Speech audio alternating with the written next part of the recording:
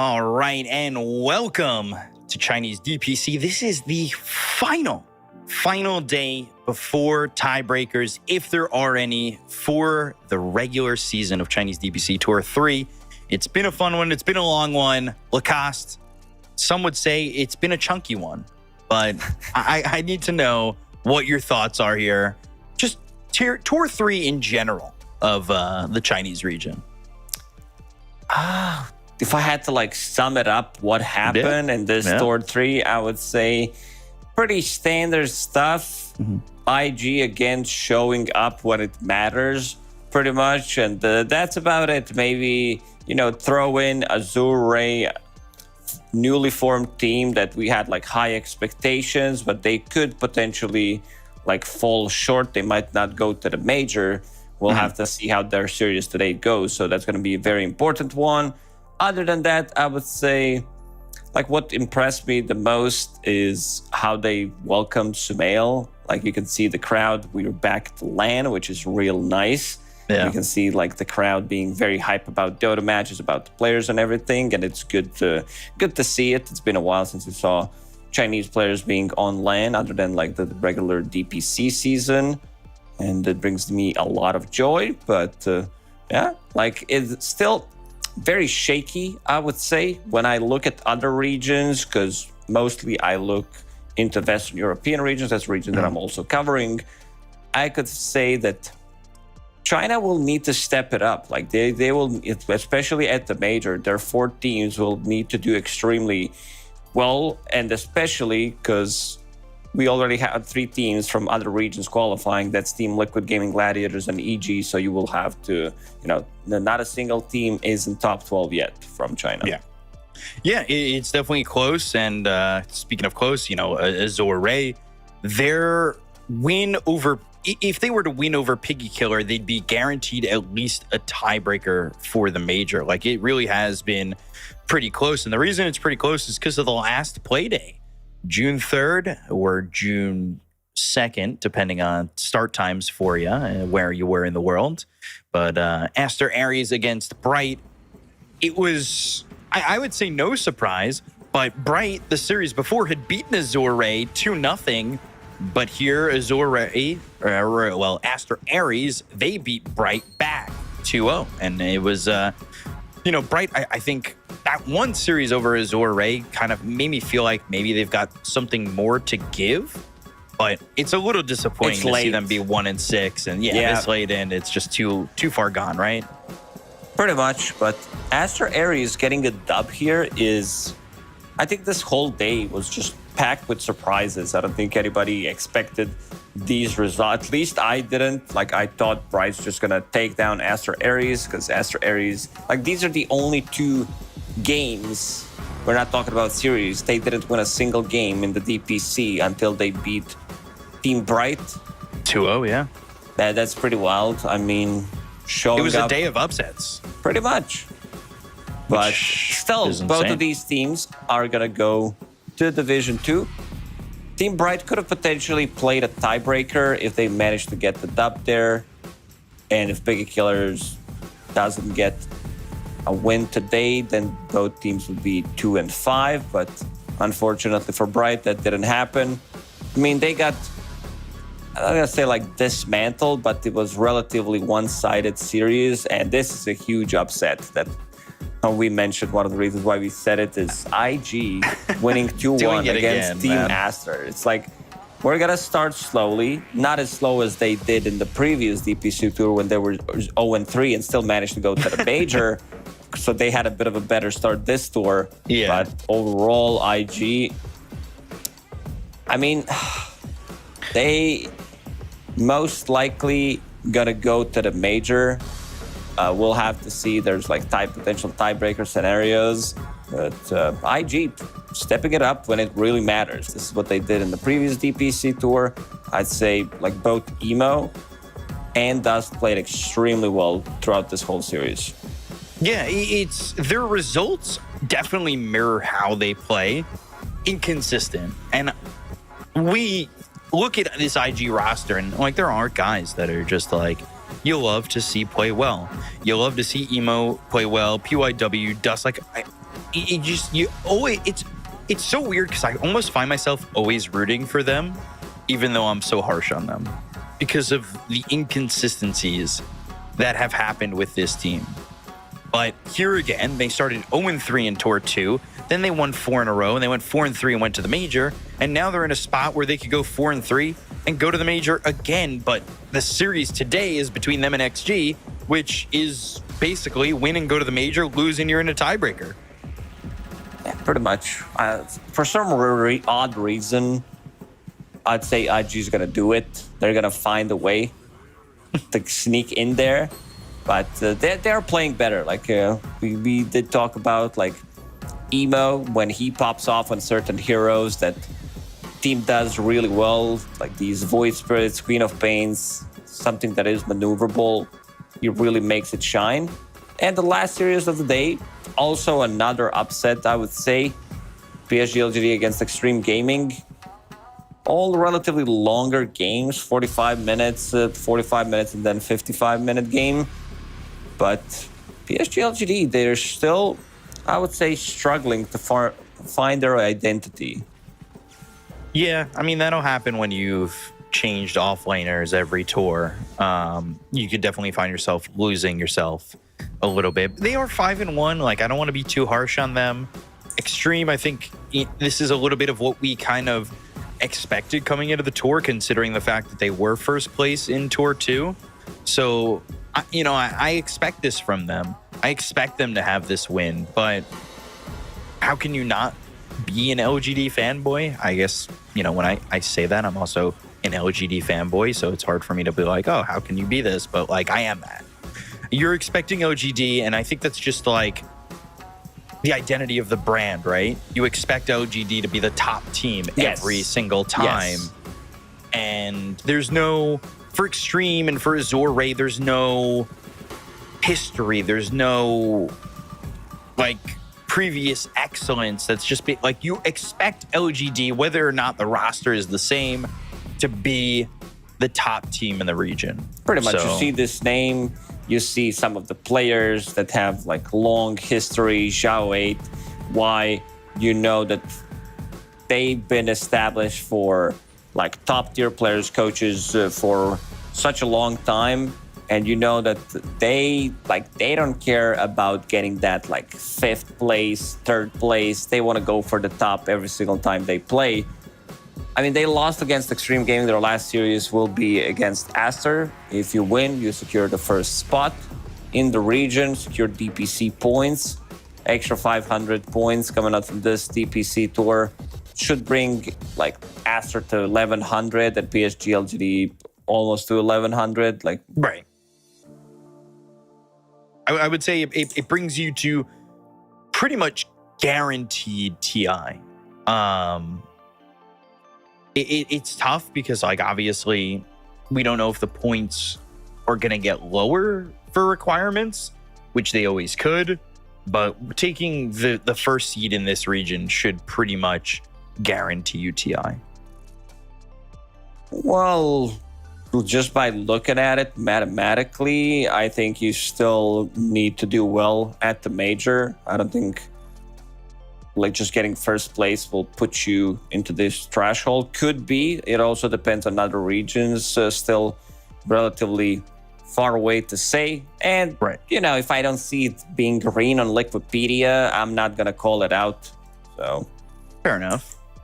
And then you take a look at the schedule today. Obviously, this is a very big series between Azure Ray and Piggy Killer. Piggy Killer, not really much to play for. They're staying Div 1. They can't go to the major. That's pretty much it. But Azure Ray, they can go to the major. They could force the tiebreaker with a win. If they lose, ultimately they end up staying in Division 1, but they're not going to the major. Extreme IG could be big. Loser of that could potentially be in a tiebreaker. Obviously, that is very dependent on this series, the first series, and then LGD Aster. Like you said, it brings you closer to TI. So a lot of people are going to look at that series and be like, well, they're both qualified. It doesn't matter. But at the end of the day, yes, it does matter because those points are massive. It's and it makes your life so much easier. That's the difference of what top 8 and top 4 at the major or something like that to qualify for TI, which is huge. So we'll see how it goes. We'll come into the draft of the first game right now. Azure Ray, Piggy Killer. We have seen this Timbersaw in the Western Europe region by 9 a lot. I like this hero. I've enjoyed watching this hero. And a first pick Pugna, I mean, man, that is not the hero we're seeing first phase that often. Not in China. In Europe, it is relatively popular. Maybe they're thinking about getting Storm Spirit straight away. If they wanted it, maybe they would have picked it. By having some like sustain coming out from Pugna, there's a lot of these combos that you can do with Pugna. He provides you with so much sustain. He gets like a Glimmer Cape, 300, like it gives you Invis, 300 Barrier, Magic 1, and also I just love Storm Spirit. I feel like you can get away with it. Yeah, this has been relatively popular. Like some teams in Europe are opening with it. I think last time I saw it was OG who played it once, maybe even 2 times. Bigger Killer, I'm down for some Puck right now. I don't mind them opening up with 2 cores straight away because Puck will get banned. This is the other option coming out from position 5. I do like it. And speaking of that Puck, Azure Ray is going to ban it out instantly because with Silencer, you can break the combo. You always have something against this Storm Spirit. When he jumps in, you can stop Pugna from using the Life Drain. So I think you also need some kind of a cheap stun coming out from the mid lane. There are these like Spirit heroes. Most of them lose to Storm Spirit because he's just a better bro. He's the older brother, has more wisdom. The wisdom is there, and I think this Puck ban, that's XM, one of his best heroes, probably his signature hero when I think about him as a player. So I definitely don't hate the ban there. And then, of course, the Anti-Mage getting out of the way. You don't want to have the Storm Spirit be blown up and potentially looking, I would have said a Medusa if it weren't banned, but Anti-Mage, it feels like one of those cores that in China at least has been like sneaking in. And it's against these 2 heroes, have like massive mana pool. You don't have enough lockdown to kill him. So if somehow they forgot about Anti-Mage, Piggy Killer would take it and their chances of winning the game would increase by like 500%. Banning the Bloodseeker. 10 seconds remaining. I don't mind the Bloodseeker ban. Maybe that's hinting at a potential Pangolier coming into the mix. Pango has been a very popular pick mid. I'm down for some Queen of Pain ban on Azure Ray. Okay, so the hero is still in the pool. Imagine if there was Puck available, like you have only lockdown would be Storm Spirit because you don't care too much about the Spirit Breaker charge. I still feel Queen of Pain could work out. You know the matchup already. There are other heroes in the pool that can do well against Storm Spirit in this mid lane. China's classic Dragon Knight might be slightly slow. I think you want to push this Timbersaw into the off lane, considering with everything that is happening and some of these heroes that like we see banned out, there's no Monkey King, so they're protecting their Timber. This is also another option, a hero that does okay against Storm Spirit.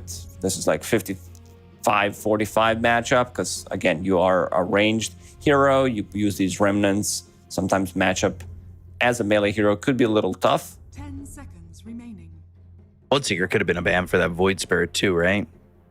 Because the steps don't. It's too strong of a hero. It's been picked up in Europe in the first phase. Good against Timbersaw. Builds into Maelstrom, like this heavy magical damage coming out from him. Later, you get Shard.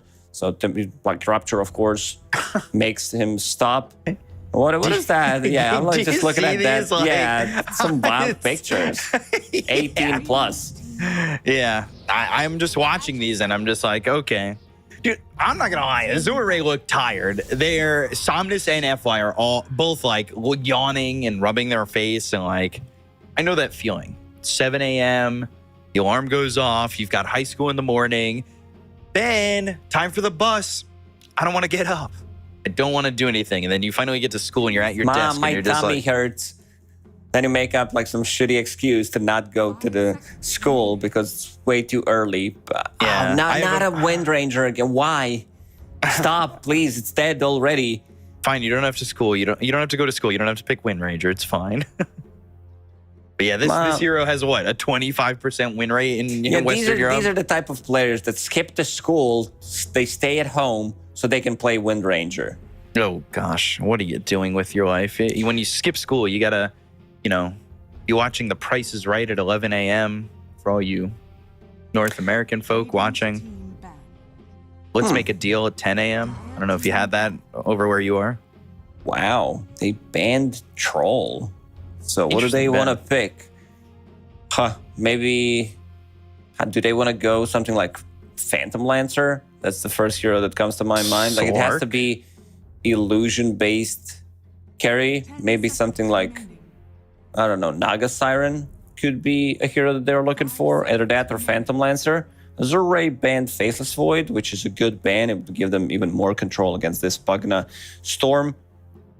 Azure heavily, I would say, outdrafting right now. Maybe I'm just too biased against Wind Ranger. Piggy Killers, they do still have some flexibility with this Void Spirit going to the safe lane, going to the mid lane. But my question is, where's Wind Ranger gonna go? It could be like mid Void Spirit, safe lane Wind Ranger, and the last hero that they're looking for is position 4. Decent amount of flexibility yet. Still, they need to show where the heroes are gonna go, but I'm not sure if I like this combination of the heroes. Big fan of Void Spirit. I've been praising this hero ever since the introduction of Universal Heroes. Feels really nice to play, either from the mid role or from the carry role. But Wind Ranger kind of ruined it for me. Yeah, I don't really like this Wind Ranger, and I just have not. I think me and you have not seen a Wind Ranger win yet. Just a Ranger. No wins yet under the belt. Yeah, you're just a Ranger. I'm sorry. 10 seconds remaining. They banned Slark? 5 seconds remaining. Not a That's lot of Ursa. lockdown here for Piggy Killer, right? Like Aether Remnant Shackle Shot. Benjamin, you didn't wake up properly yet. It's time to go to school. Time to go to work. Where am I going to school? It's Ursa. It's not Slark. No, I'm saying, would they ban Slark on Azure? I'm down for some of these illusion heroes that I mentioned, either PL or Naga. They're still, Azure still has last pick, so Team pick.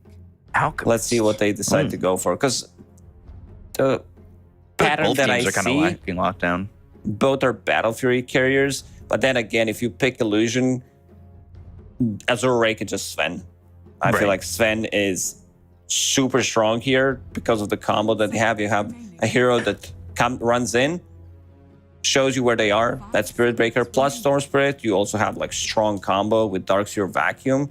I'm really down for some Sven. Doesn't even matter like what they pick outside of Piggy Killer. I feel like Sven could be really, really good. Not the best matchup against like Void Spirit.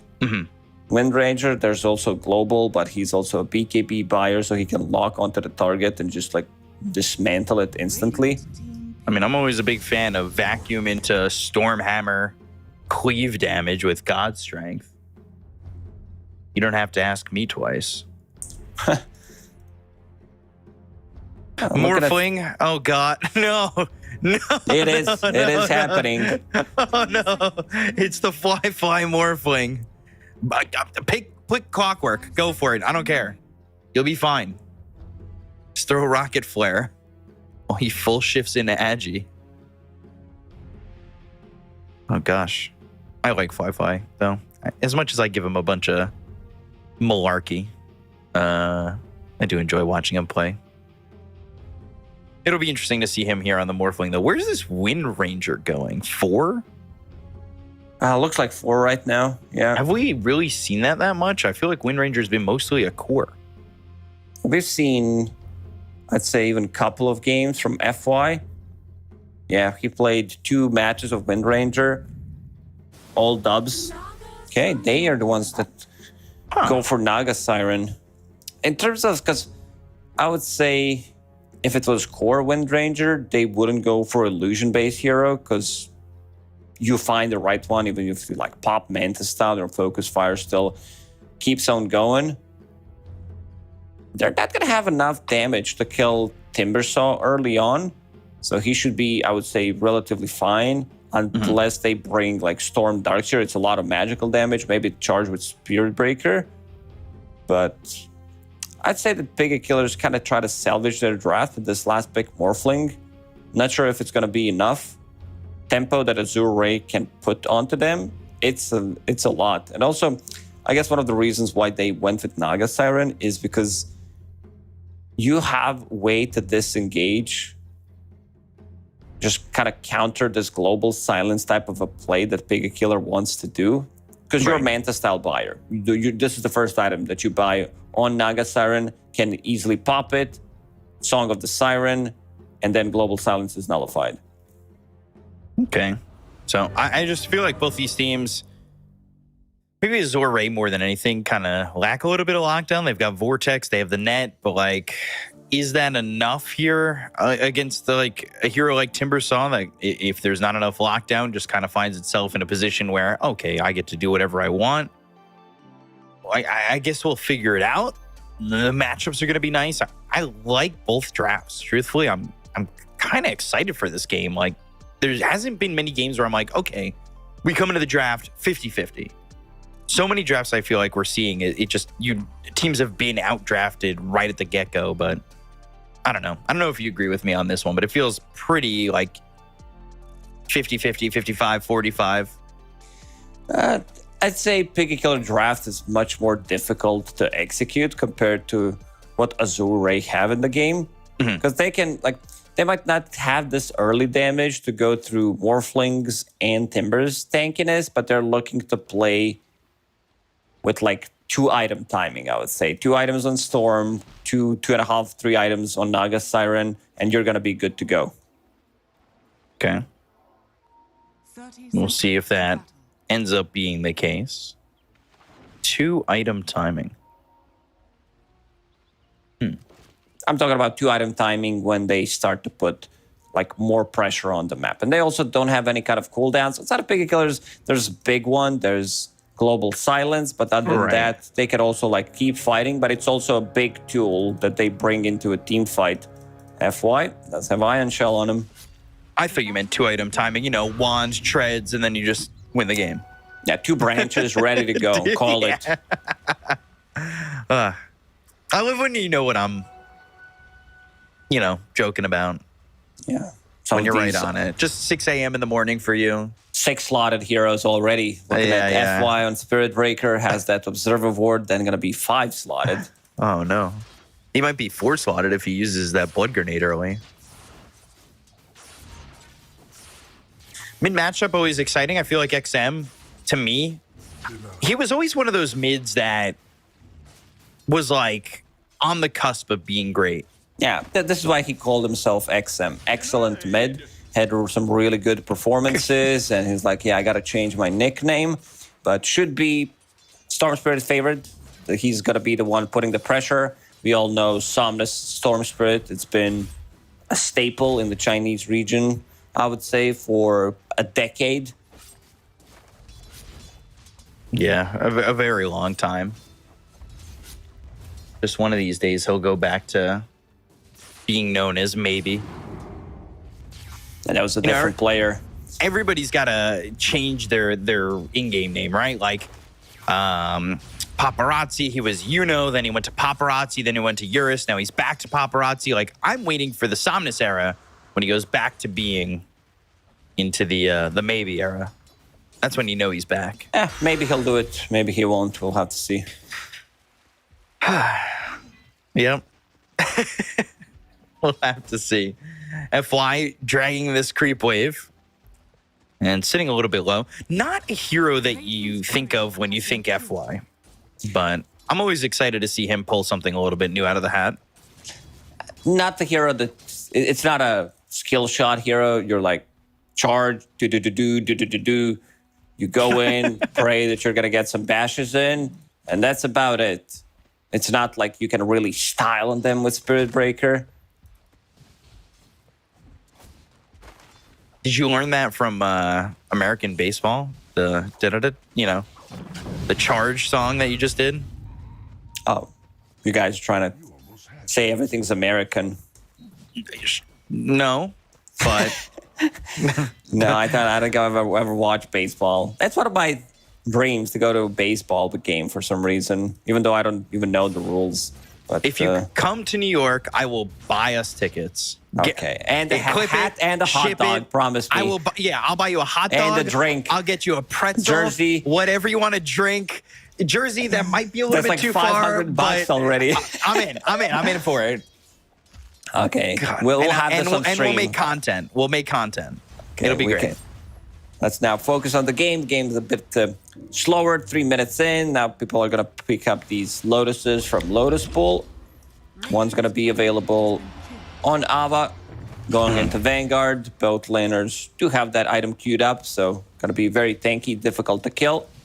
This type of a slower game does benefit Azure Ray, because Darkseer, Spirit Breaker, all these heroes kind of need levels. Your Naga Siren, the only hero who wants to make some early ganks going, is definitely Storm Spirit, so we'll see Somnus being more active. It's going to be very important to control the runes for him.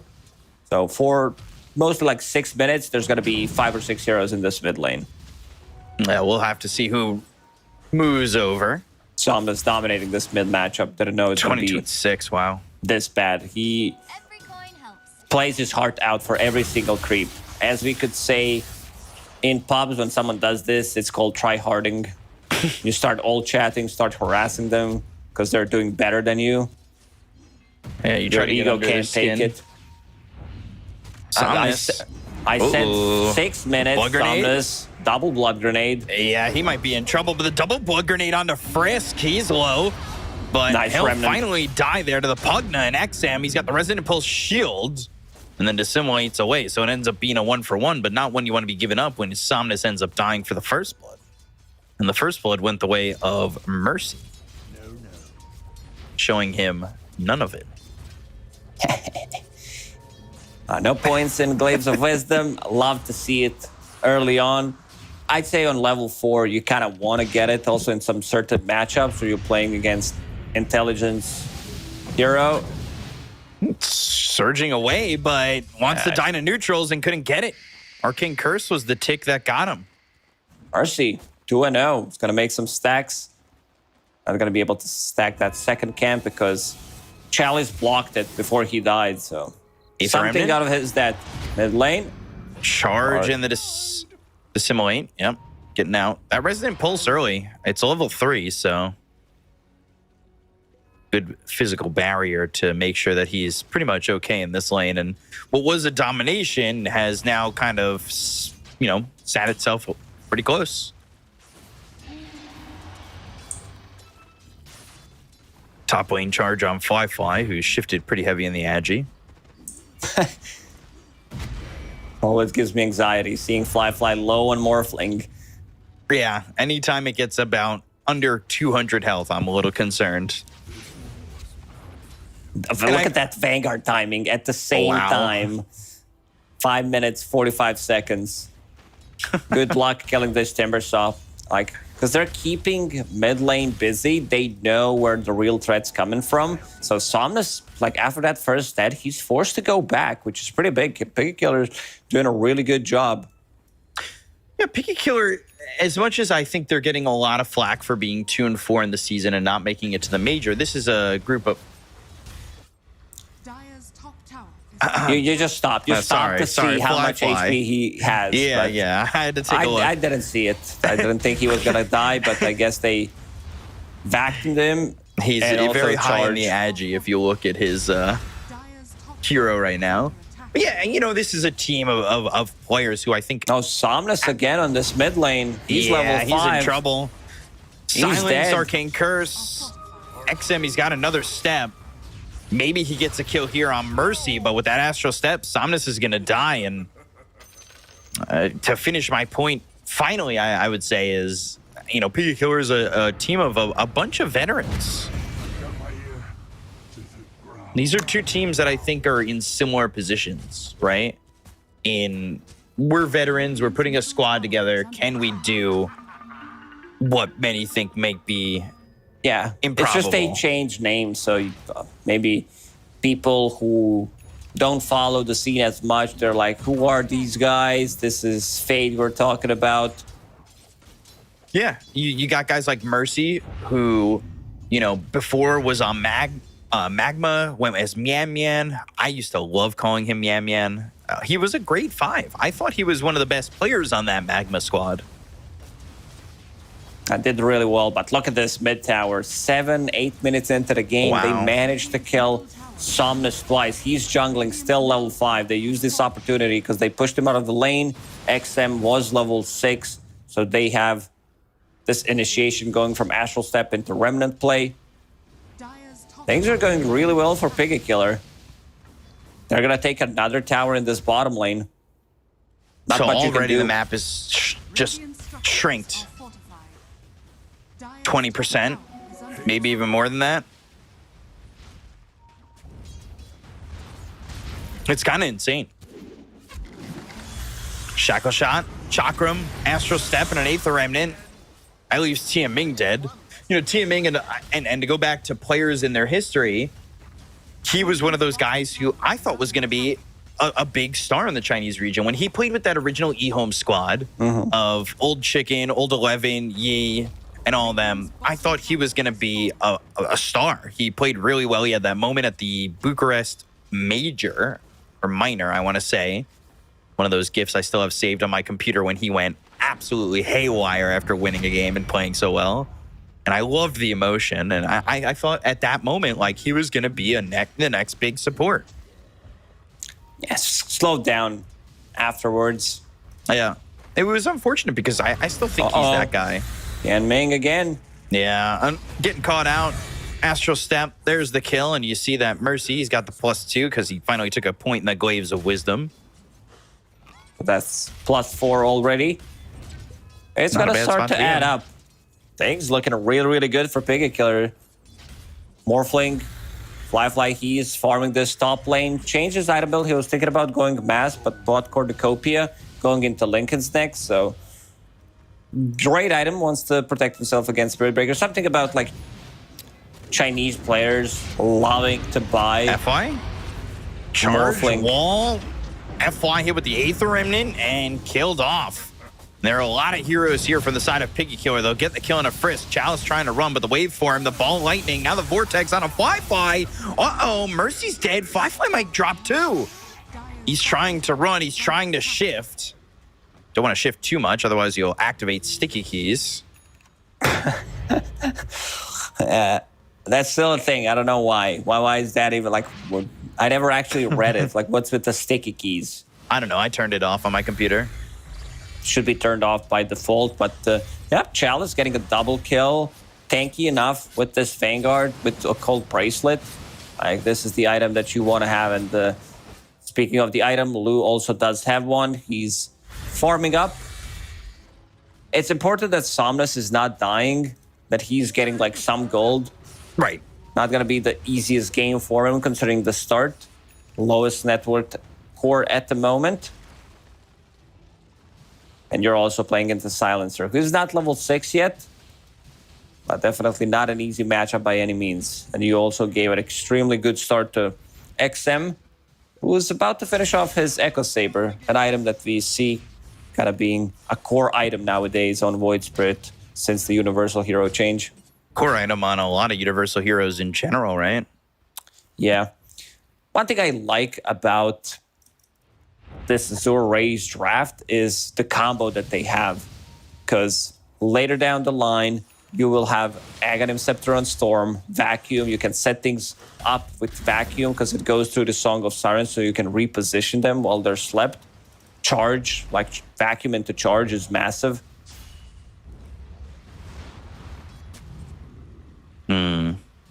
See if that combo ends up coming out. Now level 6 on Spirit Breaker and level 6 on the Pugna. Everybody having that Dire's top green tower diamond is under their attack. portrait. And gonna hit that mark in 2 minutes for that next Wisdom Rune. And I mean, we beat a horse to death with how many times we've talked about the fact that Wisdom Runes feel to be one of the most important objectives on the map. Tower is under attack. Pretty much. Compared to Tormentor, XP runes are just way too valuable. Sure, you like get them early on, so it feels like they have more importance to it. And now, pushing this tier 1 tower top. Global Silence is available. I don't think they should go for tanky hero like Chalice. I want to see Pig a Killer take these fights because they feel super strong right now. Ava with Vanguard, 2 healing Lotuses. Should be, I would say, unkillable unless they group up on top of him with 4 heroes. Yeah, it would be really tough. Throws the Chakram out. In a second, they'll have the Nether Blast to take at the tower, and they Top tower has do exactly that. In kind of slowing down a little bit, and it's giving time for Somnus to recover, but they go after this. Vacuum wall on 3 heroes, but they've got Frisk around the side. They get the kill to TMing the Astral Step. Chalice sitting low, and the ball lightning in from Somnus. The Global Silence is used. They'll take out a second in Chalice. under attack. Charge hits Somnus. That's a morphed Fly as a Spirit Breaker going in there, Dire's courier but nobody to follow that up as Mercy sits low, but he'll end up escaping. is under attack. There's some really good targets that Fly can turn into in this game. One's going to be Lu. The other is going to be Spirit Breaker. So you have Charge, you have Bash, you have Bulldoze, getting that status resistance so you can't be slowed down. And Azure going to use this opportunity since they use Global Silence. They're going to go and look for kills because with Storm Spirit, Spirit Breaker, you should be able to get the kills. Not sure if that's the kill that they can easily get. Timber? Can they get him? He's low. Ava, Timber chaining away. The artist formerly known as SRF will eventually drop here to Somnus. That's a big kill to get. Yeah, he messed up there. Should not used this Yule Scepter defensively like that because if he gets away, Somnus jumps, he can Yule Scepter and then run away, get another Timber Chain. They're coming Look up. at the number of occult bracelets. There's 6 of them in this game. 6 heroes have this item. I think it says a lot about how strong this item is. FY, XM, Invis just going across, maybe looking for Somnus. Charge actually finding Frisk. So that means that they don't have the Astral Step Aether Remnant Shackle Shot combo. But when you come in with the Vortex, the Aether Remnant down, Frisk is going to try and land a Shackle Shot. It doesn't connect. The Astral Step, that'll go across the bow of Somnus. They got the kill on a Frisk. Yule's up into the air, and Somnus is in trouble. He doesn't have a lot of mana to work with, but Ball Lightning away from the Pagana needs wall. to keep him Charge alive. in, but the Aether Remnant lands on FY, so he can't get the charge to hit onto the Timber, so they get the kill on Somnus as well as FY, and Pugna will fall too. 3 heroes down to the side of Azure Ray. Dire's structures are While all this is happening, you Whoa, have Lu Yule's who's on farming. Timber He's Saw. not, he's not joining any of these fights. Manta Style already done. His net worth skyrocketing, going into Orchid as his next item, which I really like. Gonna give them enough control for these like heroes like Void Spirit, who does build into Manta Style, but still you're gonna have Dire's middle tower like good is under 2-3 minutes, depending if you want to join, to be able to get those kills. FY picks up Wisdom Rune. There's still, Yep. Dire's never mind. They picked it up on the other side as well. But yeah, keeping this 1k gold lead steady on side of Piggy Killer. top tower is under attack. Looking at the amount of intelligence stolen, Silencer, Mercy 12 already. Kind of like this early point. Big fan of it. It's definitely gonna feel more harsh later on, right? Attack. Yeah, for sure. It starts to add up.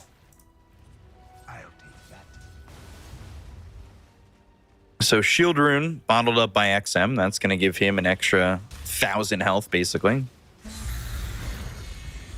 Because 50% of anything, 16 minutes into the game, seems very fair and balanced.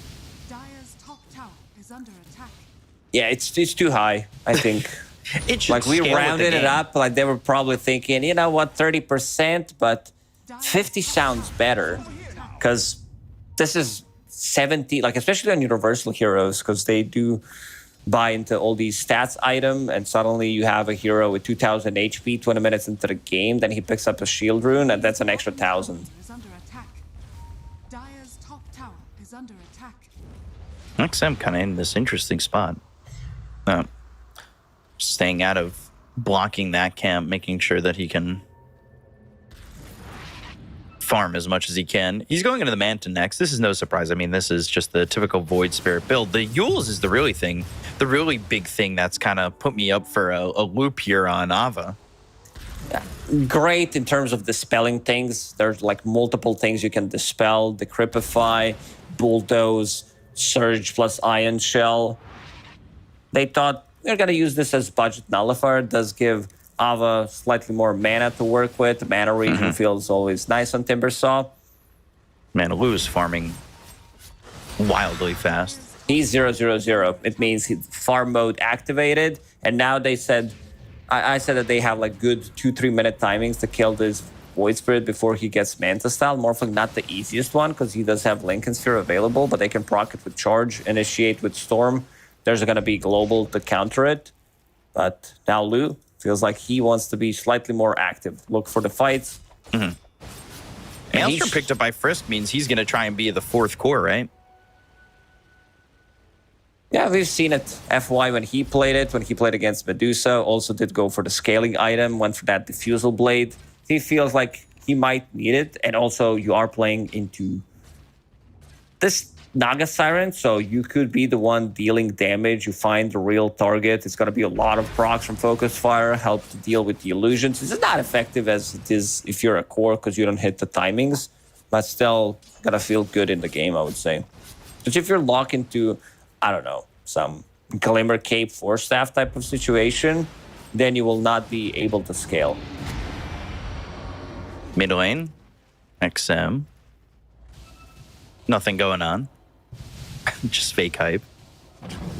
They've got 5 heroes towards the bottom end of this map for the side of Piggy Killers. The only one who's really not there right now is Blue, who's just, like you said, PvE mode, trying to farm, going for that heart. And they fight without him. They do have a tier 2 to TP to if they do want to end up taking this fight.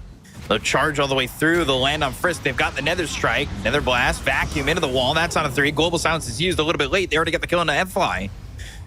So Fly turns into this Spirit Breaker. He charges for a moment. They did have Lou TP to this fight, but doesn't exactly look like Piggy Killers want to go for this exchange overall. Dire's top tower is under attack. But wall already used and expended. As Azure Ray really don't get much out of that. Azure Ray will continue to farm up. They still don't feel too comfortable to take a fight. They're these tanky heroes. Like all 3 cores pretty much are super difficult to kill.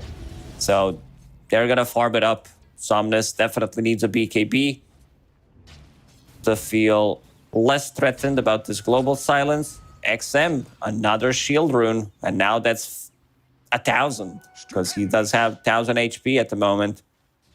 2,000 HP. Just ridiculous shield rune.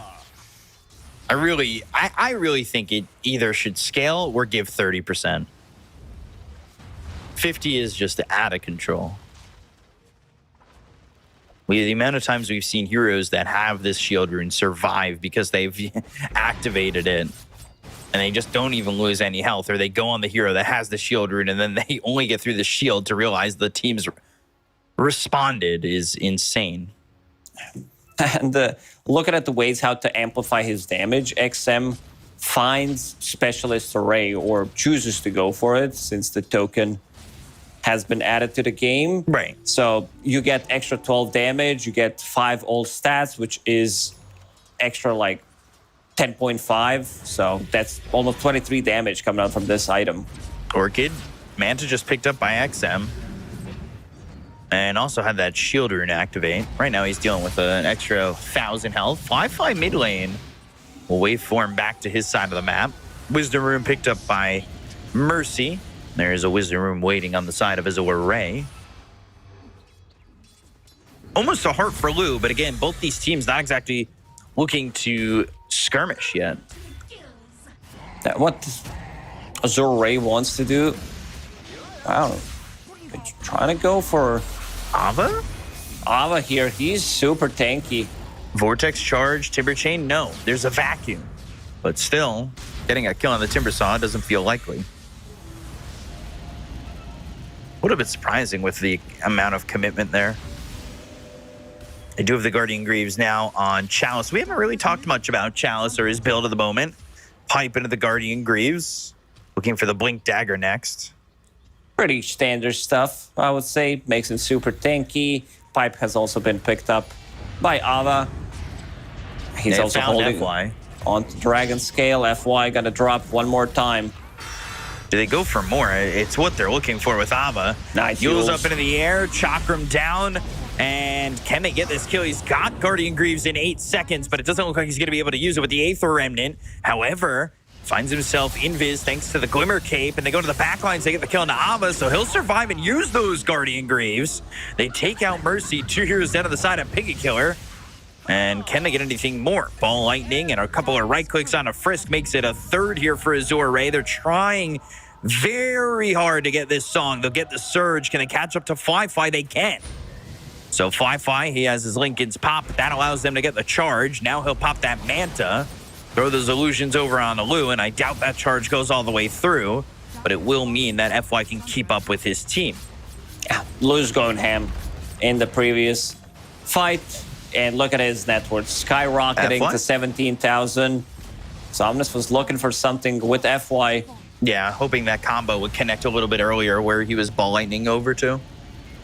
What Azure Ray needs to do is kill these supports, kill this silencer, take out Wind Ranger. They do have enough control. 1 jump from Storm Spirit, 1 silence from Naga Siren should be enough, and then they can deal with rest. I also want to see if Naga's gonna go for Butterfly or if he's gonna go for Scotty as his next item. Both items very valuable, I would say, especially Scotty, because you are playing into Morphling and Timbersaw, but if they feel like they need a little bit more damage, he's gonna commit with Butterfly. Lou picks it up. Okay, that's an interesting... I don't know if they can instantly kill Lou anyway, so maybe I would prefer if that has been given to Somnus, because Storm overall is probably the best Aegis carrier in the game. Right, and I think maybe that has to do with a little bit of confidence. I think Somnus is kind of feeling himself at the moment to the point where he's like, all right, I don't need this Aegis. Might as well give it to the least experienced player on the team in Lou. Or maybe the one who kind of needs that little boost of confidence to play a little bit more aggressively, right? Could be a thing. I still don't know if they can kill this Naga Siren. You get jump, Manta style, some Glimmer Cape, 5 Guardian Greaves should keep you alive long enough. And now Piggy Killer, they're in a difficult spot. I wanted to see a slightly more aggression coming out from them, considering that like how good of a laning stage they had. Keep it going, keep this momentum flowing. Can they bring this back? Like, easily? Things Is are not there a gonna get specific game plan? any easier for them. Items are gonna start to pile up. FY already does have Shadow Blade. Combo with Vacuum. Chalice needs to be, I would say, very patient with his vacuums. Right. Eventually, Somnus, like his items. Let's see if it's gonna be like Kaya Sanj into Aghanim straight, just to have a little bit more control for the combo. To have overall more control in the team fight, because just by seeing it, you're gonna approach fight much more different on side of Piggy Killer. You can't be grouping up as much.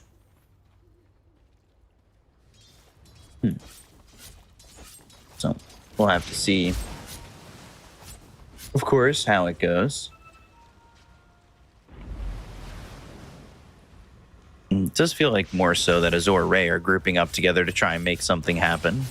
They've got Luke just kind of sitting in the front. Now a shield rune, or a haste rune, sorry, picked up by Somnus. You talk so much about Shield Rune. It's just always on my Yeah, mind. you see it.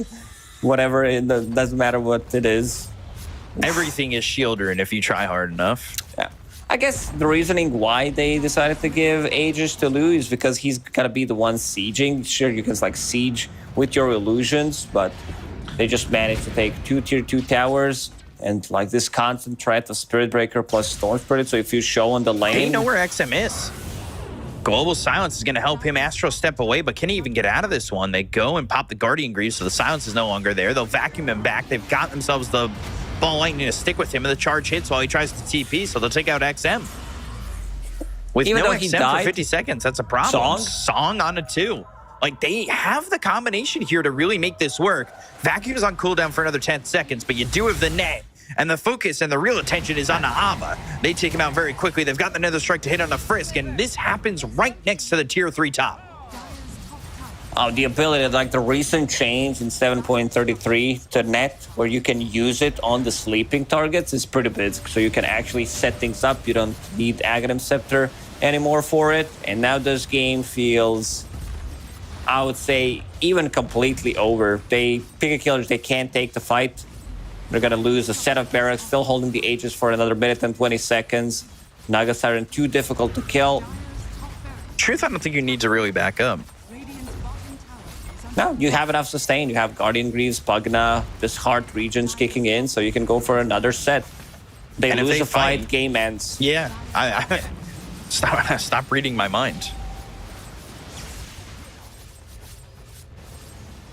A little TP in. They're playing this pretty safe, but I wonder if they're going to fully retreat on this one.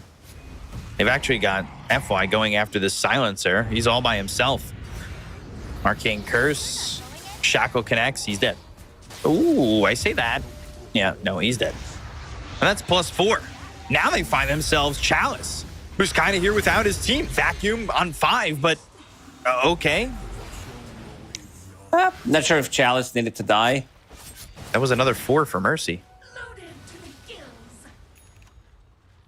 That's up the gem. Not great.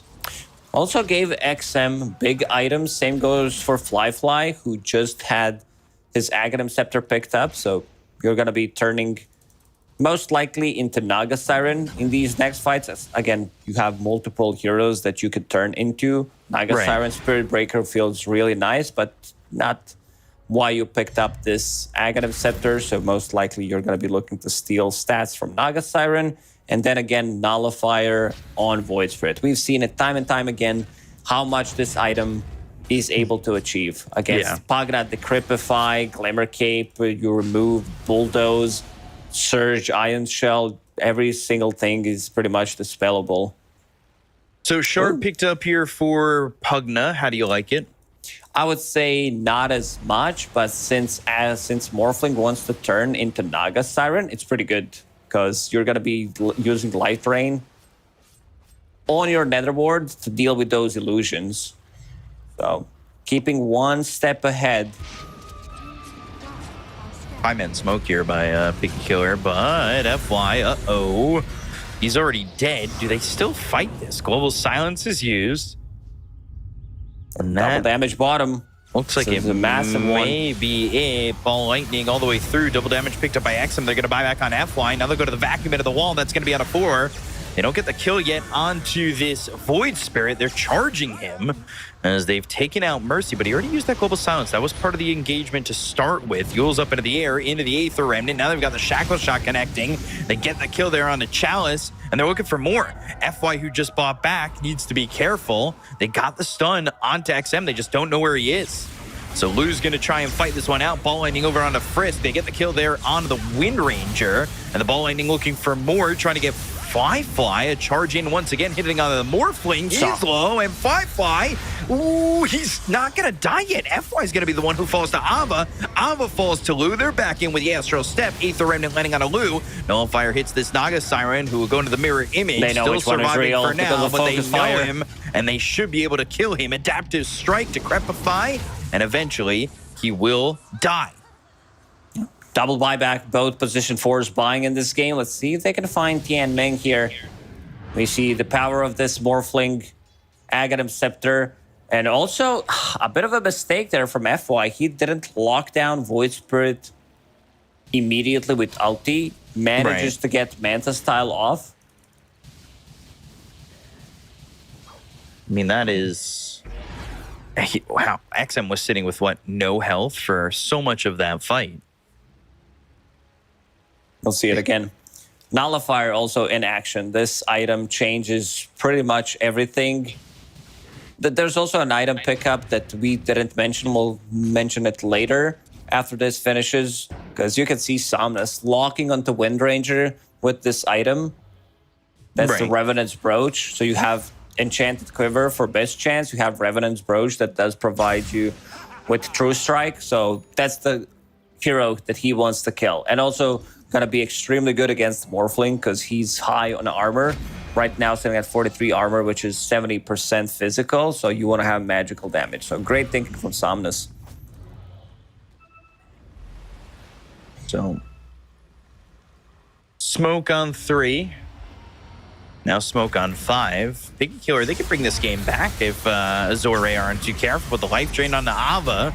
Shackle, Nether Strike, keeping him in the life drain. They're still going after Ava. They've got the vacuum into the wall. It slows down the FPS, and now they're going to go and try and get the kill onto Silencer. They get the takeout on Mercy, and can they take anybody else out on this one? Ava on the run. Somnus gets the kill on a Frisk.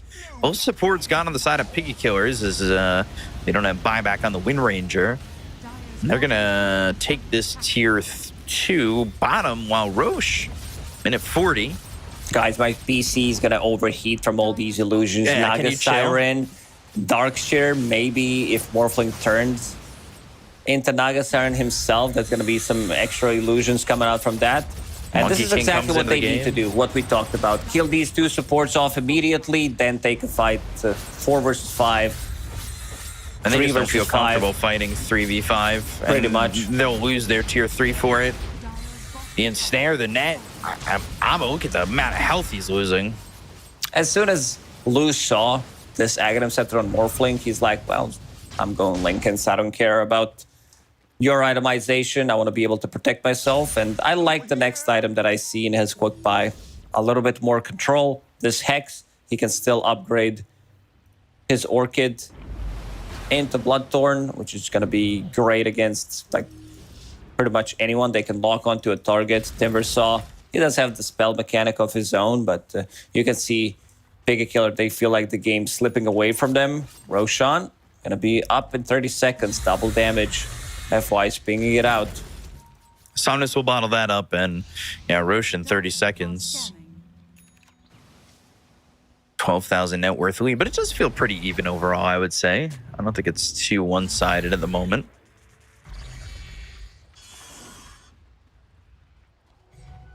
Big Killers, they've done a good job of, I feel like, knowing what pressure is out and what they have to do to keep the game close, right? Like, they're not afraid to 5-man smoke and fight when they're behind this much. They have to. The second Roche, too important. Cheese, Aegis, and look at the base.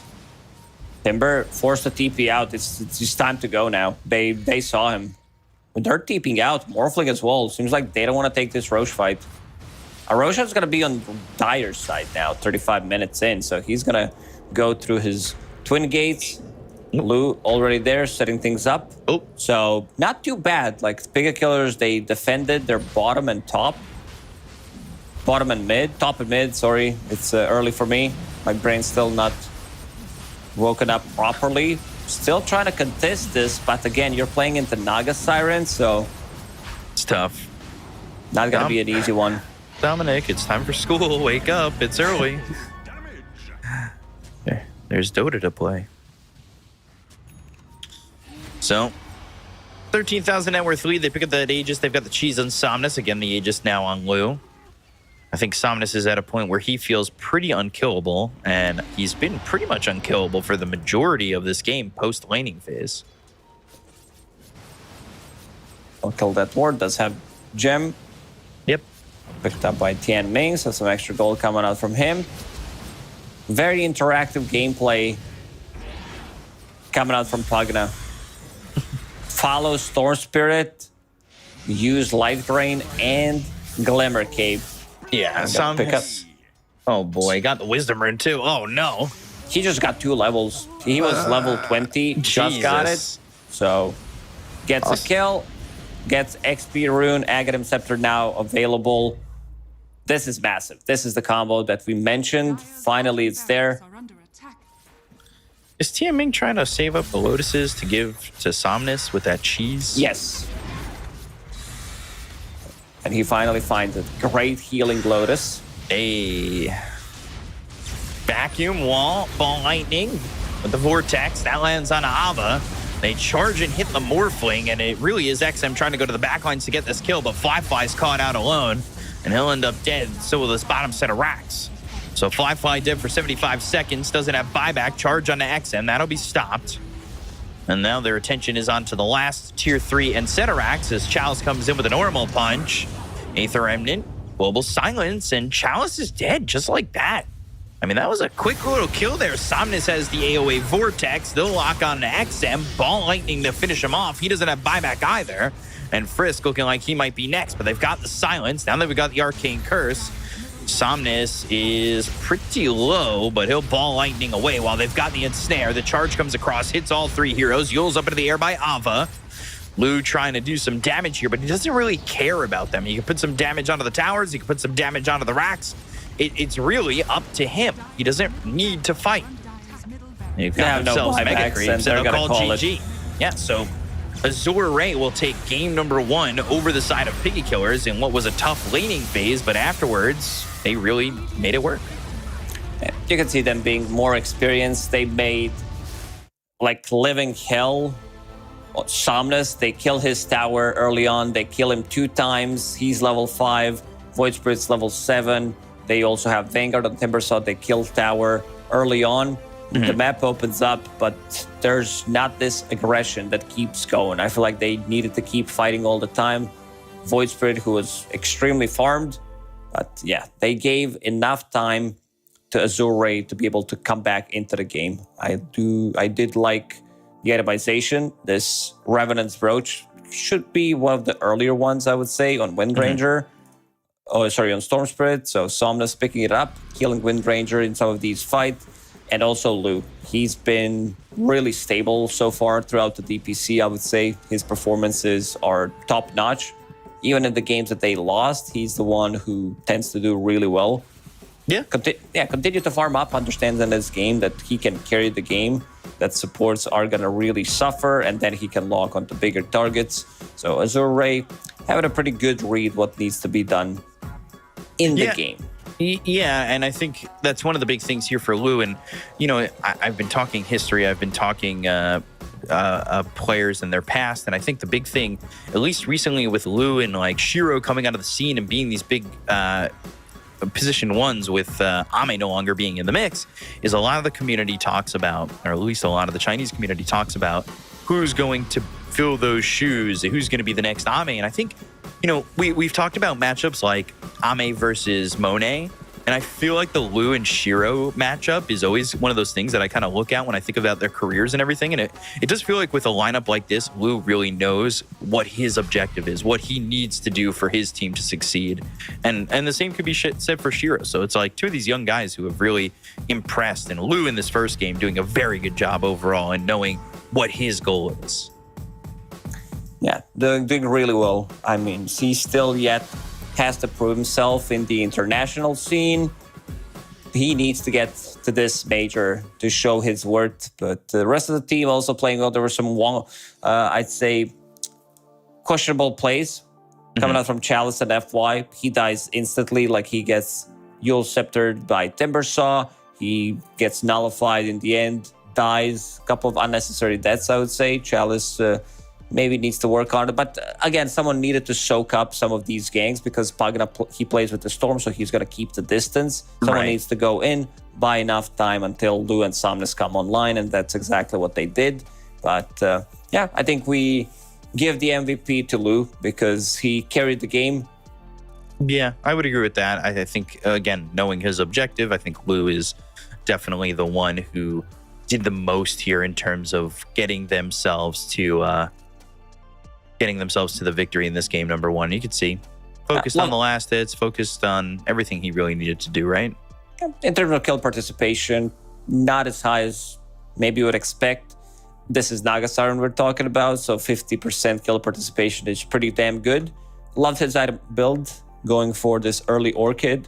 Continued to farm up as soon as he sees Aghanim Scepter on Morphling, goes for Lincoln Sphere, and then becomes way too tanky to kill. He's the one who's been holding Aegis 2 times in a row, so they can siege, go for these towers, end the game, and they managed to do so. So we'll have to see what the Piggy Killers have in their arsenal to bring out in this second game. Because there's a difference in the way, like, knowing what you're playing for, because Piggy Killers are like, okay, we're staying in Division 1, we can't go to the major, we're not going to get relegated. And on the other side, you have a team who's playing for the major spot, so you know that they're going to give everything they have. Yeah. So, Azor Ray, they're one game away from potentially forcing a tiebreaker. And we'll be back with that soon. So we're going to be back with game 2. Get yourself a snack, some water, anything you need. Maybe wash your face a little bit. We'll be back with game 2 in just a moment. Stay tuned. We'll see you in a bit.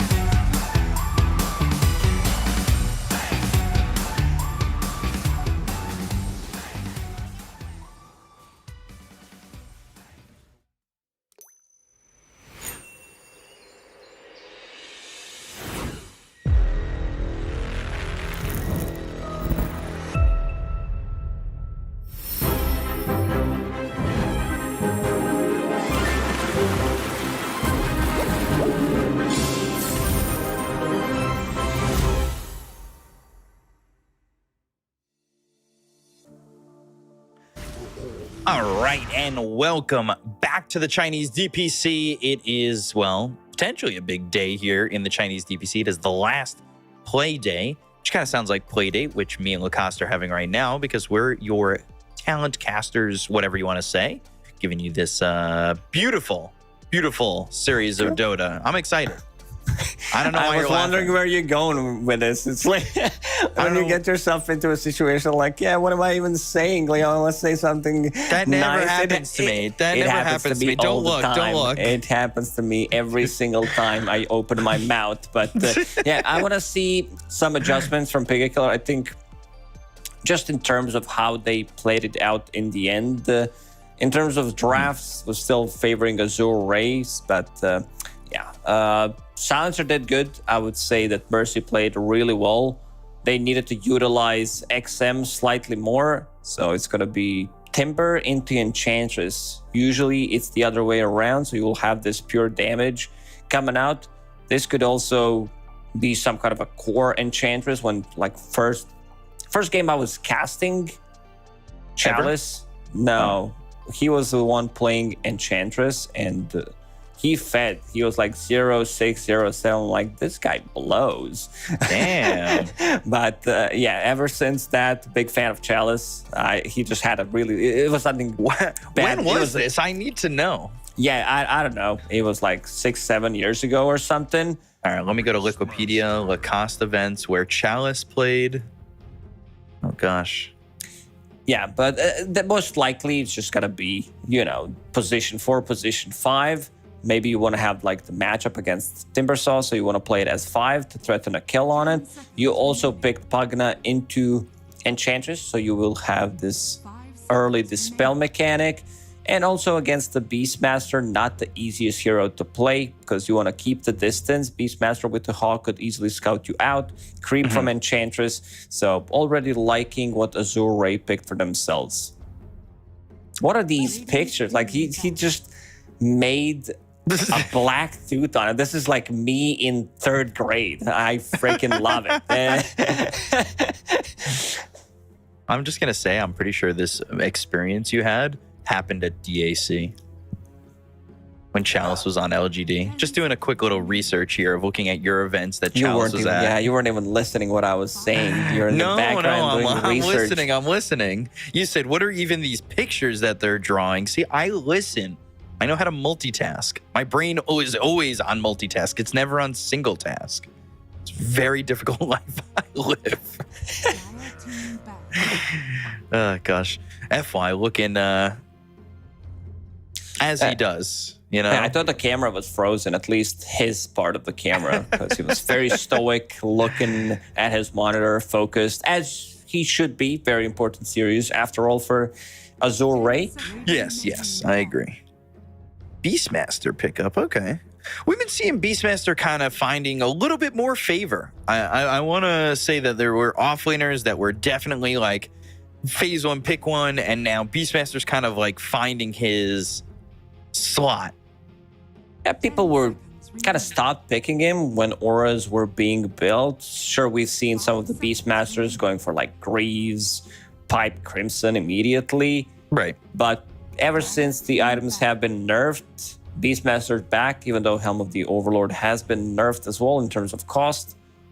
It's still the item that you want to go for. Slightly later timing, but most of the time you don't have a hero who can deal with this Black Dragon, Wars pushing. It does allow Beastmaster to even like stay on top of the network for a long period of time in the game. Banning Luna. I thought Luna was going to be a bigger hero in this patch. With the way stacking has been important, I always feel like Luna finds its way into stack metas. I think it comes down to carry because Luna, he's a really good hero and Lu plays it really well. Also, one of the heroes that does well in the lane against Timbersaw that does possess a kill threat. It's been, I would say, not going to say like a traditional counter to Timber because there were always better carries in the lane.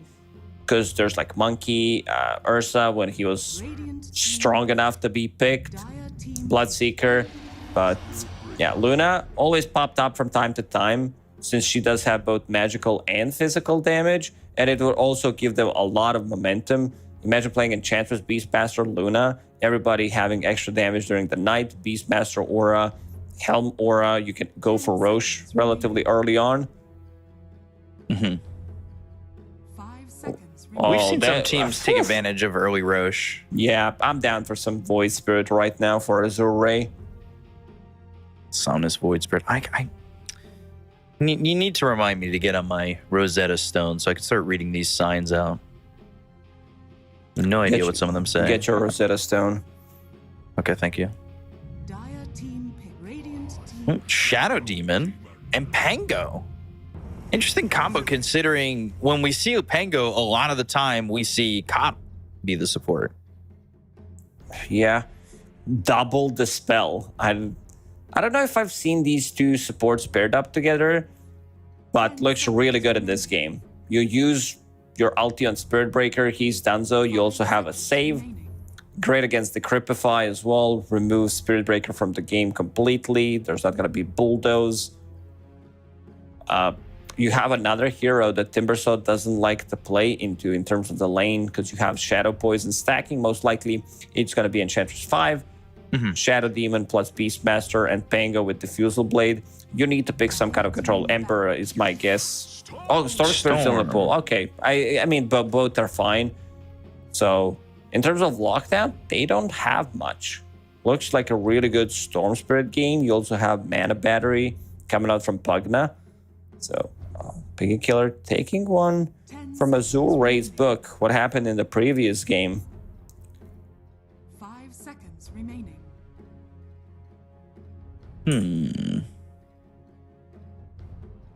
Let's see. FY. If you need more control, even though you don't have like the most damage inside Chrono, I feel like for Azure Ray, it should be a really good pickup. Just time dilation destroys Spirit Breaker Pugna, mostly Timbersaw, and would give you kill threat for both Storm and Pugna.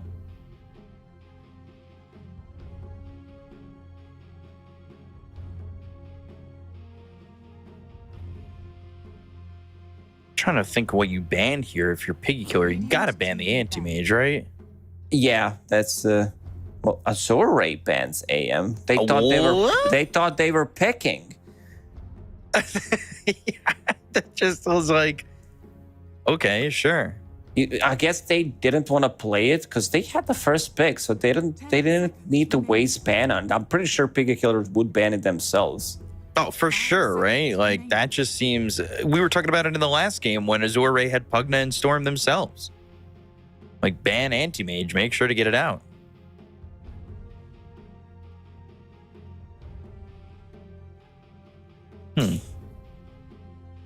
Could be some kind of a like ball that they throw at them, try to take them into different direction. Trying to think what's a good carry. That I mean, they don't have enough lockdown. So could come to that where if they don't want to pick it, but still feels like Piggy Killers would ban it. Because they also don't have, like you have Spirit Breaker charge, Storm going in, Anti-Mage with 3-4 items feels relatively unkillable. You can't just lock him down from 100 to 0, especially while having Shadow Demon. Right. 5 seconds remaining. So looking at the lane setup, the Storm Spirit, he dumpsters Pango. You don't possess a kill threat to kill Storm, while the enemy can easily kill you, like even solo kill. Imagine Spirit Breaker coming to the mid lane as well. TA ban. Would give them a lot of momentum. They don't want to get overran by it, because Storm Pugna, we've seen it in the previous game, you don't rely on any cooldowns, opens up the Roche. I mean, I guess it's also expecting a safe lane TA overall, right? Yes. Seconds remaining. Just so you're expecting minus armor. You don't want to get your mana taken. I could Is see PL them. an option? Yes, for Piggy Killer, I'm down for some Phantom Lancer. The Terror Blade as well, but then you would be like Team pick. picking it into Shadow Demon. And there's a hero that we mentioned, Faceless Void, just looked too good on their side. Slack. Slark always feels okay against Timber, right? When you're able to get those you have stacks something up, for if the you're able to game. get it down. Leash against Storm Spirit. Yeah. In terms of damage, that like AoE damage, there's decent amount. Pugna with the blast. Timber, of course, can easily burst Slark. So now they need a hero that is good against Slark. Well, they could go for Naga Siren themselves. I don't mind it too much. Just copy what Azure Ray did in the game 1. The other one's Alchemist. If they feel like they have enough to survive, because the game could slow down a little bit, which would allow Alchemist to get some farm going. Mm-hmm. Bigger Killer's lane look strong, I would say. Storm against Bango. You have not the like Spirit Breaker, Timber, not the strongest lane. Okay. Muerta. Interesting little pick there.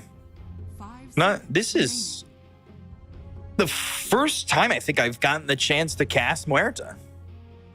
In this DPC? Ever.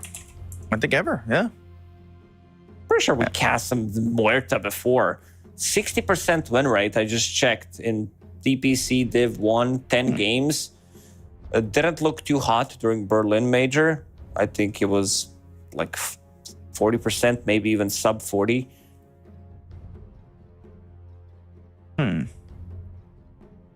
Fly Muerta. I don't know if that was like the carry I was expecting. It was really maybe looking at something else. I kind of was sticking with my PL thought, but I like to back my own thinking process pretty heavily. What do you see from this Muerta potentially against this lineup from Azure Ray?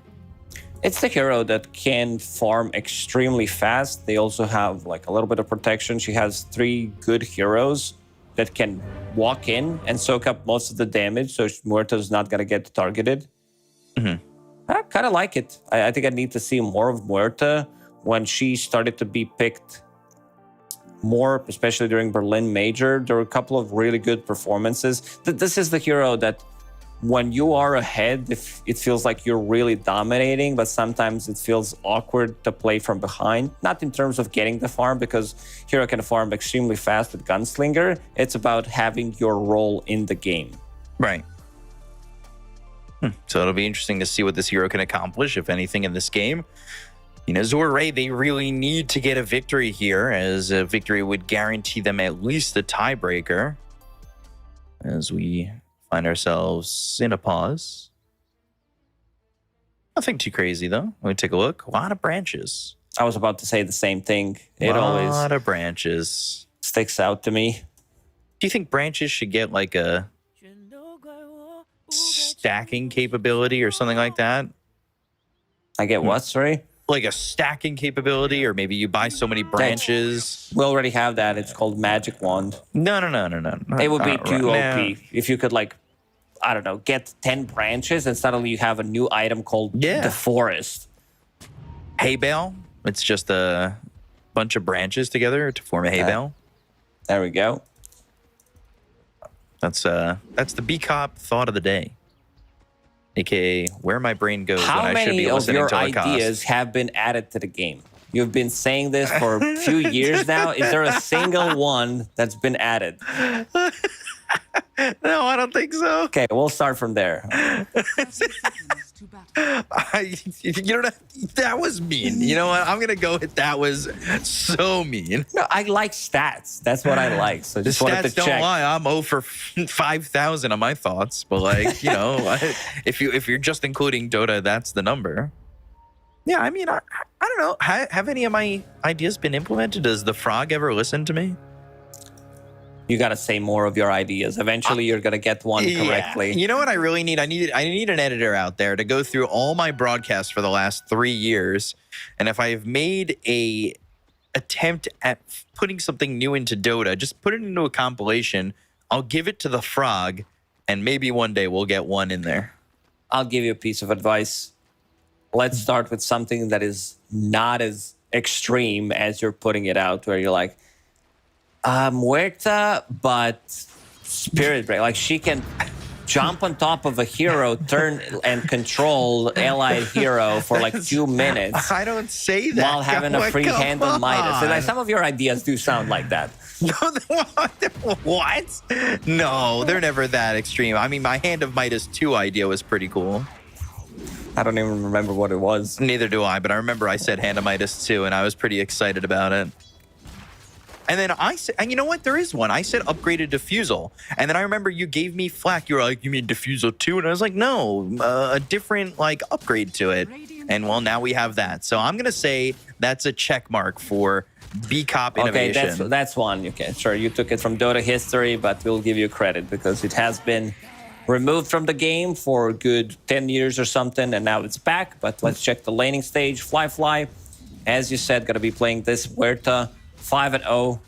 So you have a hero that runs in. Spirit Breaker doesn't like trade as good as some other 5s in the lane. You need to get close, get those bashes in. FY keeping the distance. You're really trying to figure out what this Muerta is going to accomplish in this lane. But I am excited to see what it could be. I should have an okay time in this lane. Beastmaster, Shadow Demon already used a lot of mana. 2 or 3 disruptions have been popped. Yeah, it doesn't exactly have any mana regen left for him, but maybe he's going to try and grab that Lotus Petal or that Healing Lotus, and we'll see what he can get here. We really haven't talked about the equilibrium and trying to catch the timing on these Lotus Petals.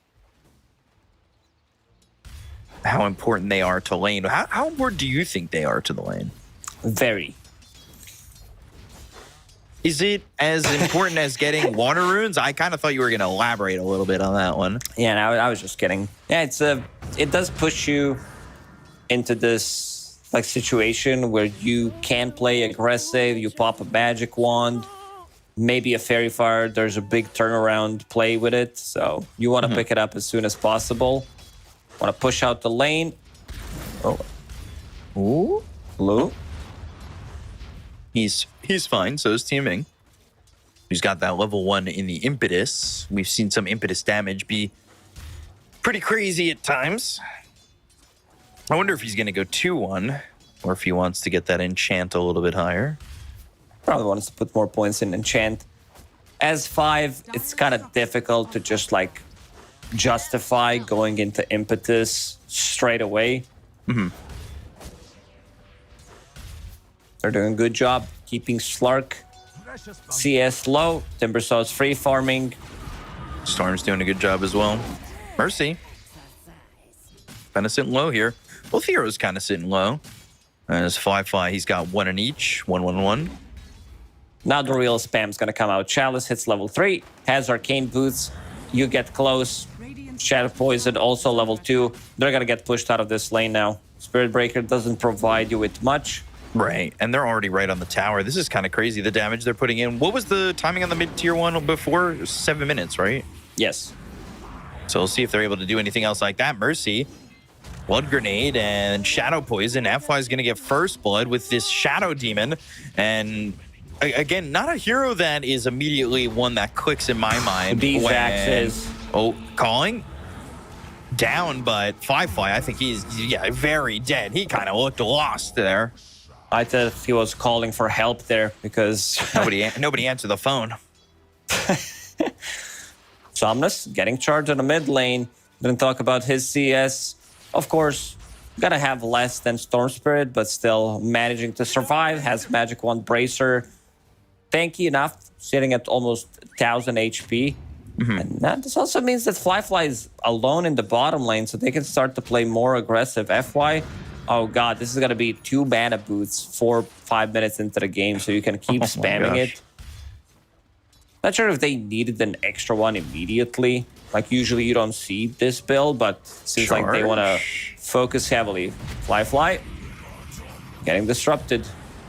Blood Grenade 2.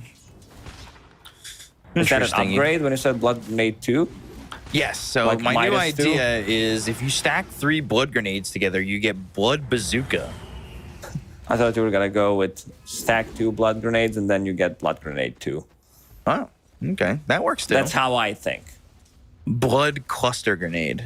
It bounces off the hero and then pops in an AoE. Whenever I hear word grenade, the first thing that comes to my mind is holy hand grenade from Yes. Worms. Yes, me too. Oh, gosh. I'm so glad you said that. Hallelujah. I love it. Ah, okay. I'm done. Somnus, mid.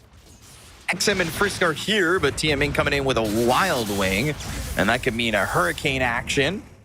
Thinking about that Rolling Thunder, they'll bring FY over, who will now not be able to stop XM from bottling up that Arcane Rune. If you want to kill Pangolier, I feel you need to catch him mid shield crash, so it doesn't land, doesn't get that damage reduction. With Vortex, that is. Charge Disruption was used, and there's a bash, Ball Lightning, Vortex, and this is XM, well, with an Arcane Rune, so stopping him is going to be very difficult. They're looking over at Mercy now, as the axes will land, and FY is going to get a kill here. Rolling Thunder mid. Yeah. This looks Rolling like Thunder. a very dead Panga. No, he doesn't want to go into the tower. Panga. I'm not sure what that was. Mixture Didn't of want to commit. I would have committed Jenga. there, but Somnus. And now he's got the Vortex, and Somnus just dies on this one. Didn't want to commit to the tier 2 tower, but dies anyway. Maybe would have been better off going into the Pugna, and Nether Blast with a right click. They get the kill into TM Ming, and that is another kill here for Piggy Killers. Piggy Killers putting in a lot of work early on, same as they did in the previous game. This Arcane Rune coming in very handy, secures them multiple kills. XM off to a great start, sitting at 40-9. This looks really good for them. I guess, again, it's one of those games where maybe the 4v for Azure isn't working out, and they need Wu to kind of do more on... Like, Mercy's gonna drop bottom. Yeah, this is 4 stacks, axes. Ooh, 29 health. That was close, but Fly also very low, which does open up a tower. Beastmaster still level 5. There's a big difference. Timbersaw does have a full level advantage. Yes. And now it makes his lane extremely strong. You're playing with Pugna. Pugna also very high level 5.5 already. Slark doesn't do much now against Timbersaw. So he wants to keep farming the jungle because he's level 6. Maybe show up in a lane, try to do something, but it's not going to be enough. TMing not getting hit by that Timber Chain. Didn't actually connect on anything. Ava's chasing because they know they've got the charge. Pounce, Leash, Chakram dead. And Lu needs to be pretty careful. He's got Shadow Dance if need be. Frisk over off to the side. Only has 4 stacks on that Essence Shift. But FY spots him. Now into the life drain, but there's the disruption. Charge out onto Lu. That'll land. Fly is here. Goes into the Shadow Dance. And Fly will miss that dead shot, but the Ball Lightning over to get the kill into FY. Frisk is low. Ball Lightning over. XM still and chasing. the attention is on to Lu. Lu needing to get out of this one, but he won't be able to do so as Frisk ends up dead to Somnus, but Lu dies to XM, and that's a double kill for the Storm Spirit. Piggy Killers bringing in numbers, all 5 heroes. And look at this sneaky ward that Tian Ming just placed. Like right in front of tier 1 tower, at least where it is right now. Not going to be there for a long time. So Slark getting countered by Spirit Breaker Charge. They know where he is. He's not getting that Shadow Dance region. And XM manages to kill it. So they TP mid, refill his bottle, refill his mana, go back to full HP, full mana now. This is exactly what they need to do. Play around XM. We've seen how powerful it is in the previous game, and they want to repeat this. Yeah, so let's see what they can accomplish with that. Beastmaster picking up a token. And we'll send that back. Sark's got a Cult Bracelet. Let's take a look at the items here. See what I can take a look at. Rolling Thunder, not gonna do enough. Somnus has a Spark of Courage, and You can see Charge now coming through into Lou. He is not sitting with a lot of health. That's why mid get the calling down. They get the kill into FY. XM's got another, and he's on a mega kill streak, 5-0-1. He's starting to pop off, and that's a big issue. Lou also now getting charged up, and I said that charge was coming in. He goes into the Shadow Dance. Timber Chain. Ava doesn't want to go too far forward, even though he's got Spirit Breaker. Back over mid, they'll get a kill into Tian Ming, and there's action all over the place where now Piggy Killers kind of get themselves a little bit of a net worth advantage. And they're playing so well. First 10 minutes looking as crisp as they did in the previous game. Charge. They're not stopping. Sark. Lou. Ooh, Shadow trying to Dance get already out. used. Ball Lightning and the right clicks. Lou's dead. XM getting another one. They're going to go after this Frisk Ugna, but that's not an equivalent exchange. They cannot call themselves Edward Elric. Still Regent going on XM. Extra mana coming out from him. Kaya. Seems like he wants to go for... Is that... very interesting. Just Sanj. After picking up... that's not interesting. I didn't see his Kaya in his inventory for some reason. I thought it was Falcon Blade. I don't know. Sometimes I do... think that this is the same item. Some huge stacks being cleared right now by Azure, which is going to keep them in the game. They want to get this Diffusal Blade as soon as possible on Somnus, so you can deal with Timber, burn Storm Spirit's mana. It's going to be a huge pickup. Oh my god, blowing up FY. They really don't have anything going for them right now on the side of Azure Ray. Especially with the fact that Lou's died so many times. They go to the Prime Roar, they hit the Swashbuckler, the calling's down. Lou's going to be hit by that. Look at the damage coming through onto the Sark. XM right on top of Lou. He goes into the Shadow Dance and needs to leave. Look at his net worth. He's the lowest farmed core at the moment. It does happen when you play into Timber. If you're not having a good lane, Storm Spirit, Spirit Breaker, these are tough matchups for Slark. On a Somnus that did hit the Enchantress, so a Somnus going into the Swashbuckle. XM's pretty low, needs to be careful, but Mercy will fall to Chalice. When they get anything more, they've got this Hawk that's giving them vision, but the Timber Chain all the way across Roche's Memorial, and that will be the end of that.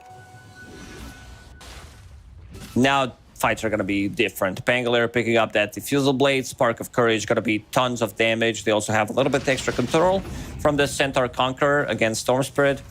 Not sure if I like this mana boots from FY too much. They committed with both, like 2 mana boots in the laning stage seems a bit too much. Right. And then he proceeded to die multiple times, and now you're stuck in a situation where you don't have a defensive item. So he's going for Yule's next. Imagine if that Arcane Boots was just like Staff of Wizardry. He would be already super close to Yule's. Then you can stop Spirit Breaker from charging in, dispel multiple things like the Cripify, Bulldoze, protect yourself against Storm Spirits, try to set things up for maybe like a Pounce play, not the easiest one. And Azure, they want to get some kills now. Let's see if they can find Fly maybe. Hawk is there. Picked up that Echo Saber. They're coming through on the Rocky Bridge. And Shadow Poison. Also, get off that ult with the Demonic Purge. The calling will silence them both up, and Frisk is going to come through and throw that Nether Ward onto the high ground. FY now kind of caught in no man's land. This is a split on 2 ends of the fight. They're trying to get the kill into FY. The life drain won't get committed because they've got that Centaur that stomps on it, but the Chakram, and FY's cornered himself. They'll get the kill there onto the Shadow Demon. Beautiful execution there from Fly. Nice spell usage. First he gets that shot, gets that fear onto Pango, then silences him with the calling, so he gets away. If the calling doesn't connect, they would commit with Rolling Thunder, but at least now they're going to be able to get some damage done onto tier 1 tower. Might be even able to kill it with some extra help from Skelly Bros. And Chalice will get it, push himself closer to this Helm of the Overlord creep. Yeah. So Arcane Boots, Helm of the Dominator, going into the Helm of the Overlord. It has a stack to farm up here. Is this a game where Little Friends is viable? I mean, it's the shard that you don't want to buy. You get it for free, where you get like multiple creeps. I think that's the biggest one, but using Little Friends is kind of meh. Swashbuckle and FY again with that demonic purge, but Mercy's going to be able to TP out. Ball Lightning now looking for FY, rolling Thunder, but the disruption was used pretty early. So XM going even further. He doesn't have a lot of mana to work with. Ball Lightning over to the side, and now he's empty. I'll have that wand to pop, but the Swashbuckle hits, so his mana gets drained immediately. Now they've got the life drain to give him some more health. The calling's down, and it stays down for a while. Lou up in this fight, FY in trouble. He's bashed, and they're looking for the Nether Strike. They'll get the kill on the FY. They use the Primal Roar. It's on the XM, but do you have the pounce? Do you have the leash? Do you have the damage to get the kill? You might. Lou doing a lot of it. He goes into the Shadow Dance with the Chakram on him. He's down to half health. Still ringing around the Rosy there with Mercy on the other side of this exchange as they look over at Ava, but he's pretty tanky on this Timber Saw. And somehow Mercy is getting out of this. No way he's getting out of it. Ball Lightning Vortex. Lou's dead, and they still don't have the damage to get these kills and take out these heroes on the side of Piggy Killers. Mercy even tipping Somnus there. Mercy bought so much time and also kept Pangolier away from Storm Spirit. I think in this situation, as Pango, you need to instantly kill this Spirit Breaker or stop chasing him, reconnect with the rest of the team. You can feel that they lacked damage there. They couldn't, because it's also a bit of a control with the Diffusal Blade. Fly. Dying to Somnus, and Tiaming will die there to XM. XM, again, doesn't have a lot of mana, but Chalice taking out Frisk. These are kills all over the place. Everybody's fighting on a different side of the map. XM is playing so well, understanding how much he can push it without dying and also TPing out of the trouble. We also got to give credit to Frisk, who's been playing with the Storm Spirit throughout the whole game, keeping him alive. Does have 4 staff available now. Great against both Beastmaster and Slark. Lou still lacks damage. Doesn't have enough to just connect onto a target and kill it. I also thought that he might go for Diffusal Blade in this game. I would prefer if he does go for it, because right now I see Blades of Alacrity, but also getting Aghanim Scepter for that second jump, a little bit more control. Finds Pupil's Gift on Timbersaw. Always a good choice. On Universal Heroes, it's a lot of tankiness, gives you some decent right-click. I mean, Timbersaw not the hero that benefits the most from right-clicks, but still amplifies your farm. Another strike. Charge. Somnus. Ooh, life drain. They got him. They put that together really well. A little nervous for a second that he might have gotten out of that one, but now the charge, they're going for the rest. The hits on it too. FY with the disruption, trying to save Chalice, but they're surrounding him. Primal Roar getting the pushback. Now Lou coming in, pounce, leashing, killing off Frisk. FY at least got that as the Ball Lightning comes over to the Shadow Demon. He's trying to run away, but he'll finally fall. And they look over at XM and they'll take out this Storm who had been dominating before. So a lot of gold going the way of Tiaming as he got that kill on XM. They'll also take out Mercy, and this is starting to stack up the way for Azure Ray. They have the pounce, they have the leash, they'll get the kill there on the Ava. And Lou's got a double kill, and he's going to pick up a lot of gold for that. Yeah, this is a fight without Fly. I feel like he needs to be there as well, because your items, you want to be taking these fights. I see Mask of Madness, Crystallis, Falcon, but these are all like small items, casual Blitz Knuckles for now.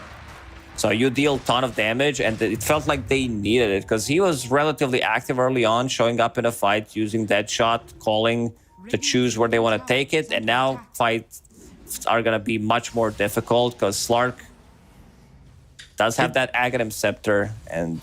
Did he pick that up mid-fight? Ags? Yeah, it got delivered mid-fight. Mercy's doing a lot of work, not just in the laning stage, but a couple of these fights connecting with charge on multiple targets. And as soon as they kill Pugna, it means that there's not going to be save. No Force Staff, no Life Drain to replenish HP or mana on Storm Spirit. I think Azure Ray have kind of hit this point where they can kind of jump off. Pounce, Leash, Disruption, save on a Tiaming. And the Death Pact, look at the damage coming out of the XM. The Force Staff away, the Yule's up into the air. They get the kill on a Fly. They'll take out the Muerta again. So Lou, trying to fight, goes into the Shadow Dance. He's got this axe, so he has 2 pounce charges, but only 1 available at the moment. Somnus trying to go into the Rolling Thunder. He bounces off the steps, and now he's going the other way. Timber Chain, Shield Crash. They're on him. Swashbuckle and a kill on Ava. Taking out the Timbersaw back-to-back is really going to shut down his game quite a bit. Somnus is very tanky. Love the item build. Diffusal Blade straight into Heaven's Halberd against Storm Spirit, and most importantly against Huerta, gives him the tankiness, status assistance, holding on to Gossamer Cape, so he understands that he needs to go like Madman mode, soak up most of the damage, might be saved from Shadow Demon, and Mercy's gonna drop Mercy, here. They do as have well Sentry. as the Pugna. Nope. He's safe. Well, Decrepify and hit me now. I love this old chicken doing a pull-up banner. Radiant's top It's tower very, is under attack. very funny. Yes. It's like one of those keep your chin up posters with the cat that's just trying to do the pull-up. Lightning Vortex calling down. They've got the silence out of the Enchantress. Look at the damage on Somnus. He's down under half health already, but they get the disruption. They go to the Primal Roar. It's going to be on the X, and they have the pounce to leech him up, but they go to the Life Drain and Frisk. They'll die first. Goes up into the air. Mercy now going into the Shadow Amulet, trying to get away from this one. Lou's already low. He dies to Fly. Big kill again when you're taking to the Sark. Vortex into the charge. XM no and mana. Get into the Shadow Amulet, but XM 5 without stacks the of mana, poison already. he's going to end up dying. They've got the Swashbuckle landing on a Mercy. They'll take it a third. They don't need Lou at the moment. As they continue their onslaught, Azure Ray, they hit this marker, and then they just have not stopped. Dire's middle tower Power of is under Enchantress, you love to see it. I think this is your favorite thing to do, Tian Ming, when he, like, just position 5, position 4 Enchantress, when the hero goes ham in the fight. This is only Dragonlance, max impetus, Demonic Cleanse, picked up from Shadow Demon, so that's going to keep them healthy. It's a bit of an oxymoron, right? Demonic Cleanse? Are you, Yeah. are you cleaning the demonic aura as Shadow Demon? You're purging the demonic aura with Izzle? Aren't cleansing and purging the same thing? True. Also, to point out, I feel this is like, Bounce? I praise the build on Somnus. Yeah, they Bounce have again. Sentry. He's gonna drop because Yeah, he Shadow went Amulet. really crazy in that fight. Shield crash, didn't die, gets disrupted, gets another round of spells. This Heaven's Halberd, if it's a different item, he dies there. And now holding on to Shield Rune. So Shield Rune, Shield Crash, gonna make him extremely tanky. There's nothing to dispel it Dire's with. middle tower is under attack. Dire's middle tower has fallen. Gossamer all the Cape, what an Gossamer item. Capes, yeah. Bottom tower is under This attack. item's too good. It's just like, it got buffed. Like, even if it was Yeah. on 5-second cooldown, before it would still be super strong, but having a mischance against hero like Spirit Breaker, Storm Spirit jumps in, he does have Witchblade, so that's true strike, so he will get the hit nonetheless, but against hero like Muerta, does help out a lot. Plus movement speed, I don't think you can ask for anything better out of the item. Silver Edge picked up for the Muerta. But Aegis for the side of Azure Ray. And they use that Twin Gate, Dire's middle tower is break down through to the other side, and Shield Rune for Somnus activated. Blade Mail picked up by Somnus. Interesting choice. He knows that he's going to be soaking up most of that damage in the fights against Timbersaw, against Huerta. There's a lot of uncontrollable damage coming up from Gunslinger, so great value.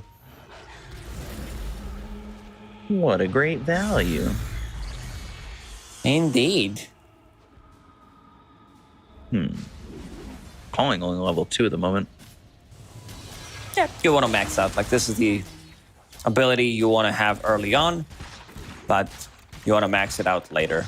Because Gunslinger, Deadshot, 2 powerful abilities. They will need to have some kind of a dust. Oh. Demonic Purge. And charging, but not at a fast speed at all. They've got that Yule's up into the air, and they will slam him down. It's FY who's got that Yule, so Blue will get the kill there while they're going after Chalice. Chakram and Deadshot. Chalice is dead. Nicely landed there by Fly. Picky Killer need to split the map because they have really good ways to gank the side lanes. You have like Muerta showing up from Silver Edge, Spirit Breaker with the charge, Storm zipping in. In terms of straight up 5-on-5, they can't really match. I mean, Azure Ray doesn't have like the most team fight, but they are the ones holding on to Aegis. So they want to be grouping up and taking those fights. Somnus, not the easiest target to kill by any means. He just batted him. Oh gosh, Pounce leashing, and that is XM trying to go through the Twin Gate. When you've got these double pounces, you're just able to get these kills so easily with a little bit of backup, and they've got themselves another one of Frisk, and Somnus is on a killing spree. They're going through the Twin Gates too. They kind of want to keep up with this. You need to be careful if you're on the side of Piggy Killers, and well, they have found themselves Mercy. Nice bounce. Catches him mid-air. Slark, 14 essence shift, 10 permanent agility. Also holding on to gem that Tian Ming purchased for him.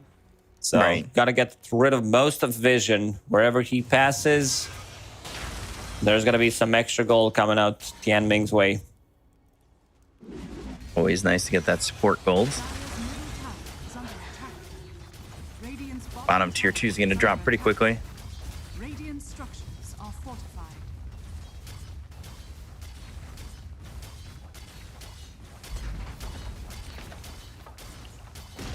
There goes that tower. Azure Ray kind of sticking together. They still have this Aegis on Lu for another 2 minutes. Somnus' Blade Mail doing some work here in these fights. Like you said, uncontrollable damage. And maybe they go for another tier 2 over mid. They did have a creep wave there, but they're looking to go all the way towards top and potentially catch Fly. They spotted him, this deep observer board. And sitting underneath the other one as well. Double pounce and goes into the Silver Edge, but they've got the gem and they will spot Fly, but they just don't have any way to stop the TP. Whew, that's a rarity to see Slark not having a single pounce with Aghanim Scepter available. Kind of getting lucky to catch him on the in-between, but he went to the double pounce to try and get something out of it. Now they're going to look over as they've got themselves the Primal Roar. Disarming the Timber Chain away, but the lack of mana might be concerning for Ava. Rolling Thunder, they've got the Disruption. Lou's got pounces this time, but Timber Chain again towards the Rolling Thunder. Fly's also caught. No. They've got the gem. He's in the middle of this exchange that he really didn't want to be a part of. So they get the kill to Fly. They take out Mercy. They look over at Ava. The Swashbuckle. Somnus is in deep. Former LGD player not learning about diving the tier 4s, or well, this time he does know to turn around and not go too far. This game's going out of control. Somnus, like having Vindicator's Axe makes him even more tanky. Imagine getting 2 hero shield crash. Ooh, they tried. They try to go with Yules. No. They try to use Pounce mid-air. Look at the damage. Ooh, and Timber Chain into the base, but it's not going to matter, and the tier 3 is going to die. Slark has way too much. 24 Essence Shift right now. You take a fight. Oh. They're trying their best. So Aegis expires, but it's not a timing that Piggy Killers can kind of execute on. Charge comes through onto the Enchantress. They go to the call and lose in the middle of it. He doesn't really need to get himself into a bit of a bad position with that. Rolling Thunder used again by Somnus, turning it around onto Ava, who gets the Chakram back. But look at this. They're going and focusing the racks. So Azure Ray, they focus the racks. They start to retreat, maybe thinking that, hey, Piggy Killers are going to chase us. And they'll use this smoke and head towards mid. There's also another region rune.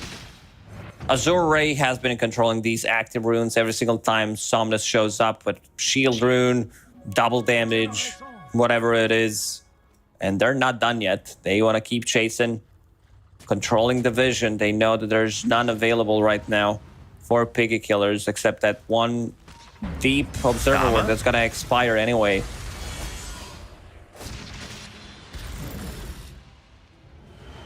Radiant's middle tower is under attack. Really haven't felt much from this Muerta in this game. She's been dead a lot. Most of the time, yeah. Sometimes by coincidence. And then Lu goes over. They'll push in the top tier 2.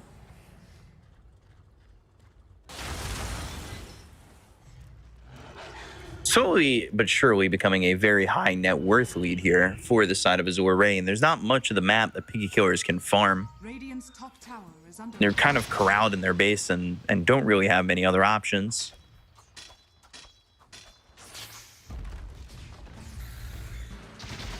So Radiant's top tower. charge, Somnus. He'll be hit by that charge. Nothing really doing. He pops that blade mail and they get the top tier 2. So Creep's pushing in on all ends. They've also got that bottom set of racks downs. That lane will naturally push in. Where do you go if you're Piggy Killers? There isn't really much on the map to be yours. You don't go anywhere. You're going to cement your position. You already did in Division 1, but feels like this game is getting out of control for them. They can't leave the base with Storm Spirit, Spirit Breaker. You want to be outside. You want to be getting the kills on the side lanes. Just don't see it happening right now. Azure Ray holding hands together. Right. Like farming very close to each other. In case someone gets jumped, they're ready to help out.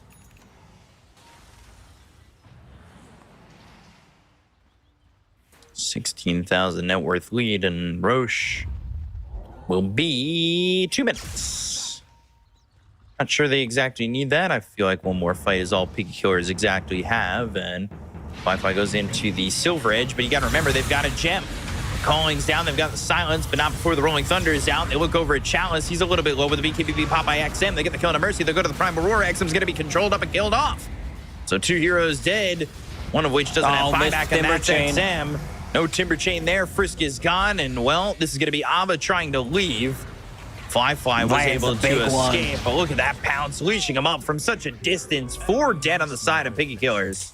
That was very difficult pounce to land. He found the correct angle, just came off cooldown, and as you said, that's all they have left in this game. One fight, and Somnus, he's not done yet. Radiant's middle barracks has fallen. Radiant's middle barracks There goes the mid center axe. This should be a full mega creeps. That's when they called GG last time, was right when they got those mega creeps, and I think they figured that the game was inaccessible to them, and that might be the same here. Potentially weighing their options, maybe looking at one more fight. They're not going to buy back, but they will be up against mega creeps.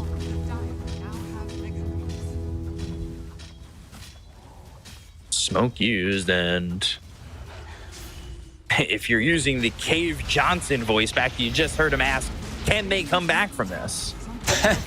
The answer is no, they cannot. It's almost impossible. Vortex, but FY just not dying. Fuels up into the air. They get the kill into Mercy. Now they'll look over at Muerta.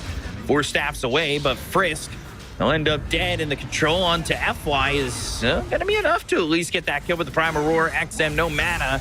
So now Ball Lightning up onto the high ground as he is able to activate that bottle to get himself a little bit more in the tank. However, this is still an issue for him. Somnus, he's feared up. Blade Mail doing some work. Mail, and it's doing a lot of damage. They charge in. They've got no tier 4s. They look for the Nether Strike. Somnus still surviving, and he stays alive with Mercy right on him. Eventually falling to the Ball Lightning of XM. They've pounced, leashed onto Ava. Ava trying to burn him out, but that's not going to work. It's actually the Flames of the Ancient Black Dragon with the Fireball down that gets that kill. And now they've Vortex Somnus, but the impetus shots onto XM as well as onto this Pugna of Frisk. They'll keep them in their base while they take the throne, and they finish the series 2-0. So Azure Ray have at least guaranteed themselves a shot at a tiebreaker.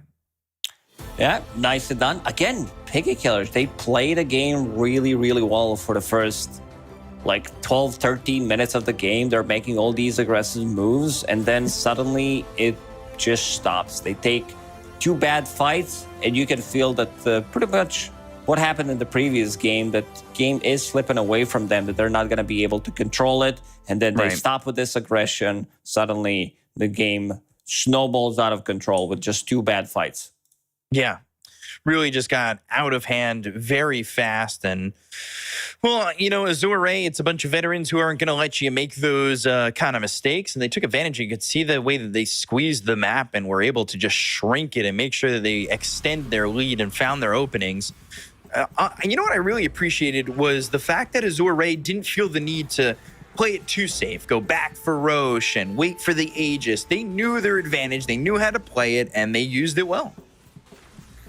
Yeah, they did really well. Like, Lou didn't have a good time in the lane, but we did praise him how he's stable. Like, some of these bounces were really, really good. There were a couple of awkward fights from Azure Ray. The one where Somnus chased Mercy on Spirit Breaker. They didn't have enough damage because he was the one missing in that fight. But other than that, they've been on point, saving people with disruptions and also connecting onto the targets, understanding who needs to be focused. So, Azure Ray, as you said, will need to play it out in the tiebreakers against either Extreme Gaming or IG, because one of these teams, since this is the next series that's going to be played, will be 4-3. The other one will be 5-2, so means Azure Ray will have the same score and will decide their own fate. Yeah, so it'll be interesting to see how the rest of this day kind of lines up and telling us who's going to be where. But I like Azure Ray. They played really well. Coming off a victory like that, going into a tiebreaker, you're kind of going to have a lot of confidence going into the next one. I think there's really not much that I would say that they did wrong in this game. And, you know, you might see Lou, who had an okay performance in the lane, and say, oh, he didn't lane that well. He didn't do that. But he still recovered. And I think that's a team game for them, is where the rest of the team knew how to open it up. And I don't know if you agree with me on this one, but I would say maybe Chalice being the MVP here. He never really fed away too much, and it felt like his primal roars were pretty on point. He pushed and opened up that space for Lou, so I don't know if you agree with that. Yeah, he played the laning stage really well as well, getting these early mana boots, pushed out both Fly and Mercy out from the lane relatively early on. And like, there's so many things limited with the Beastmaster you can do. This is not the flashiest hero by any means, but he gets the job done. Like, he was getting the farm, got that Ancient Black Dragon, got that stun creep when it was needed to have slightly more control against Storm Spirit, provided vision for the team, was always there with the team as well, as we can see in the kill participation, 85%, very active as a Beastmaster, as you should be. Yeah, you know, they got a couple kills in the lane. I thought that they did that really well in that bottom lane, and it worked out. I think Chalice is still one of the most stable offlaners in the region. I know 4-3 isn't exactly like the best record where it feels like this team is dominating, but this is also a team that, truthfully, it's a number and a dream, right? You're hoping to get to the major, you're hoping to win the major, you're hoping to find a way to like skirt into TI with some sort of qualifying amount of points, which is going to be rough here considering the number total is more than I think that you can really acquire through getting third place as well as top on the major. So you're going to have to really not only get that, but I mean, if Azure Ray gets it, it probably changes the number requirement overall, but that's all in theory. I have no idea what I'm talking about when it comes to numbers. That's just the NA education system at its best. So LGD, Aster, IG Extreme, and Azure Ray all have a shot at that major. LGD and Aster already qualified. IG Extreme and Azure Ray are really the three teams here shooting it out. And Piggy Killer, they've guaranteed their Div 1 for next year. And then Aster, Aries, and Team Bright will be in Division 2. So, you know, you take a look at this leaderboard, and I think a lot of people expected Azure Ray to come in and make the major, and they've kind of done basically that, except they just need this last step of winning a tiebreaker, and if it's going to be up against IG or Extreme. Yeah, I feel like Azure Ray has better shot than other two teams, I would say, when it comes down to potential tiebreakers. We still don't know. Like, IG still has to play against Extreme Gaming in an hour or so. So the opponent for Azure Ray will be decided relatively shortly. But I feel like this team does have what it takes. And I feel like this team will do better at the major compared to Extreme and IG, I would say. Yeah, it's not a roster that I think lacks that LAN experience. They're definitely a team that's got all that LAN experience. Blue, maybe not as much, but he's had some in the past. Obviously, he played the Intel World Opens, which was last year. That was a LAN experience for him, and I think overall, the rest of the team has a lot of LAN experience as well. So I definitely do think that this team can perform pretty well, and also it's China. As much as China hasn't exactly performed amazingly at the major, it's China coming from a LAN environment into a LAN event, right? Yeah, I think it's very important for them to get some of it before going big, but we'll have to see. I feel like Azure Ray, just this loss that they had against Team Bright, it shouldn't happen. And that puts them in tiebreaker situation. If they got that dub there, they would be pretty safe, but can't go back in time unless you're Faceless Void. So you have to suck it up and just play tiebreakers. So we do have an interview ready for you guys, and we're going to be bringing in Azure Ray. So let's see. It's going to be Lou. And Lou, congratulations on the win. And how's the team feeling right now? I know there's been a lot going on with the whole squad, but how are you guys feeling at the moment? 首先恭喜拿下这场比赛的胜利。想问一下，虽然知道最近队伍里面事情可能也比较多，但是拿下这场比赛之后的话，整体感觉怎么样？感觉还行吧，因为后面还有打一场加赛。We feel alright because we know there's gonna be a tiebreaker. Is there any team in particular you would rather play in that tiebreaker situation? 加赛的话，有没有就是哪支队伍会更想打一些呢？没有吧，应该就下一场叉 G 打 IG， 看他们谁输就跟我们打了。就是这两个对手，你没有自己的想要打的吗？没有，都差不多。Yeah, I think it depends. First, it depends on the result of the next game, and I feel like both teams are on the same level. They are all quite strong, so it doesn't really matter which one we're gonna face.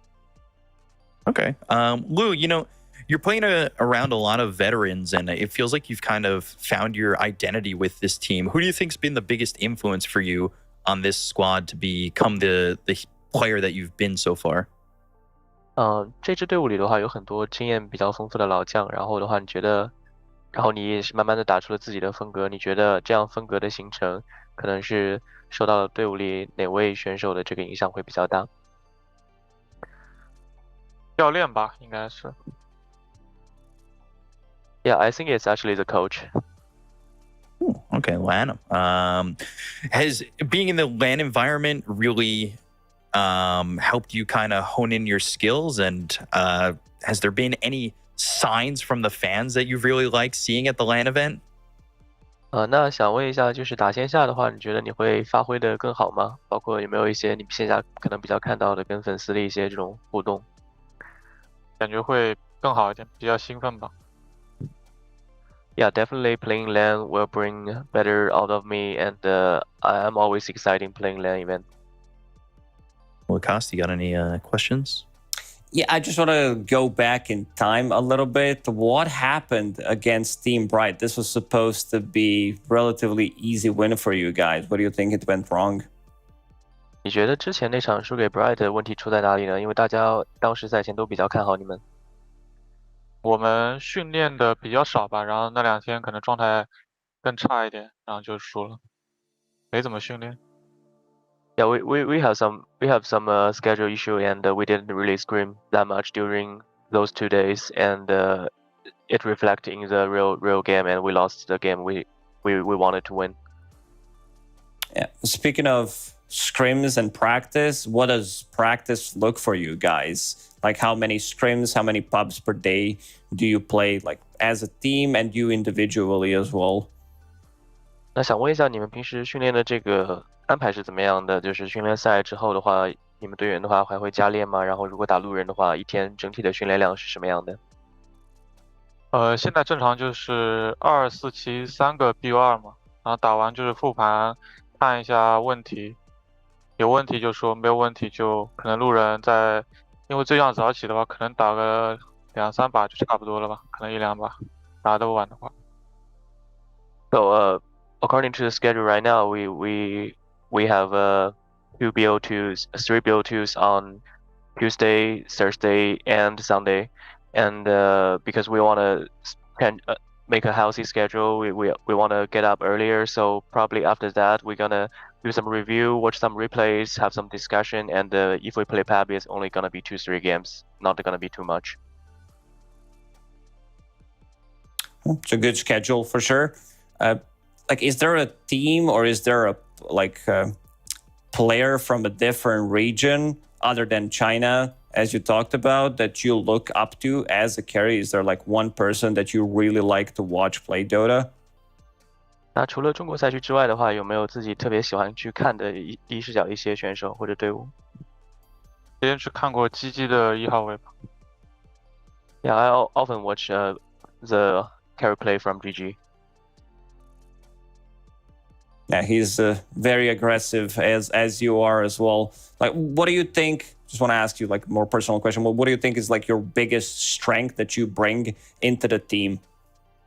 那你觉得从个人角度来说的话，你给队伍带来最强的你的长处是什么？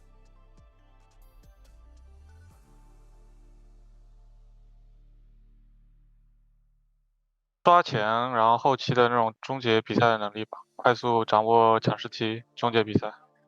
Yeah, I think I'm good at farming, and I'm extremely good at finish the game, trying to execute, make good execution, and finish the game.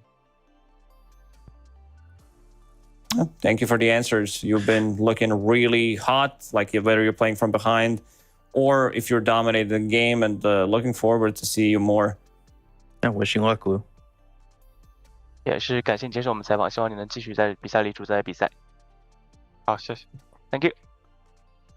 Thank you so much. Lou is one of those players that I feel like a lot of people in the West are always just kind of like rooting for.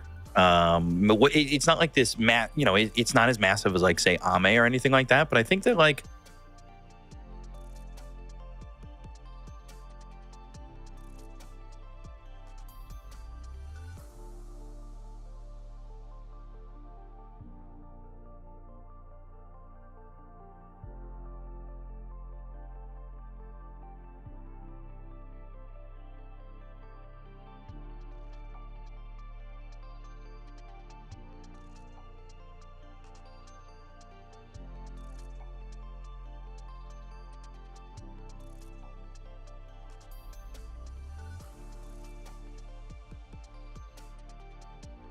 to look for, like, because he's looking really stable as a carry, as we said.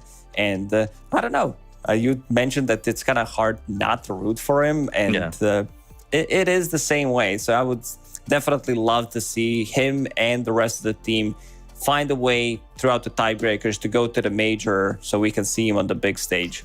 Yeah, I really hope we get a chance to see that. I mean, there are so many guys that I really like rooting for in this region, and it's just, I don't know. I love this region. I love seeing what's coming up next, and well, you guys know what's coming up next. We've got ourselves the big one, which is gonna be IG against Extreme. That's a big matchup, and the loser of that will be in the tiebreaker against Azure Ray. But we've got a bit of a break before we get to that matchup, so again, wash your faces, get some snacks. We'll be back in a moment. Stay tuned. We'll see you in a bit.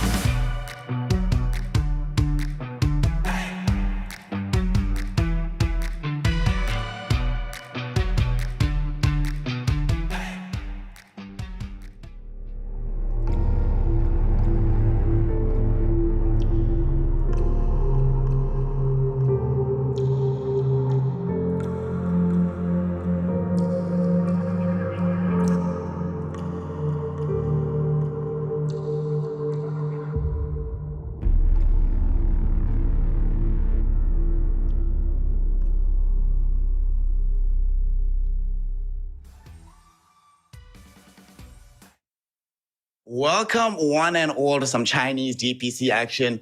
It is the last day, the final day of the competition, not just of this tour, but of the 2023 season. Until this point, we still have some answers, some questions that need answering. Crucially, who's going to be taking up those final 2 slots at the Bali Major and starting their journey towards TI.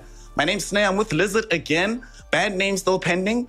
Lizard, you know what's really funny, fam? Both of us need to go back to school because how could we not see? You know, we ended yesterday being like, yes, this one game is going to settle everything. There'll be no tiebreakers. But it guarantees tiebreakers. How do we both myth it, man?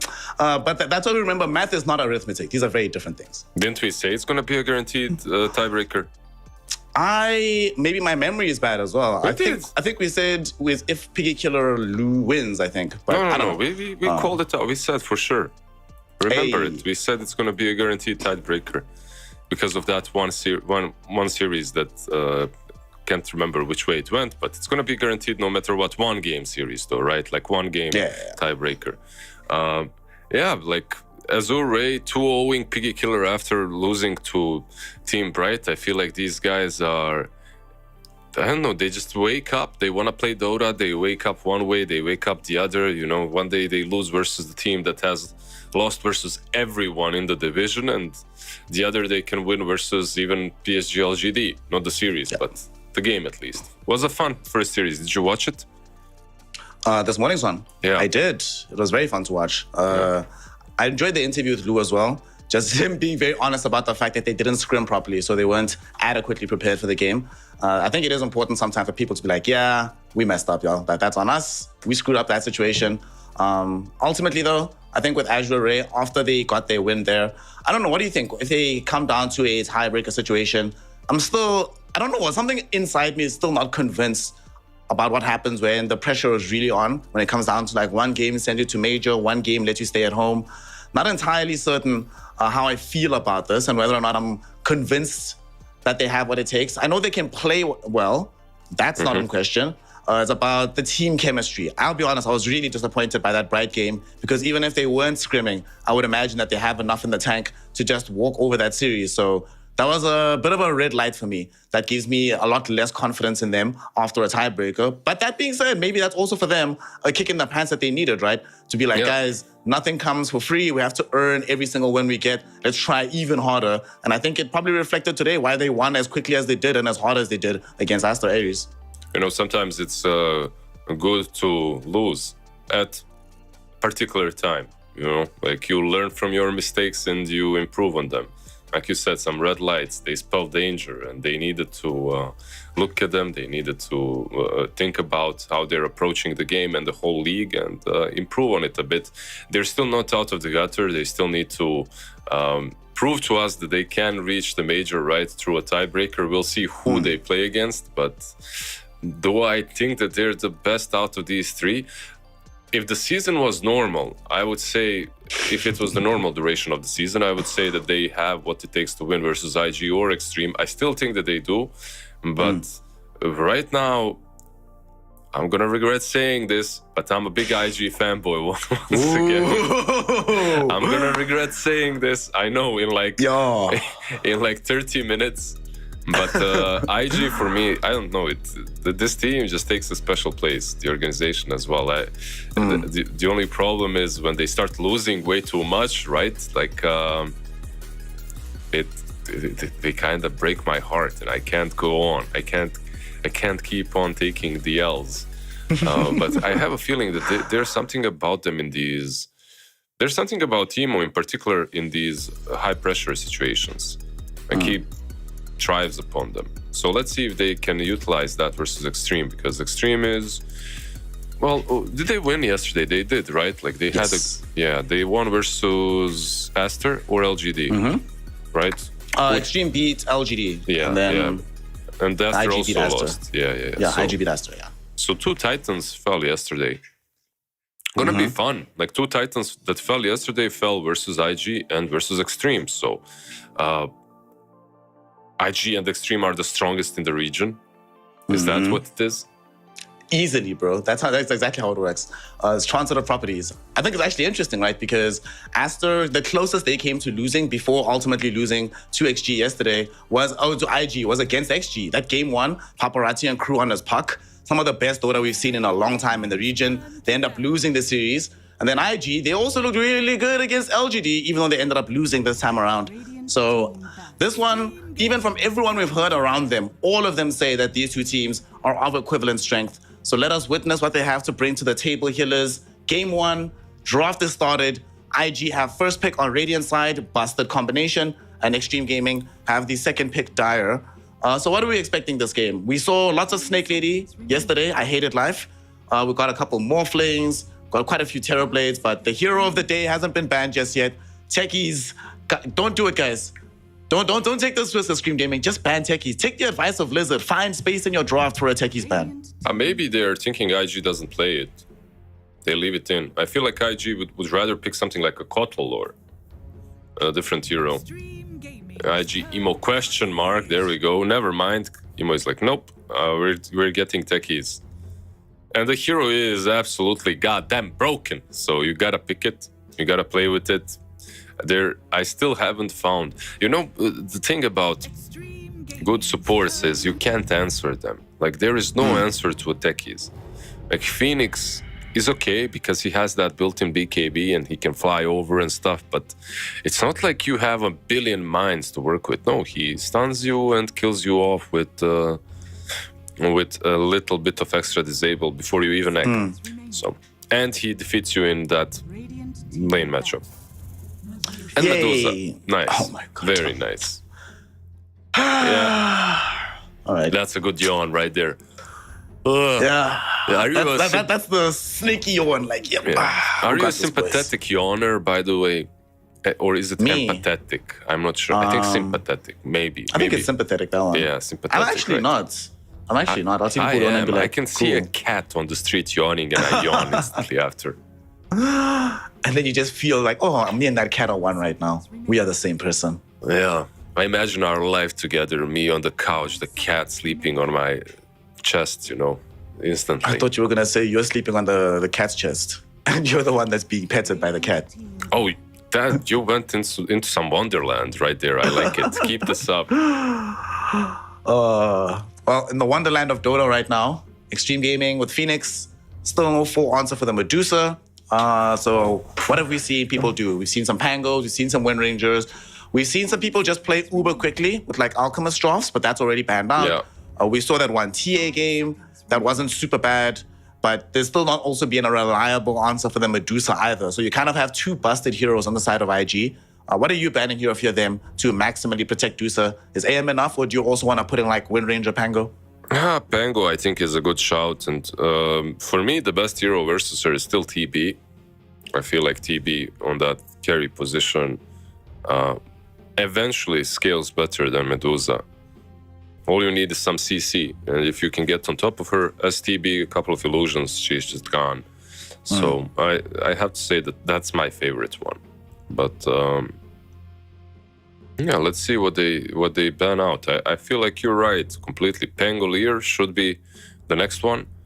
And besides Pango, I don't see. There you go. He's gone. Good job, Snare. You're on goddamn fire. Love it.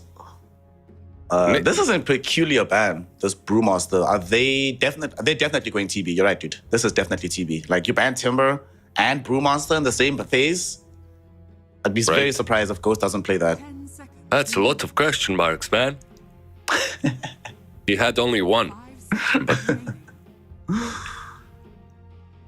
But I just love, like, you know what's fun? Like, the Emo, he was obviously popular before, but he just used one question mark, and that's it. Like, he's a superstar in the best in the East as well. And he won a major with it, of course. It's not. There's something behind it. You know that question mark was incredibly powerful? This man, in that same calendar year, got 4th place at TI, almost got a podium finish at TI, and all of us just forget it. We're just like, oh, yeah, 4th place TI, whatever. But the question mark, that was where it was lit. That was where it was amazing. Was he actually 4th in TI? I believe that year, that year was 4th, if I'm not mistaken. I'll Probably, confirm yeah. I 100%, believe you. I but yeah. believe you. It's just I forgot. Anyways, Invictus Gaming, they ban out Void instead. And Jeez. they don't want that Faceless Void plus Egg combination, Chrono Egg. It's pretty good. Next you go with the Lich. Lich has been popping off as well in the Chinese region, like in Europe as well a little bit, but more here, more so over here. And let's see, IG, Silencer, Storm. Oof. Pretty That's a nice Storm Spirit right there. That's a really good Storm, yeah. Like you have some Sinister Gaze from Lich to catch him as he zips in, which isn't too bad. Versus his damage, the shield is also decent. But you don't have too much catch. You definitely don't. And now on Extreme Gaming, do you want to pick your TB or do you want to even pick TB? I think it's still okay. They go for Slark instead. Yeah, I forgot about this guy. This guy is usually banned versus Medusa too. Actually, that's true. Like, this hero's been banned like almost every game in this region, right? Yeah, this little feller. So basically the Harpoon build, right? You go Echo, Aghanim, some Harpoon, maybe Diffusal. You get on top of Doza easily. You get the Leash versus Storm as well. I like it. Not bad.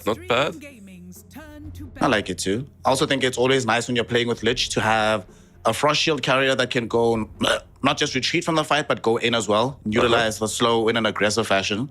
Slark, one of the better heroes to do that. Lanes fantastically with the Lich as well to protect you when you're like awful in the laning phase. Yep. I like the Slark. It's cool. Tell me, Snare, Monsieur Snare of the Church of Doom, what's happening now? The puck is banned. If you're XG, you're banning out offlaners, right? What's left of the pool? There's some Primal Beast, there's some Underlord maybe, Tide.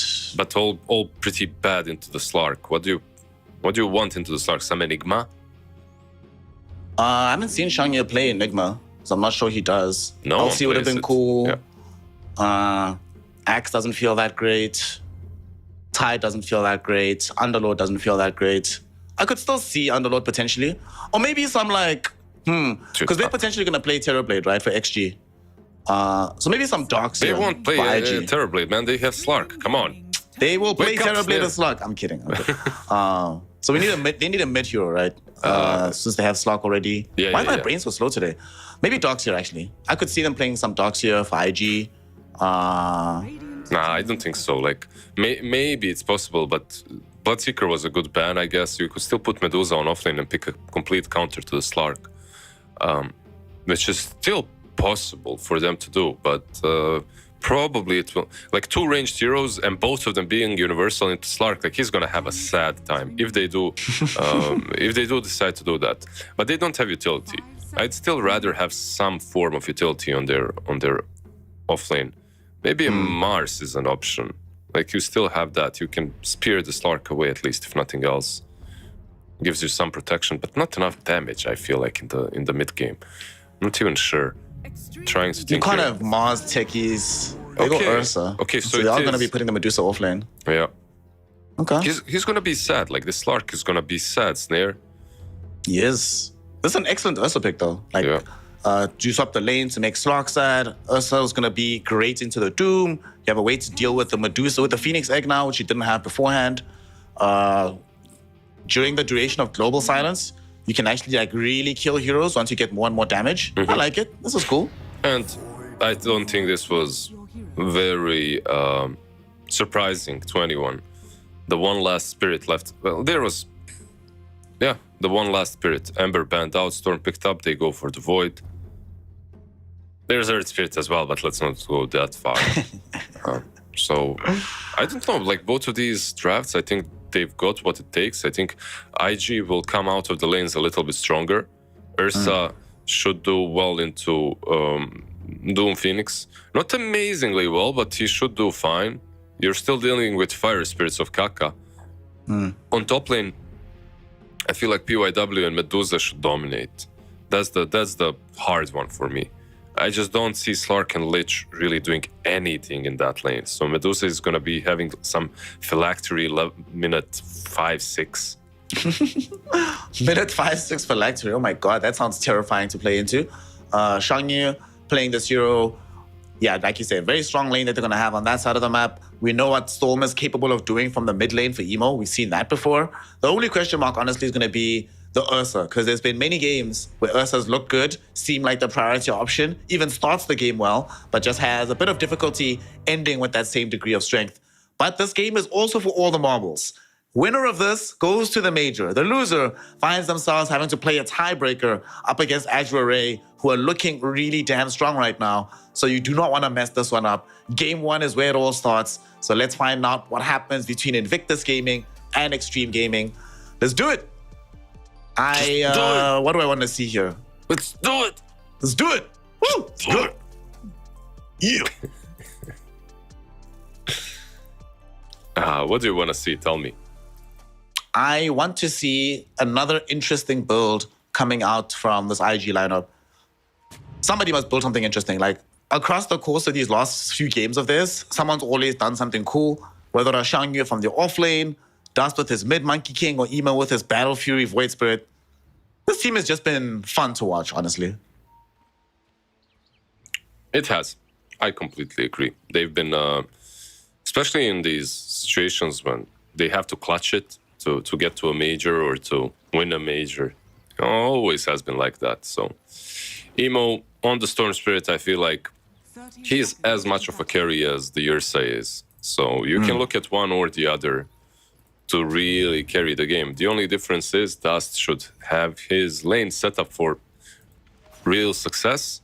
Meanwhile, Emo, it's okay. You're playing into Void Spirit, nothing crazy. You shouldn't be really winning that lane too hard. I want to also see what build Emo goes for. Almost every single day we've had a Storm Spirit, there's been something different that they brought to the table. 3 bounty rolls for IG. Oh no. Oh no. You know what that means? Don't if IG talk gets about the the first curse. game's Don't over. talk about the curse, Nair. It's not happening today. It's not even bro, it's been a fact. It's not even a curse anymore. Yeah, it's that's just true. like factually how things have gone. Yeah. Why do you think that is? Just is, I guess. Dota just feels really snowbally right now. First mine of the game missed. That snowballs into Lich having more HP later on, which means they will kill techies before he kills them. It's all snowbally. There we go. From second 0, everything matters. Butterfly effect in Dota, full effect. Sometimes the game is won before minute 0. Pre-game, you've already gotten yourself the W. Dota's an intriguing game that way. So, where are we looking? Where's the massacring going to be taking place? Which lane is going to be the most action-packed? You said top has high potential. Yeah. Is that where we should be casting most of our gaze? Well, if we are too lazy to move across the map, we can just stick on top. I'm not sure who our observer is, but who is it, by the way? It's Patrick. It's PTP. Apollo Patrick, yeah. I'm sure PTP. He's not like that guy of Epis. He moves across the map a bit more. It's fine. We'll watch all. I'm just kidding. I love them both. But yeah, top lane. Like I said before, I can't imagine Slark having a good time. The moment they hit level 3, I think they have a ton of kill potential on both Lich and Slark. We'll see how it goes. Mid lane, Void Spirit kind of, not doing all too great at the moment. Emo is actually handling him right now. And if there's any person I do not want to take on in a Spirit matchup, it's probably going to be Emo. But he's doing a really good job. And not just getting the CS, but doing the right thing of just constantly bullying Paparazzi. Yep. Like, he's already eaten through this Resonance Shield. He's already in an awkward position. Fortunately for him, there's no support here to steal Water Runes, but doesn't feel happy about the game. Yeah. I feel like Void Spirit should still do fine. And if you get level 6 before this, Kaka actually gone. Kaka. Bye-bye, Kaka. He's... All right. Blizzard. What? Dust got first blood on his Ursa. They got 3 bounty runes. Game's That's over, it. bro. Yeah, that's it. over. 3 bounty rules. I mean, look, I'm telling you, like this bottom lane set up for success, top lane set up for success. They're really having a good time in the laning stage. The question is, will the same thing remain afterwards? And I think for them to have a good game, they need to secure Paparazzi that we're watching right now. He needs to get perhaps level 6 before Storm and maybe a gank or two. But who do you gank with? Even that is difficult. Yeah. The supports you come with don't have stuns. Like, you're not going to have a very early Blink Dagger Lich with Sinister Gaze. PogChamp, imagine that. First item, Lich. Easiest way to get reported. Rush Blink Dagger on Lich. Although it's not bad, right? Like having Sinister Gaze. Yeah. But, If you got like some Psychic Headband, Blink Dagger, this doesn't sound so terrible. and by the way, it's Scriffy Boy. Doing the Scriff? opposite. It's Scriff. Oh no, we were lied to. It's Scriff. We were lied lied to. Yeah, I no. mean, Peter observes much better. I could see it from the distance that it's Scriff, actually. He's writing to me right now, Steve. No, shout out Scriff, Scriff. just as much. We failed twice, but third time is the charm. Mid lane, we might have a quick kill onto the techies. The first Sinister Gaze of the game will be utilized. PYW instead will actually walk away. They leave Emo in the meat grinder instead, but he turns around. 3-hero blast off. Will get the kill onto the Void Spirit, but he does still end up dead. Gifting Kaka a double kill on his Phoenix. Well, that was fun to see. Great blast off. It looked really cool, but ultimately Emo was a bit too squishy to survive that fray. Yeah, like the problem now is, remember I said I feel like Void Spirit needs to be ahead of Storm. Void Spirit is now half a level behind.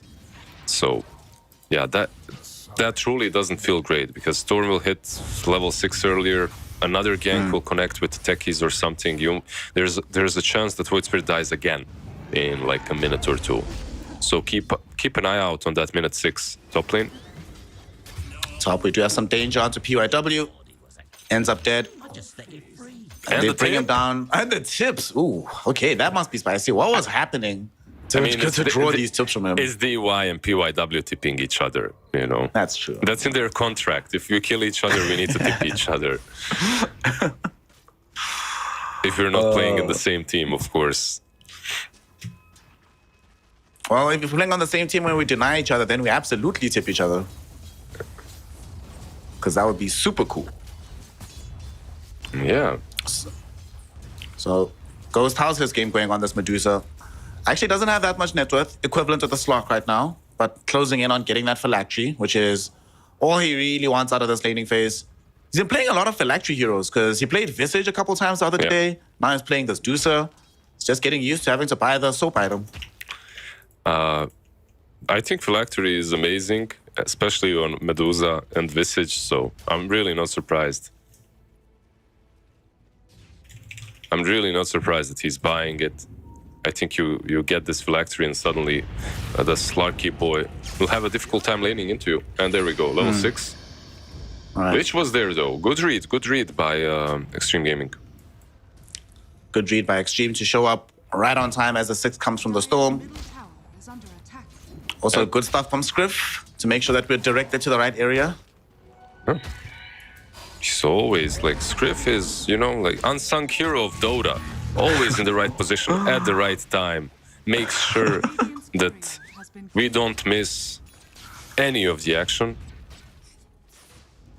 Or most of it. Of course, there's core players, you know, our observers, our supports, and he's doing the right thing. Planting wards in all the right places. Ursa, damn. Is it in Lolos? Well, a degree of sometimes- danger here, but mostly there's danger in middle as well, as Emo was very awkwardly placed. He tried to zip back in onto Paparazzi. Doesn't have enough mana to get there.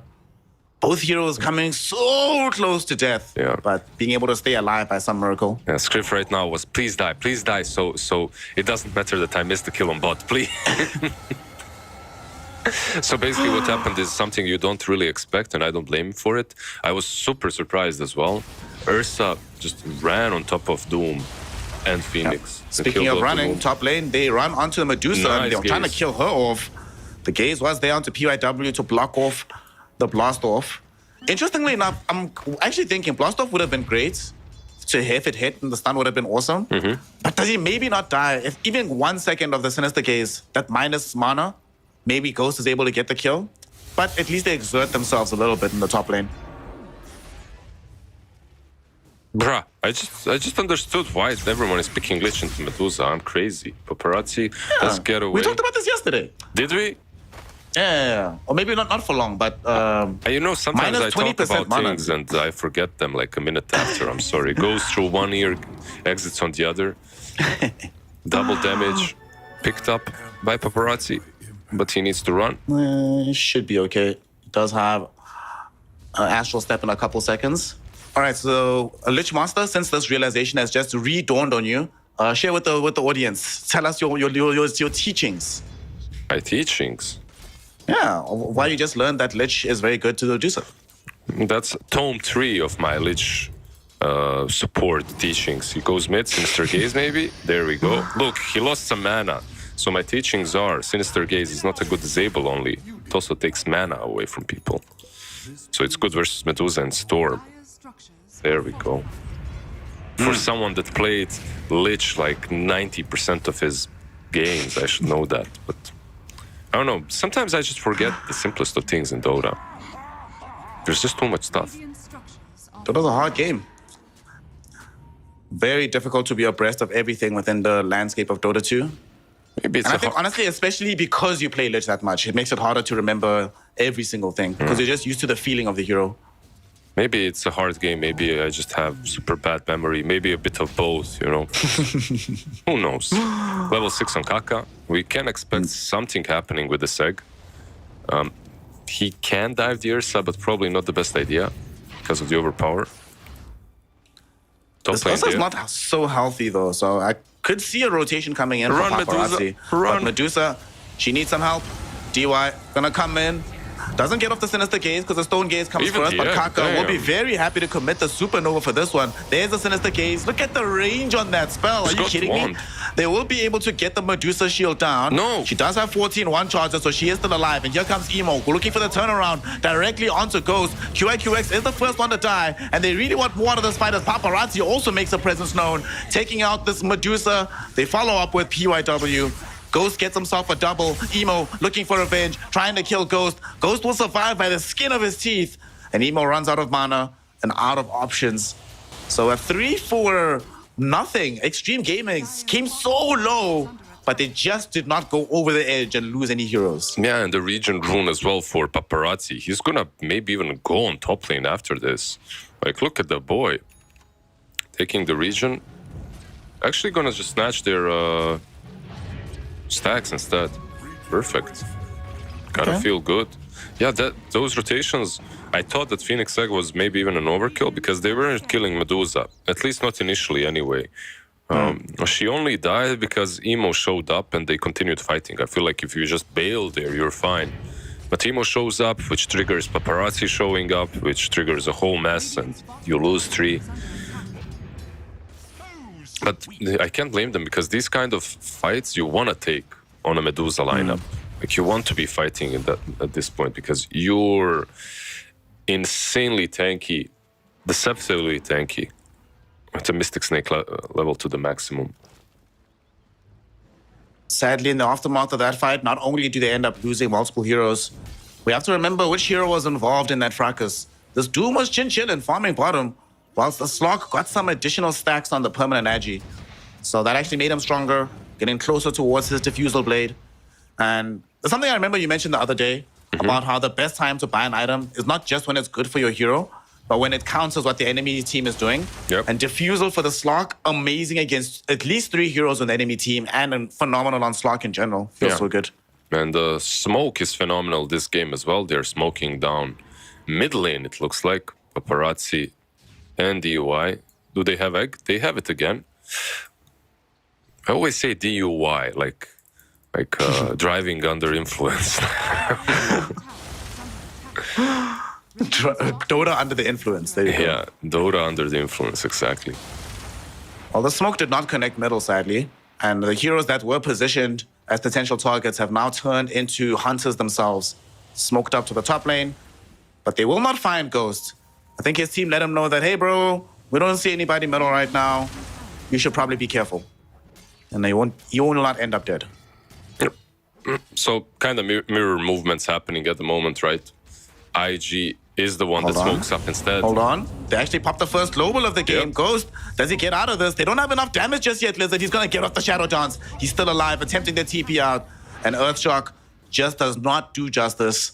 Yeah, both carries. they tried. Both carries reading it really well. Like, obviously on bottom, Ursa has to TP away a little bit earlier. Slark is, in general, harder to kill, so he sticks around a bit longer, still survives, and baits out the global.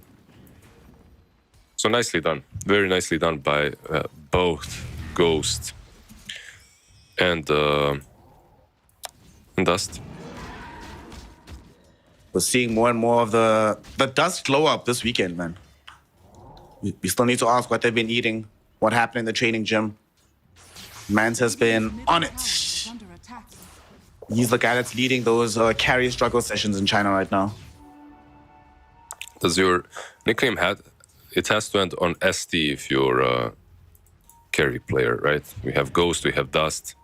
Don't tell me anyone else. We have Amest, Amest, Howest, Howest, Burningest, Yeah. Monetist. Monest.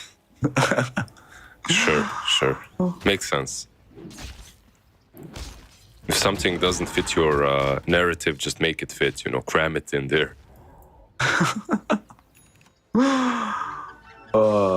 Smoke up. We're going to be having a big move happening. 3 heroes from Extreme Gaming. Paparazzi leading the charge right now. Has an arcade rune to his name. There's no global for another 25 seconds.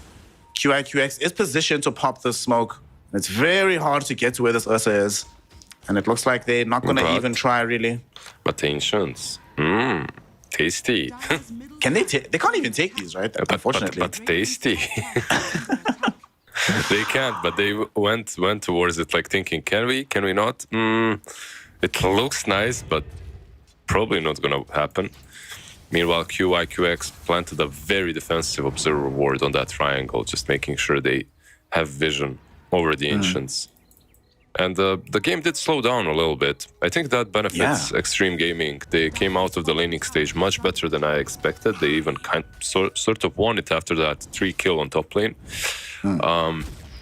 Doom with the Midas farming up, almost a pipe completed. Slark as well, farming up really damn well. Echo Saber and Diffusal completed. There's so many heroes that scale, it feels like, on the side of XG. Although there are some really scary late game heroes. Storm, Medusa. They're smoking up. But let's see what they get from the smoke. They popped a global silence for this. DY will happily give up his life if it draws out such a big ultimate. He does have buyback if he really wants to come back for a fight, and XG might trigger it. They have heroes stacked up in the area. And they have the Diffusal Blade newly picked up for Ghost, so they might think about making a jump here. Maybe they can fight. Let's see. They have Yules as well on Kaka. They can go on Emo here. Yules not going to be used just yet. Oh, no. They didn't go in the same combo. They didn't get the Yules into Aether Remnant, but they might get Yules into Pounce. No, it does not happen. Emo going to be staying very much alive. Massive Arcane Curse from QIQX will zone back the entirety of the Extreme Gaming lineup. They I can say still that though, fight. but they just run directly at Shanyu, who's positioned too close to the tier 1 tower. Gets Doom easily killed off. Yeah, There was no protection available there. They can even go further. Let's see. Paparazzi has haste. Can he catch PY'd up? Aether Remnant is up. Ooh. A bit too slow. Blast off comes first. PYW is gone, and Look- he will be allowed to stay alive. Usually, I wouldn't see them fighting that, but Paparazzi had a haste rune and an arcane rune on top of that before. So yeah, you're gonna probably take that fight. There's no global, absolutely nothing stopping you. Medusa, she had a force, so maybe she thought, okay, if I bait things out, if I maybe get some Stone Gaze before the Doom, I can survive, but I still think it's not too terrible for IG considering Doom was used. Unfortunately for them, they lose the tower as well, so that's less map space, I guess. I guess too, I don't know. Towers being that usually means less space on the map, but this mid lane tower, yeah, I think it's still very important. You can't move from bot to top very easily through it, but you don't even, you always use the twin gate, so It's kind of important. I just never find myself going like that. You know, usually in the old patch, divide up should be fine. Nice, In the okay. old patch, usually you have to do it. In this patch, there we go. Kaka, Ghost, everyone right there. Just as Ursa goes into the pit. Okay, they're gonna jump on the silencer first and foremost, killing him off. QIQX, giving away some more stacks of Agi towards the Slok. But they can't rush though. This team does not rush easily. It does take forever. Maybe they They can don't even fight. have anything to remove mana right now, to remove armor. They're gonna go into PIW. He will blast off into the river, but Ghost can chase him. Very nice forced off coming in from Shangye to save his compatriot. So techies will live there. And this will open up the tier 1 tower in the top lane, though, for the side of Extreme Gaming, if they do want to play around the area. I'm surprised like IG is forcing this top lane area that much, considering they have a Battle Fury and a Blink on Ursa. They can fight. I don't feel that they're extremely strong at the moment. I don't think that Medusa has what she needs. I don't think that Storm has what he needs. But you also don't want to. You also don't want to give away that first Roshan, as you do have an Ursa and a Storm, so I can get that. So what do you need? What do they need? Are they just waiting for BKB on this Ursa to finish first? I guess Emo skipped it entirely. Exactly. I think that's what they probably need, but they smoke up once again. They might catch some strays on top lane because Slark and Phoenix have left. This could actually be really good for IG here. If they're able to get a quick kill and then get into the pit uninterrupted, could be quite good for them. Damn, DY. DY. Dude, what a player. He is definitely not under any influence right now. He is on it. Kaka managing to get off the supernova. Doom applied to the Ursa, but he does manage to destroy the egg first. Beautiful stone gaze from Shangyu on the back end of the fight. Stunning up these heroes. They've corralled them all inside, but here comes Ghost. He wants to clean up house right now, taking out the techies, but the rest of his team is falling all around him. Dust with a double kill already. They're body blocking him, trying to stop the pounce away. They will not manage to do so, but they still have the catch up and they still have the kill. A triple for Dust on his Ursa, a massive team fight win for IG, and a reward of the Roshan that they're gonna claim once they go through the Twin Gate. Damn, like I felt that could be so good for XG because they break the smoke with Lich and they just move away. But instead, Kaka returns. He gets instantly jumped on, so he's forced to egg. And yeah, you doomed the Ursa, but I think he even used Enrage before he doomed him, right? Let's see. Yeah, I did. Yeah, like even Enrage. So that doom lasts 5 seconds. Instantly after Ursa continues fighting. Ghost used his newfound shard to save DY a little bit, but they just didn't have the firepower here to do anything. Already the doom and the egg wasted. The majority of your team fighting is gone. You cannot fight. Unfortunate, very unfortunate for XG, but on the bright side, they didn't lose Rosh. Right. I'm kind of surprised that they didn't go into the Roshan pit afterwards. Like with this Ursa, if he had maxed out Fury Swipes, I thought they would have had time to do it. Yeah, me too. Maybe because it was switching positions, going from top to bottom. They decided not to, not sure. But one good thing for IG is that they never truly have to worry about Rosh that much. This XG's lineup is terrible at taking it. Just terrible.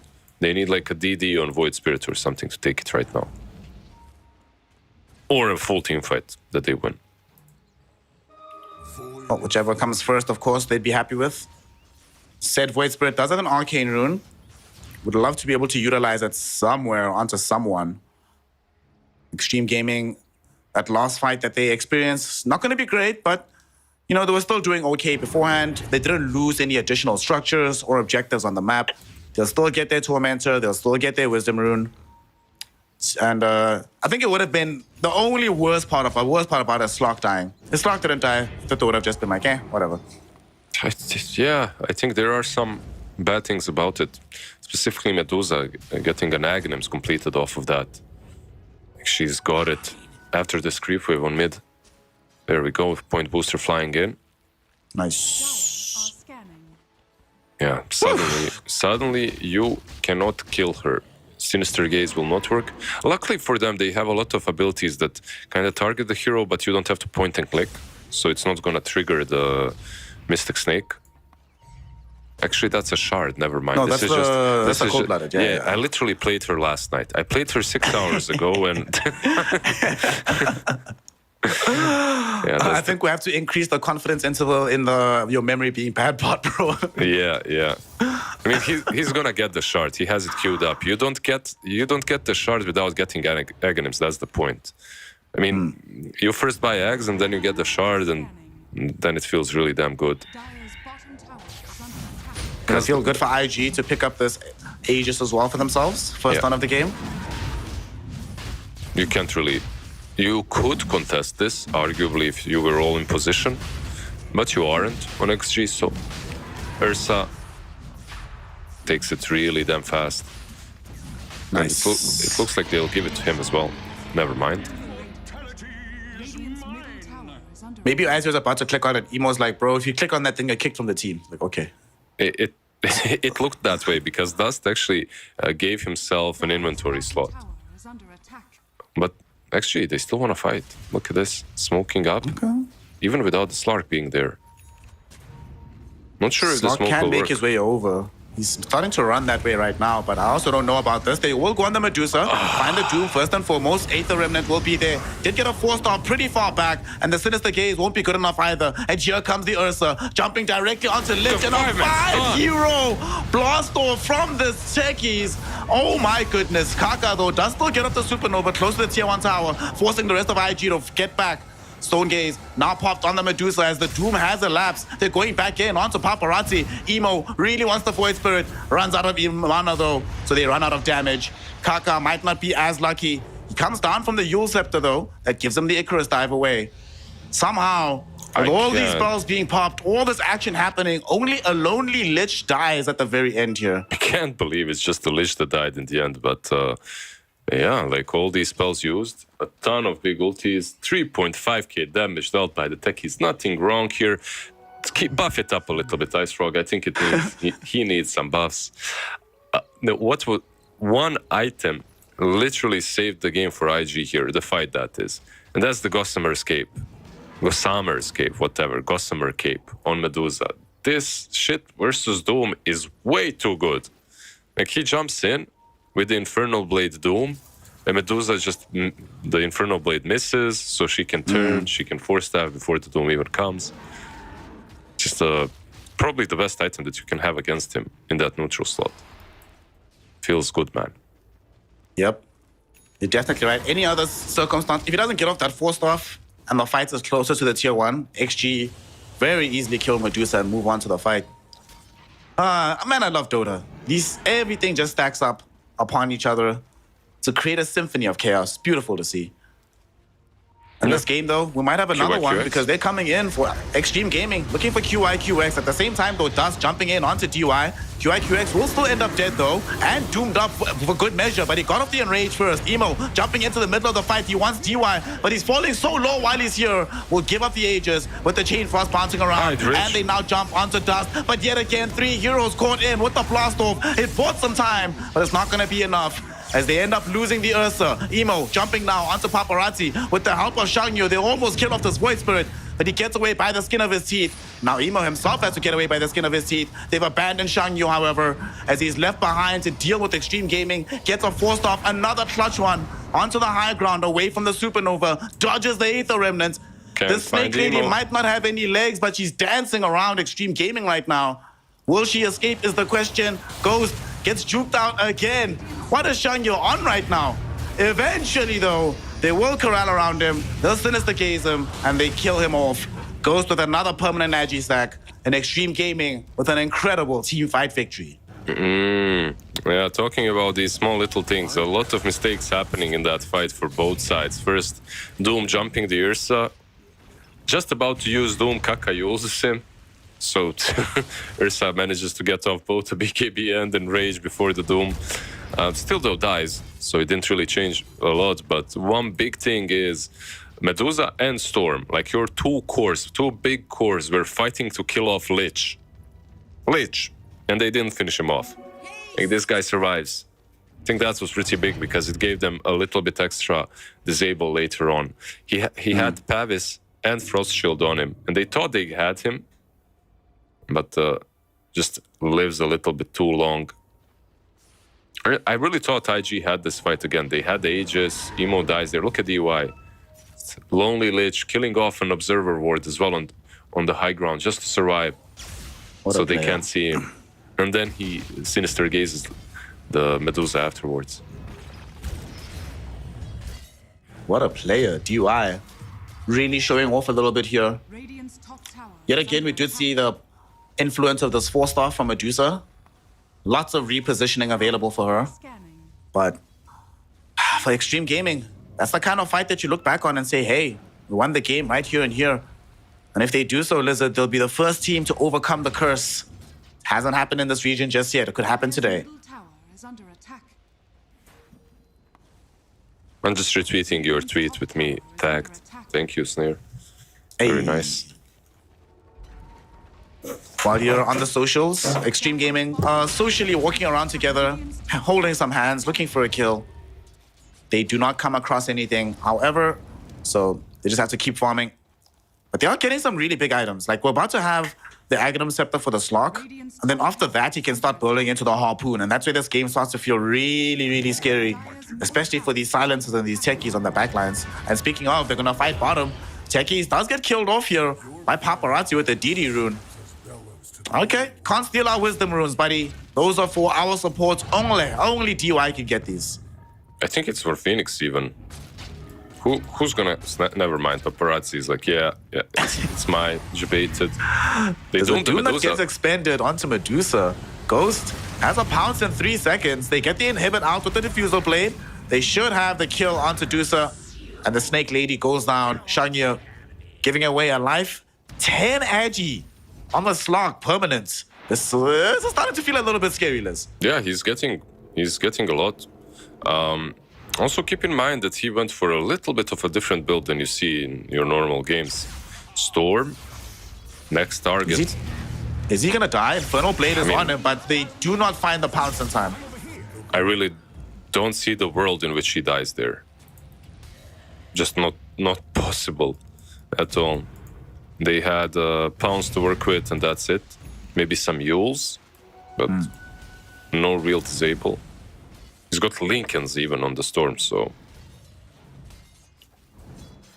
very unlikely. But yeah, Slark didn't opt to go for Aghanims first. He even got the Aghanims shard before the Axe. He even got the BKB before it. Just making sure that he's able to stand and actually take these early game engagements. You know, usually Slarks, what do? They just jump in and out of fights, right? It wasn't Ghost. He was... If he goes in, he stays in the fights. That's actually true. He's been playing Raid Boss Slog 20 minutes earlier than expected, but he's already gotten the playstyle pat down. Probably gonna have a big fight around this next Roshan though. 30 seconds until he potentially can return. PYW. Just gonna go drop a mine to scout this out, but I think they saw him. Both sides know each other, have scouted this. Pings all around. And we see IG. How many times have we seen disastrous fights happen right around this Twin Gate? So adopting this positioning can be very beneficial for them. But they don't want to wait here, Liz. They're going for a fight right now. Doom is not here just yet. Can they get the jump is the question. The Remnant, it misses. Also, the Lich's shard is killed off. The Ice Spire, it's taken out. So some things that they will miss, but they smoke up. They still want to go. It's kind of hard to go onto this high ground, especially versus techies, right? Like he just loves playing around the Twin Gate. We saw this yesterday, though. This big wraparound coming in from Extreme Gaming. We've seen this from them so many times, and they will find QIQX and kill him off. He does have buyback, however, but it's gonna come too late to save the Medusa. She's already been doomed up. They really want to find this kill. Global Silence will now be applied, but they have all their efforts focused on killing the Snake Lady, and they will succeed in doing so. Will IG be able to avenge her as they buy back? But now there's no global. Medusa will return, but their team fight prowess is not nearly as strong. They even expended BKB and Enrage in that fight. Okay. Like they're missing some things, right? But so are Extreme Gaming. PYW though, Glimmer keeps himself Can It's he okay live? for now. He has a mech to pop, but he's not going to be able to do it as he dies off. At the same time, though, the blast off setup into some more damage from Emo and Ghost might enable him to take the rest of the fight. Dust thinking about going deeper in. Shang Yu pop the Stone Gaze to zone back Extreme Gaming. But Emo, though, does no escape, gets killed off by No JT buyback. with the Infernal Blade. No buyback either. QIQX also gets caught into by the rest of the XG lineup. And now this lone Medusa That's a dieback. doing her best to run away. But not only will she not be able to do so, she is going to die back. The space has opened up not just for Roshan, but to do whatever the hell they want on the map. Extreme Gaming starting to look unstoppable. Yeah, really nicely done by them. I feel like this Doom is a huge difference maker. JT finding the right targets, one fight after another, dooming that Medusa, forcing the buyback. Then they're all kind of scattered because... So what's the problem with IG's lineup? They had a good idea to destroy the lanes by picking Medusa, right? Medusa techies, just destroy the Slark, Ursa safe lane, destroy the Doom. But their lanes didn't go that well. And because of that, you're lacking utility. Like, you're lacking all these small little things that Doom brings to the table. Small things, under quote marks. Like, he dooms the target, eliminates it from the fight. He brings you a pipe. You know, he starts the fights. Medusa can't do most of these things. Ursa top. So, yet again, we see Doom getting a Doom out. I think if they win this game, I know you're a candidate for MVP, but they won't be able to actually get the kill. Does draw some reinforcements to the top side of the map, though. Drops that Doom, but has Octarine core. Doesn't really care way too much. We'll probably have it for the next fight. Paparazzi's also getting quite an influx of items. What happens after he finishes this Nullifier? Daedalus. Is he going Daedalus or Silver Edge, I wonder? I feel Maybe like Daedalus. I feel like both are good. We'll see.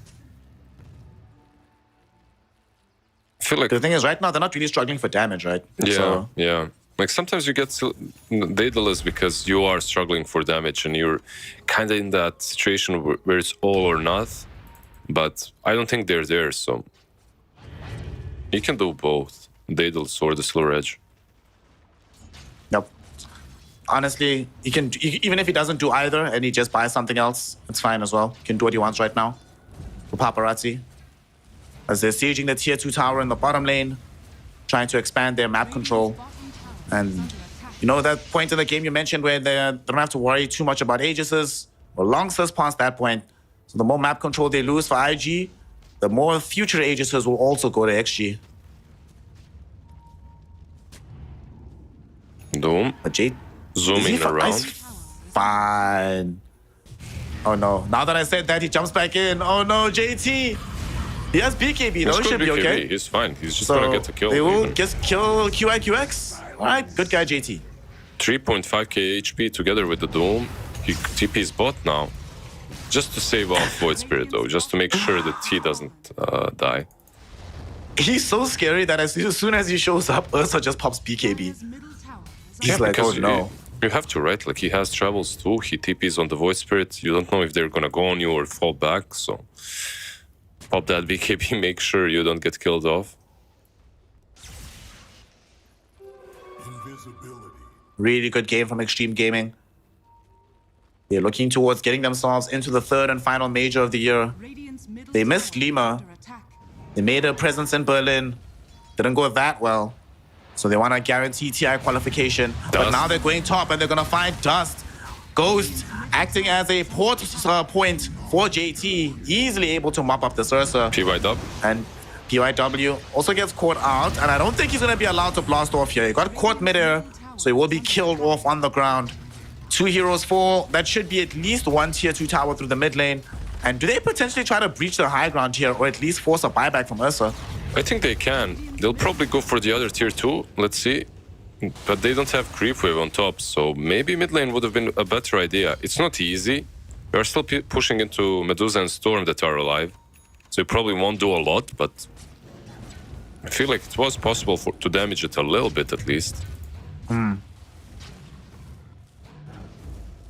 Instead, they chill, they wait for the harpoon. It's gonna be so big. Like, he's gonna finish the harpoon. He has a penta-edged sword right now on Slog. He's gonna put in the basher once this Aegis elapses. My goodness. It's not like he's squishy, right? 25 armor, 2.5k HP. Oh my god. He's not, yeah, not at all. He has that shard as well to work with as his ultimate, so multiple ways of Radiant's top tower. surviving through these fights. Radiant's More or less everyone has something to deal with global at this point. Just Lich doesn't. Holy shit. Listen, click on Void Spirit. Okay, don't click on Void Spirit. Void Spirit has a Daedalus and a double damage rune just picked up. So this next fight, gonna see some outrageous numbers emerge from Paparazzi. They try to jump onto Ghost right now, and they do zone him back a little bit. However, this is a Slug, somewhat immune to poking, unless you kill him off. He just waits, replenishes his HP, and they're gonna come back and try again. At least they pushed him away before the Aegis, right?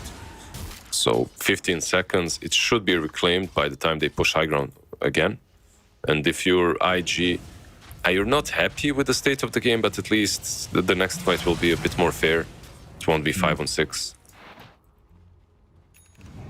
One thing that's also been lacking for the side of IG is that outside of PYW's techies, their teamfight control really been lackluster.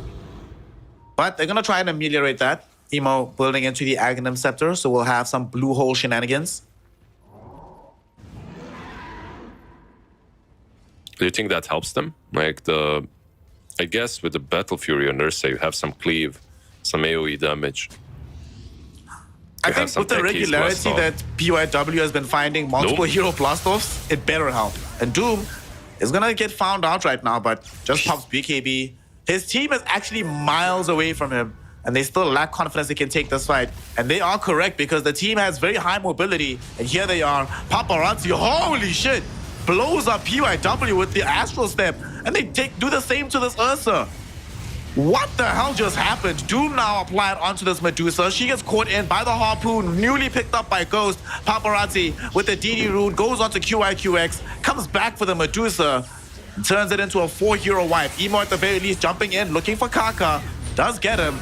Gets jumped on Another though. Doom. JT, it was a trap. He has another one ready to go. Throws it in onto Emo, and Emo will be killed off. Paparazzi with the triple. No creeps, though. More attributes for Slug, but there are no creeps, so they can't turn this into a lane of racks. Yeah, very unfortunately for them, no creeps. I love how 4 of them went to gank Doom. They saw him and they were like, God damn, like it's only 4 of us, run. We need someone else. Radiant's middle tower is under Sadly, there's nobody else to help. dire structures. They all end up dead. Lane of racks getting sieged into. There's no buyback on the Ursa either. The one bright spot is that their push is not the fastest in the world from Extreme Gaming. Has fallen. And Techie's minds are everywhere. Look around the throne. Basically, IG are like, we have at least one more fight in us. PY-Dub, go dev the throne. Don't dev the racks, it's just the throne, you know. Make sure they don't end the game. It's crazy, like they only get one singular side off of that, and that's only because their lanes weren't pushed in. Like if just one lane was pushed in, 2 sides, hands down, 100% or a buyback forced. Was getting the shard, Void Spirit. Oh my Okay. god. Okay. The scary thing about this Void Spirit shot is the decreased cooldown. It's very scary. It's very scary. And IG's already been struggling with their positioning in the midst of these fights. That being said, some additional tools. Emo has his Ags now, so I'm looking towards him and PYW to combo up together. Perhaps Shangyu. I think Shangyu needs to stop building this Hex. The Hex is great, but do they need damage? These heroes aren't being threatened anymore in XG. It's only Kaka that's dying anymore. Everybody else is just chilling in the fights. So maybe he should try and scale as well. They have Nullifier now on Ursa. It does change things a little bit. He can try to scale, but I have a feeling at this point, he just doesn't right-click fast enough anyway. DY, perfect positioning once again. And the Spire, just amazing. Will die though. All that said. Yes, buyback. He's fine. He's happy to do it.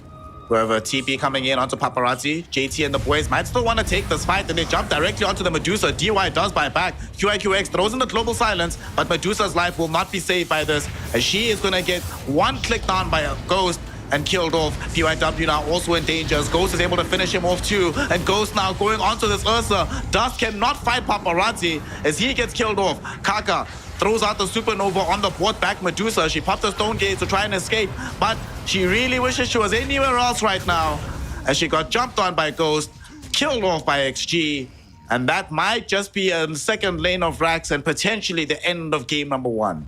Yep, they have 80 seconds without Medusa to go. They still have one Doom left remaining on JT. He can jump in, perhaps Doom the techies or the Storm Spirit, doesn't really matter. Let's see if they'll push, because they're smoking up. They're kind of hunting the Storm instead. That's what it looks like. JT. Okay, I actually knew exactly where he was. JT's game sense pretty high. Yeah. Look at these mines, though. Well, there's a very easy way to deal with mines. Blizzard, just kill the goddamn techies. And the techies dead. No mines can be thrown out anymore, and the racks will no longer be protected. It's 2 lanes. They could turn this into a third. 40 seconds, no juicer. 1 whole minute, no techies. Unironically, Techie is one of their biggest defenders, so they need him right now. I feel like they can definitely take another side. They can even take this fight after Dirce is back. They still have Doom, remember, so it's not that easy. They have cheese on Void Spirit. I don't think they're losing fights any longer, by the way. Maybe Lich or Phoenix might die, but even they are so difficult to kill off. So much armor. Phoenix has an AC, by the way. He's had it for a long time now. Lich as well. AC Shivas. Yeah, Lich with Pavis, with Solar Crest, GG. Yeah, they're just not winning a single fight. It's not happening. My boy JT does the right thing, buys the Divine Rapier just before the game ends. Yeah. I think that's probably a beautiful counterpoint to how this game just went overall. You can just flex at the very end. See, here's a rapier just for your troubles. Yeah. Just making sure that he has more rapier purchases in his competitive career. You know, I get it. I do it in pubs sometimes. You know, I just want it for the stats. Eventually. Nice game, like overall, really nice game. Nicely done by Extreme Gaming. They got out of the laning stage unscathed. I feel that's the most important thing for this lineup of IG. For it to work, they need to have a dominant laning stage that transforms into an early rush, into a snowball. But they got nothing. They didn't get the early rush. They didn't get the snowball effect. They even lost the lanes that I feel like they should have been winning. And it all came down to that one singular fight on top lane where they lose 3 heroes. I know it's kind of easy to... usually it's not great to reduct the game on a single play, but that's what happens sometimes when you try and mix things up, put the Medusa on the off lane, just so you can dominate the lanes. You're gonna fall off. This Midas Doom, JT, a particular beast this time around. I mean, to further give credence to that thought about how good that fight was for XG, the fight that we just saw bottom, where PYW got a 5-hero blast off. In what world are you stunning 5 heroes and killing none of them? Well, at the time, Ghost has BKB, so he's able to survive. Paparazzi had just finished Manta, so he's a little bit extra tanky, so he can survive. The Doom is Doom, so he survives. And all of that was gold that they picked up in that top fight. So it cascades wonderfully for them. And they also just executed really well. I think they're targeting. This sort of reminds me of that first game they had against LGD. Their targeting on who to go on in these engagements was impeccable from Extreme Gaming.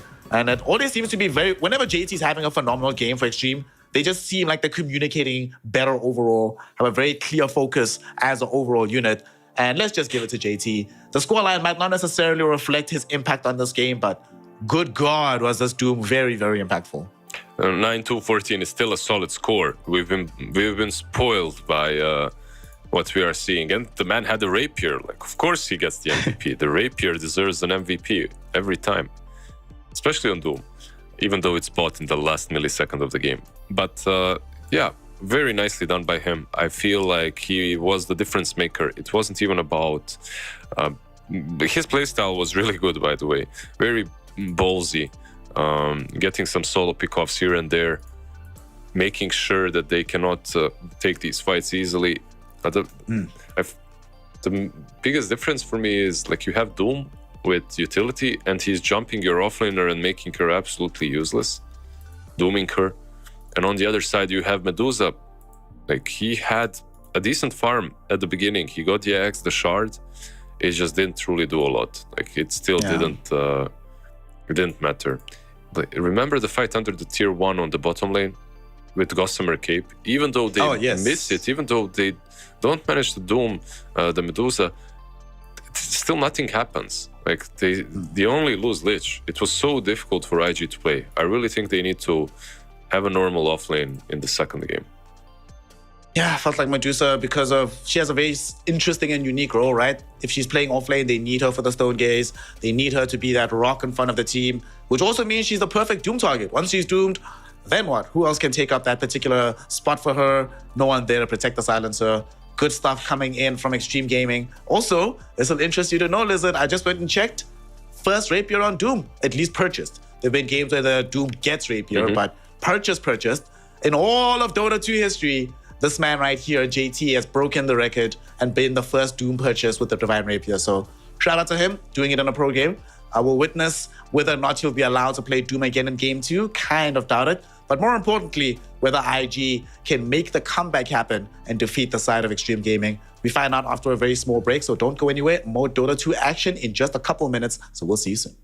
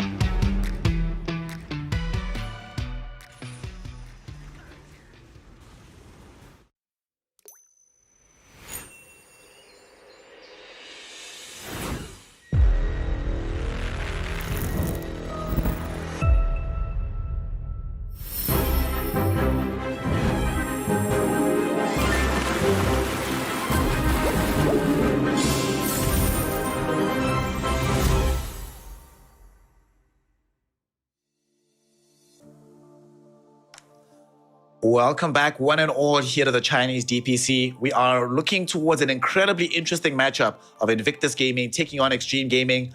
All the marbles on the line right now as the winner goes to the Bali Major. The loser has to play Azure Ray in a tiebreaker. So let's find out what game 2 looks like since XG was so clean in game number 1. And Lizard, your favorite hero, is available here. We've got the Timber Sword for Shangyu, his best hero right now. Does this give IG a bit of a better hook into game 2?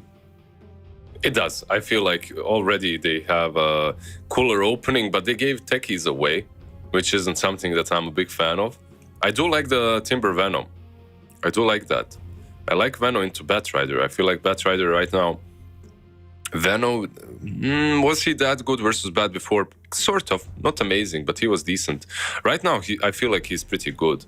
You get that Gale versus him, and he can't just easily get on top of you with Firefly. He has no sticky napalm to work with. Flame Break can be useful, but that's about it. Overall, Venom usually played as a 5, right? Like that's something that we're seeing most often. We saw this just the other day, actually. The Venom Monster in the 5 position, able to deal and handle the Batrider offlane quite well. That being said, it looks like this might be the JT Batrider, since the techie has already been picked up, and I presume that's going to be Kaka's hero. Things could still change as the draft unfolds, so a lot of surprises could be in store. Even better than, right? Yeah, exactly, yeah. Seconds remaining. Like you said, It's nice because it's flexible. They could still put techies 5 for DY and Kaka playing Bat 4. I think that's also possible. Dire team ban. We'll see what they do. Okay.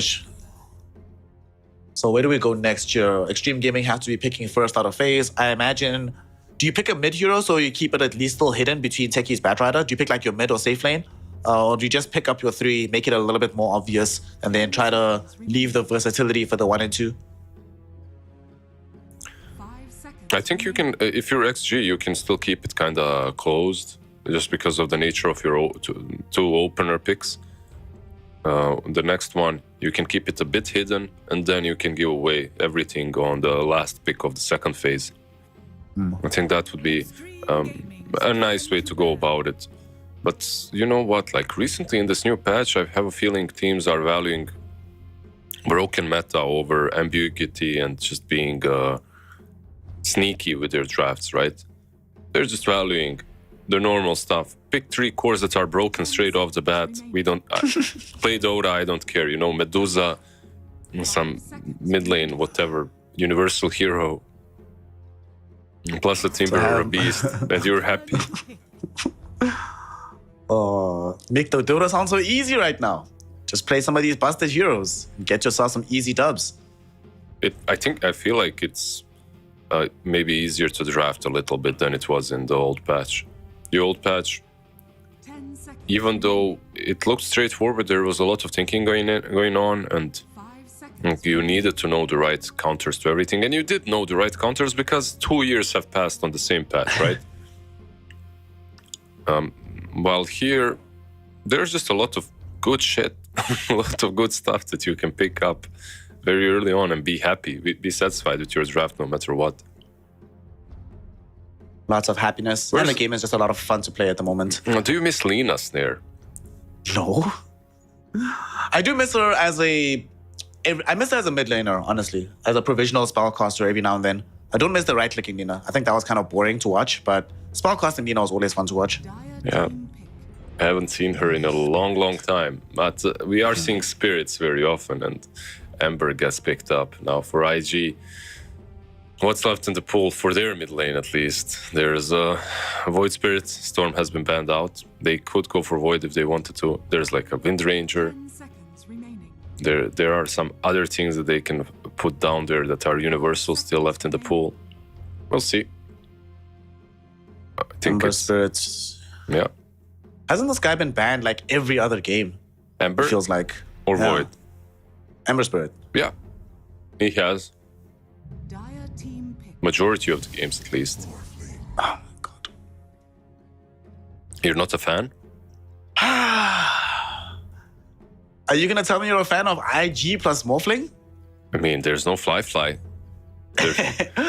To be fair, when they look good on Morphling, it's when Emo played it through the mid lane. Yeah. I don't think he's going to play it through the mid lane for this game. But it could actually into the Ember, right? Yeah. Yeah, It's he actually actually could play that matchup. it's a pretty good matchup for Morph. Like the lane itself isn't that bad, and later on it's a good hero to ulti in. It just gives you a lot. Like Flame Guard, the chains, you can use them against the Ember as well. Just feels good. But this might be our mid even.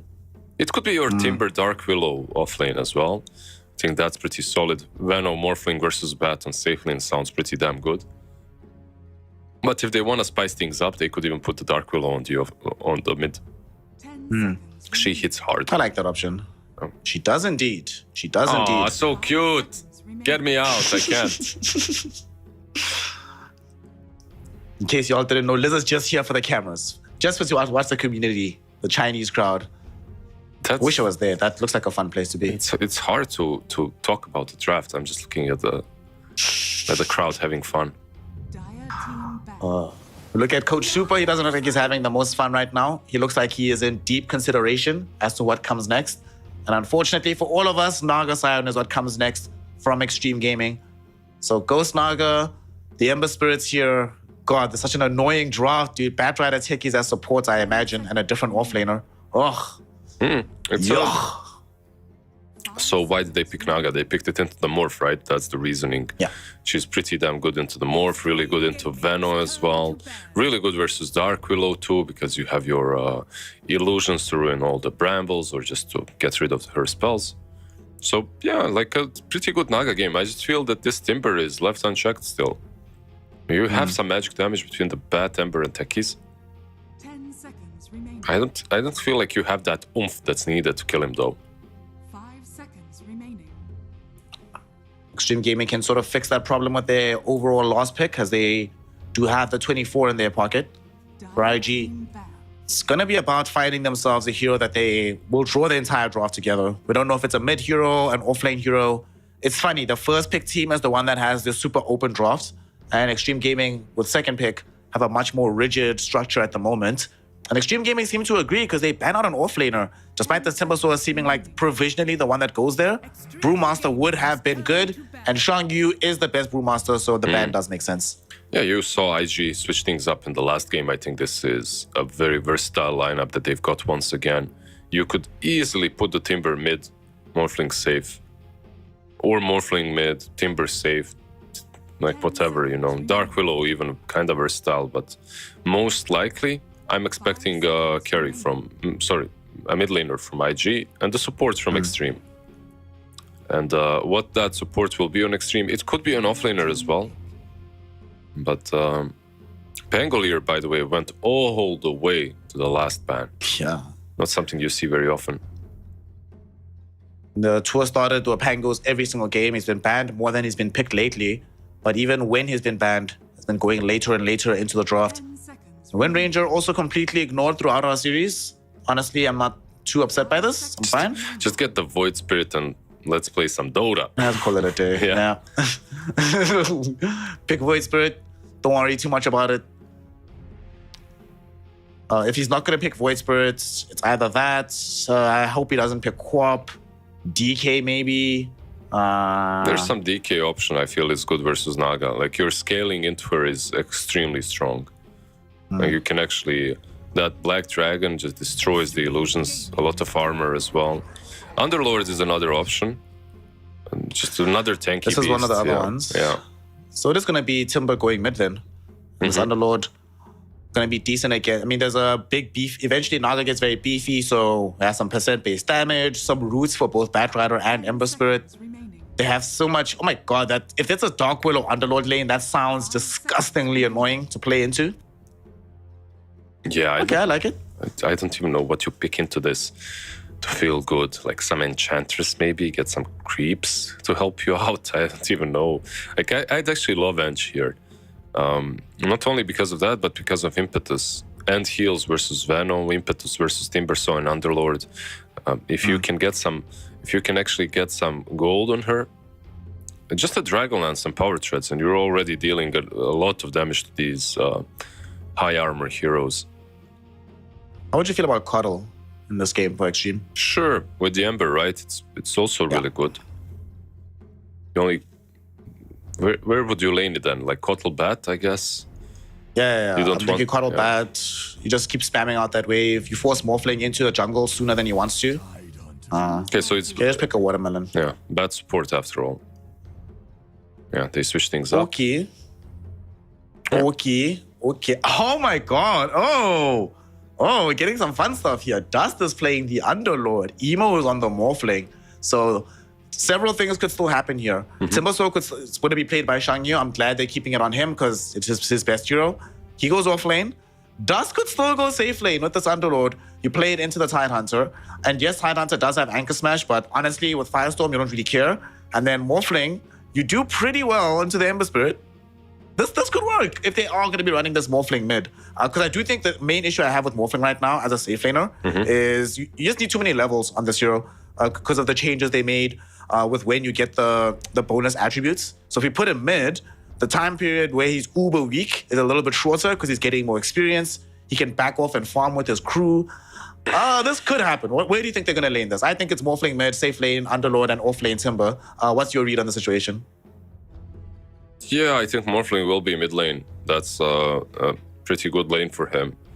When it comes to the side lanes, I'm not sure because there are some ups and downs, some positives, some negatives.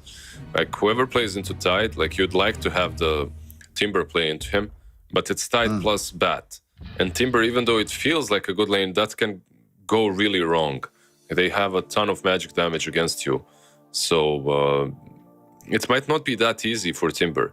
And you want to have a fat Timber, so maybe Underlord into him. But Underlord is better versus Nagas, so it's kind of weird. Let's see which way they put it. It's actually Let us Underlord see mid with our own with the eyes. bottle. Is he going mid? Yeah. Oh yeah, he is. Queued up bottle. All right, how's that go into this Ember Spirit? What do we anticipate happening in that matchup? You should be crushing him, right? Like you're an Underlord after all. He's gonna find some farm, definitely, but Underlord into any melee on mid lane feels good. It's gonna be interesting to see how he goes about playing that lane matchup. Paparazzi probably won't be happy to see Dust in this mid lane, but we shall see. Also, I'm very intrigued to see that IG, throughout most of this tour, they stuck to Emo being mid and Dust being in the safe lane. I love that they waited until the last 2 days to go back to these swapping shenanigans. But it seems more considered, not as haphazard as it sometimes did in Tour 2. I still don't like it though. It's like Emo is, yeah, we're about to lose, I need to carry. Dust, here you go, Underlord, have fun.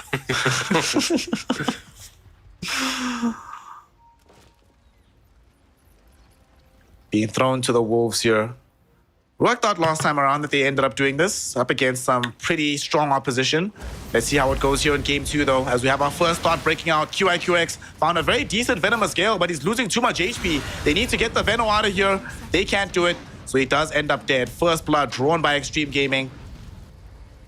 And let's see if they get these bounties. Although after what happened in game 1, maybe they don't want 3 bounties, you just want 2. I feel like Venom used to be the strongest hero in these early game engagements, but ever since Blood Grenade is a thing, and he's still strong, but Blood Grenade it replaces him a little bit. Emo, He should be fine. He's not going to be happy about what's happening. Should be okay though. So regen quite a bit though before approaching the lane. I think you even go base at this point or something. Or just block a lot, I guess. Yeah, he's gonna be... he'll heal up very fast. He's a Morphling after all. So let's get into it for game 2, XG. Just one game. If they win this, they go to the major. If not, well, we have a much more interesting day. Yep. So which lane are we looking towards here, Liz? Where is the action going to be breaking out? I feel like there's a lot of potential on all of these sides.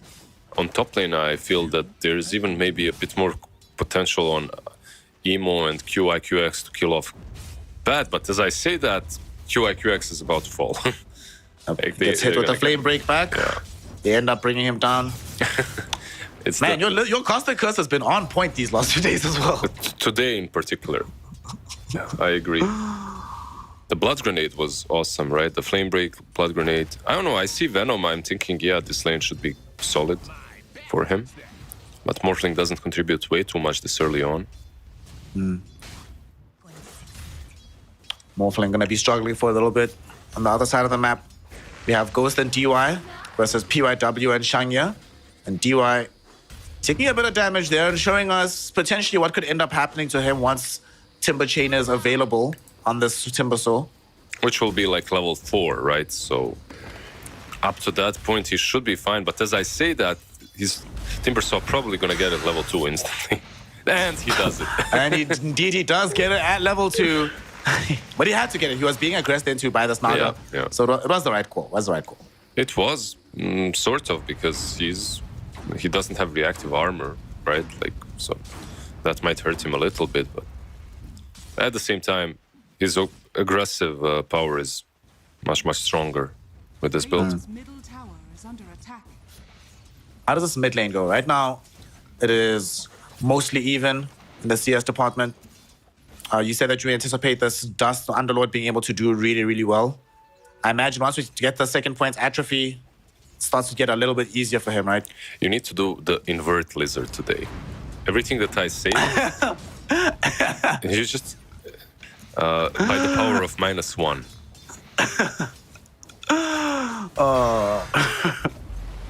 The inverted lizard, right. That's funny. He's 16-2 on Ember, so he's doing extremely well here, Paparazzi versus Dust. And I really feel that the Underlord should be doing a bit better. He's missing a couple of last hits. It's not even the denies. Well, to be fair, Paparazzi is a phenomenal laner himself.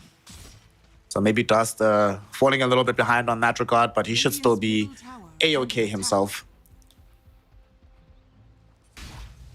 What do you want to see him build, actually, Underlord, now that he is playing from the mid lane? Is that going to change his usual progress and itemization? Like, if you click on him, he's queuing up QI, QX first. We're gonna salute this brave Venomancer as he bites the Dust once again. But the Dust himself, I don't know, he's queued up some Bracers, some Vanguard, some Arcane Boots. I thought maybe Atos wouldn't be that bad for some extra catch. You know, like the good old Underlord with Atos. In a game such as this one, bottom lane DY. Bottom. All right, well, we knew this was coming. Yeah. Timber Chain into him. And now it does not get any easier from this point out, because not only do they have that aggressive posture, but Timber Soul will now have the levels to defend himself as well. Yeah, it's still level 1 armor, so not the greatest, but he has Ring of Health on top of it, Magic Wand. Yeah, probably should not be dying in this lane. PY Dub though, He might try go for PY Dub. He's falling low. He does end up dead to the blast off of DY. Killed even through the Shadow Realm. And Shangyu, unfortunately, can do absolutely nothing about this. Just watch his comrade die. Yeah, like, luckily for him, he's a Timbersaw, so he just stays in that lane, right? You can't really zone him out even with 2 heroes. One of the best parts about having a Timber on your side is that you can leave him. Doesn't require that many resources By to the way, take care of this guy and look after him. yeah, Underlord did queue up Atos after all, so he will be building that, hopefully. I would like to see it. Some utility as well would be nice, but I feel like Underlord in this game could go for the good old Atos Radiance build. Like, it's kind of old school, but versus Naga, I feel no it's idea pretty solid. how happy I would be to see it. If I saw that Radiance build on Underlord, I'd be ecstatic. So Dust, please do the right thing. Finish the Atos for the sake of catching the Ember, and then finish the Radiance for the sake of entertaining us and dealing with the Naga. Thank you. Yeah, it would be a bit greedier, I guess. So maybe because of that we won't see it, but I won't mind it. Paparazzi gets some Gale on mid lane, but he's already level 6. Can easily get away. He should be fine. He has been outstripping Dust quite well on his Underlord. PY'd up. Bottom lane, Kaka has rotated in. He should be dead. We're gonna be finding a blast off here through the Shadow Realm. It does hit PYW, and with the Flame Break back, He is dead for sure. Okay, good move. And you're talking now about this Timbersaw, how you can leave him alone. Similar things are true of the Tidehunter, so you don't feel bad at all having made this movement, leaving Tide alone versus Morphling.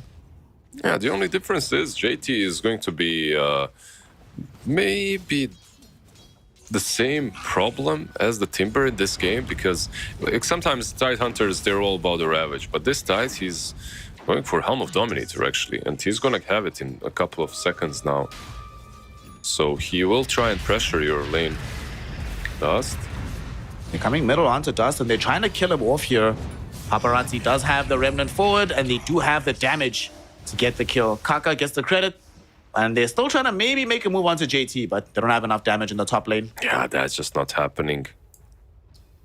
Way too big of a watermelon. Dire are scanning. See what Melon creep does Man he take. doing his thing.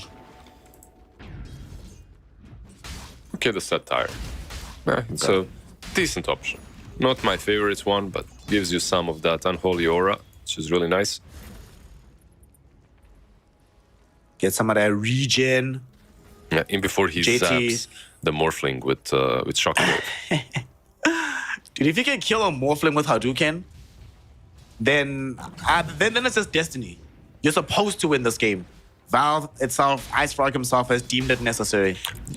So you have that feeling as well, right? Sometimes Gaben himself watches the game and he makes sure, he writes in a command that you win it, and that's it, right? Like, you cannot lose that game. Yeah, I know what you mean. I've had those games. Those games where literally everything's perfect. Like, you find the perfect rune at the perfect time.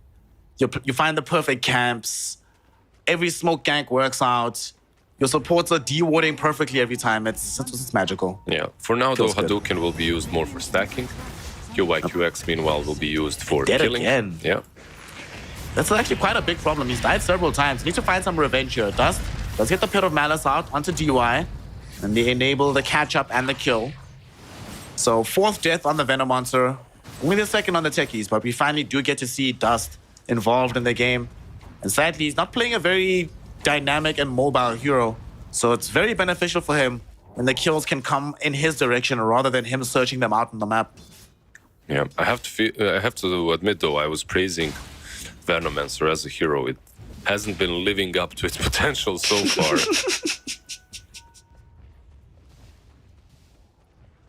It's the Costa's curse, man. What can you do? Yeah, whatever happens, Caster's Curse. Yeah. What's happening on bot? So, Timber so far, Vanguard, Arcanes, just easily soloing this lane. Naga still should not be falling to anyone. Doesn't have Song of the Siren, but still. Dire's top Ghost tower is finding under attack. a lot of farm. I feel like a really good thing for Extreme Gaming is December. He's had a really good lane. He's way more mobile, obviously, than the Underlord. You can see the Dust. Like he's rotating down bottom, but Dire's Amber already on top taking your tower. Radiant's middle tower And then the gang, they're gonna get the tower, and sadly, the same move can't really come out of IG as they have a markedly different draft. The one big problem I have with this IG draft is that it's so reliant on Emo to win this game. Like, there's so many chips into this Morphling. So if he doesn't perform, there's no real fallback plan here. It's not the kind of game I anticipate Timber being able to go like 1v9 in. So we need this Morphling for damage, especially because Dust, he might not be the person to deliver it in a sustainable fashion on this Underlord. So just a bit too slow. And he's actually going for Vanguard first before the Atos. I do like the Vanguard. I don't mind it. It just feels, if you're on mid, it feels like maybe an overkill. Not sure. Maybe getting an Atos enables you a bit faster. You can mirror these movements, actually join the game, but with Vanguard, you can be that beast, that just stands in front, defends towers. A different approach. Well, IG has been the team that has been very well versed in bringing us different things all across this DPC tour. Right now, though, they are suffering a fairly hefty gold deficit, which they are going to try to recover by taking in some Ancients. Shangyu will farm these up. get closer towards his Sanj and Kaya. But the hero I'm really worried about is this Morphling. How long is it going to take, Liz, before Emo can actually do effective things on this map? Doesn't have any items just yet. My God, Still just stack. finishing the Yasha. I'm sorry, but Kaka might die. juicy. Yeah, he almost died there, just flying through them. Let's look at net worth of Tidehunter, 6k. Go away, Ember, stop it. You're ruining my math. Dire are scanning. I think Ember stole about 200 gold and Tidehunter got about 450. Yeah, It's a lot of gold that he got. a lot of it, yeah. And what's he building into? So just a pipe afterwards? But that was the juiciest stack I've seen in a while. And he has another one on the left side of Ancients. Like, he's my been gosh. stacking it with Satire. Well, JT, the real carry, mid lane, QIQX, almost got killed off by Paparazzi. But Papa did not want to make the full jump. This tower middle is still actually at full HP on the Dire side. Between QIQX and Dust, I don't think you ever have any road to actually touching this tower. Look at JT. They're going to take a Dark Drift. They're going to the top lane to try and get this Dark Drift kill onto Kaka. And they will manage to do so. Dust and the crew also just give PYW a ride back to mid. Thanks for the express trip to the fountain. Yeah, I love this Satire. I love the JT just stealing the creeps away from Paparazzi mid. Yeah, he's like, come follow me, boys. Let's go. It's so funny, actually. Who is he gonna take this to? That's the only question. Is he gonna get it? Is this like some selfless move? Is he gonna let the Satire die? What's happening? Okay, here comes Paparazzi. Okay, Satire actually gets killed off. So he just made like a big wave on mid. And Paparazzi is gonna farm it. Nice. Interesting. Thanks for stacking up my wave, buddy. You're playing support 13 minutes in through the mid lane. I appreciate it. I'm just like thinking, JT is a kind of a guy that strikes me, he'd do that for fun even, right? But it's not for fun. It enabled Ember, I guess, to be a bit more active on the map because he doesn't have to farm mid, it's being pushed in anyway. Interesting move in any case. These are those next level strats that we love to see. Teaching us some things about how to play this modern map in Dota 2. So JT, also not like he's not keeping up with his own farm, as he is still the net worth leader on the map by quite some margin. Feeling very healthy about himself. However, even though the gold lead has increased in favor of Extreme Gaming from 3k to 4, they are starting to find some of their items on the side of Invictus Gaming as well.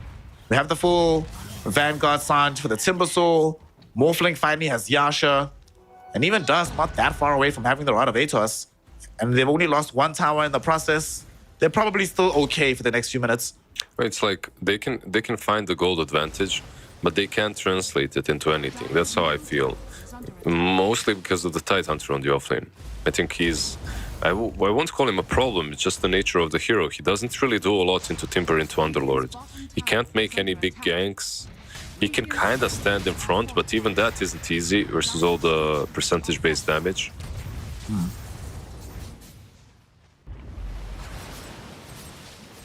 Right now, Tier 1 Tower will fall. IG claim their first one, and they're stacking up several heroes towards middle. Looking like they want to fight to defend their own Tier 1. Timbersaw, he's going to be the one that puts his own body on the line first and foremost. Zoning back the rest of SG. Extreme realized that, you know what? Yeah, pushing this, like you mentioned, into Timbersaw, into Underlord, into Venno, it kind of sucks. So we can't do it heads up. Let us instead go on a smoke adventure and maybe catch out this Morphling, because they did catch a glimpse of him down bottom. Kaka knows he's here. Will Kaka be able to find him? Waveform comes too soon. He's still chasing, but I don't think he'll be able to close the gap. Maybe someone else. Turns Let's around see. for a right click. Somebody else might get there and get caught out instead. QIQX might volunteer himself. He gets blasted off into, but now Emo, he goes back in for the fight as they come in with Dust on his Underlord. They kill off Kaka. They get the Bramble Maze out onto DY as well, and this Techie should end up falling, granting a double towards the Waterboy. And they still can go back middle to defend the Tier 1 tower. Great play coming in from IG right there. Yep. XG, they wanted to use the vessel that they have on Batrider. So they really, really wanted to get that Morphling, but they don't have any ways of initiating. That's a huge problem. Like at the moment, what do you have?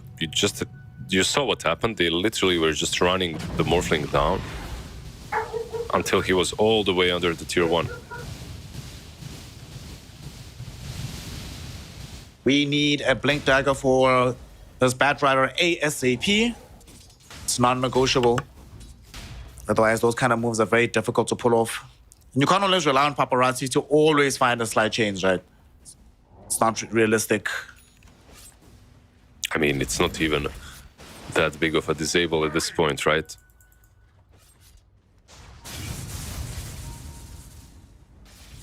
Not the longest stun in the world or the longest route in the world. Mid lane. We do not have the route just yet for Underlord. It's flying in off the courier. It's QIQX will catch some damage here. He's falling fairly low. Forced to pivot himself. Does soaking in damage from 3 other heroes. Still alive for now though, as JT realizes that he's doesn't really want to be a part of this fight. Commands the team to retreat. They all just leave the area. They see Papa, Paparazzi though. is still nearby though, and they get the Pit of Malice out onto him with the Rod of Atos, and they have the damage to kill him. Papa got greedy and Papa got punished. He was farming exactly under the ward, so they knew where he was, what he was doing. The Atos is there on the Underlord. I love the build. Next stop, Pipe, which is also okay. And there's a lot of magic damage coming into them. I think the Radiance build is, it's good, but perhaps not that necessary. They have the Firestorm, they have the Timber Saw. It's already a lot of damage into the illusions.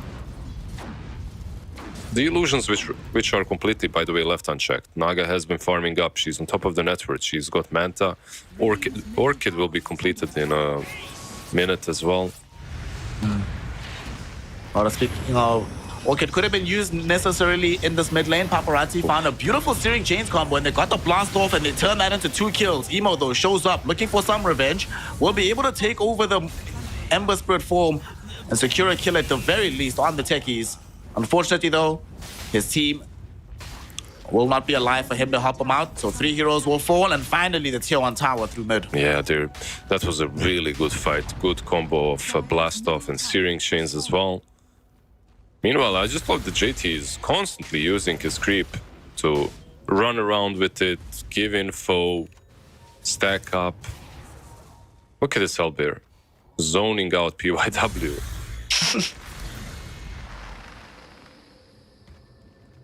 PY dub. Gonna have a Yule Scepter not too long from now on this Dark Willow. Look at Tomato, he's actually gonna go and farm this bottom wave. Or maybe just creep skip it, we'll see. Yeah, Hellbear is actually strong enough. I feel like if he wanted to micro it, he could farm this with a clap. Dire's top tower is under attack. Alright, we're gonna see what he decides to do here. He's stacking it up, waiting for the next wave first. Top lane, And then though. he's gonna bring that somewhere. Top lane in the meantime. They are going in onto Xiangye, and they are gonna be able to kill him. Last wolf comes in from DY, but it's not even necessary. At the same time, though, Dust and the boys were thinking about revenge. Pit of Malice down on Tidehunter is a bit too beefy with this pipe. You know what's crazy? While that was happening on top lane, he was still controlling the Tomato. He was still microing it. Like, they're going on him. He's still messing with the goddamn creep wave. JT plays, man. We see them make a play onto Paparazzi, root him up, but Dust doesn't have his allies nearby. Or crucially, doesn't have the Timber who's inside the fountain, and Morphling just casually farming down bottom. And of course, JT still doing his thing. The Hellbear, all right, it's gonna die eventually now. There we go. But this is a mess. Who's gonna come down to collect it? It's Kaka positioned as the closest. So he's the one likeliest to finish it off, but he just used Fireflies, or maybe not. I don't know, man. This is some Lord of the Rings army rushing down bottom of orcs. Someone needs to defend Gondor. I've been playing the new Three Kingdoms game, the strategy game. So this feels very much like the battles I've been involved in lately. It's like, oh, we have these catapults, lots of units on the front lines. Yes, good. We like to see it. Well, both the Batrider and Naga Siren can dispatch this orc army. So let's see. Maybe Ghost will do it. The Emo is around. He's pretty big. And they don't have the dagger on Bat just yet, so killing him, very unlikely. DUI showed up as well, so maybe they were thinking about some kind of song combo. That ends up not happening. Yeah, the blink was actually flying out to Kaka. If he had it before, like, then sure, like that was an opportunity because you have Orchid as well, right? But yeah, didn't happen. They should be looking to try and find a fight somewhere on the map soon. They just got a BKB for the Ember Spirit, the blink you just mentioned for this Bat Rider, and even a 4-star for Techies. And I think somebody just got a smoke. There we go. It's time, boys. Let's go on a bit of an adventure. Let's go hit up the club. See what we can find. Sadly for them, though, Morphling just got a Skadi. Him and Simbasu are playing close to the Tormentor. So they just positioned really well against this. Even though the Radiant Scan did connect very slightly onto these supports, don't think IG will get caught out by this. They should be fine. They will still try, though. Bat, if he sees anyone, I would be surprised that he doesn't go and try even go on this Timber. But instead, they're pinging out Rosh. Now, it's on IG perhaps to go in and def it. Like, they have what it takes. The Skadi has been completed on Morphling. We'll see how fast this Roshan ends up going. There's a double damage on Ember Spirit, so that'll accelerate the process a bit. Still not the fastest in the world. However, with IG not responding, does seem they'll be able to get this. And yeah, IG is too late. So first Roshan in favor of Extreme Gaming. Do we give it to Ember Spirit just once? Nope. Still Ghost, even though he has Heart in like 500 gold. One thing that IG's lineup does not have is mobility, right? Like, they're super sluggish. They have this Underlord. By the time he gets to a fight, the fight is already over. Timber so okay with Timber Chain, yes, but even he is queuing up a Blink Dagger on Timber. And they understand that like, initiating for them is an issue. Kind of do have to roll as this massive ball of heroes together. Getting on top of these XG heroes, not that easy. However, you know, I think they were aware that this probably is going to be the case at this stage of the game. They were banking on the fact that it would be worth it to have shelled up enough to protect Emo's farm. And he has now caught up to the Nagasara, not Medusa. A different snake lady. Close. Sea creatures, both of them. By the way, speaking of sea creatures, you know Slaughter has Guardian Sprint as an ability. Yeah. Does that make sense to you, that a creature without legs has Sprint as an ability? It doesn't make sense to me. Every time I see it, I'm just so confused. I mean, you can sprint, you can call a swim a sprint or a marathon as well, right? Like, you can, if you're swimming really fast, you can call it a sprint. I guess. That's true. I don't know, Snare. Why do you ask me all the goddamn hardest questions in the game? Yeah, it doesn't make sense. I agree. It's like, I signed up to cast Dota, answer questions about Dota, not all of this stuff. What's going on here?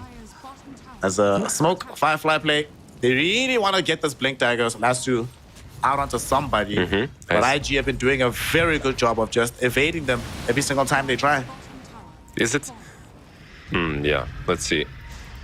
Timber still, this Tidehunter, sorry, still doesn't have Axe. Just Blink, just Axe. English. He just broke me with his sprint. Trying to do this? Mid lane, they're trying to break Emo. As he went to solo push this mid tower whilst they were all busy down bottom.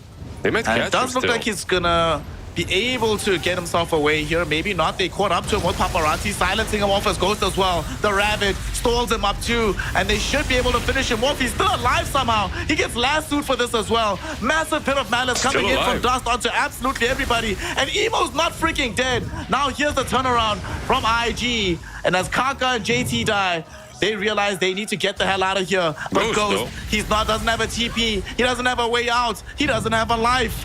He does have an Aegis, however, so he will respawn on the spot.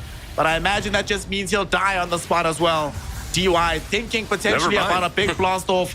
He wants to go back in. Ghost is trying to hold his own. Ghost is trying to stand his ground. but the ground itself will not stand with him.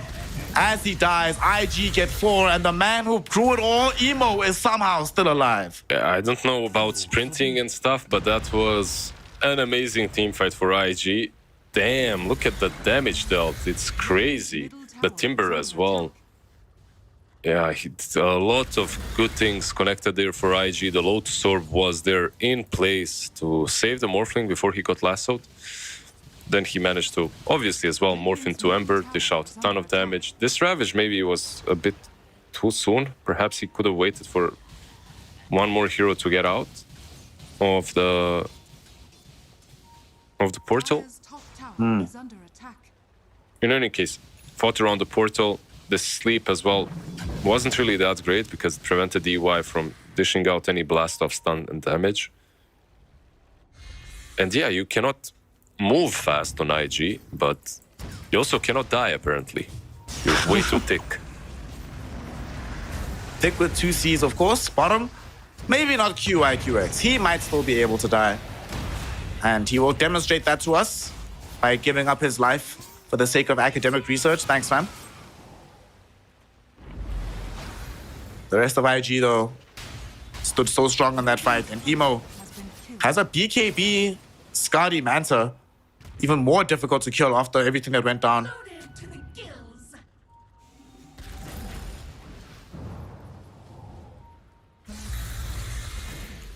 So if you're on the side of Extreme Gaming here, Liz, what's the plan? Could they look like they want to just keep skirmishing and fighting right now?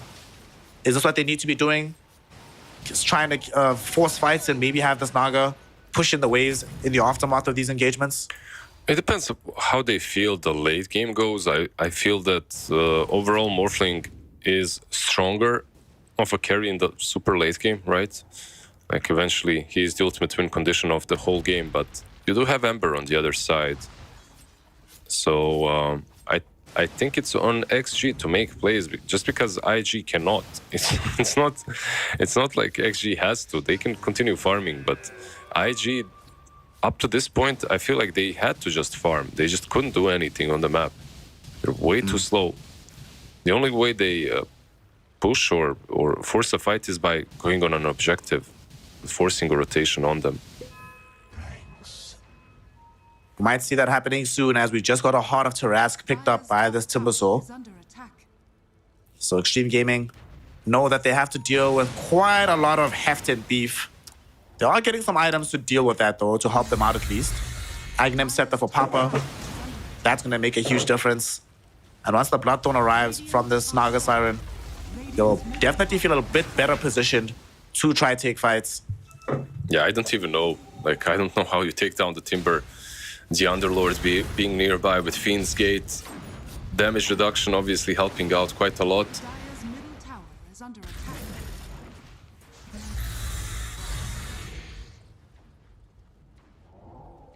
Let's see what they decide here. Naga Is under attack. gonna smoke up with the crew, and they're coming for a fight. You mentioned that they can force rotations on top of them. And they're doing so right now. With the stolen Naga form, using her own illusions to push. Look at XG, Timber, he doesn't can care. they stop this?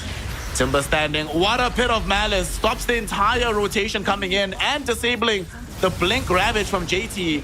They could still try it though. Tier 2 tower has been taken away. We do see Kaka taking way too much damage down bottom, and he will die to the Timbersaw. Will they try to take more of this fight for IG? Sadly, they are a very slow and lumbersome lineup, so not that easy for them to find advanced catch.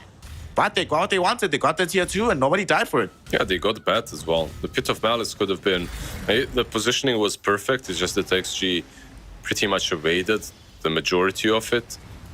By the way, Dark Willow has Axe. We didn't really mention PY Dub a lot. He had that Philosopher's Stone to work with. He also didn't die a lot. So, full Aghanims completed on him. Damn. And you have the... Yeah, never mind. I was gonna say you had Dark Willow Morphling combo, but... Yeah, not gonna happen. My goodness, I'm so glad they took that out of the game. I was so busted. Yeah, but right Well- now, XG, Snare, do they have the damage? Can they do anything? Tell me. No, they cannot. And unfortunately, the hero that they have as their win condition, this Nagasaran, it's not like she gets that damage either, right? This big burst of damage that's gonna get through all these sustain tools that IG have. Naga's just not that hero. Her damage is lumbersome and sustained throughout the fight. So IG, I think they are very comfortable knowing that the damage is not gonna come. I don't even think they need to build tank ability anymore. I think everyone should just build damage items at this point. No, they should be catch okay. Timber. Let's see. Who catches who here, Lizard? Do they actually want the smoke with the Timber Sword? I'm not sure. Bit of Malice onto Kaka and JT, and they get the Rod of Atos onto Kaka as well. And they're realizing that maybe actually we don't want to be here. Emo showing up as well to aid his team. Blink forward by the Timber Sword, going onto Kaka. Kaka doing his utmost to run away. But as he does, they abandon DY in the process. Song of the Siren is popped for this. DY not porting out just yet. Will die to a Shadow Realm hit coming in from PY Dub, baby. What a play, what a player. They force out the song and they still get the kill. Yeah, it was a nice smoke gank onto Timber. They managed to take down exactly 150 damage away from him from that smoke in the lasso. Good stuff. I just don't see. I just don't see the way they take these fights, and I'm surprised by the smokes. Like, okay, you can smoke up, but even with the charges of Vessel, I don't think you're getting these kills. You need more. You just need more damage on your cores, and they're just not getting it. Like, the Naga now has completed a Skadi, but I'm not sure. It's great. Don't get me wrong. It's great into the Morphling. I'm still not sure it's enough. JT? As she completes a Skadi, Emo completes a Silver Edge, and he will deploy it onto the Side Hunter. And of course, that's going to bring him super low. Fortunately for JT, he did manage to blink back just before the first Silver Edge hit. So that'll actually, if that doesn't happen, he dies. Because it does, he stays alive. But they might go back in for a fight. Emo still with the Silver Edge. DUI coming up on the high ground. He's inside a Pit of Malice. Gonna get right-clicked down by Emo, who waveforms in for this one with BKB active as well. They really want to try and find some kill. They haven't found anybody yet. There's a Dark Rift that also got dropped down with this Fiend's Gate from Dust. And will they take it? Will they go home? IG can actually do whatever the hell they want. Despite failed attempts on these heroes' lives, they don't feel in a hurry to vacate the area. Yeah. They're scanning Rosh Pit for some reason, and I guess that was maybe a Radiant scan, so Dire can go in. By the way, Snare, I finally figured out what the 0 above the Twin Gate is. Did you? What is it? Yeah. So I think what's happening right now is that this Twin Gate, I think it's programmed as the Underlord's portal, Fiend's Gate. So it counts down. It's supposed to elapse on the... I see. Yeah, it's supposed to elapse on 0. So Twin Gate is basically Fiend's Gate. I see. That makes sense. Well, we're not going to have a Fiend's Gate this fight, but we are going to have a jump onto Timber Sword, and Kaka almost immediately regrets it. The Lotus Orb does come out. They save the Timber, and they kill off the Bat Rider. How does the rest of this fight go? Timber going in onto DY right now, looking for the techies. Dimmercape buying a little bit of time, but eventually they do get the kill. Venomancer finding some of these slows onto the cores that remain for XG, forcing the Ghost to song, but the Terrorize comes clutch from PYW, and now they stalled up Ghost with Emo's Ember Spirit form. JT forced into a Ravage, but it's not gonna help at all. They are all still gonna end up dead here, I think. JT trying to TP out, Adapter Strike cancels it, and they are gonna try kill him off onto the Side Hunter. As he dies, the Naga Siren running north. She's trying to get out of here, but she does not have any legs, so she cannot sprint. So as she dies, that's a 4-hero wipe. IG, clear path to do anything on the map they want, going top for Roshan or just going through bottom to try and look for a lane of Rax. Yeah, even the Ravage, did you see that? After the Terrorize broke Sleep, Naga's song, or at least her TP with the song, the Ravage connected on 5 heroes. It still didn't matter. Paparazzi, he's gonna get caught here. Oh my god. He has his own Searing Chains thrown in against them. He actually doesn't have mana right now. This is a very scary place to be. Fortunately for him, Emo is the only person here, so he can escape. Yeah, Emo also didn't really have a lot of mana to work with to continue the chase. But this should be Rosh for IG. You can throw your faces at them again. DY mid. What's gonna happen to old DY? He's fine. Yeah, what's gonna Jimmy happen Cape to will keep him alive. What's gonna happen to this 5k HP Timber Saw? That's the question. Nothing. Ever. He's building up Dagons next. He's like, yeah, this game, I literally don't need a single... He could get Ags. I think Ags is also pretty good.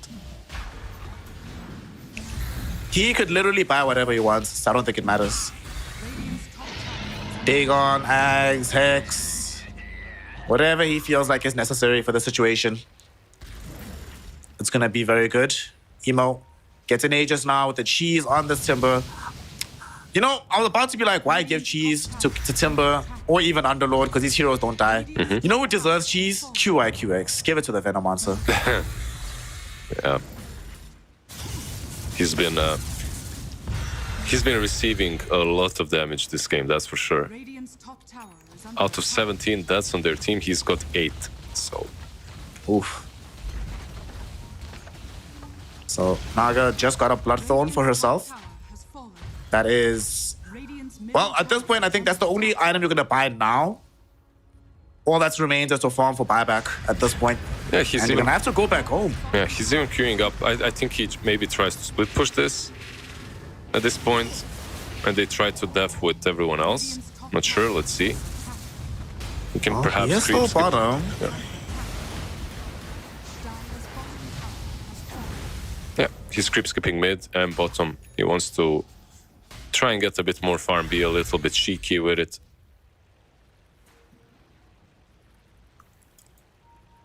That's gonna help buy the tier 3 tower an additional lease on life in the top lane. Pushes out with mid, pushes out bottom. But you still can't take a heads-up fight. I still don't see it. Yeah, I still don't see it happening. They are 9k behind. It's like, but it feels like they're 30k behind just because of the nature of these heroes. Dire's bottom tower is under attack. I'm not sure Long what they gone can are the build. days where...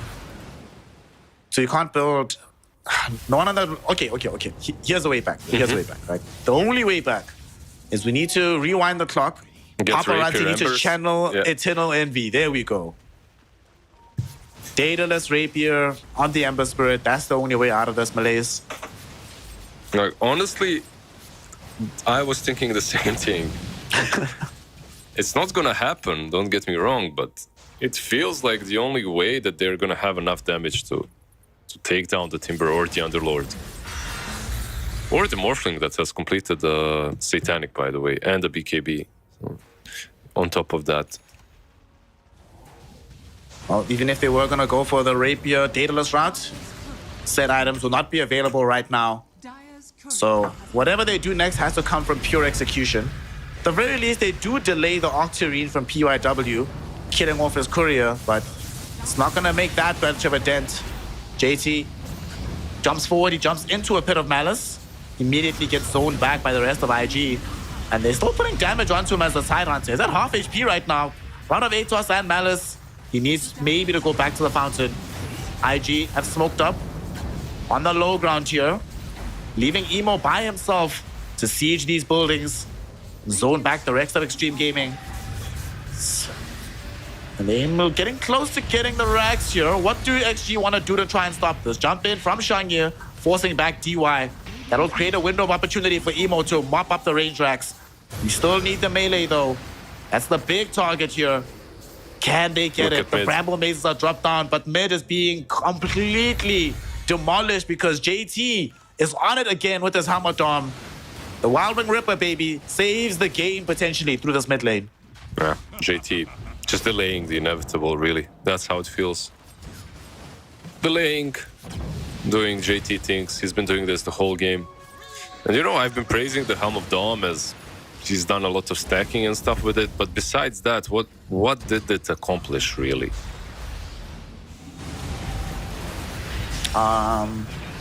So, Cool stuff happened. Lasso goes on onto Dust. They drag in the Underlord, but they do not have the damage to kill him. That Ravage, though, is really good. That's going to set them up. And the Terrorize comes too late. So Dust does end up dead with Can they take down QIQX. Emo? Emo fighting with the Satanic, standing his ground, forced to waveform back.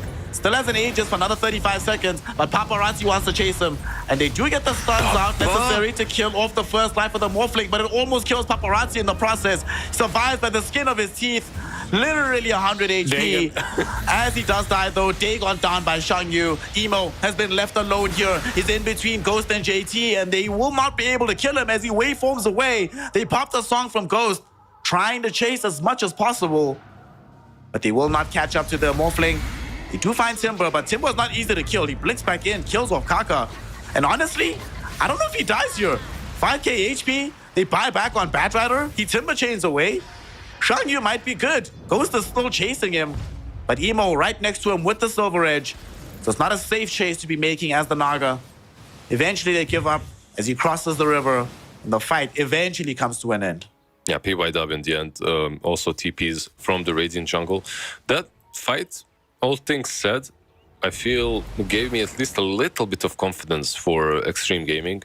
It wasn't a clean fight. It's not like they won it or anything. They won it because there was a huge dive by Dust under the tier 4s, right? But they did. It's a proof of concept. They have proven that they can kill some of these heroes, that they can actually take them down. Mostly on the back of the Bloodthorn that Ghost has. The crazy thing for me about that fight is that somehow they still have no melee racks taken. Despite how long IG spent at the foot of their base, they defended. It's the JT Wild Wing. Actually, you were asking just now, what impact does it have? We just got to see it. But that's it, right? That's literally the impact that the Tidehunter had so far. I mean, the Helm of Dominator had so far. Like if they win this game, Lizard, and that's the play that turned the game around, I'd be so demoralized as IG. Yeah, I would say, what's the win probability? I'd really love to see it. Like, I'll check it. The graphs, let's see. 80-20. 80-20. I feel that's solid. Maybe a bit generous, but Dire's middle tower. it does feel like an 80-20 game. Radiant's bottom tower is under attack. We're at that point where if XG want to win, they're going to have to outmaneuver, out-strategize IG. Heads up fighting them might not work, but like you said, proof of concept was demonstrated through this mid lane. It was them defending the base though, and high ground is notoriously hard to breach. So we'll see how they fare in a more open field as IG smoke up. They want to deliver that fight towards them. And Ghost is right now in the Dire jungle, right next to the outpost. Not the safest place for this Naga to be at. She does have Song available with the BKB. But she might not die here. They break the smoke, they get the vision. Terrorize gets dodged by the Manta style. Great plays from Ghost. Will be able to get off the Song of the Siren, TP out, and it's not going to be in jeopardy anymore. Did you see how close he was to get caught? Hold that thought, Timber. Kaka, I don't think Kaka has a Manta, so he won't be given as much luck, but he does have Firefly. Going on to the high ground, but he gets chased in by the Morphling, and that's going to expose the positioning of DY as well. Yule Scepter into the air, prevents the TP out, and that ends off his life and opens up Roshan for the side of IG. Fortunately for Extreme, the big man is not up yet. Yeah, fortunately, he's not up. Unfortunately, he's not up only for 30 more seconds. JT has been spamming out some creep waves down bottom once again. As you can see, there's a bazillion dire creeps going down bottom. Ooh, okay, this is going to be juicy. Here comes Paparazzi to mop this all up. Oh, he's going to connect both of those waves. Oh, here we go. Oh, that's satisfying to watch. Yeah, I feel Ember needs to be the difference maker in these next couple of fights. He's getting closer and closer to level 25. Has a refresher orb as well queued up. Gonna have a ton of remnants to work with. Paparazzi, once he has the full refresher, a bajillion remnants, lots of magic damage, and just more presence in these fights. He actually doesn't have a safety remnant where he's at right now. Does he have a TP though? Let's see. He's okay. He does have a TP if needed, and he has more than enough remnants to dance away from Shangyu. Yeah, I feel like this move from Timber is more or less just move away from my creep wave. let us push in. Because Aegis is being claimed at the same time, or Roshan is being killed, that is. So some nice goodies that they're gonna get here. Refresher shard, Aegis cheese. Who do you give the shard to, actually? Whose double spells feel the best? Not sure who takes it even. Who took it in the end? Morph? You can get the Double BKB twice, I guess, yeah. Aghanim Scepter as well, twice. Twice the Morph.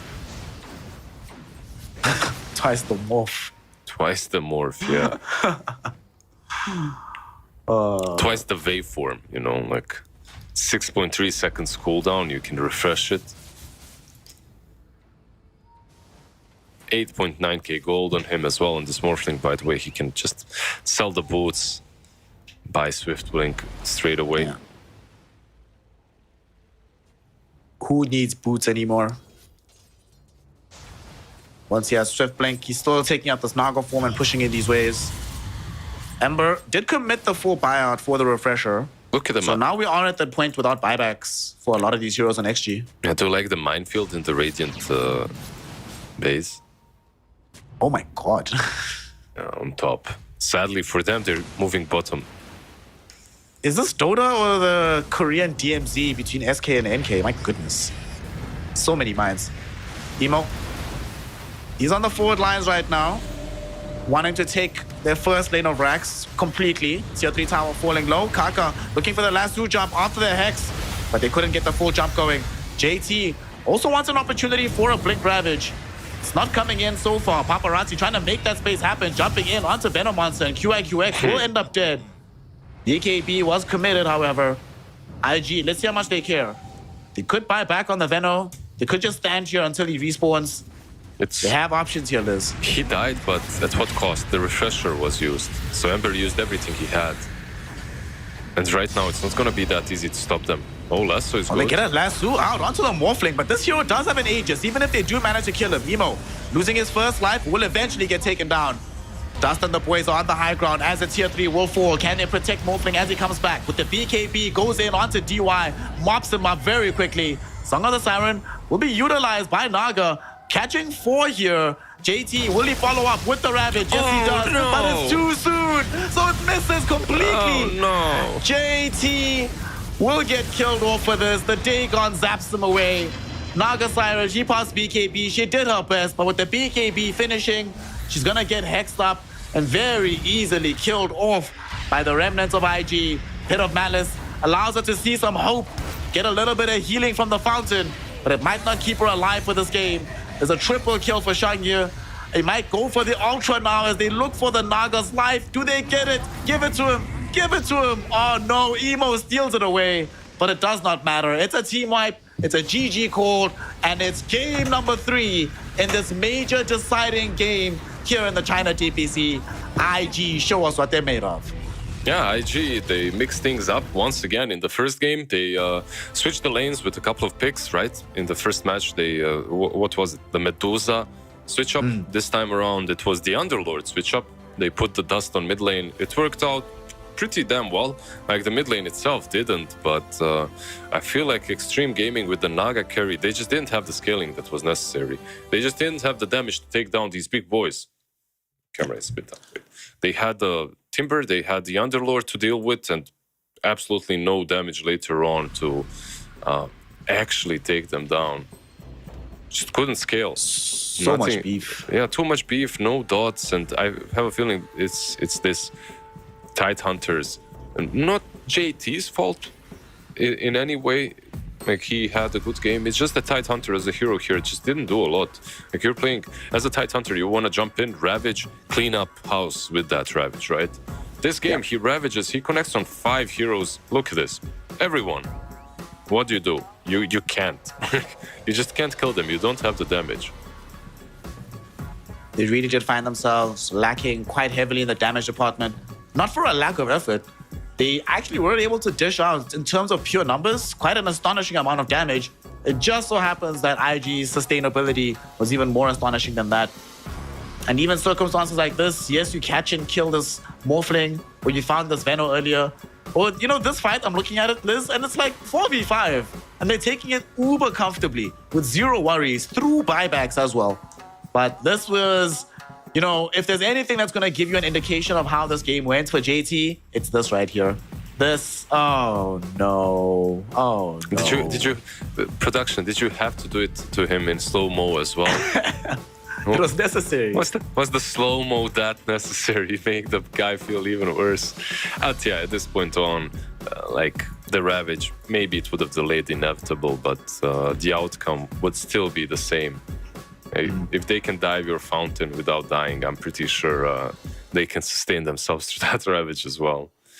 8-0-11, Morphling died 0 times. Timber saw the biggest issue, 12-1-10. QYQX though, 10 deaths. The man of the match. He did die a lot of times, but it didn't matter.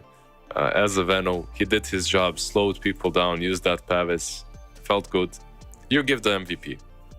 I'm going to give Shangyu. He played really well on the Simber. Yeah. Also, they were able to just hold that bottom side of the map for so long because of what he was doing on that side. Played really well. Itemization was very good. And was very willing to put himself in the middle of the fray, knowing that his life is going to be completely protected. I'm also laughing at QIQX. He had 10 deaths. He's playing Veno, halfway towards a Malco ward, basically. You need to step it up, brother. Die more. You need to juice up those numbers. Yeah, but he still well done on the Timber. Still did win. Like, even though he had half his deaths, like it was a small cosplay, like half cosplay of Malc. Overall, good game. I completely agree with your MVP call. I think Timbersaw deserves it. I think Emo had a really good Morphling game too. There were a couple of places where he could have died, but he outplayed heavily with the Morphling. So he kind of could be the second one, but this Timber, I think you need to ban it. If you don't get really good heroes against it, ban is just necessary. They ended up banning it. I think it was second phase in game 1 on the side of XG. The game 2, that's not exactly what ended up happening. It goes through, he picks it up immediately and shows us exactly why he's so vaunted on this hero. Of course, we do get to see Emo Morphling, bringing us some fond memories of IG winning with Morphling, not losing with this hero. And that brings us to the second Morphling win of the entire DPC. But crucially, it gives us the third game of a game that decides who goes to the major and who has to go through some tiebreakers up against Azure Ray. We find out who has what it takes, who's going to Bali, and who has to still potentially stay at home. Give us a few minutes for that third game to get going. So we'll see you soon for some more Dota 2 action.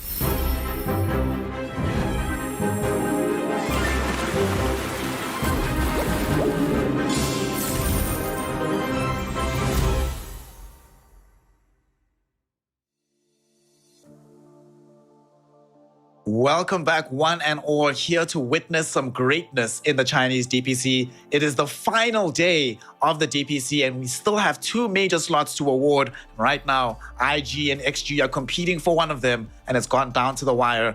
This third and decisive game tells us who goes to the major and who has to wait for their turn up against a tiebreaker with Azure Ray tomorrow. Brother Lizard, been a very entertaining and interesting series.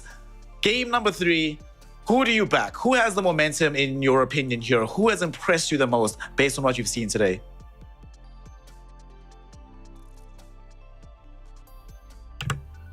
I unmute, my friend. I think that it's very, very even. Maybe XG have a slight advantage in my opinion, just because of the way the draft went in this last game. I feel like it was mostly down to that. If they had any ways of dealing with IG's draft, I feel like they could have taken that game with execution, but they just couldn't execute. No matter what they did, no matter what smoke, sometimes the game is just not winnable, and that was one of those. It was default win by IG, I would say even. But XG, they snatch up a Timbersaw this time around, so IG will not have that to play with.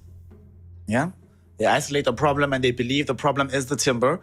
This does give away the techies if they want it for IG. Presumably gives away Medusa as well as a potential option. I mean, they played that in game 1. It didn't go so well. What else is there? There's still Magnus in the pool. Some spirits are still around. Yeah, there's a lot of stuff. I feel like Timbersaw isn't only a solution, like they snatched the Timbersaw away. It's also the fact that now with Timbersaw in the pool, you cannot be tanked down the way they were in that game 1. Because Timbersaw just will bring enough damage to take down anything in the game. But IG, they switch things up completely. They go with Bat and Silencer. How did they not pick techies, though? That's my question. They didn't pick techies. There was a Timbersaw on the other side. They didn't go for the Monkey King. I honestly thought they were going to go Monkey King +1. Now, it's unlikely Monkey King survives the second banning phase. Extreme Gaming should certainly remove it from the pool. But okay, techies, we know the strengths of this hero. We get both of these guys on the same team. Who was the third one again? Like lore-wise, back in like Warcraft days. So the Timbersaw techies, and who was the other goblin thing? Clockwork, yes, Clockwork. Keep forgetting about Clockwork. Yeah, the 3 of them. You actually would buy them from the goblin shop. They were like mercenaries. You couldn't build them, you would buy them. Clock was a different thing completely. He was made by Tinker. Tinker made a factory, and that factory produced Clockwork. That's how Clockwork was made. Get that lore, the lore deep cuts. Yeah, nice. Yeah, good old days. In any case, Clockwork right now not really picked up a lot. I'm surprised. Some teams have started picking it in other regions. Like the Pavis into Aghanim's build feels pretty good, but still not that popular. There are still other position 4s that are rather picked by most of the teams. Certainly a much greater preference for other heroes we've seen involved for this game. IG could certainly run Batrider Silencer as their supports. Batrider could be the offlaner. Although I don't think I've seen Shangyu play this hero. I don't think I've seen a Bat offlane in a while as well, right? We had one yesterday from JT, but that's the only one I think in quite some time that we had in the region. Yeah, teams have decided to play this guy on position 4 instead. And he's been doing quite all right on post 4, so 10 seconds remaining. understandable. They can get something that can help them against the Timber, perhaps on the offlane. I'm not sure what that is, because they've banned out the Slark. That would have been decent for them into Timber. Monkey has been banned out. When it comes to position 1s, what else is there? Ursa, right? Yeah. Ursa's the other one. Then Monkey already gone, as like you said. Bloodseeker is the other one.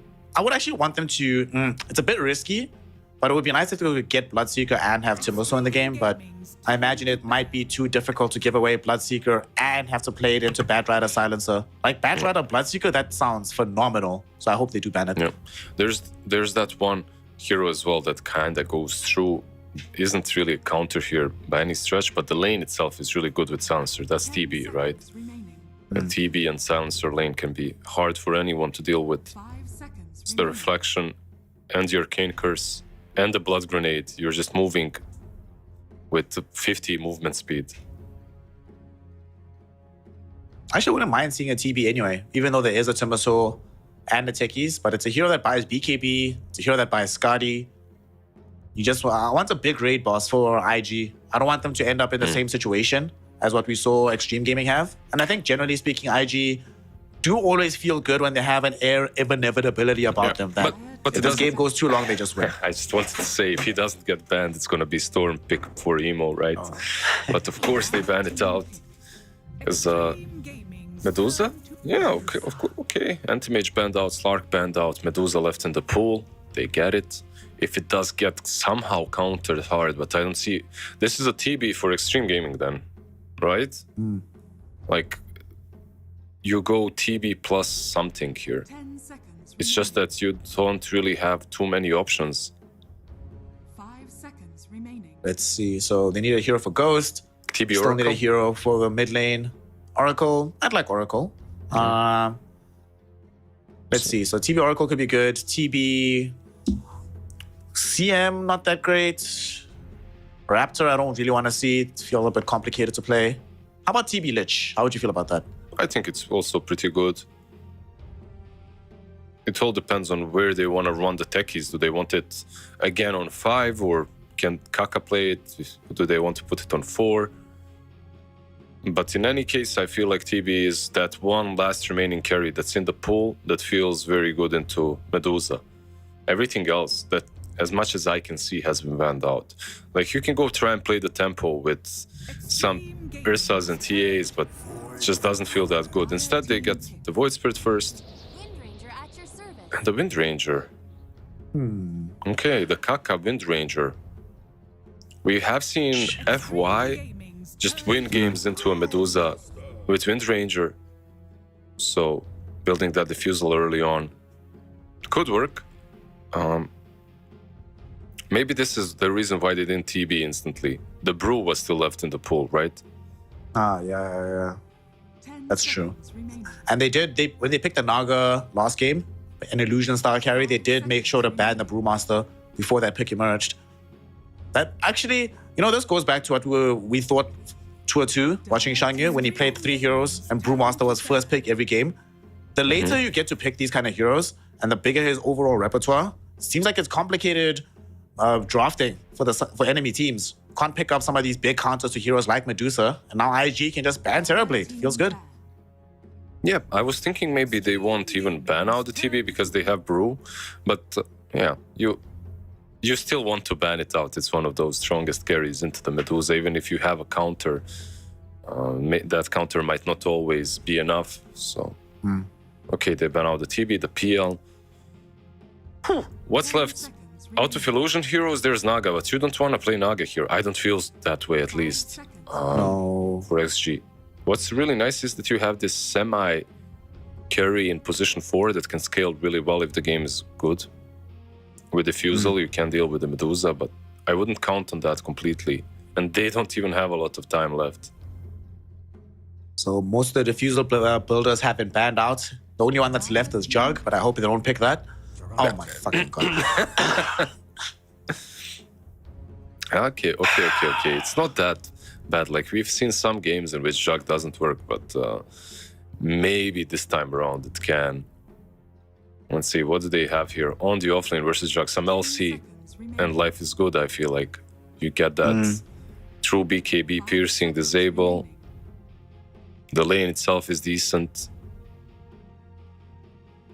One blade mail, blink, duel, Jug is always... actually, never mind, wait, what am I talking about? They need a mid.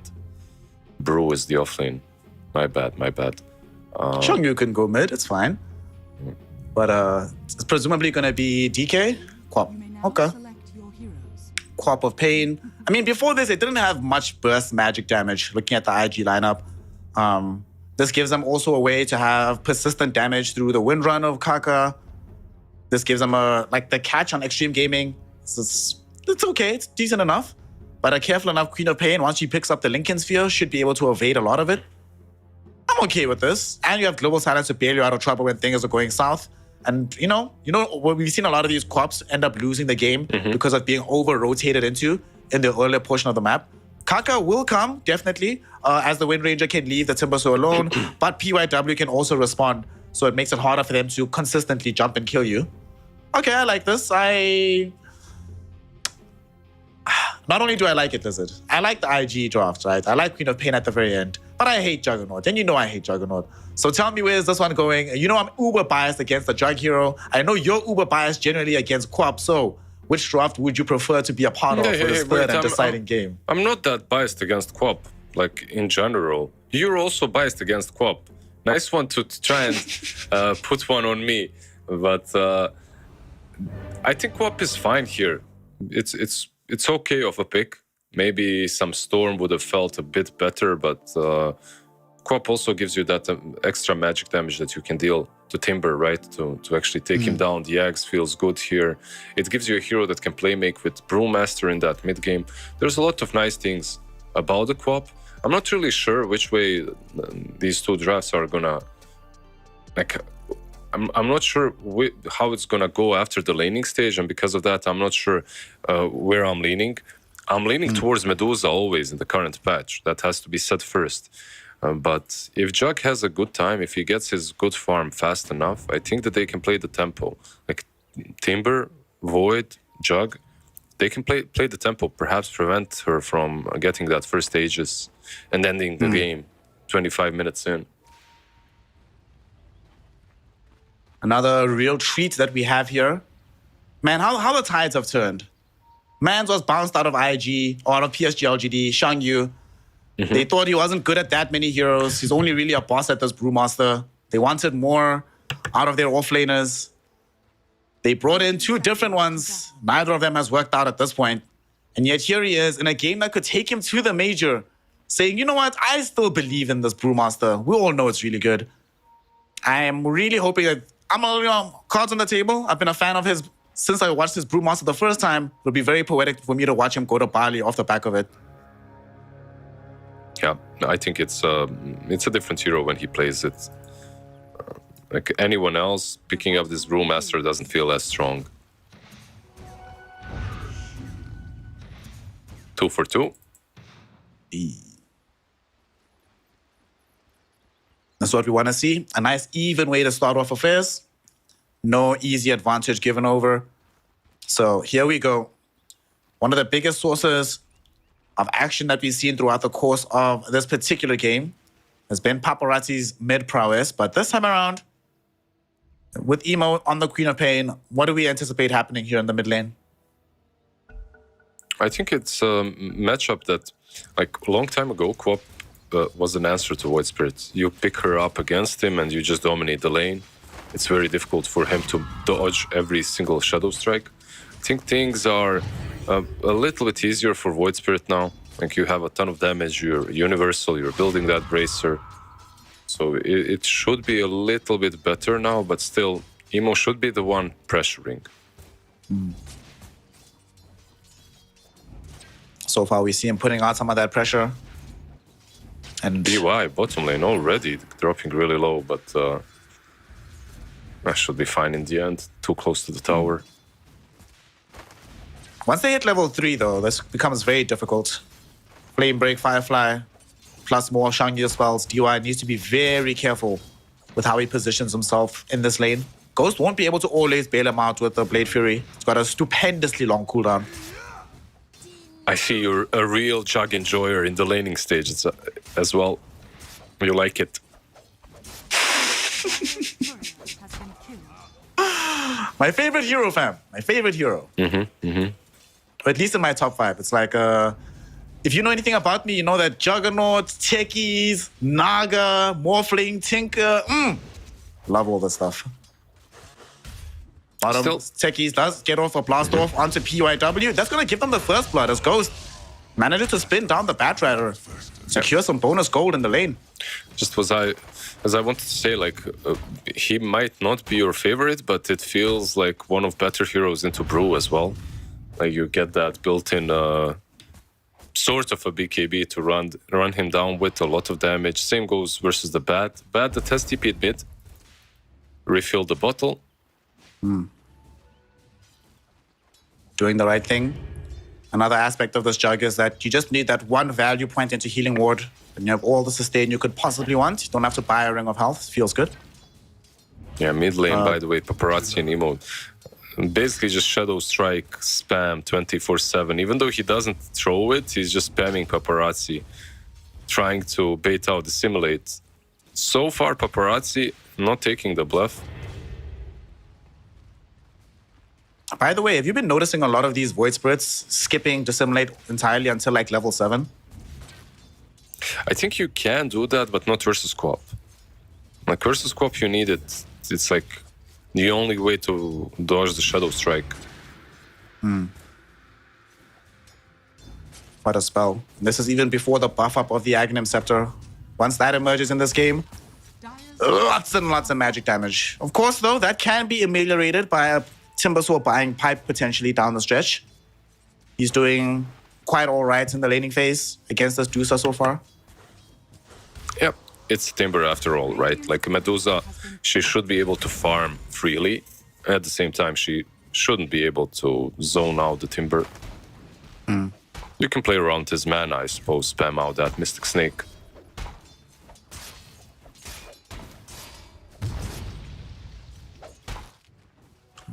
Everyone just farming about. Down bottom, looks like we are going to be having a Battle Fury Juggernaut here. If you go Battle Fury, you can actually skip going the Healing Ward. All right, so you will just get the ring of, just get himself some items and just farm with the Cornucopia. Good times. Kaka, he's gonna drop really low here, but he's got stakes, he's got Healing Lotus. Should be fine. Yeah, he'll be okay. Blood Grenade and Arcane Curse did a number on him, but he just wants to... Is he going to deny himself? Okay. 20 seconds Gonna without want to take the Walk of Shame. Yeah, 20 seconds without the Ranger. So it's... Mid lane. Okay, never mind. What you were going to say about the Ranger? I thought Papa was going to get dove on. Emo thought about it. He really thought about it, but he decided not to. No, not a lot of mana on Emo as well, so kind of hard. No, just Wind Ranger being dead forever. She's still dead. She died ages ago, and there you go, the tip. He will refill the bottle mid, at least. And one thing, right? Like, you have this Timber, so it doesn't even matter that much. You've been dead, but Timber can stay alone, so it's still kind of alright. If it was any other offlaner, though, that would have been punished much, much harder. It is Timber indeed. He has the ability to just stand his ground pretty much forever, so he doesn't have to leave. He's chilling. JT obviously not going to be having as much responsibility for the team fights as Shangyu will. This Brewmaster was picked for a very specific reason. Do we see him do what he did the other day? Just like go as quickly into the Ags as possible and just grief the whole map? Basically playing like JT did with his Helm of Dom? I think it's solid here as well. You can go some more utility perhaps instead this time around. But like he had a specific reason why he was going with the axe. Going on him. Oh, nice. They interrupt the TP attempt as well with Kaka making his presence known. Brewmaster will end up dead. Nice kill there for them. Yep. I think like Crimson this game is also pretty solid if he wants to buy that. But Aghanim's, he just makes it work. He's constantly annoying, like you just said, sending those spirit pandas everywhere. It's the most frustrating thing to witness. Top lane, JT might be in some danger here. He's at half HP. PYW does show up. Instead, putting pressure onto Kaka with the Firefly. He has Wind Run, but should still end up dead off the back of this. Nice little Shackle Shot to buy some time. But PYW just needs one more right click. And they do end up finding the kill. JT thinking about revenge, but he needs to be careful. QIQX is here. If JT Timber chains forward, not the direction he really wants to go. Techies is here, looking for the blast off potential. Finds the stun. No, he doesn't. Flame break back from PYW. Ensures he doesn't get caught. Now DY, he's the one that's in danger. Doesn't have any boots. Does dodge the blood grenade, but will still end up dead no matter what. And it will be +2 for QIQX. He has the Glaives of Wisdom, baby, stealing that intel. Emo, mid lane, dropped also very, very low as Kaka rotated in. The shackle shot connected. It just wasn't enough. Not enough of disables to take down the quad before she blinks. That top fight, I feel like Timber and Wind Ranger, they were actually setting things up on Medusa, on Dust, but they didn't see the bat TPing in and they got punished because of it. Very nice kill to be able to pick up. This allows Dust to still stay in the area, not going to get bounced into the jungle. Tier 1 tower will still be healthy. Mid lane for Paparazzi and them. They failed to kill off Emo earlier on, but Papa himself is still finding decent amounts of farm. The person who's not finding farm in this game at the moment is Shangye. Really struggling with the network department, but this is what you expect from a Brewmaster. Once you get level 6 though, things get a lot easier for you in this game. DY will end up getting brought down here. PYW and Emo do get that kill. They might want more out of Paparazzi. They're trying to reach him. They're not going to be able to do so. While all this is happening, we had a first Brewmaster split of the game being committed down in the bottom side of the map. Ghost has already used the spin. It's up and again in 8 seconds. Can he get himself out of here? He throws in the GG slash just to buy space and time. Can he get out? Oh, Boulder will be there. One more right click. Shangye gets him just as the brew split ends. And Ghost will end up dead 1v1 against Shangye's Brewmaster. That's why teams don't let this guy have his brew. That kill was crazy because Omni Slash almost saved him. He needed 1 second to use the Blade Fury. And I feel like if he uses the Blade Fury, he's most certainly alive. He manages to get away. He'd have enough movement speed to just spin and flee. Kind of unfortunate for him, but at the same time, Brew had to do everything perfectly to make that happen. We also did have the cornucopia bought just before he died, so not as much net worth lost. And because the Brew committed the split to kill the Juggernaut, nothing is left available to pressure the tower. One of the big weaknesses of the Brewmaster is his building damage when left on his lonesome. Gets better later. The Earth Panda is quite good at that with the Demolish.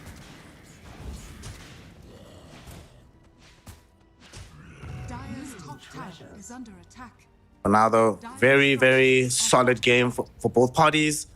Ghost died, of course, but still doing quite decently in the net worth department. Emo has been able to hold his tier 1 tower against Paparazzi and Kaka's constant incursions on his life. And of course, JT, him and Medusa just trading farm top, but they do finally get the tier 1 tower for JT and them. Yeah, I'm just waiting really for levels on these supports. I think that's a big problem right now. Emo still going for Papa. Oh my. Well, he doesn't get Papa, but he should be able to maybe find DY here. JT has shown up. Nice little blast off on the 2. That's going to put Emo in an awkward place. He needs to get out of here 1 second until he can blink. He throws in Sonic Wave, which kills DY and buys him the space to escape. He's still being chased, though. JT misses the Chakram, and he's out of mana now, so the chase might just be over. 2 seconds until blink, and I think Emo will be allowed to live. That was so close. What a play from this Queen of Pain. Nicely done. The Sonic Wave didn't connect on Void Spirit. I think that was maybe one of the goals as well. Paparazzi dissimulates it, like playing really damn well on the Void Spirit so far, dodging most of the things that are coming his way. Suffering when it comes to net worth a bit, 600 behind the Quap. We're about to finish off his Echo Saber, Oh, so look hopefully at that that helps a bit. That's juicy. Wait, Dire. Ooh, that is nice. Ooh, that is nice. Yeah, that's second Throw in game. the snake. Is it juicier than the Tidehunter stack, though? Maybe not as juicy. Maybe not as juicy because Tidehunter was in the juice. He was swimming in it. You know, Medusa has to stay away. Tide is inside of it, just soaking it in. He became the juice. He is the juice. The juice Top lane. hunter. Of the self-righteous. No juice for QIQX. As he gets turned into juice by Kaka and the boys. JT happy to just get that kill.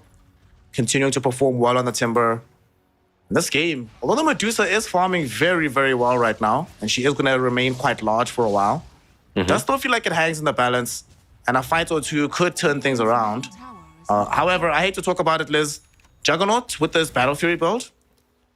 If you're going to be going Battle Fury and your Diffusal is not on the cards here for Ghost, was this the best hero to go for without buying Diffusal Blade? I think versus Brewmaster, maybe it was. You didn't have too many options left remaining. Diffusal can be built by Windranger, and he is queuing it up already on Kaka. I think that you need to buy Battle Fury anyway. Like, let's say you had the Nursa, you'd be doing the same thing. But Jug actually allows you to go through Stone Gaze and still hit Medusa. So I think Battle Fury is necessary. If you go Diffusal and you miss a couple of fights early on, your game is done. With Battle Fury, you can still die a couple of times, maybe make some mistakes, and still hope for that late game farm to eventually come online. One thing that they definitely needed, desperately needed, I would say so far on IG, are levels. And they did get their level 6 now on Silencer. I wouldn't mind seeing them trying a move on Void Spirit now. Or maybe even Jug. They have the tools to be able to make these things happen. Juggernaut does not have his Manta style just yet. That is one positive aspect of this hero, that you build naturally into a way to deal with the global. Still just farming though. They come bottom with this Medusa. She is being backed up by the Silencer. Wouldn't be too surprised if one or more heroes also came so they could secure the tier 1 at long last. But it's hard though. Their building damage at the moment, not really the best. Yep, I don't think you're in any rush if you're IG to take down objectives. You can take fights. Also, if you do fight around the Brewmaster, I feel like an objective or two are possible. Let's see. They see Paparazzi going for the Invis rune, but Oh, they have a blink to reveal on the Batrider, and he's gonna go right in. PYW shows up onto Paparazzi, and they cover it with the global to make sure there's no possibility of an escape. and straight towards the mid tier 1, right? That's the play. You show the global, you show the blink. Have to be careful after though, because you have just utilized everything you've got. There's still the split on Brew, I guess. So Yeah, they have splits, they have Stone Gaze though. It's kind of hard to get into them just between these two spells. They might try to play aggressively with these spells as they're going up the high ground right now. Nice shackle. Dust, beautiful shackle onto both him and the Brewmaster. Still hasn't actually thrown in the Stone Gaze. They want Dust to go in with his ultimate first. Ghost also here has the Omni Slash if needed. And they're thinking about it, but right now IG happy to just steal their farm in front of their faces. That being said though, with the jump onto PYW, maybe IG will learn a bit of humility right now and retreat during this 5v4 scenario. look, they had to. This had to happen. Like if XG allows them to take this high ground area unpunished, even though they don't have lasso, even though they don't have global, the game would be looking extremely rough. XG showing up, proving that they can still take a fight. They don't have to commit any of their big spells to make that happen. They just calmly get back the area. Ghost gets to soak up quite a bit of net worth at the same time. That'll finish off his Yasha. He's not that far away from having Manta style. So if he farms fast enough, maybe before the next big, maybe not the first one, but the second big global fight, he'll have Manta available and a way through it. He's farming really damn well, keeping up with the Medusa, even though she had that huge stack to farm. He's, what, only 300 gold behind? Might have another lasso play here in this mid lane. Paparazzi, whoo! That was a close call. He jumped into PYW.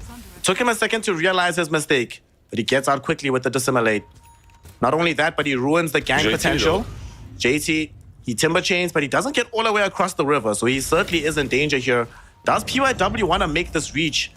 They feel a little bit skittish. They know he has a Lotus Orb, and PYW doesn't trust that he's gonna out-execute him. So JT will live. And there's also a tier 1 tower that they can TP to. I just love the fact that Kaka has been, this whole time, more or less farming, pulling the hard camp on top lane, farming it, and because of that, he has completed a full Diffusal Blade. Now, suddenly, they actually have ways of dealing with the Medusa as well. Like you mentioned in the draft, we've seen FY do miracles with the Diffusal Blade on Windranger into Medusa. However, you still have to be able to get to her to hit her down. Mid lane, They want to try and reach Shang here, but do they actually have enough to kill him? They do indeed. They bring him down. Global Silence was popped for this as well. Emo looking for the Sonic Wave potentially. He does find it onto 2. PYW wanted the lasso, and it does come off, but unfortunately it comes off on the hero that was going to die anyway.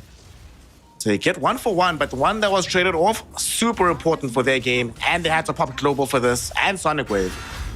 They might not be done though. Shackle shot onto Emo. Emo just went headlong into that. Gets shackled and killed instantly by Kaka. What did you do? Oh no. It's okay, like he just ran in, he got shackled. It happens, right? Right? Sort it does? I guess, yeah. They're still on their way. He's getting closer to his eggs. He's 600 gold away. Nothing too terrible is happening. And the most important thing is Dust is continuously farming. He needs only the talisman, and he's gonna have that butterfly completed. So Manta Butterfly, I believe around minute, 20 is a fair assessment. Well, Ghost on with his Battle Fury. Once he finishes Manta, could come back to farm MKB. I'm actually wondering, right? Is Ghost gonna just go like MKB, not MKB, sorry, the Manta Diffusal anyway, after buying the Battle Fury? Similar to what we saw from the Slark earlier today, where he bought so many mini items. He's actually queuing it up. He's queuing up. Well, he has Manta completed, and the next item is the Diffusal. Radiant's bottom tower has fallen. I high-key think this is good. If he goes Diffusal, then straight MKB afterwards. Actually, I don't even...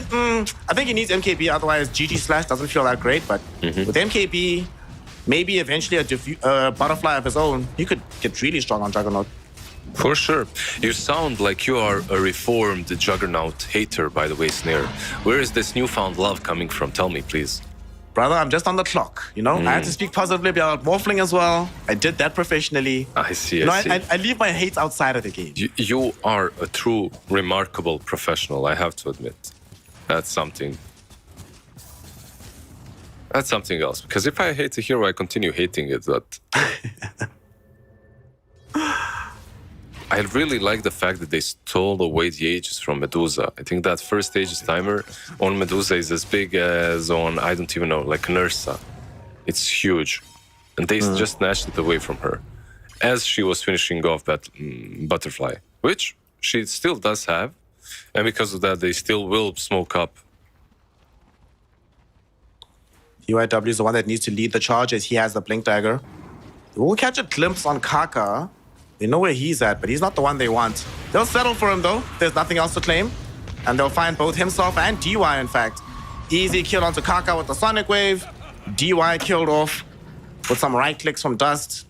And that was also the reveal of this Aghanim Scepter from the Queen of Pain in that fight. So lots of damage in a very short span of time.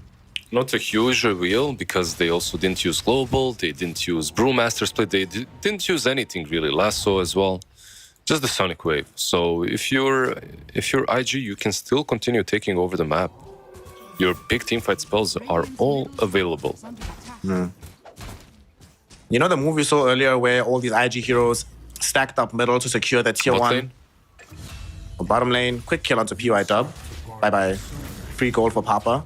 But that move, you know, we started seeing it. You flagged it from Team Aster around the 12-minute mark.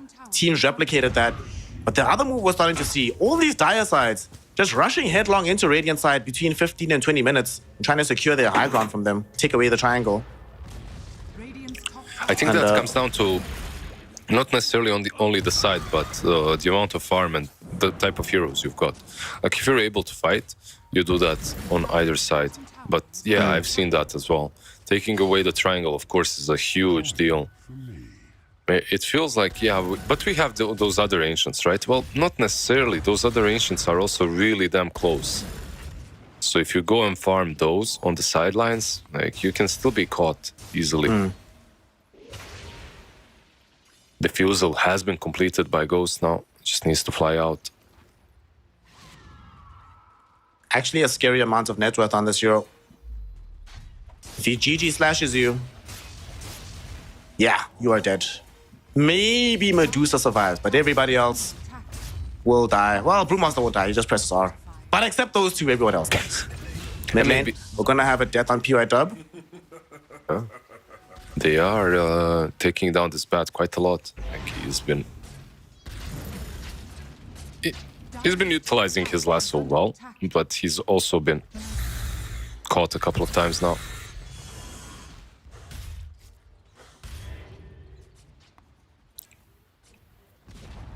The tier 2 tower gets taken away. Ghost building into Eye of Skadi next. Okay. I guess he also wants some stats for himself. Doesn't want to be in that position where you can kill enemies, but if you get caught, you just die. Brew. Let's see if they can kill Brewmaster. Global Silence will be there, and they're going to activate the Global with the Aghanim's from Medusa as well with the Stone Gaze. They should be able to take this fight. Timbersaw falling very low. Timber Chain doesn't connect, so he ends up dead to the Sonic Wave of Emo. Yule Scepter into the air of Ghost. There's not the Yule, it's the Storm Panda. With the Cyclone, throws in another Cyclone onto this Void Spirit. Kaka, low HP. Kaka looking like he's gonna die. Emo gets a double here, and now they want to go further into the fight. Paparazzi, though, trying to create some space. He gets lassoed by PYW, brought in towards the tier 2 tower, but more importantly, away from the Medusa. At the same time, Ghost trying to run from Shangyu and Emo, and he gets found out and killed off. 4-for-1 exchange here. The Aegis does also get taken away. And a massive fight for IG around this tier 2 tower. Yeah, you could even call it 5-for-1, right? Considering the Aegis has been claimed. So a massive fight, like you said, for IG. They used all of their big ultis. Meanwhile, on the other side, you didn't really have a lot to use. Yeah, Wind Ranger, she got on top of Medusa. She got her really damn low when it comes to mana, but they had nothing to finish her off. Like, Jug just wasn't enough, not enough control. Same goes for Void Spirit. She just walked away, slithered away. What did you make of them taking that fight to begin with, given that they knew Global was available? Yeah, you have Aegis, so you're kind of trying to force it, I guess, but it's not a good one, obviously, in hindsight. Especially because you're initiating on a Brewmaster. Like, if you're initiating on anyone else, maybe you can take them down. But Brew, with the cover of Global, is gonna split. Can't stop that. Yeah.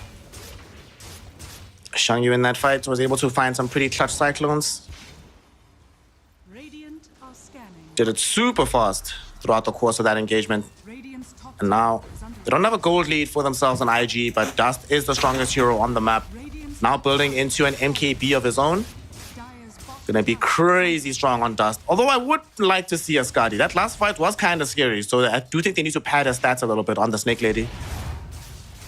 I guess with the MKB, he can prevent Wind Ranger from taking him down, right? Like, Wind Ranger pops Wind Run and ulti and Focus Fire, and you just return the hits.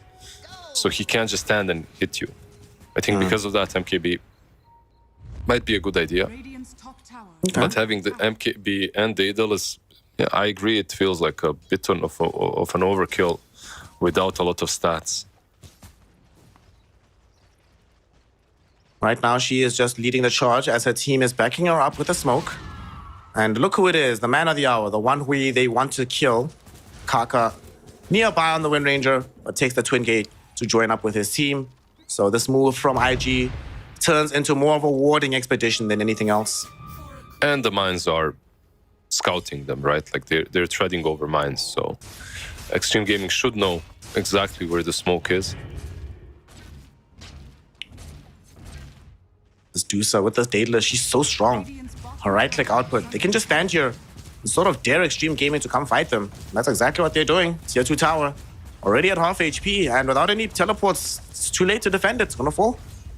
Radiant structures are fortified. She brings a lot of damage, I'll give them that. Like, this Medusa with Manta, Daedalus, Butterfly. Perhaps not a lot of stats like we're used to, right, with all the Skadi builds. But still, she brings a ton of damage, and one other thing that they do get from this amount of damage is easy rush. So if rush respawns, which might in 30 seconds, they can get it much, much faster than usual. So that's something that Extreme Gaming have to be aware of. Roshan, both sides are starting to ping in around the area. Nice little ward top that scouts out where Extreme Gaming are. So IG, aware that if this is a nighttime Rosh, this is going to be the port of call to fight around. And they smoke up, in fact. Are they going to take the Twin Gate and try to surprise IG that way? Or are they waiting for them to come through the gate? Looks like it's the latter option. Unfortunately for them, IG have smoked and heading directly towards them. Not taking the twin gate, but the more circuitous route. We'll see if it ends up being effective here, Liz. Let's see. 4 heroes smoked on both sides. XG obviously have a small vision advantage, but it might not be that big. From the high ground, they do scout out Shangyu and PY Dub. They know what's happening. They smoke again for XG. Really considering what kind of angle they can find to get involved in the fight. They're laying mines everywhere from DY. He's waiting with the blast off. Yeah, But- the difference is IG can't wait because they don't know if Rush is up. Maybe Jack is already hitting it. They're trying to just slowly spam out with Emo's Aghanim Scepter. So far, it's not enough just yet. Oh, PYW. Almost found the grab onto the Timbersaw, but didn't actually find the lasso. So Timbersaw is still okay. Looks like slowly but surely they're being zoned away from the pit. No one has a smoke anymore besides Kaka, who's got 3 on him. And another smoke from XG. Let's go. This weekend, the amount of smokes that have been used in the Chinese DPC has been somewhat ridiculous. XG, they don't find anything. And IG, they retreated for a second, but they're coming back. Emo's not here, though. He is going to pick up an illusion rune, but he can't port in on top of the outpost. But finally, the Roshan is starting to get taken. An illusion from this Medusa will give them the information that this is happening. That precipitates the TP from Emo. And I think it's going to signal that we're back into stalemate territory because both teams smoke. Both teams are going to fight for vision. And both teams are going to struggle to find the first jump. I say that, but QIQX gets taken down. Has buyback. Does have buyback. Okay. PYW use Firefly as well. So this is not just the life of the silencer, but the spells for the bat. Timbersaw going a little bit forward as well. It's going to eat some shadow strikes. They're going to be a very big jump coming in from PYW. They kill off this Wind Ranger. Global Silence utilized as well as JT. He's getting gone on. He's stuck in between all of these IG heroes and will get killed off. Paparazzi jumps in looking for revenge, brings down the Batrider, but Dust is standing his ground and leashing out this damage. Right-clicking through DY's life as well, who's also forced to buy back. Ghost in the meantime, tossed in the air by the Cyclone of Shangye. He needs to get out of here with the spin. Does he have a TP? He does. He doesn't use it though. As he might want to come back into the fight. Still has Omni Slash, remember. Could still go on someone here. Let's see. Yeah, look, maybe go into the silencer. It would be a dieback if he goes down, but the same would be true of JT. Omni Slash does now finally go in. We see Ghost going, but it's not enough damage here. DY about to die back. Ghost needs to run the hell away, and he's TPing out, abandoning the rest of his lineup. He is allowed to leave. I'm not so sure about everybody else, as they now catch up to JT. Void Spirit TP's out in front of his face. And JT is, to his credit, dealing a lot of damage, but unable to finish anybody off. He dies. It turns into an almost team wipe. And IG, they won't get the nighttime Roshan, but they will find him in his daytime cavern as they go through the twin gate to the radiant side of the map. Yeah, they have to rush back down bottom, take it. It was probably the best hero to initiate on, going on top of that silencer as the fight began. But every good silencer, position 5 has buyback, always saved up, just in case that happens. He buybacks, he uses that silence, they start the fight even better off. And this Medusa is dishing out way too much damage, just sitting there, no one can touch her. They tried to go on her with Omni Slash, but let me see who has it. Dire's middle Ah, tower okay, is Queen of Pain. So Emo with the E-Blade, saving Medusa. Yes. Yeah. I was actually about to ask you about that just before the fight broke. What do you make of the E-Blade for the Quap? It's an interesting one, right? Like you're buffing up your damage, definitely. So it's good. I won't be buying it unless in a game such as this one, in a game in which you're playing versus both the Wind Ranger and the Jug. So I think it's super situational, but also really good. Certainly did come clutch in that particular fray. Also improving his output of damage. And they don't have a nullifier just yet on the side of Extreme Gaming. So basically, what you're saying to me, based on what we just saw in the top lane, is that Juggernaut's ultimate is useless now. Well, until Nullifier is there, right? Yeah. but he's not building Nullifier. He's going for MKB first. What's wrong? And there is one on Void Spirit. Void Spirit, yeah, exactly. Yeah. So with the Void Spirit, I think that became very standard build too. Like the Nullifier Void Spirit, they go Manta, Echo Saber. That is Echo Saber, Manta, and then Nulli. Then some crits. Radiant's top tower is under If you really wanted to, you could even build it on Kaka. That's a second builder. But right now, we've reached that timing a couple of minutes late, sure. But Dust should be pushing your high ground. You know, normally you're happy seeing the timing with Aegis, Manta, Butterfly. She has Aegis, Manta, Butterfly, MKB, and is not that far away from having a Hex. And of course, Shangye is going to do the right thing. Send in this Earth Ruling. He has Ajax. And that's going to ensure that the Medusa can freely hit the tier 3 tower without any threat to her own life. top tower is under attack. Even the Panda itself hits hard, right? Like the Panda is a problem too. Yeah. He has that Demolish bonus 180 damage on level 2. It's quite significant. Remember when it used to do like 400 damage? Radiant's It used to be insane, this Demolish spell. Yeah. It's was reined in a little bit over the years, but still quite crazy. And they get the tower, commit. This is so frustrating because IG can do that over and over and over again, and it costs them nothing. Like this is where they want to be regardless. Yep. They still have the Aegis, still have the big ultis. Just a Brewmaster using his Primal Companion, and that's it. On the other side, perhaps you're thinking about waiting out the MKB on Jug, but you honestly don't have that amount of time. My Ghost, he's gonna have to join this next fight. has fallen. They smoke up. What are they gonna do here from XG? What angle can they take? They don't have any positive vision for themselves. They might come across PYW. Drop an Observer Ward, but he's already retreated. And to make matters worse, QIQX waiting in the wings with the global silence. Killing him off would be perfect. He doesn't have buyback now. Okay, they do get a quick pick, and that was global used. If they can get out of here, this is huge. And they do indeed survive this. Here's a Hex though going out onto JT. JT falling so low. His Sonic Wave brings him even lower. He is still alive for now. Shangye goes in with the ultimate. The Stone Gaze is also out from the Medusa. And they're isolating Ghost. They're leaving JT alone for now. Omni Slash will come in from Ghost though. It's gonna be a lot of damage. They take away Medusa's shield. The Focus Fire was there with the Wind Ranger as well. And she's eventually gone.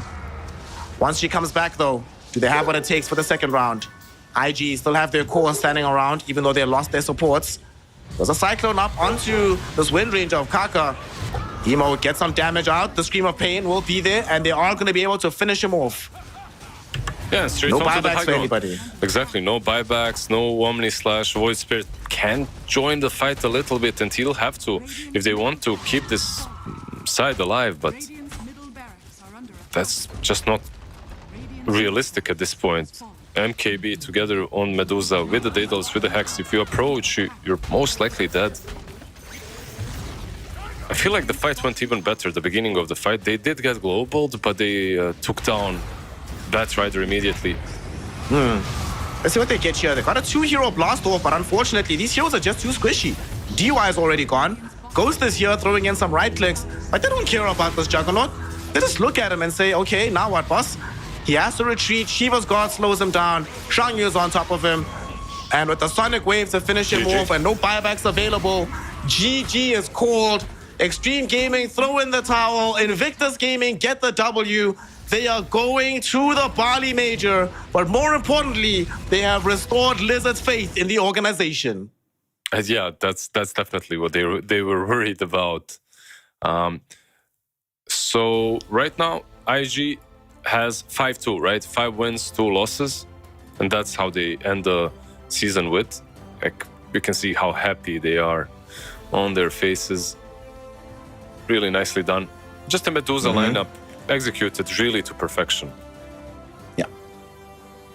One of these games where they made adjustments to what they saw happening in game 1. They put it in the right role. They got Shangye, his Brewmaster, so he could bridge the gap. While Medusa's farming, they could constantly be fighting. And they did that quite well on the side of IG, managing to find good fights before Medusa got involved, and then involving her when the time was right. Emo did a really great job through the mid lane.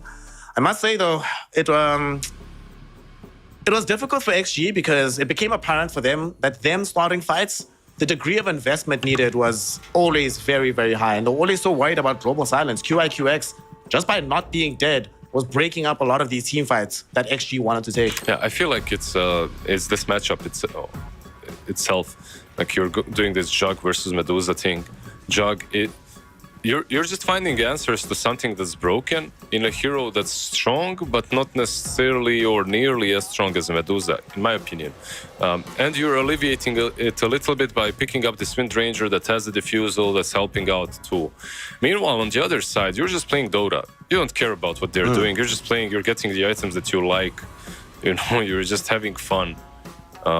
You have your set timings. You don't have to answer to them. You don't have to buy any huge items that are like matchup based. Maybe an MKB on Medusa, but that's it. Like you like that item anyway. So overall, really nicely done by IG. I really think that their Medusa drafts are good, and the way they play around her is probably better than the way they play around anything else. So they get it and they get to the major. Woo! A major, just like that. Invictus Gaming, going to be the third team from the region confirmed to be going to Bali. This is the second game, I believe, that we saw Juggernaut as a potential response into Medusa, at least within our region. Second time, it doesn't necessarily work out. That being said, it has worked in Eastern Europe. Team Spirit have been utilizing this almost as an article of faith at this point. So there must be something about how to utilize the hero that we're not aware of fully just yet. Nonetheless, IG can start to figure all of that out at Bali. They'll be scrimming against Team Spirit at the event. And of course, they'll be playing in the tournament itself. They need the games to go well because this is the last event this year. No more opportunity to gain DPC points. No more opportunity for easy qualification to TI. So they have to do really well at the major, despite doing okay here in the division. You know who I'm going to give MVP to, so who do you want to give it to? Who are you going to give it to? The Brewmaster? Was that? Of course! Yeah, sure. Let's give it to the Brew. He was the silent worker, silent carry of this game. 8-1-14 on Quap, 8-0 on Dusa, but this guy, with his axe, with his pipe, went for the good old Vanguard build, disassembled it into the vessel. Feels good, like really nicely performed by him. Had a ton of clutch saves with his ulti, a ton of really nice primal companion usages. What's really nice about Brew and Medusa as well is that she usually lacks someone in front of her, right? She has to be a frontline if she's the carry. Well, not if you have Brew and the primal companion. Like you always have that third spirit just sitting in front of you, giving you vision, and then as Medusa with an Aegis, you can sit behind and hit the high ground. So I think the drafts from IG were really solid, and they won on back of those even, I would say. They won really well off the back of these drafts. Game one, bit of a rough affair with the off-lane Dusa, but once they made the adjustments, they were capable of showing what they had to offer. I've also been liking to see how their drafts have evolved. I think not only the team, how they've been playing has improved, but Super, the coach, has gotten really good at identifying when to deploy certain heroes in which contexts. We still do see Shangyu heavily addressed by enemy teams in the drafting phase. Game one had 5 of his heroes banned. 5. That's kind of crazy. But IG show why there was so much preparation needed to take them down. Going from strength to strength. They did lose to Azure Array, of course, and they did lose to LGD, but those are 2 very good teams. So going 5-2 up against them, nothing to be... you should be proud of the situation, basically. And that's them. Look at that. Beautiful. 3rd place, 2 seasons in a row. This time around, no one can complain that it was a fluke. They did this clean, no tiebreakers required. Yep. They just take the straightforward road. And it was in the same way, in the same fashion they did it the last time around, right? Like the last time they won LG versus LGD to get to the major. This time around they won versus Extreme, which puts Extreme on a 0-4-3. 4 wins, 3 losses, same like Azure, 4 wins, 3 losses, and tomorrow they're going to have to battle it out. When it comes to these 2 teams, who do you value more? Like, who do you prefer going into tomorrow's tiebreaker? I'll be honest, I thought the tiebreaker was going to be IG versus Azure. I don't know, dude. There's something about it, Azure I just can't shake right now. Maybe just Lou doesn't have the luck necessary. He just can't get to majors. He's just not allowed to go play there. I'm just struggling to not back Extreme. I don't know. I would back Extreme slightly here.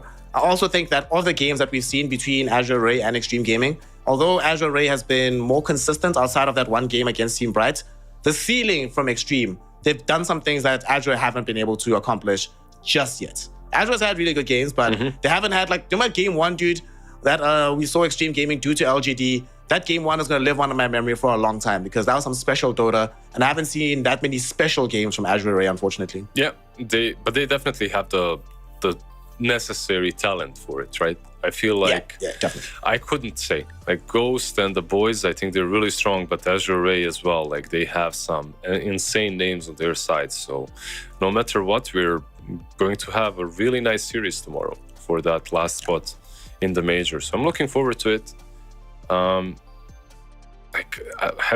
Has Extreme, like for me, Extreme Gaming has shown a bit more in execution itself. At the same time, I think that Azure Ray maybe have a little bit more of mental advantage. I think mentally that they're a little bit calmer when it comes to these games. Definitely. We have seen Extreme Gaming crumble after experiencing difficult losses. Hell, we just saw an example here that when things start to get a bit rough, that team isn't always on the same accord. Maybe they need to allow JT to be his old self. Go smile, bro. Make us laugh. Keep us in some good spirits despite the games being very, very difficult. So right now, with IG already through XG and AR, I think one thing that is going to be good for Extreme Gaming is it might maybe help them coming off of a loss into this game. We saw, for example, Azure Ray, when they lost to Team Bright, when they came back today against Piggy Killer, they looked really good. They were like, yo, guys, it's like you said earlier, sometimes we need to lose.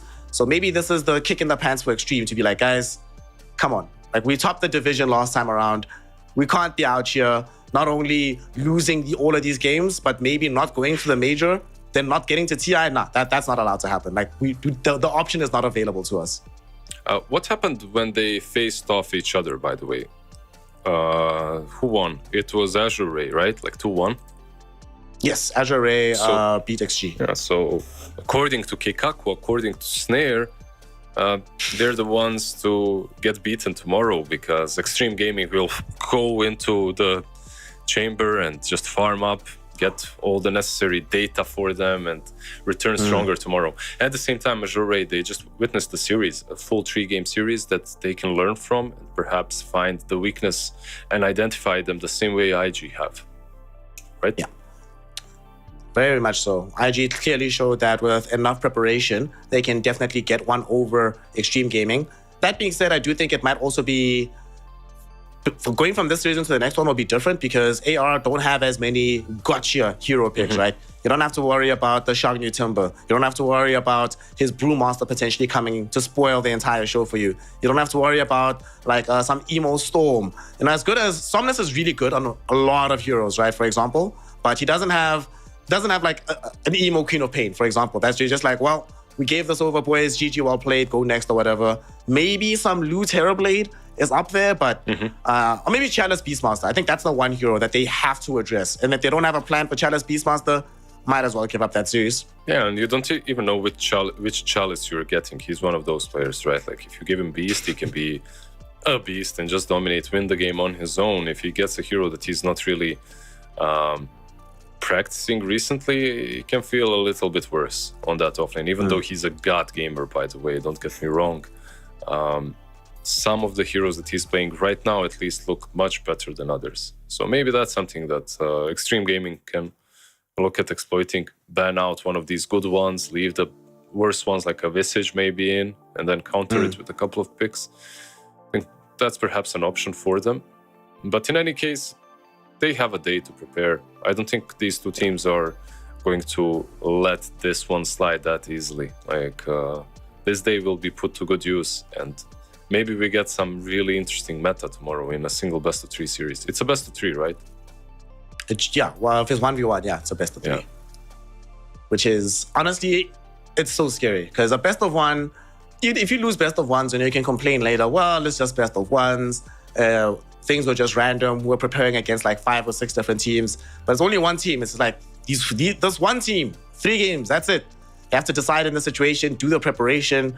There's no excuses. It's going to be home as well, right? They're not going to be in the LAN environment. Do you expect some cheese? Some good old cheese? Of course I expect some cheese, man. Of course we're going to get some. My lactose intolerance is going to flare up heavily tomorrow. It's going to be cheesy as hell. It's the best of three. You cheese out one game with some Meepo, Arc Warden, Tinker picks, And then you did play the Arc Warden. Yeah, and then you need one more game and that's it. You win it. Easy major.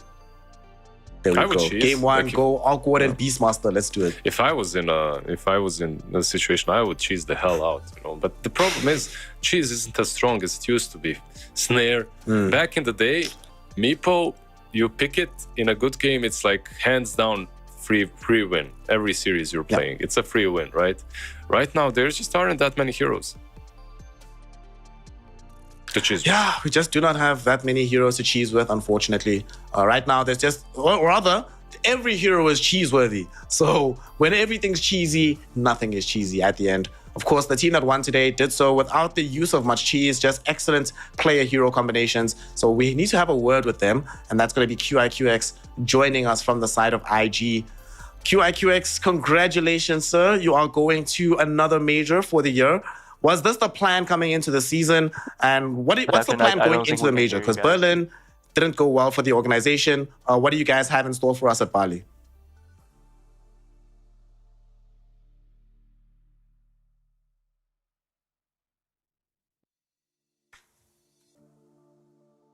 I'm not sure we can hear. Yeah, I can't hear him. Marshall just yet? Yeah, I cannot hear him yet. So we're having a slight technical difficulty while we're just making sure everything is working properly.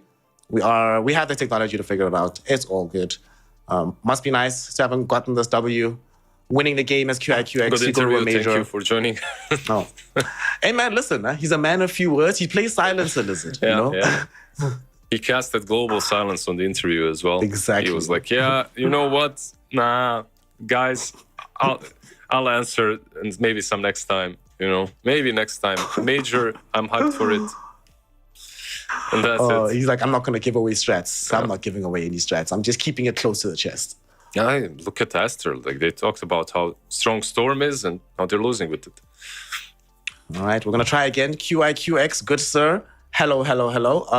First question again, if you didn't hear me before, is how happy is the team, actually? What's the feeling within the IG camp? Was this expected to qualify for the major again? And what are you going to be doing differently at Bali to get better results than at Berlin? 首先想问一下，你赢了之后，现在是不是很开心？对队伍来说的话，这场比赛的胜利是不是你觉得很重要？然后赢了之后的话，队伍对这个下一个 Major 巴黎 Major 是有一个怎么样的这个期盼？肯定是很开心的吧。然后就从昨天到今天这2场，对我们来说都很关键吧。然后对下个 Major， 我觉得尽力吧，反正肯定最好不和上那个一样，因为上次感觉我们没准备好，好吧。Yeah, I'm really happy right now. The game yesterday and the game today, those are two crucial victory for the team. I'm definitely very happy for the team, and we're gonna try our best in the major, and hopefully we just do better this time, because last time I don't think we were ready for the major, and we didn't get the place we want. Okay. You've been playing now Silencer for a lot of games. You played, I think, 5 games on this hero so far. Are you the one calling for the Silencer all of these games? And what is it about the hero that makes him so good, in your opinion, in the current meta? 你自己的话，沉默术士玩的非常多，然后的话，最近几天的话是打了5把的这个沉默术士，是队里的这个选人帮你选的这个沉默，还是你自己要求去玩的？然后你们觉得沉默这个英雄为什么在你们队里这么强？感觉沉默的话其实是队里安排的吧，但是就因为它功能性很强，然后线上的话也不弱，所以这英雄反正就很适合吧，很适合，我觉得是很百搭，很适合任何团队。Yeah, I think it's my team wanted me to pick Silencer, so I just go with him, and I feel like Silencer is a good utility hero, and also a good laner, so he can fit into every kind of lineup, which I think is a good aspect of the hero, and definitely very good for our team as well. Okay, definitely makes sense. Brother Liz, what you got? Congrats on the win. Congrats on going to the major once again. I've got one question. Tell me, what happens to IG in these crucial games? Like some teams under pressure, they fall apart, they break. But you guys, in these crucial games, you become even better. Is there like some great talk, pep talk that you have before the games? Is it just like focus? Are you just that kind of players? 那想问一下，为什么 IG 每次到了这种关键局发挥都会特别好呢？因为其他队伍的话，有些队伍打这种关键局可能就会比较紧张手软，然后你们的话是面对这种比较关键的胜负局的话，是怎么来处理压力，然后队内是怎么来调节的？其实我们对这种关键局，反正大家就赛前一起去聚个餐，放松一下，就打呗。其实我们也没什么好怕的嘛，我们反正也都是，就很多人都是新人嘛，没打过那种 major 这种的，对，没什么好输的，没什么好怕的。What we usually do before important crucial games is we just gonna take a break and everyone go out, have a meal together. We kind of have the mindset that we have nothing to lose. You know, we have many young players in our team, which is inexperienced. Some of them never played major before, and so I think that kind of mindset always helped us as well. Okay, thank you. Yeah. Okay. I have two more questions for you before we let you go.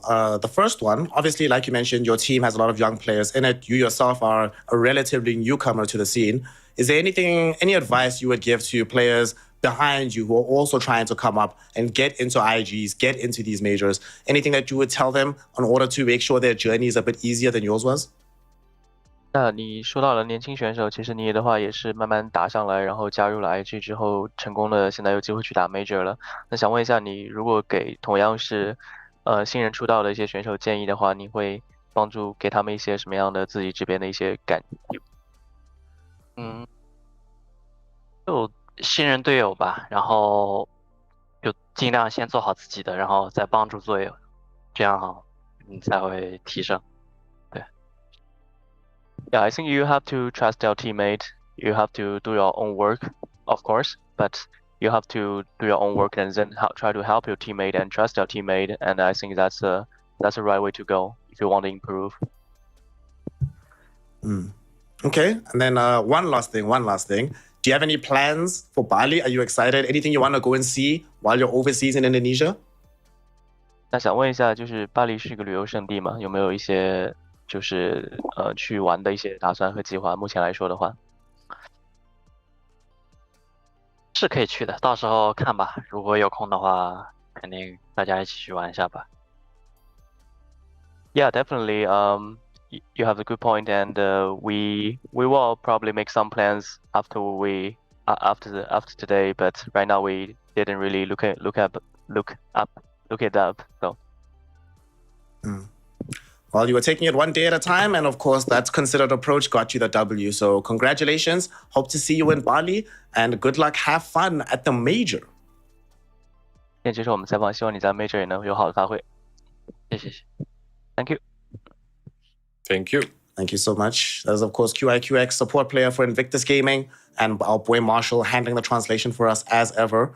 And I know I made the joke at the end there, Lizard, but is your faith restored? Do you believe in IG? Do you think when they go to Bali, they're going to do better than they did at Berlin? I think they're looking much stronger. I think they have a variety of heroes that they're strong with on the offlane. I'm worried a little bit about their safe lane matchups and about the heroes that they're picking for Dust. I think that's all solvable by the major.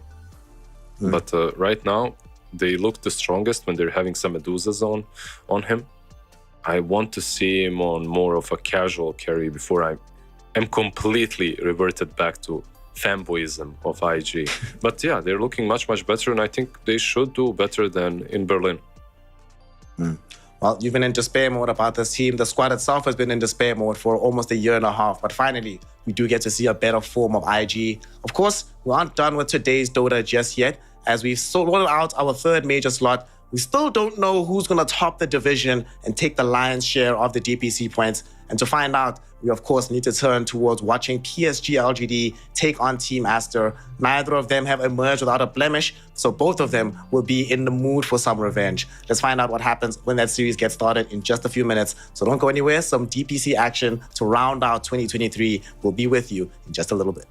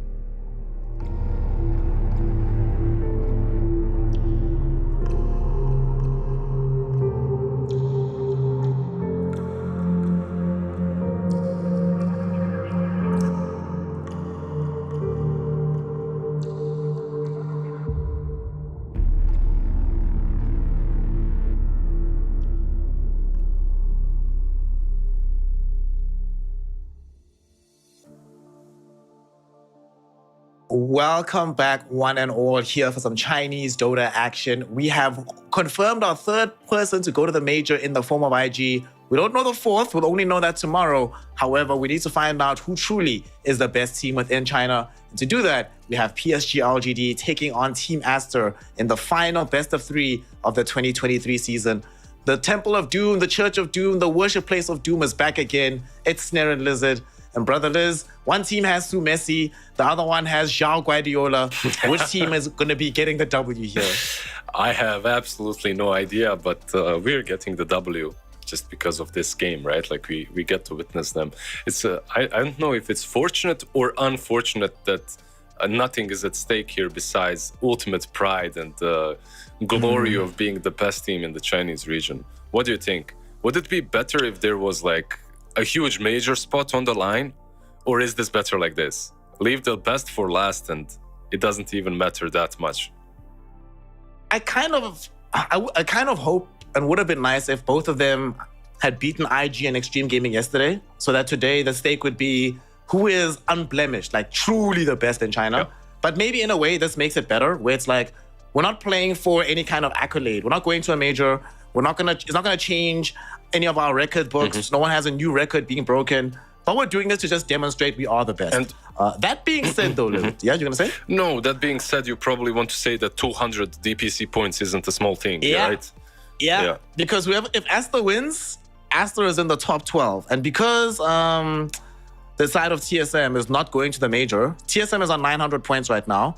If Aster wins and they get the plus 300, they'll be on 908 points, which will mean that even if they don't do anything at the major, they'll still be in the top 12 and potentially getting a free ticket to TI.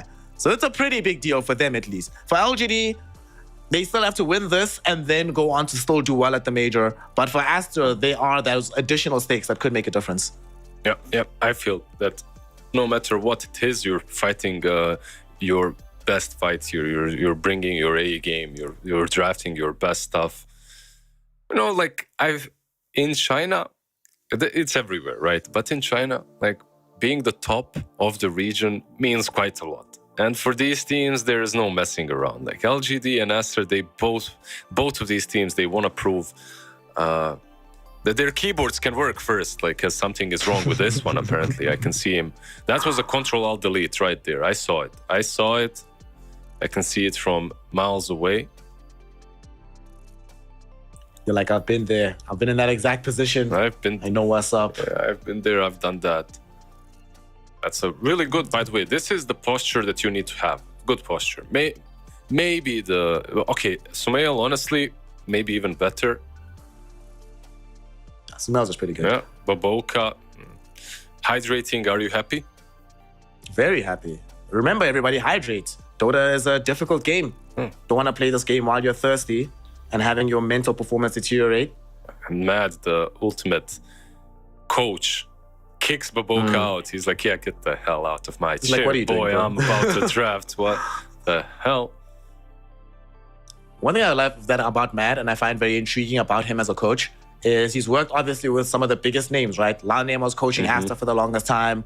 ROTK took his place coaching this team. And then once ROTK left, it would have been one thing if Mad said, hey guys, I think I'm good enough to replace ROTK, to replace Lanem. It wasn't him. He was chilling, happy to still be the assistant coach. And everyone around him, the organization, the players, specifically and unanimously nominated him to take over the reins. And for a team like Aster, given what they've done, given who they've had speaking into their lives, that says a lot. So it's been wonderful to also watch him grow throughout this process here from the major, coming into the DPC, and seeing him become more comfortable being that leading voice in the drafts. Yeah, I think it's really important that he was around and that he was the side coach or the second coach to so many big names, and that he made his name that way, and that the players trust him, right? It's difficult for a coach to coach even some tier 2 teams if he's not known, if he doesn't have a name. Like players are a difficult sort, let's put it that way. Yeah, there we go. They're catching the rhythm. Yeah, let's go. Hey, they're gonna give us a mixtape. Oh, they're actually gonna feature on our new album, bro. Don't worry. They're pulling through. But yeah, in any case, I do believe and I do think the same way as you. They have full faith in Mad, and he has proven himself. So that's important. It's important for a coach to have faith of his players. Of course, on the side of LGD, their coach is a person that everybody has faith in. João Guardiola has come through with some super sick teams in the past, has some really great strategies. Struggled yesterday, though. And yesterday's LGD, not only did they end up losing the series, but they didn't, last season, I remember several times when you ask these LGD players, what impresses you the most about being in LGD, the new guys in particular? All of them said the same thing: communication. The way we communicate, the way we introduce ideas and then execute those ideas in the game is S tier. Yesterday, that wasn't there. And I don't think they'll be able to beat Aster if they're not communicating at their best. That being said, Aster also seemed to be struggling with communication yesterday. So it's an interesting place for both teams to be right now. Yeah, I have to say one thing, though. One different thing that happened with Aster yesterday than in most of their games, that's that Sumail didn't get to play his Storm. And I'm worried a little bit for them. Like, no Storm, instant loss. What the hell? Because they in previous series, when they didn't pick Storm, they did have some co-ops, some Wind Rangers, and Sumail did extremely well on those as well. But yesterday it was not enough. Like they didn't win the game, and they didn't win the series, and they didn't look too happy as well at the end of it. Even though it didn't matter way too much for them, it still didn't look, like it didn't look irrelevant to them, that loss. Let's put it that way. Yeah. They felt it. They really did feel it. I guess it's probably different for them than LGD, right? For LGD, it's like, well, if we come first, we still have to perform well at the major. But this could legitimately be the difference between TI and qualifiers. So they know the stakes. And maybe also for a team like Aster, who's normally used to rinsing the region, those kind of losses can hurt a bit more. Because it's not like the loss came at the hands of an LGD where you say, oh, well, LGD beat us this time, it's fine. It came from a team that they were supposed to be able to get the W over. So that's probably why it stung a bit more than it would have in other circumstances. Yeah, I feel the same way. For Aster, I think they were aiming for that clean 7-0. No losses through the region, but one has already happened, unfortunately for them. By the way, if they end up on 5-2, do they need a tiebreaker?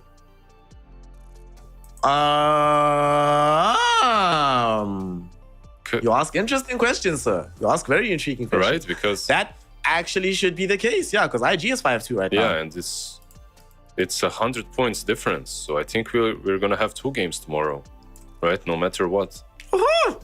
3 games. 3 games. Woohoo! Yeah. We're gonna have 3 game series. Okay, sure. Lovely. By the way, you love to see I just want to say, I'm sorry in my name and in Snare's name to everyone that listens to us when it comes to like predicting the schedule and what's supposed to happen. Because yesterday we went from 0 games into a single game, into 2 games. Now we're up to a full day of Dota tomorrow. Listen, our job is to talk about Dota and look pretty. So we've outsourced the schedule thinking to the rest of the PGL crew. We don't have to worry about that. And it makes it more entertaining to have to come back and say, yeah, guys, listen, but it's not our fault. Hey, physicists and mathematicians are not schedule makers. That's not what we are, so it's fine. Yeah, they are getting what? Every single team that has the same score is going to play it out, more or less. I'm not sure if Aster Aries and Team Bright are going to decide to play their game. They're 1-6, but maybe they will. I mean, for teams at the bottom, that $1,000 could make a difference. They could be like, And also, next year is a long way away. Like, if you're going down into Div 2 right now, the next season only starts at the beginning of 2024. That's quite a long time to spend not playing any Dota, and also not have, viable ways to earn some real money if you don't go to TI as well. So maybe they'll play it out. Or maybe they'll also just play it out because it's the last time for 2023. We might as well. Yeah, play it out. Why not? Get some more practice in. Practice that you're probably never going to use again, because I don't know if these teams are going to stick together in their same formation. But look, this is all fine and dandy, but when you lose the season, when you lose 6 series in a row, like, your morale to play another game, if nothing is at stake, is very low. Like it's not very high. Let me put it that way. At the same time, you did say these teams maybe they aren't earning a lot, and $1,000, you know, it's not a small deal. Like back in the day, I remember playing for 50 a full day. Back in the day, it was a different time, but still. There was this tournament. I repeat this story very often when there's time to fill, which is happening right now, guys. We're not leading a podcast on our own volition. There was this tournament called League of Dota, and it was played every Sunday and Saturday, and every Sunday and Saturday you could win. I'm not sure if it was 250, but I don't think it's 200. It was $50. Like a team that wins the tournament wins $50. Wait, the team, not per person? The team, yeah. And it was a full day thing. So you would be playing from like 11 a.m. until 11 p.m. and you get $50 and you split it on 5 of you. And you wouldn't believe the names that I have faced in that tournament. Like Mind Control, I believe Miracle at the time as well. Saxa, everyone that's in the tier 1 scene pretty much. I remember facing off against like one or two times in that tournament to get $10, you know, to win $10. It was. Wait, and you're saying $50 was the first place prize, right? So first place. What about second and third? There was nothing. I don't get shit. Oh my god. I might be wrong though. It might be 250 in total, which would make things better. But I really feel like it was 50. League of Dota. I think the story is funny if it's 50. Yeah, it's just 50. I just want to find it. League of Dota. That was like 2014, something like that. Long time. That's ago. A long time ago. Yeah. That's before costless had got rates, unless you were like costing TI or whatever. Yeah. Anything online was for free. Not good times. Yeah. In any case, we used to play for a lot less and work for a lot less than $1,000. So. You know, I understand if teams want to play it out. Not everyone is a tier 1 team that has a good salary and it doesn't matter to them if they win or lose. It could also just be that Heat wants to demonstrate and say, nah, guys, I'm better than Ulu. There's no way I'm not going to lose to this guy. Let me show him what's up. I think, honestly, the game they played against each other was fun to watch. So maybe they might just want to have a little bit of enjoyment with one another. I'm hoping that's the case because... otherwise, it would just be a very sad way with a whimper to end out a 2023 year where you're supposed to be on the come up. You're like, oh, we're doing these new things.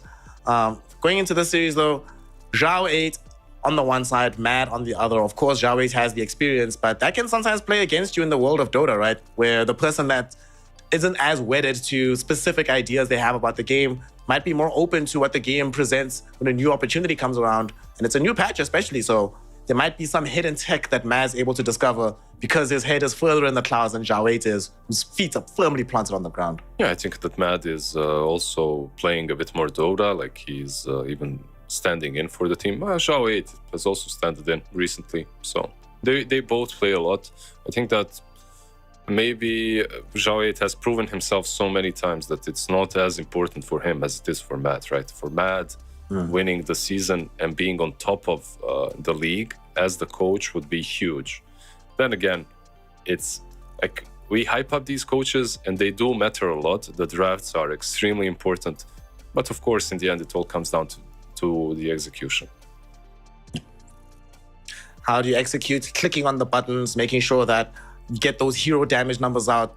You actually do the spell casting in the correct order. We don't have any shenanigans with like JT missing Ravage off the Song of the Siren. That mustn't happen in this series. Here it must just be clean execution from both of these teams. Is there any particular role that you think is going to be the greatest source of contention is the wrong word, but basically which role do you think both teams are going to be focusing the most on to get the W in game 1 especially? I feel like the mid is super important, right? Like on both sides. The carries as well are important. Like Shiro might be focused by Team Aster. Meanwhile, LGD, when they're doing their bans and stuff, they might be focusing Sumail a bit more. Get away, like that Storm Spirit perhaps needs to be quickly moving away from the draft, maybe banned, even in the first stage. Because Aster, they just pick it up first. They've done first overall Storm Spirit, I think 3 times now, and every single time they won in pretty heavy fashion as well. Didn't even look that close. So for them, That's probably going to be a big priority. I do want to see in their bans for Aster, first phase, I do want to see them focus a lot on New as much as humanly possible. Try to deal with him. Because when he plays really well, LGD looks super clean, but the times that they have looked shaky is when they were able to address him in the game. Did you notice that a lot of these Chinese offlaners have insane Timber performances, right? Like the new ones coming into the scene. Like Timber is strong, don't get me wrong. It's not like, okay, everyone is so good with Beastmaster, but Beastmaster is goddamn broken, so it doesn't matter. But New, he's super talented. Like I'm really enjoying his games and watching him play on offlane. Is it the Beastmaster that he wins the games alone with literally 1v9 with the Aghanim's BKB that we have seen recently, or the Timber as well, where he gets a rampage or an ultra kill on Timber?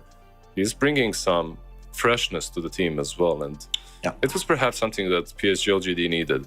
They didn't look bad in previous seasons whatsoever, but they did look drained after the last TI. I do think as well that it's a bit unfortunate for New that he ended up with that long stint on Vici that didn't necessarily work out. Yeah, they got out of Div 2, but nothing further than that. I'm wondering to myself, how much further could he have developed as a player if he was in a more stable environment? Not having to worry about, well, will this org even exist in a couple of months? Our carry is changing week in, week out. Just a nice stable. If he was basically on LGD from jump, how much better could he have been at this point in time? How many heroes could we have seen him develop? Because so far he's looked really good on LGD when he was playing the Timber. His axe was so-so. When we saw him on Vici, we saw him play a couple of Centaur games that were okay, some Underlords here and there. But we can contrast with someone like Shangyu, who was given that time on IG, who not given that time on LGD, and now looks way better on the side of IG than he did at LGD, being in a more stable environment, being allowed to develop. So for somebody like you, I agree with you, he's very, very talented, made a big splash at the Last Chance qualifiers. Just unfortunate that maybe his progression as a player was halted by Vici pretty much crumbling as an organization. Yeah, it happened a couple of times, I feel like, for players that are in Vici. I'm not sure what's up with the organization, but the last couple of years, it's like, for me, Vici Gaming was always the organization coming from China. I don't know why. Like, it's just one of those to look out for. And it used to be top 2, top 3, right? But in the last 3 seasons, I would say, 3-4 seasons even, it just, when I say seasons, I mean years, not the DPC seasons. It wasn't that great. Like, they've been just spiraling down. And I hope the viewer number doesn't spiral down as they're watching me and you for way too long. What's happening, guys? I don't really know. I think that someone, as we predicted, has an issue with the keyboard. Like we were watching that a little bit earlier. So I would assume that's up. That's what's up, because PSG LGD right now in the lobby, there's Shiro, nothing to say, Planet, why you smile? Who's missing? It's New. It's always the new guy. He's always the one. Last in, first out. What's going on here, New? He's chilling. Hopefully they do have a new keyboard for him so he can get into the game ASAP. It could also be them having to replace a computer, right? Because that happens shockingly more often than people think. People think once you just have the PC set up, it's all going to be raring to go. Maybe he's... I don't know if you even know why, but they just keep dying. Maybe the stress got to him. I was... Again, we have too much time to fill, so I'll go with my stupid stories. Like ESWC 29, something like that, 2009. I'm playing in finals versus a dude, and it's Warcraft 3, by the way, not even Dota. And I was so stressed. I knew I needed time, so I said my mouse was broken, even though it wasn't. And I just spent like 15 minutes pacing around and asking people, "Hey, what's up?" and pretending that I'm asking, "Hey, can you give me a mouse?" You know. And then when I calmed down, I went back and played. It was quarterfinals, even, I think, maybe. Well, not final, but in any case, end up winning? Yeah. No, I lost. The guy was way too good. Yeah. That's unfortunate. It was the Paris CSWC, not sure which year that was. In any case, maybe that's what's up with New. I sincerely doubt it. He has won a lot of games already on the big scene, and I believe that he has joined the lobby after all. Yes. So we might see the game. He has indeed. We might, because, we must first make sure the computer is actually working. There could be an internet issue. Anything could take place, but we are about to be getting into this game. New is here, T-Master is here, LGD is here. it's going to be an incredible series. 300 DPC points hang in the balance for whoever comes first. Both of them have pretty much already earned 200. So plus 100 for the loser, plus 3 for the winner, which is pretty big. That's a pretty big difference, especially for Team Astro, because if they win, they are in the top 12 to qualify for the international. So really want to see them do well here. And see, I told you not to have too much faith. Not yet, y'all. Not yet. We're still not fully in the game just yet. Since we're hearing stories about choking on big stages, one of the reasons I don't play competitively anymore, it's not even a Dota story. Like my Dota career, I was not nearly good enough to play high stakes Dota, but I was good enough at a lot of fighting games. But I always had this issue. I think I've only ever won maybe 3 tournaments over a certain prize pool. Basically, like over the course of my playing career, the more the stakes are, the higher the prize is, the greater the chance I choke. You'll get to finals day, I'll be doing really well. You lose, and then you're sad, you're outside of the tournament. Then you'll play the guy who won, and you'll beat him like 10 times in a row. And you'll ask yourself, what's going on here? And that's happened to me multiple times. The last time it happened was when, actually the last 2 times it happened. First when Street Fighter came out, and there was a Tekken tournament, and there was a Pokemon Go tournament. Yeah, a few times in the last few years where it's just happened. It's painful, man. I feel for that's you. why we're on this side of the mic, bro. Not inside the game I feel anymore. for you. I guess Aster can be somewhat similar, right? Like this team has been choking on big events as well. Like when they're playing their region, at least in the previous 2 years, when they're playing in the region, they're just owning everyone. They're doing it really damn fine. But the moment you put them on the international scene, they're looking like a wet noodle. They just can't do anything. So that's one of the reasons why PSG LGD was always the favorite, like team of the Chinese fans, because they're the ones that actually make shit happen. Meanwhile, Aster just drops down as soon as possible. So who's the second team? Maybe IG, I would even say, in the international scene that does well. Coming from recently, at least, they did well coming from the Chinese region.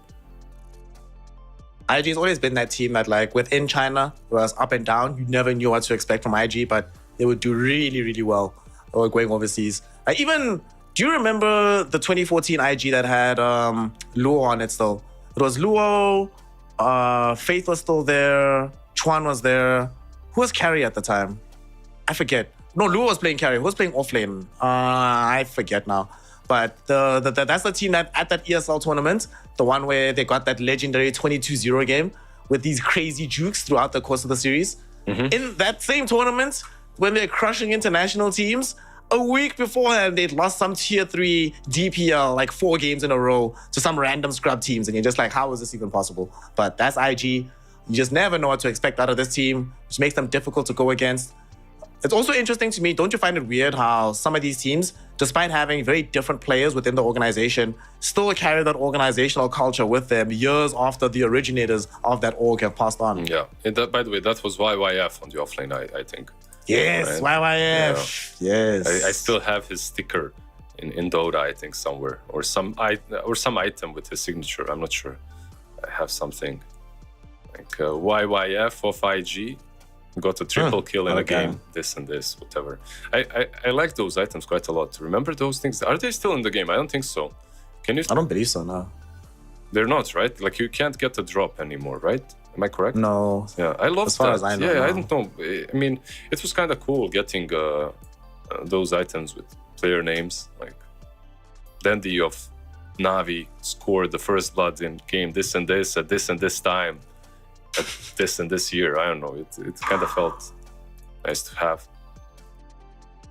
It's like a memento, just being able to look back and say, hey, I was watching that game. Hey, I was there. Hey, I was involved in this. For some reason, back in the day, even at bigger tournaments, whatever, just the entire Dota 2 landscape felt a bit more intimate than it does now. I think overall the scene is probably healthier now than it's been, but back in the day, it was basically like these lands we're seeing now in the Chinese DPC. It was close and comforting for everybody, even if it wasn't always the best. Yeah, like the grandeur wasn't as prominent, I guess. It wasn't as obvious that we're a big game with a big prize pool and it's all so serious and everyone has salaries and you're playing these leagues. No, bro. You just play some pubs and then every weekend you play some tournaments and you try to get invited into different tournaments, and the invitations as well were kind of. Why did this team get invited? Who knows? They know someone. There was always a couple of those. I'm not talking about WoW tournaments, just these third-party ones that were happening very often, which isn't the case anymore, right? The leagues they ate all the space for anything third-party to be happening. A couple of them are happening this year at least, thankfully, but not too many. Yeah, I wanna have more of these third-party tournaments, but not I really miss, honestly. I miss tier 2 lands. Like big tournaments with just tier 2 teams. There'll be one really good tier. Right? Yeah, minors were really nice. Yeah, minors were really cool. Those were really fun to watch. You got to see like up and coming teams. And also squads were willing to experiment a bit in those days. You just reminded me of the most insane minor in there were a couple of PGLs. I'm sure PGL, don't fire me, but I really remember the Bukovel one, like in the mountains in Ukraine. I just got fired, by the way. He's just been fired, sorry. Production told me. But the Bukovel minor was just insane, like, because I love snowboarding as well. Basically, go cast games, finish casting, hit the slopes, don't sleep for like 4 days, die afterwards, but it was a lot of fun. It would have been actually much you need to do. One day you need to cast the game while you're snowboarding. I don't know how you're going to make that happen. You need to be the one to figure it out, but while you're shredding there. The thing is, like, they banned, we would have done it, but they banned anyone from going to snowboard. They didn't allow anyone to do it. It was in our contract, so I'm breaking my contract speaking about it right now. Because they were worried someone is going to break an arm, and they're there. So, they actually had it in your contract, like on the dotted line. Yeah. But I wore like one of those ski masks, so you couldn't see anything, and the glasses on top. Like, yeah. If it happens that I break something, I'll say I slipped on the ice. It's fine. It's all good. Any case, guys, podcast continues. We have everyone in the lobby, so the game hopefully will resume shortly. They were in the lobby before. I know I debated you, but what happened? I guess the server didn't work or something like that. Server didn't work. I think probably server didn't work, it seems like, but also with how much time people spent outside the game, it might have been further PC crashes. Who knows, man? This game is still in Dota. In Dota. Internet all across the world. The game is in Dota. Yeah, the game is in Dota. It's in beta. My bad. No. It's in Dota. If the game is in beta, I'll be calling it in Dota from now on. Yeah. The game is still in Dota. And honestly, not I've always find very interesting about the modern world that we live in.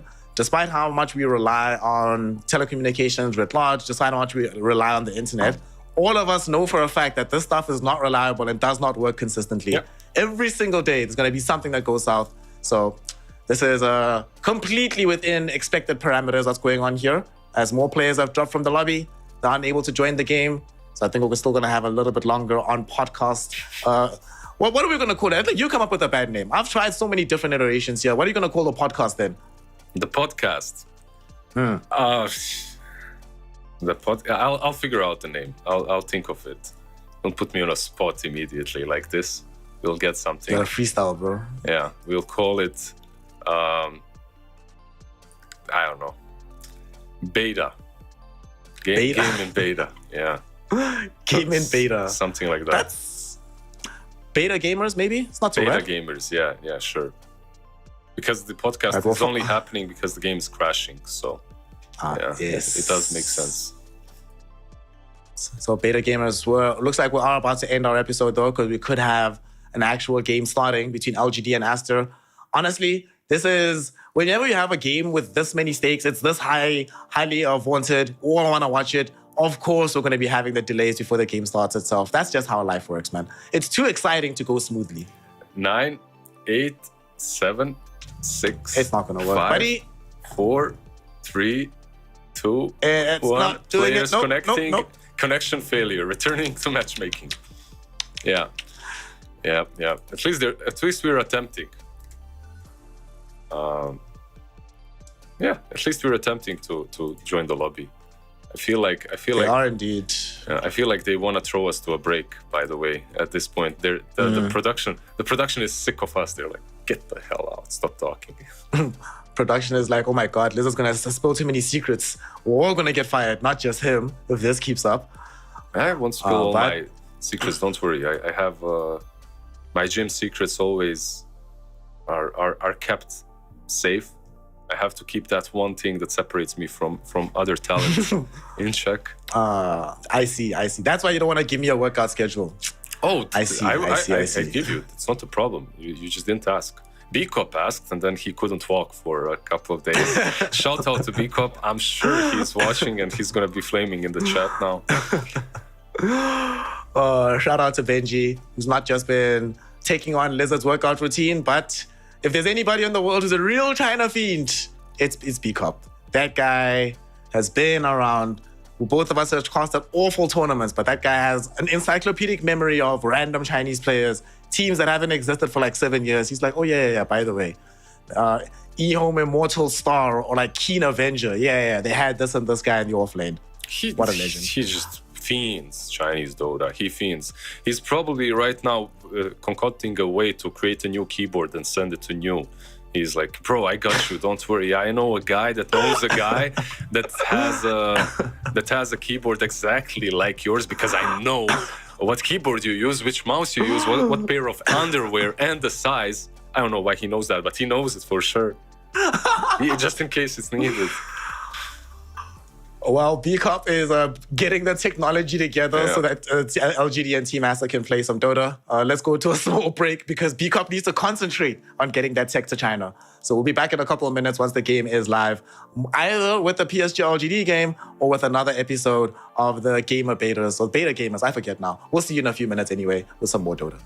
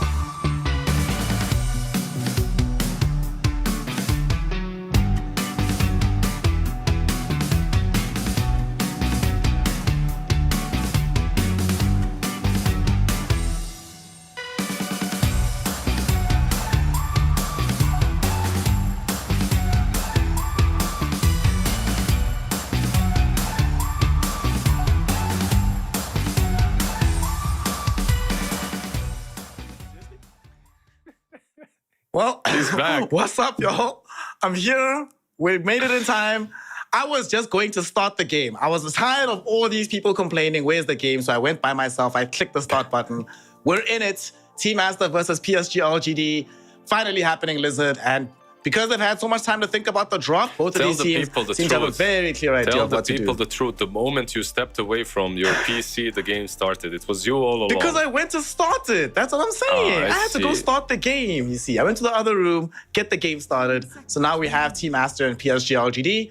Whoever wins gets to the top of the division. And if Aster wins, not only do they get to the top of the division, they also get into the top 12 and nominally find themselves qualified for the International 2023.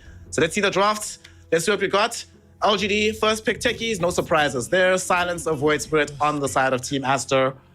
So we don't have a Timbersaw thus far, but crucially, LGD did the right thing. They showed the respect here, Lizard. They ban out the Storm Spirit from Sumail. Yeah, the first phase ban, first pick, usually is for Team Aster that Storm Spirit anyway, so better make sure he doesn't play it. It doesn't matter what you pick against it. At least it doesn't look that way. No matter what counter you get against him, and there are no great counters at the moment that are in the meta, he still does extremely well on the Storm. I think Emo comes closest when it comes to that Storm Spirit performance, but Sumail still being insane on the hero. Okay, so the mid laners we see already. We have Ember on Void Spirit, just a Spirit matchup on that mid lane. From Nothing to Say and Sumail. Meanwhile, Silencer and Techies will be our supports, obviously. Both are in the meta, both are being picked up quite a bit, but Techies, you know I like the hero the most. Yep. It is only just recently been taken over as the most contested hero across all the DPC, being pipped to the post by Doom very, very slightly, only 6 additional games, but still available and contested in 91.28% of the games. Techies does it all, man. And he can play in multiple roles, tons of damage. There's too many good things about this hero. Although, the more I've been seeing of the Silencer, the more stock I've been just placing in the hero. It just feels so good to play when you have these lineups that you know the enemy can't just jump you. You can play heroes that might be a bit too risky to play without the Silencer and then itemize without them having to go defensively immediately. Yeah, I agree. Like we saw that in the last match, in the last series as well, right? Like you have this Bromaster. You're usually afraid that if they jump him, they'll eliminate him. But every time they jump him, use global, you make sure that he can pop his ult, and then the game is much, much easier afterwards. Let's see, LGD, they ban out the Bloodseeker, they ban out the Slark. I feel like they want something tanky, they want something big. Medusa is banned out, Timber is also banned out by Team Aster right now. So that's not gonna happen for New. He's gonna have to dig a little bit deeper when it comes to these offlaners. What's left? Like, there is Underlord still that's kind of being picked a bit more recently. What's interesting? Magnus is still in. Yeah.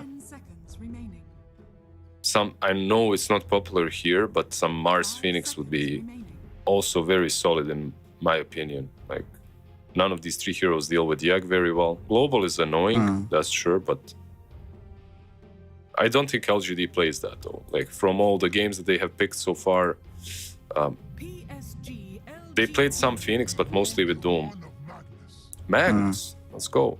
Yeah, let's bring the Magnus. I like Magnus for the game. We've seen Magnus being able to buff up Ember Spirits, can buff up some particular core, or just buff himself up. I would like Phoenix is actually a really good shot. I think also Planet plays really well on that hero, and also Why He's Smile is quite proficient at it as well.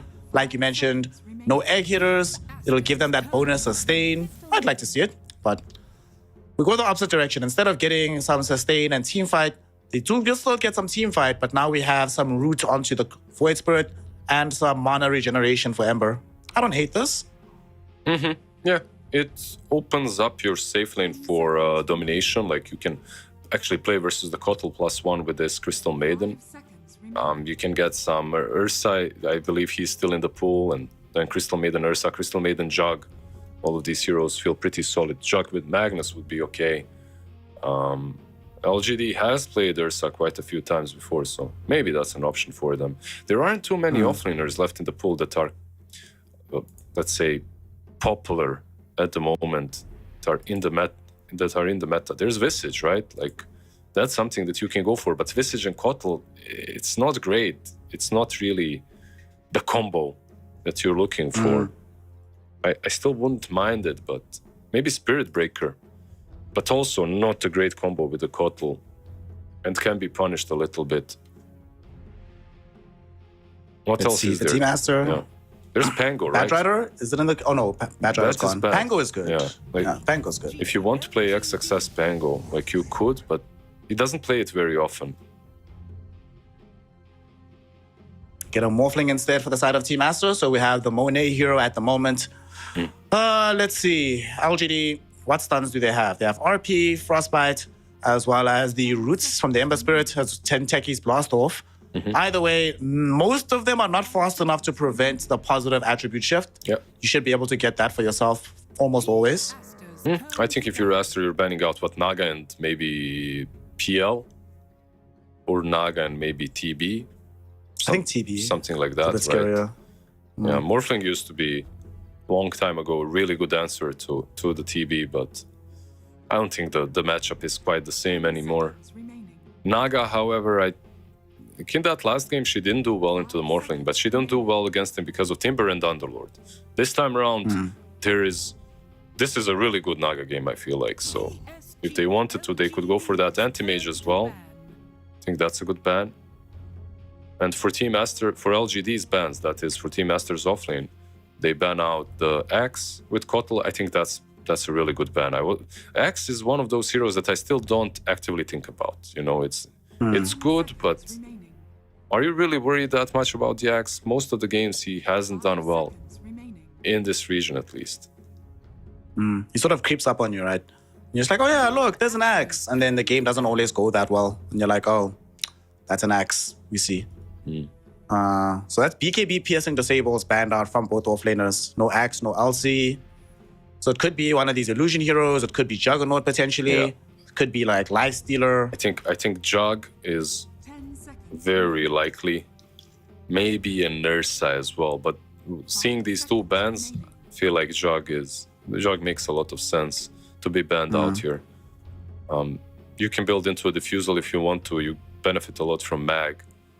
There are other options, like we called out Illusion Heroes, but they could still go with something else that benefits from Empower. Some of these melee cores. Speaking of Illusion Heroes, oh, sorry. You know, last game we saw Shangye playing that Brewmaster to Excellence.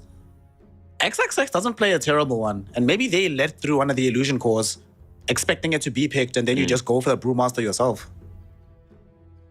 That's an option. They ban out the Illusion though, Naga at least. PL, I feel, is still a good option. They go for it. Yeah. And now you have Underlord or Brew. Spirit Breaker, okay. Oh, okay. That's the call you made earlier on today. I suppose this is a hero that can find the PL. Do you like it though versus like an Underlord or a Brewmaster? Because it doesn't feel like they have great options for these illusions anymore. It makes them play the game a bit faster. It's a hero that combos with Sumail a bit better. It's not a hero that benefits that much from Kotl. So overall, I don't like it. I called it a bit earlier, right? But I don't like it as much as these Underlords. And I think Underlord was a good pick. I think maybe something like that. The Brewmaster that you called isn't that great into PL though. So out of everything that was left in the pool, maybe Spirit Breaker feels like the most broken at the moment. Is very active, and they will be looking to punish LGD's a long cooldown on the offlane. I feel like Spirit Breaker can play the game 24/7. You don't really care about the PL that much once you get the Vanguard. As the Spirit Breaker, you're extremely tanky. So you do have some things going your way, and you will free up a Boca to be, I don't know, rotating across the map, maybe stacking, maybe helping out Sumail a little bit. Okay. We're going to be witnessing what they're going to accomplish on the side of Team Aster, utilizing this last pick on this Spirit Breaker. Of course, we do have PL for the Shiro PL. I mean, if there's anybody who I'm going to ask, hey, how do you beat Morphling? What's the best hero in the circumstance? It's going to be Shiro. So I have a lot of faith in his ability to deal with this Morphling. I am a bit concerned as well for the fact that Team Master, if there's no global, their team fight is trash, brother. Yeah. So I'm a bit worried about that on their side. But if they can execute on the high enough level, we've seen them in the past, they can certainly make up for their lack of overall catch by just very crisp execution, especially from the laning phase.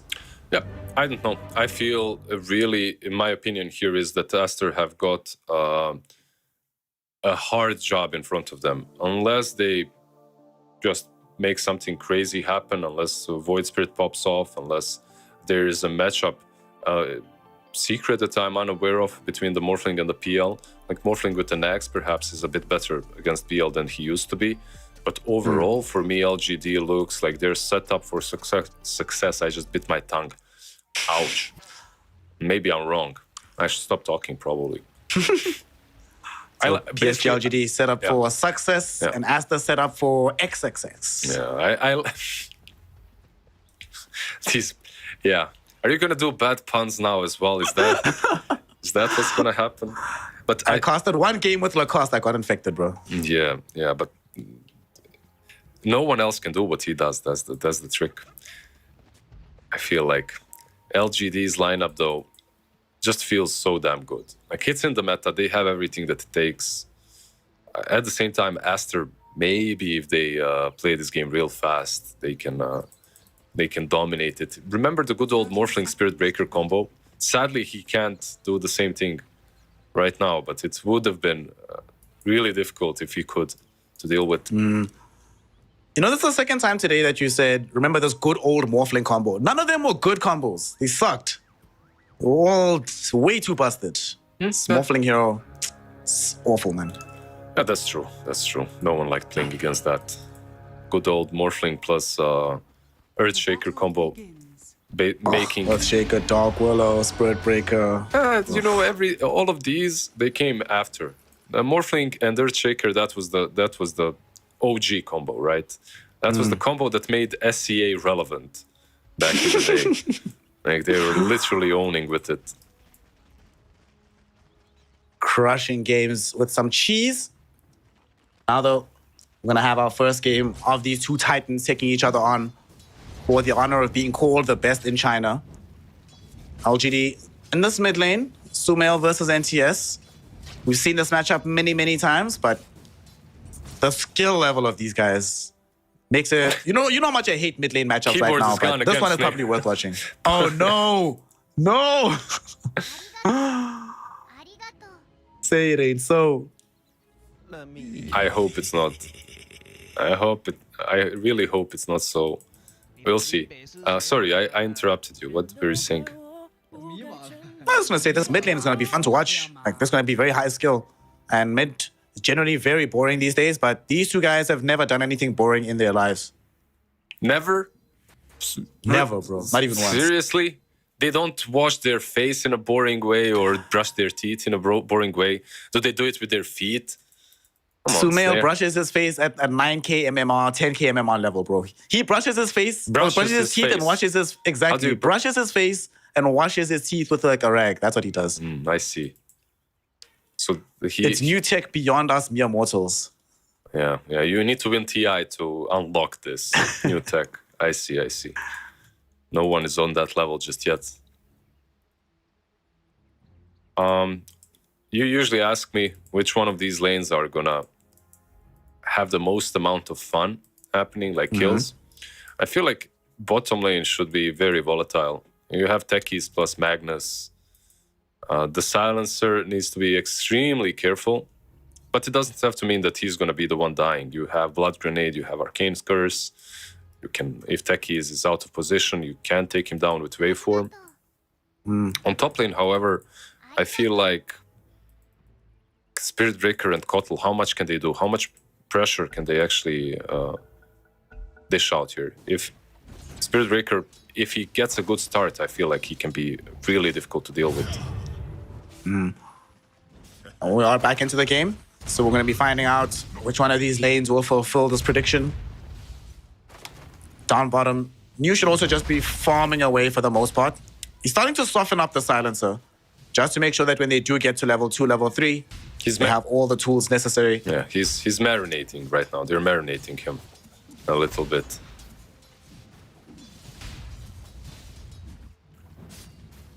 The ones are on trade to be nice and juicy.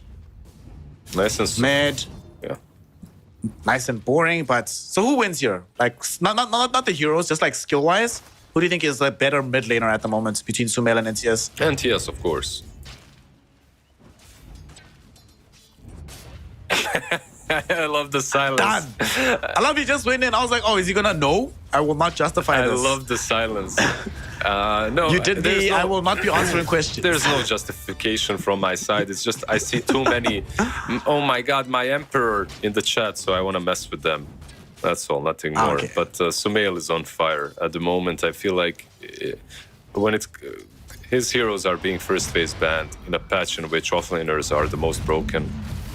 Baboka.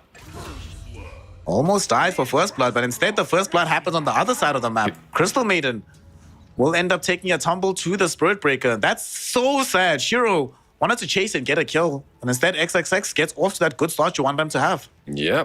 It was basically this trade-off in which PL thought, okay, I get Keeper, you get CM, but Keeper. There's a bit of a difference between him and CM, and that difference is basically boots. Like, Yeah. Boots amount of movement speed on that level 1. Kind of difficult to... Speaking of the CM, she got charged into again. Okay, I thought Baboka was going to think about blinding lighting him back, but decides against it. They're still in the marination phase, so it's still cool. Yeah, no, not ready yet. Not ready yet to jump them. But yeah, I was a bit wrong when it comes to the action. On top lane, it happened a bit sooner than it did on bottom. By the way, why doesn't this Lotus pool spawn on the exact 3-minute mark? Why do I always have to wait like a half a second before I use it? Please fix. Because you're a beta gamer, bro, that's why. Ah, okay, yeah, of course. Sumail. Ooh. Almost got 1v1 by NTS, but did manage to get himself back to safety. Baboka shows up with a healing salve as well. And he came immediately. Well, the new twins are now occupying this mid lane together. And the best thing is he can also just leave. He gave nothing to say with the tips. He's like, can you get out, please? Like, let me have a fair lane. What the hell is this? He came in with the salve, with chakra magic, gave him a tango. Come on, bro. Let us have a normal match. Let's see if he can also prevent NTS from picking up the water rune as well. does. Oh my god, Baboka, what a player. This will cost us life potentially Will it? here. Aether Remnant from Sumail keeps him alive. I think he's fine. NTS doesn't have slide chains again for another 5 seconds. But Wily Smile does have the frostbite, so they do get the kill. Does NTS get out of this is the question. Blast off will come in onto Sumail, holding and buying some time. But eventually they find the kill, and Planet might also be in some jeopardy. But they can't find all the damage from PickU. I mean, when you have support such as these two, I feel like... I can't say that even I would do well, but Sumail is very lucky to have both Baboka and is it Pichu? It is Pichu, right? On his side. Both of them have, of course, made his life a lot easier. Ensure that NTS dies. Give him a juice, a bit of a boost in the net worth department. You like to see it. Down bottom, unfortunately, they weren't able to punish anybody else on the side of Team Aster as these moves were happening, as they also had to respond with their own supports. So the side lanes just ended up being farm fests during these rotations mid. Yep, I think that's pretty much what always happens when you have Spirit Breaker into PL. Spirit Breaker into most of these carries the Torrent lane dominators, just does well. He actually dishes out an insane amount of damage with level 2 charge, level 3 greater bash, so you can even be aggressed upon by a Spirit Breaker if you're not that careful. Sumail hits 6 mid before Nothing to Say does. Oh, but the Remnant doesn't connect. Had that Remnant connected, he definitely goes in with the Astral Step. Yep. But it does not. NTS gets to stay alive. It still gets to remain very, very close middle. And we now have a 6-minute rune contest. Baboka gives Sumail some chakra magic. The rune will spawn on the top side. It's an invis rune bottled by NTS. And now they also want to kill Baboka. Ismail will have Frostbite again in 2 seconds. NTS has chains already. Deny. And this should enable them to easily get the kill. The creeps don't find the deny, but they are looking for revenge. Sadly, though, as Sumail was coming in, thinking about using the Astral Step, they don't have any vision, so this Invis rune will provide invulnerability to NTS. Yeah, he's still not level 6 though. It's kind of hurting him a bit. Can't make any huge movements, but okay, they do get the Kotl. Who was pesky again, tried to take away the rune. There's just, you know that 6 heroes are gonna be on the mid lane every pair amount of minutes. So 4, 6 onwards, 6 people. Nothing to say, get some stacks at least, so that's nice. If you're LGD, Yep. it's a small That's recovery gonna for fund him. his recovery.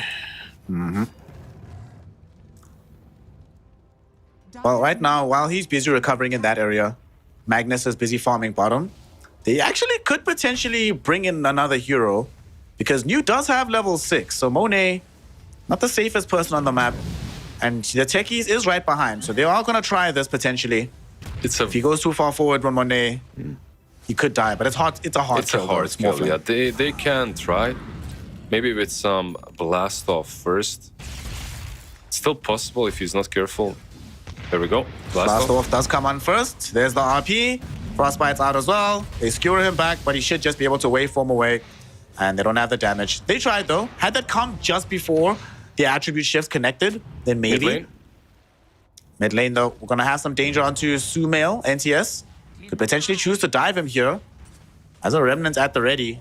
It's about to be 8 minutes, so where's the rune gonna spawn? Is it bottom or top? It is gonna be bottom.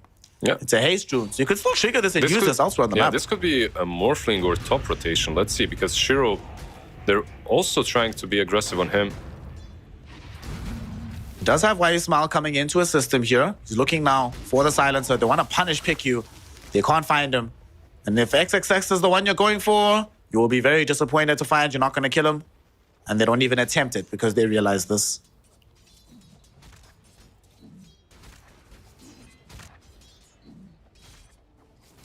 So this early game, it's so far not having that many kills happen.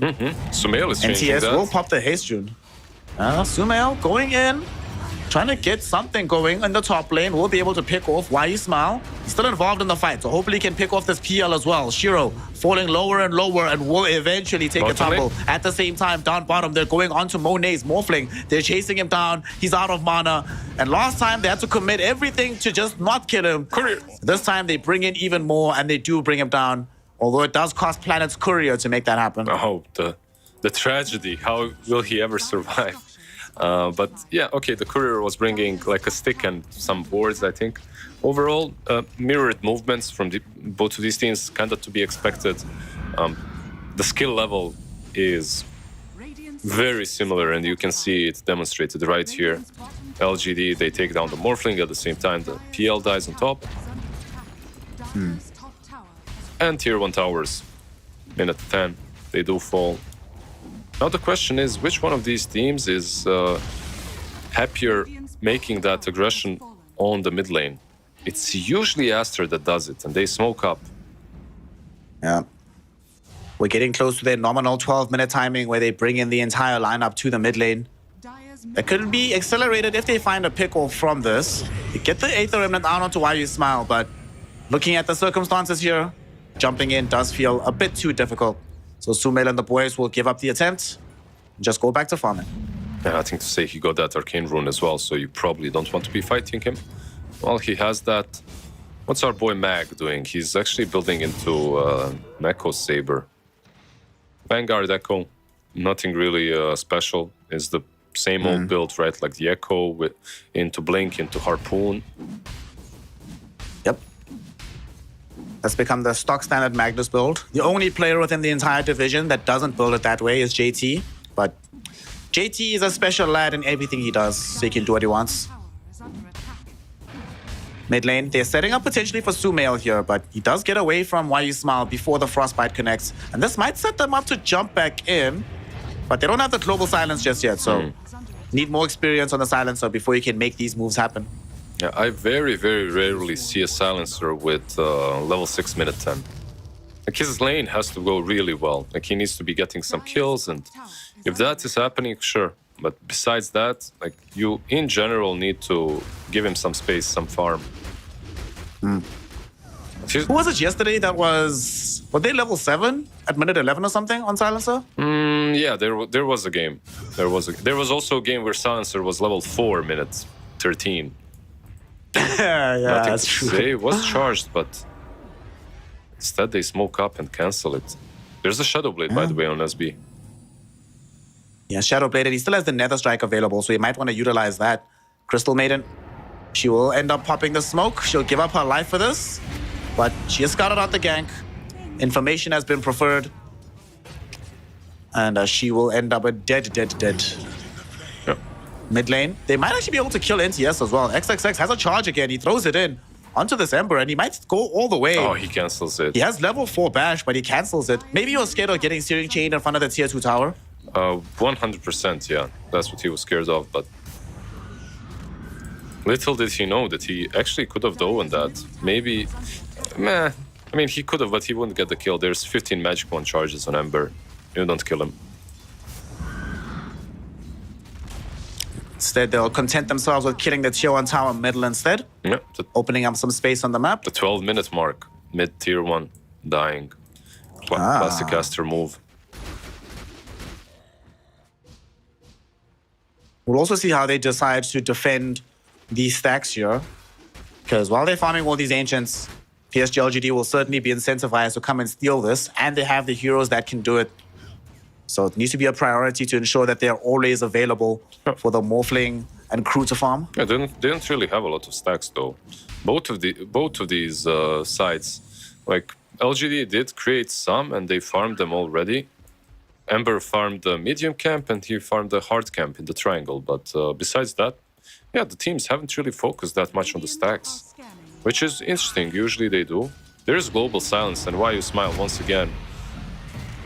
He gets charged into. There is a global, but they won't need it to kill him off. We'll see if they require it if they want to go onto Shiro. But they don't decide to make that jump. That's what they really wanted with the smoke. So that's 2 attempts right now from Asta to find a core hero on the map that instead get intercepted by the Crystal Maiden. Charge.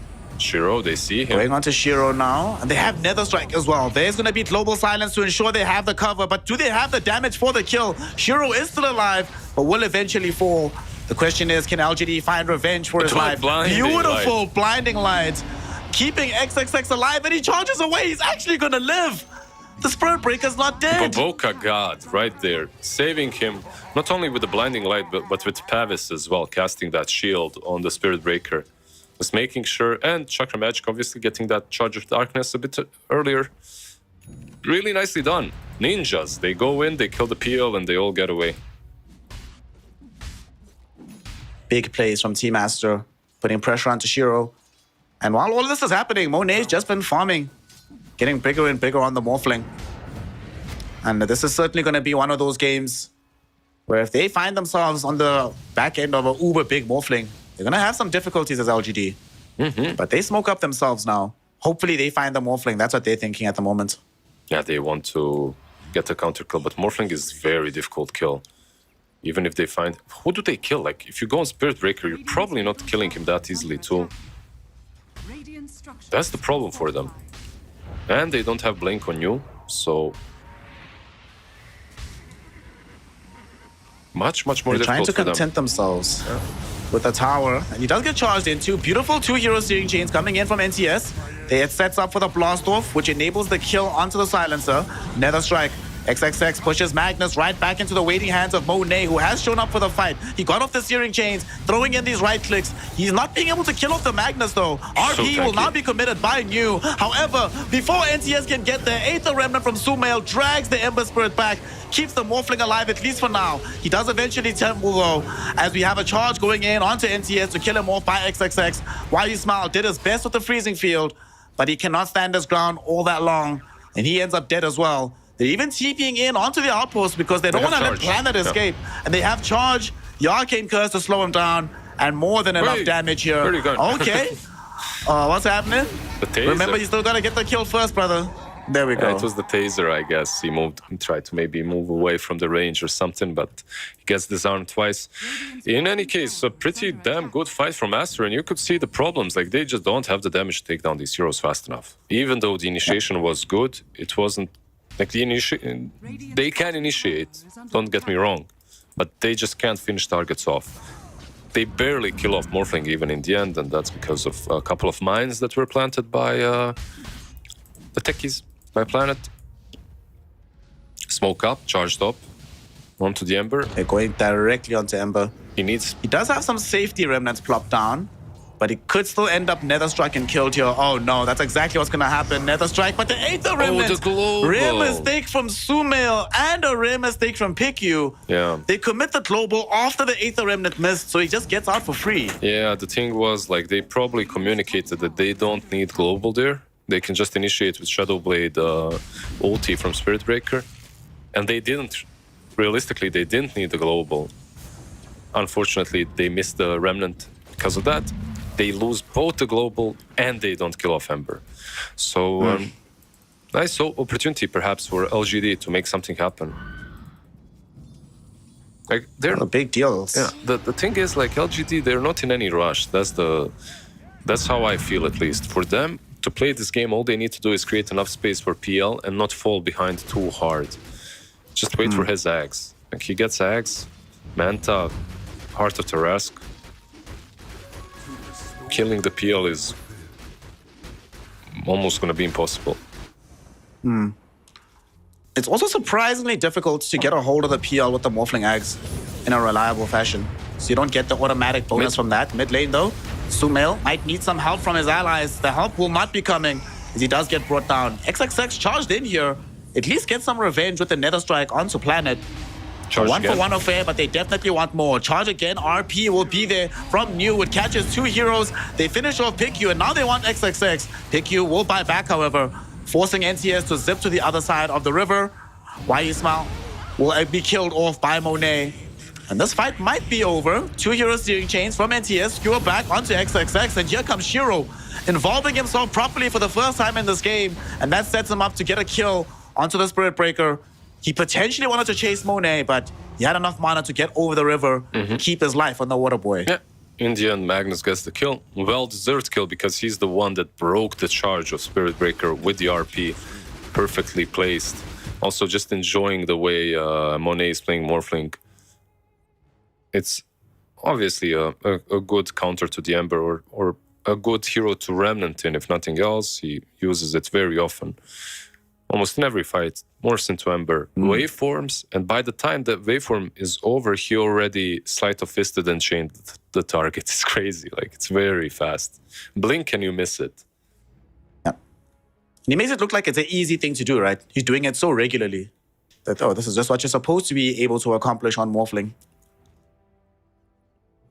Nice doing. That fight also finally gives them the gold lead for PSG LGD in this game. Yeah. I think they punished the global mistake on top lane quite well. It was a pretty big one. Sumail, let's say on mid lane, if they initiate on him, he doesn't die if there's global, obviously. Like, you just pop that global defensively, Sumail is absolutely free after. But they didn't have it, and now some things are coming together for LGD. They have Harpoon almost online. Well, 1,000 gold away from Magnus. They're getting closer to... Is that Yules? I think it should be Yules, right? Flying out to Ember. Or is he just going Ags with...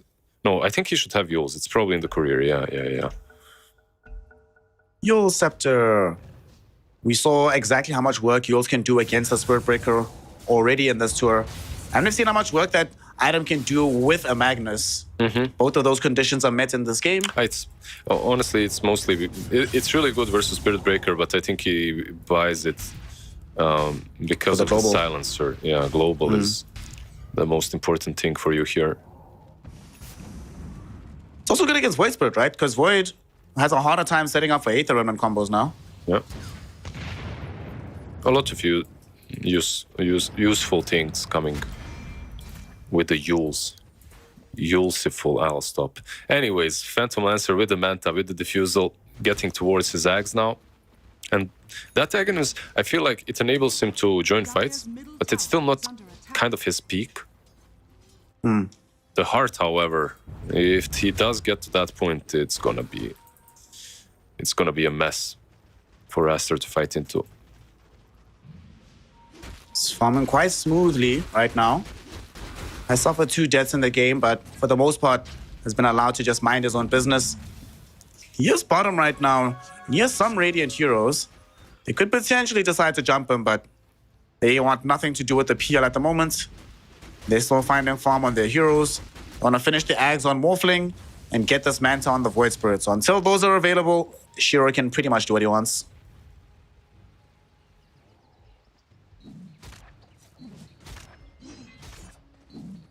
So with this game slowing down a little bit, we've seen a lot of smoke attempts coming in from Team Aster. Not that many jumps from PSG LGD. But you also said that they are very patient about this game. Now that they have the dual Yules, though, is this maybe not a time to try and make something happen? Even if it's not like a big bombastic move on the map, just to get the tier 1? They could, and you're completely right. They're smoking up. Ember isn't in the smoke, but here we go. Harpoon.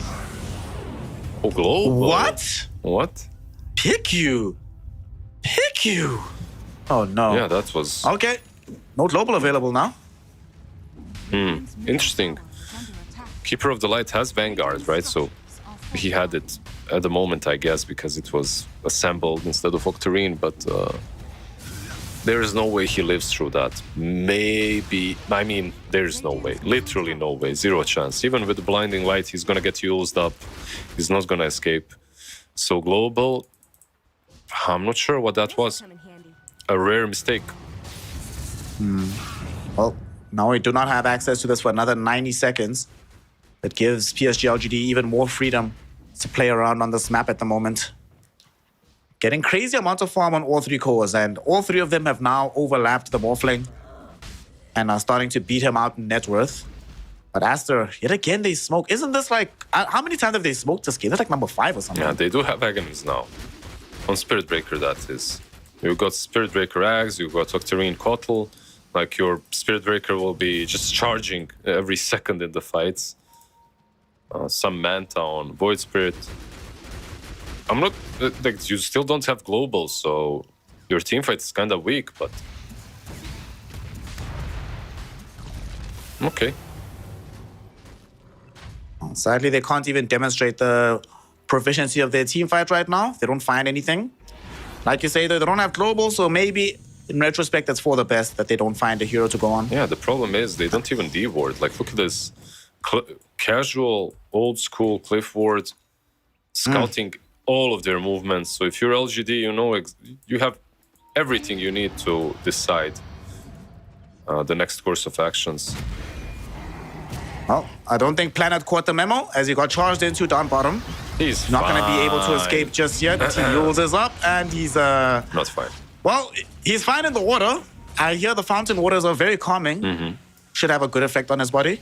Dire's middle tower is under attack. Yeah, not sure what he was trying to accomplish. That will open up Rosh perhaps, and yeah, it looks like they will go into the pit. LGD are aware of this. They did trigger the scan over the area. Yeah, but too late. Your PL actually has Axe now. He's got enough gold, he's gonna purchase it, but still, this Aegis will be claimed.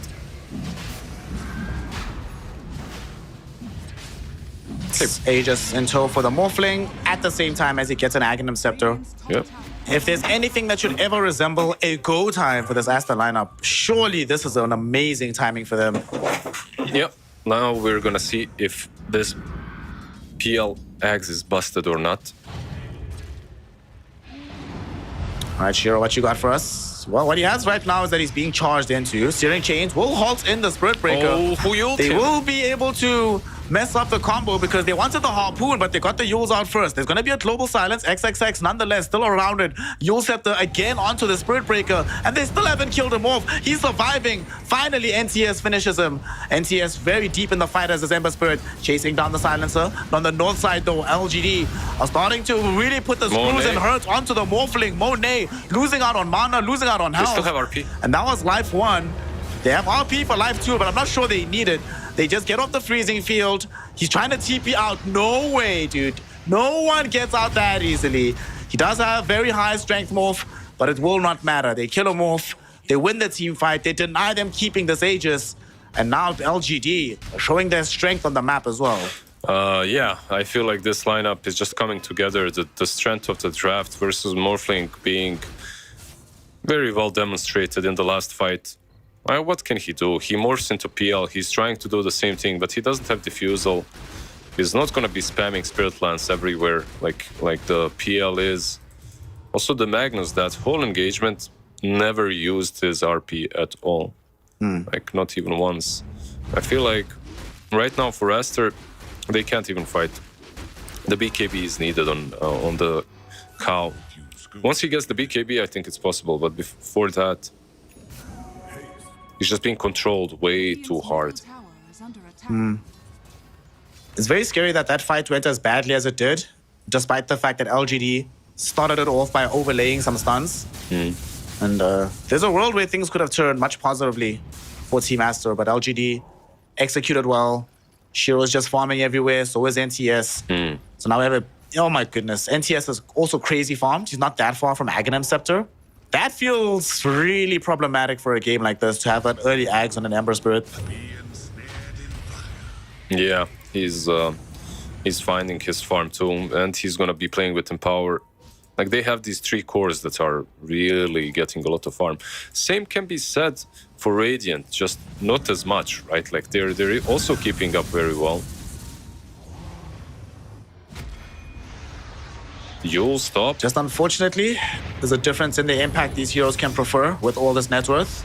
And in the top lane, indeed, XXX will find himself killed off on the Spirit Breaker. Still no access to a BKB, so those moves pretty much always lead to his death right now. The Planet was just setting up perfectly. He was waiting on the high ground the moment Spirit Breaker charged in. He gets used. There's also a gem on the techies, so you just cannot escape with Shadow Blade or Bulldoze. Very nicely done. Radiant's top tower is under They're reading. LGD is really reading them like a book. Radiant's top tower has fallen. PSG LGD.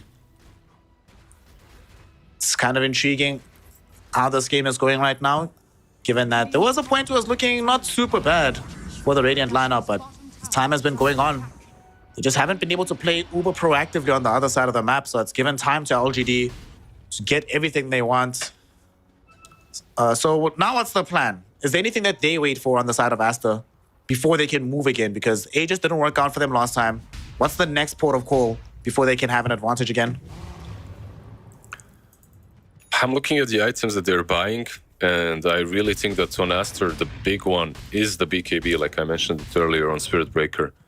Everyone else, the items that they're buying, yeah, they're going to be helpful, but I don't feel like they're extremely game-changing. Maybe the Mjolnir on Void Spirit. It's also kind of fun, right? Like, it's not really an item that you see very often on the Void Spirit, but he doesn't even have to use it on himself. You can cast it on Spirit Breaker and make him charge in. One additional way of dealing with the PL illusions. It's always nice. All the procs as well. That's definitely true. Lots of small instances of damn well. It's not small anymore, but you know what I mean.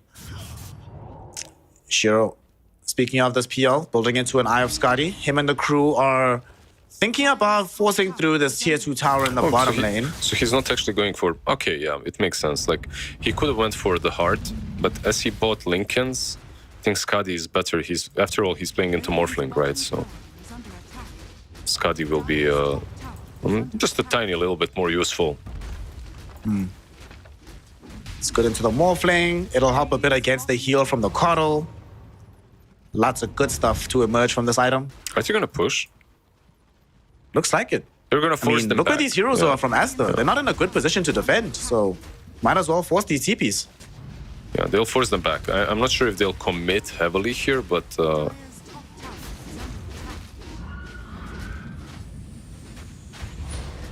Looks like once the tower has already gotten to halfway, they're thinking about going all in. Big harpoon play coming in from New. He's able to drag back the Coddle, and they kill him off. The BKB from NTS allowing him to have the damage even through the global silence. Now they want to turn onto XXX as well. They bring him down. Sumail's already been killed in the fight. He tried his best to interrupt this play, but New was right on top of him with the RP. 3 heroes have fallen, and with all these heroes dead, well, that really simplifies whether or not we commit for the full push, Lizard. The answer is yes, and they're just gonna get clean. it as well. Yeah, very, very clean. New is finding these pickoffs with the harpoon, even though global is used. It just isn't enough to cover your heroes any longer. Luckily for Aster, at least they have 2 remaining tier 2s. So LGD can't really commit to anything more, and they don't have the resources to do so. Fall back, finish off. I love when he is changing his items. You know, after you explain one reason he changed it, and then you're like, okay, damn, now I have to walk back everything I said. He's not gonna buy. I still think I still think Skadi would be okay on PL, but he goes for Heart. Heart is also extremely good. There's a reason why it's the most popular pickup on PL after Axe Diffusal.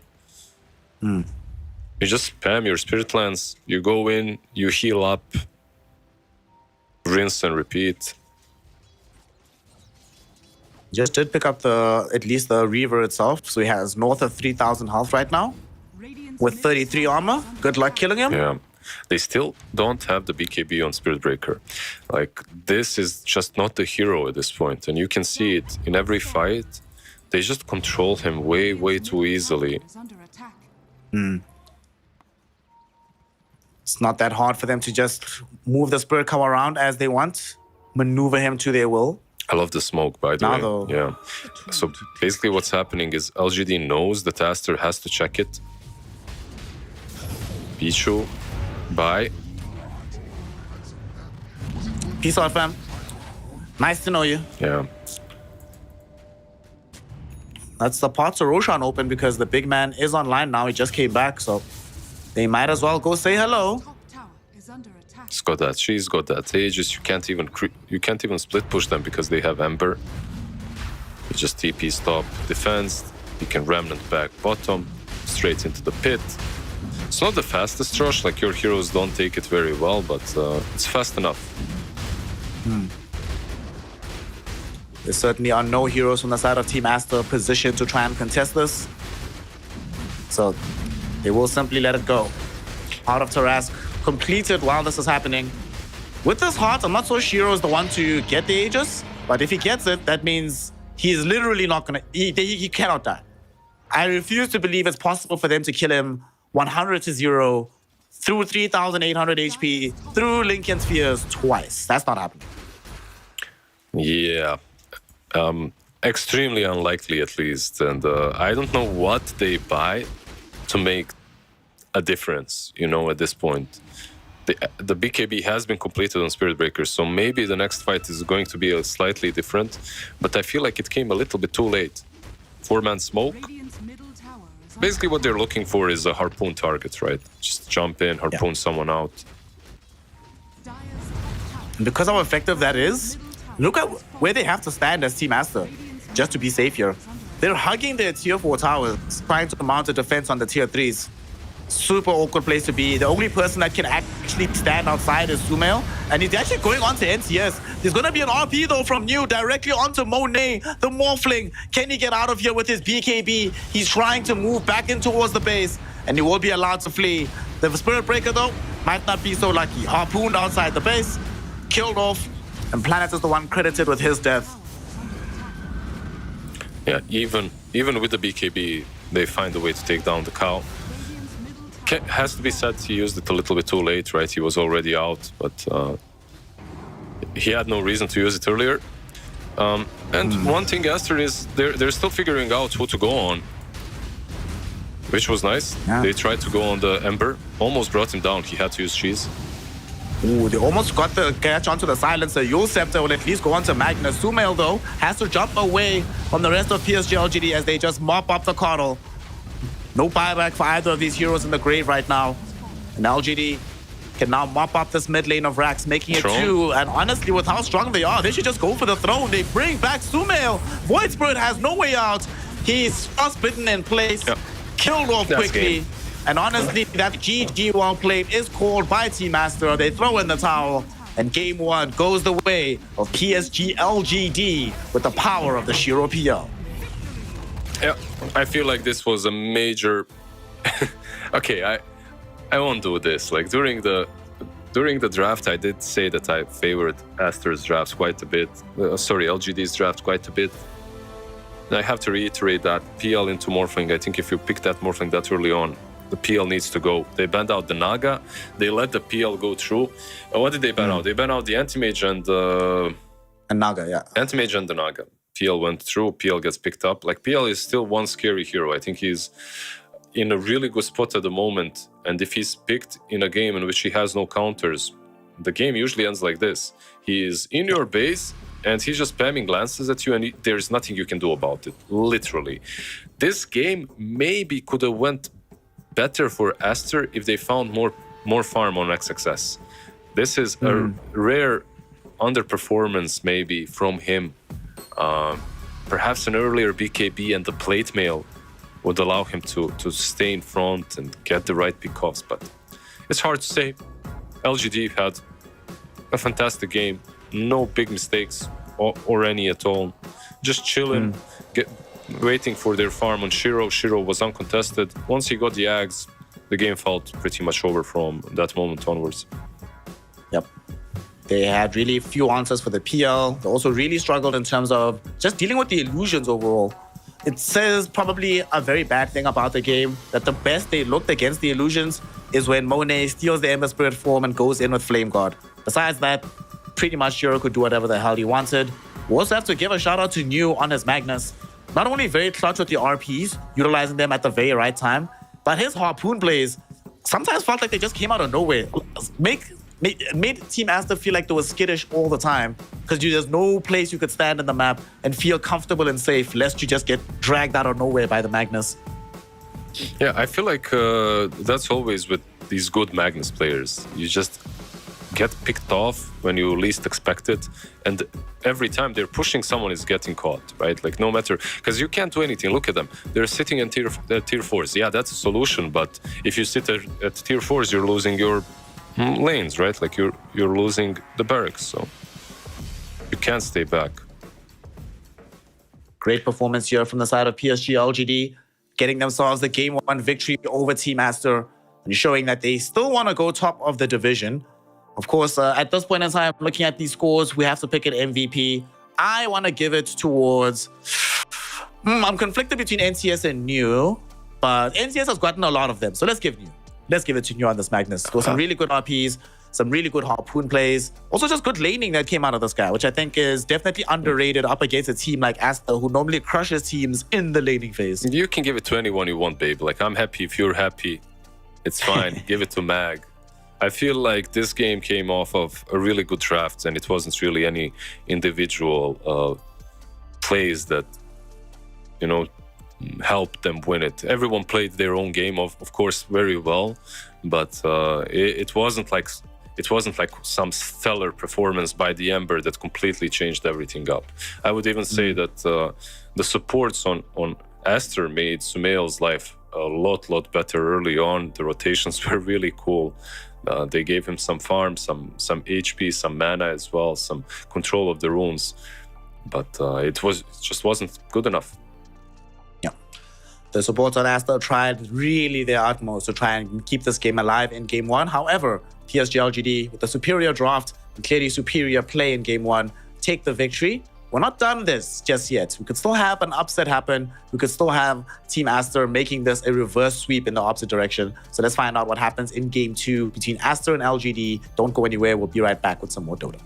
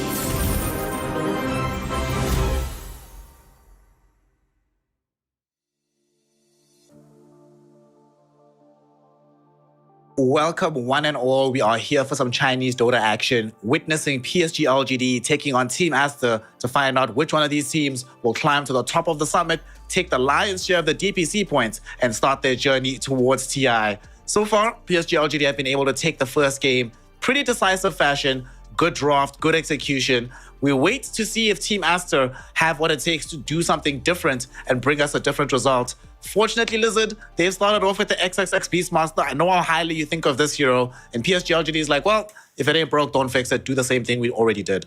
Yeah, but they didn't really do the same thing they already did because they left Beastmaster in the pool.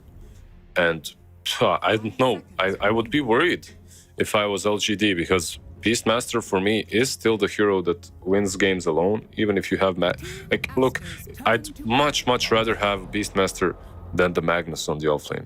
That's how much I believe in Beast. And Magnus is also really strong at the moment. It all comes down, obviously, to the general plan and what you have in mind how to play against the Beast.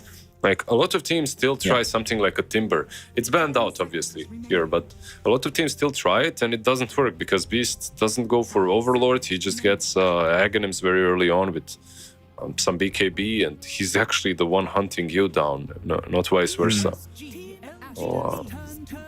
Not sure. We'll see. Aster also pick up a monkey very early on, but look, it's Boboka wearing that crown in the drafting. He's obviously not drafting Mad but he can play monkey 4. So if you're LGD, you can't be completely sure. Even though it's most likely monkey 1, you can't be sure that it won't be some, support monkey.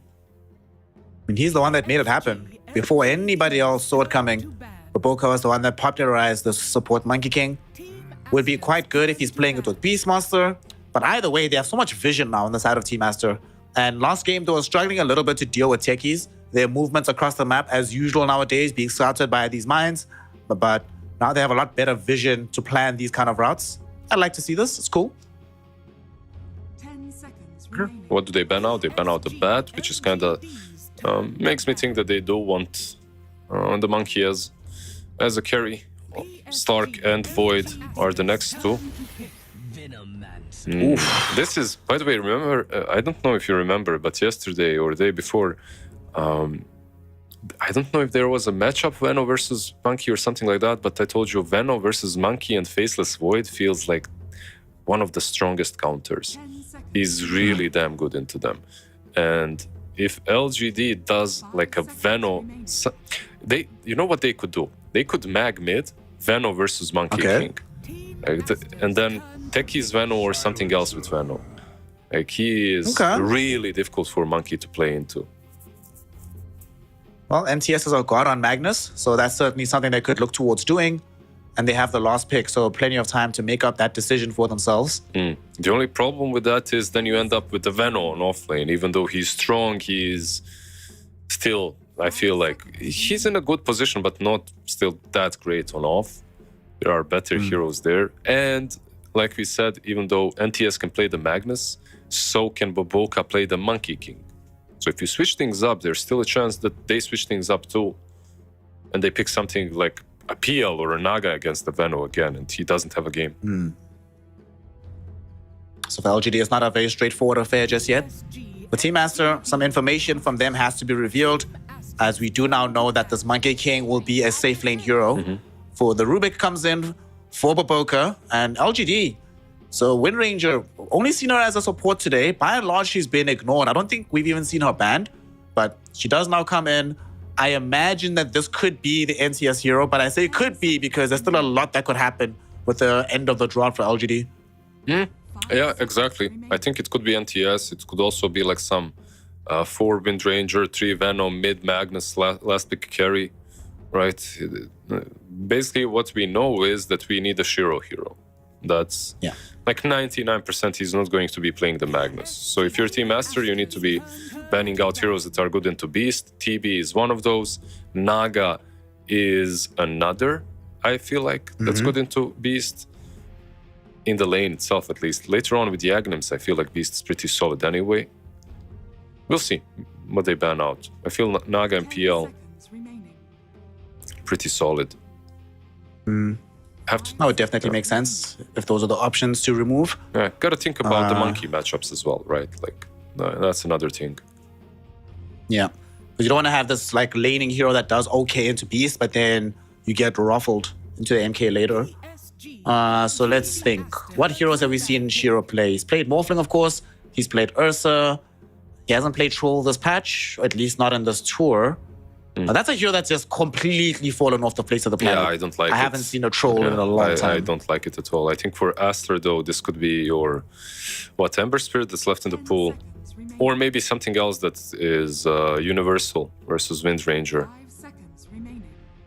I haven't seen too many different pickups versus her.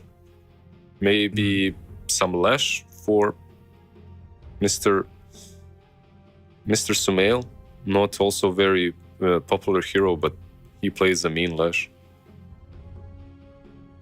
I like Ember, though. Ember? That's my favorite of the ones you mentioned. Yeah. I like heroes that keep other heroes inside Wukong's command as long as possible. Okay. And I want some reach from Astra. They don't have much reach at the moment, so that could definitely be improved a bit. About some Wyvern Sumail that he played before. Breaks down Magnus. Universal hero, brings a lot of damage from... Like, you can't really approach him with Wind Ranger. He can get an MKB. It's weird. It's out there. It's not really very popular. They picked it once before, but it would be cool. Not sure. It's one of the best heroes in the game against Magnus, so wouldn't be too far afield. Hey, I like that sign. I agree with that sign. Yeah, because of the talents, right? Of course, yeah. Of course. Yeah. Even though they're in China, they're watching the PGL stream right now. Yeah, of course they are. Of course they are. Team Master. So we definitely need a hero that's going to go mid. Sumail, Void Spirit, Ember Spirit, what else? Yeah. Ember Spirit, okay. Good stuff. Oh, that was and instant. LGD, wow. That was an instant pick, and that's your carry. Okay, it's an interesting one, yeah. Have you seen much carry or bad in this patch lately? I haven't really. I think it's going to be some Halberd Manta build with Harpoon. Reel them in, Manta, silence them, fight them. You get a Photic Shield to deal with Roar as well. I feel like you have Empower to work with too, which is nice. And you don't have to be like the ultimate end-all be-all carry because you have nothing to say as well to help you out with that, right? Like, and you have the Magnus. You have 3 of these like semi-cores. Oof, I don't know. I like the idea. It's definitely a bit different. Like, we haven't seen a lot of Abaddon cores. Yep. I was just quickly looking at the stats, and this is going to be the first safe lane Abaddon that we've had. The first one across all regions. Nobody else is doing this. Not 100% sure how it fits into this particular meta, having not seen it all that often, but I'm very intrigued to find out how it all breaks down. You said you wanted a hero that can play carry to carry versus Monkey King. Silence is nice into MK. I guess he gets like Jingu, damage, Wukongs. You counteract Wukongs with borrow time. I'm actually not sure how this is supposed to go between these two. I guess it depends on how quickly a Baron gets off to the races. But do you like it at the end here? Is it good enough for LGD to make it 2-0, or are we going to a third and deciding game on the back of the Ember from Sumail? I'd like to see game 3. I'd like for us to go to game 3, and I think there's like this Abaddon. There's a lot of good things about him, but there's also one really bad thing, and that's you're playing into Rubik. So if you use that Photic Shield, you're basically game ruining your team. If Rubik gets it, everything that your team has got is going to be negated, and he's going to have a lower cooldown most likely. So he's going to be spamming that Photic Shield versus RP. He's going to be spamming it versus Shackle Shots. It's not a hard spell to steal as well. So I do like the idea, but let's see the execution. All right, let's find out what they've got on the side of LGD, and let's find out if Team Aster has what it takes to dig deep and take us to a decider. Of course, for them, it's a much bigger deal if they win. Getting into the top 12 of the TI rankings. You could find yourself at the International. There's a nightmare scenario, Liz, where LGD wins this game, doesn't do well at the major, Aster doesn't do well at the major, nor do IG and whoever else So- qualifies, and we have no Chinese teams qualified. So, That's gonna suck. so basically, if Aster wins this one, they have enough points already, right? Yeah. Okay.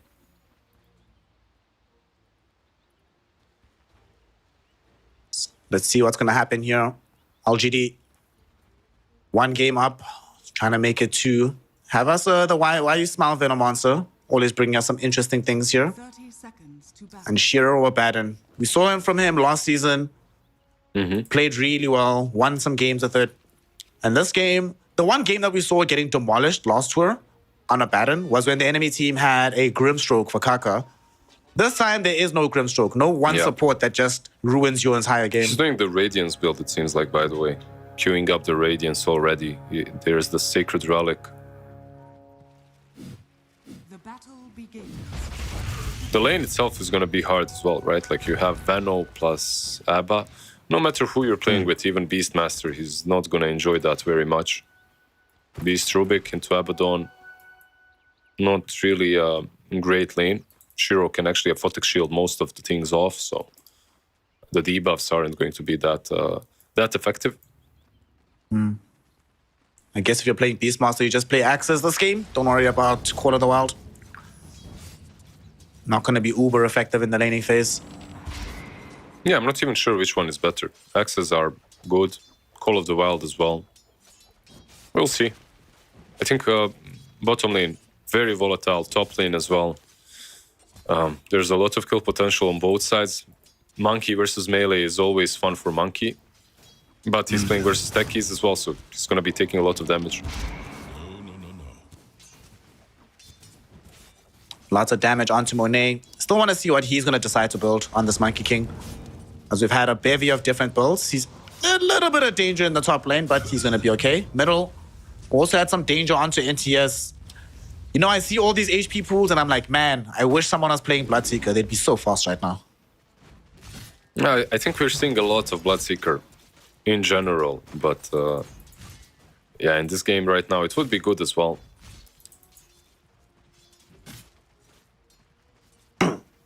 What's going to happen? So, right. Where are we going to see the first blood? I'll ask you the question you always ask me. First blood will happen top. Top? What about Top lane. Beast on bottom lane? They're going on him. Oh no, right? Costa's curse. Oh no. I was looking the other side. Don't do it, Scriff. Look away.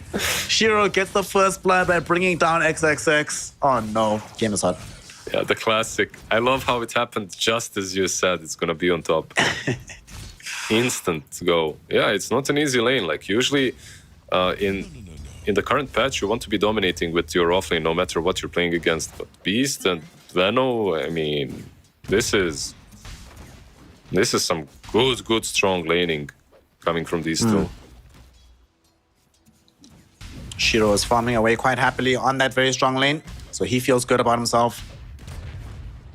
Life is just good. Top lane, new, and him and Planet are just putting some pressure as much as they can onto Monet. But for the most part, they're just trying to have him stay back, not getting as much CS as he would like. So that makes them very, very happy if they can achieve this consistently. Yeah, it feels like Radiant is winning most of the lanes. Ember kind of keeping up on the mid, but everywhere else, they should be satisfied on the Radiant side.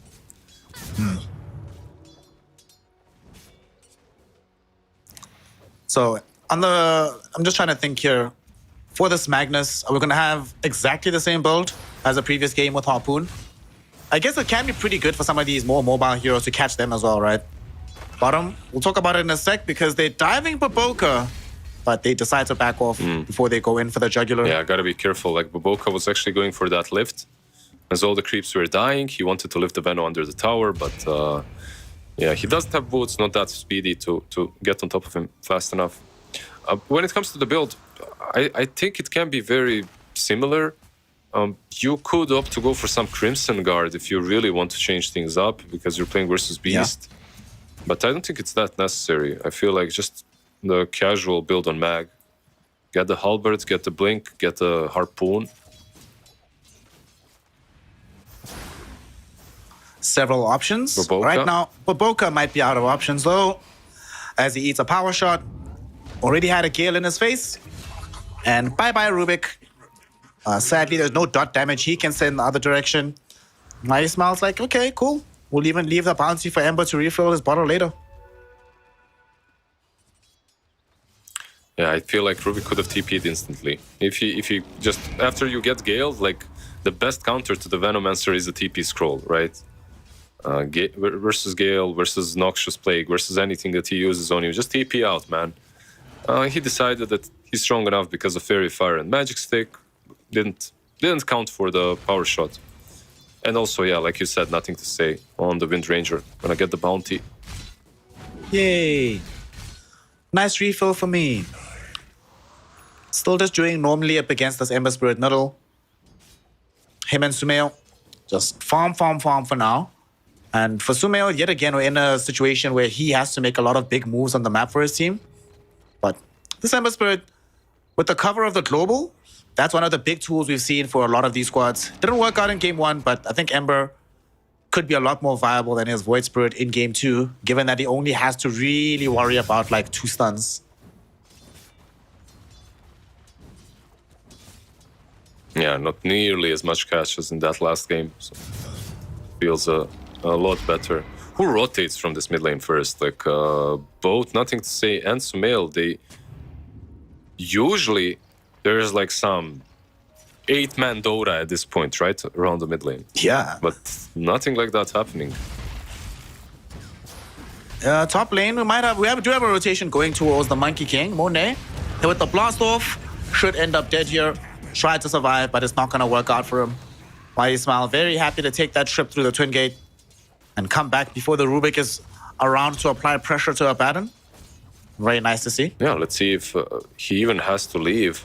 Veno, he can go back bottom, continue pressuring the Beast, and it looks like he will. I was thinking maybe he sticks around and tries to, you know, go for that monkey once again. It could be... Because Abaddon, he doesn't really need help here. He needs help to kill the Beast, but he doesn't need help in the lane per se. In terms of the question you're asking earlier about who makes the first rotation, I think it could benefit them a lot on Aster to bring Ember Spirit to the top lane to try and curtail New. He's yet again farming a bit too much for my liking. He's so rich on this Magnus. Team Aster can't just let this go for free. Yeah, but how do you stop it at the moment? That's the question. Even if you rotate the Ember in, I'm not sure that you got what it takes to kill him. At the moment, he's a big boy. Power Treads, Healing Lotus, Magic Wand, 1300 HP. Oh, might have to bring 4 heroes to do the job. Beast. 2 heroes, though, might suffice to kill off the Beastmaster as he's being sieged upon by Wily Smile and Shiro. And he is denied. gonna die, but he does get denied by Baboka. Good stuff from the Rubik. Yeah, nicely done by him. -2, Silencer got his int, but I'm kidding. It would be cool. Imagine you deny your ally and you, Why you deny and you steal the and int? you get the int. That would be great. Radiant's middle tower is under attack. Ember is... Well, not in 2030 yet. We're still in the old days. He's rotating bot. Meanwhile, Wind Ranger rotating top. Monet is probably gone. Meanwhile, Ember... He's gonna see why you smile. Is he gonna go on him, though? He's blocked a bit by creeps. Dire's top tower is under He thought about it. He has remnants, and Shiro comes in to confront him. But Shiro was holding on to the skill point for level 6, so he has the borrow time if needed. I mean, they would love to force him to use it as well. And Shiro, in an awkward place, he's popped his magic wand, finally forced to go into the borrow time. He triggers it, but they're not hitting him, so he's still low on the HP. They might kill him now. Doesn't have access to the primal roar, but now he's opened up. They might still go on and plan it. Beautiful usage of the jump in with the blast off, but unfortunately it's not enough. They still kill Shiro Denied. and Sumail once even more. He denies PQ.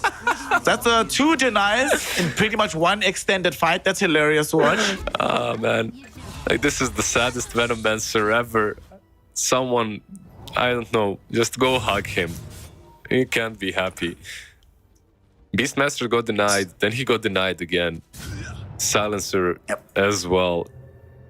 He's just, he's just so sad. He's not getting anything. Shiro as well.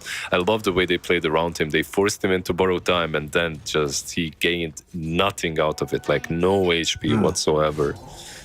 Really nicely done by Aster. Like they're just outplaying them. It's definitely quite smart. They get the kill. They're not able to translate that into a tower, but they don't need it at the moment. Top lane. Monet could be in some danger, but does jump away from the shockwave before it connects.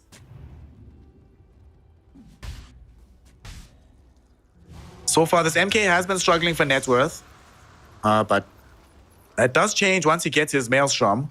However, if he dies, it doesn't help, and they're trying to ensure that that's what happens. Bringing in Nothing to Say and Planet. And who do they definitely want? Monet. Can they get him, Liz? They're going in for it. Let's see. Angle for NTS. He's waiting patiently. There's the blast off to start things off. And now here comes with focus fire.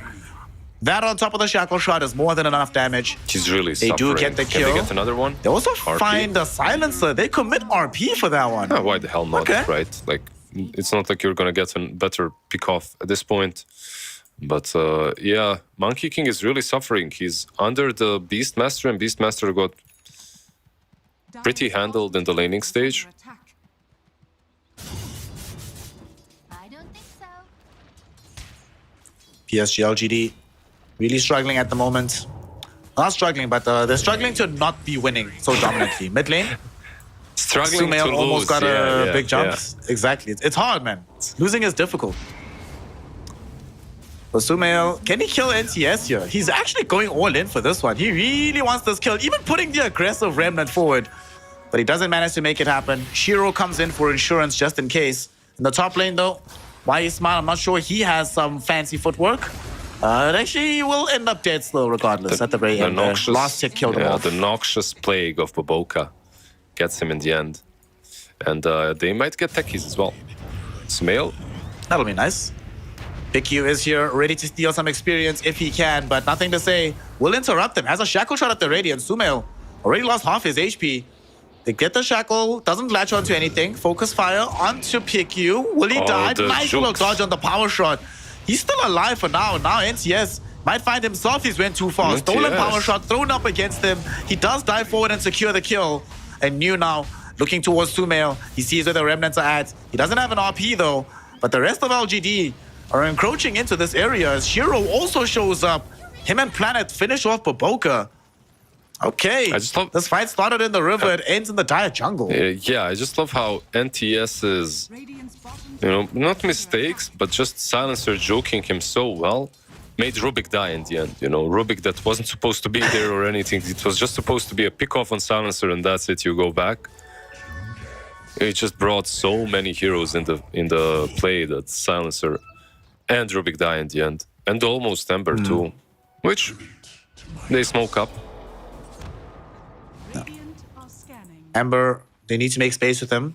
They do have level 6 on the Beastmaster.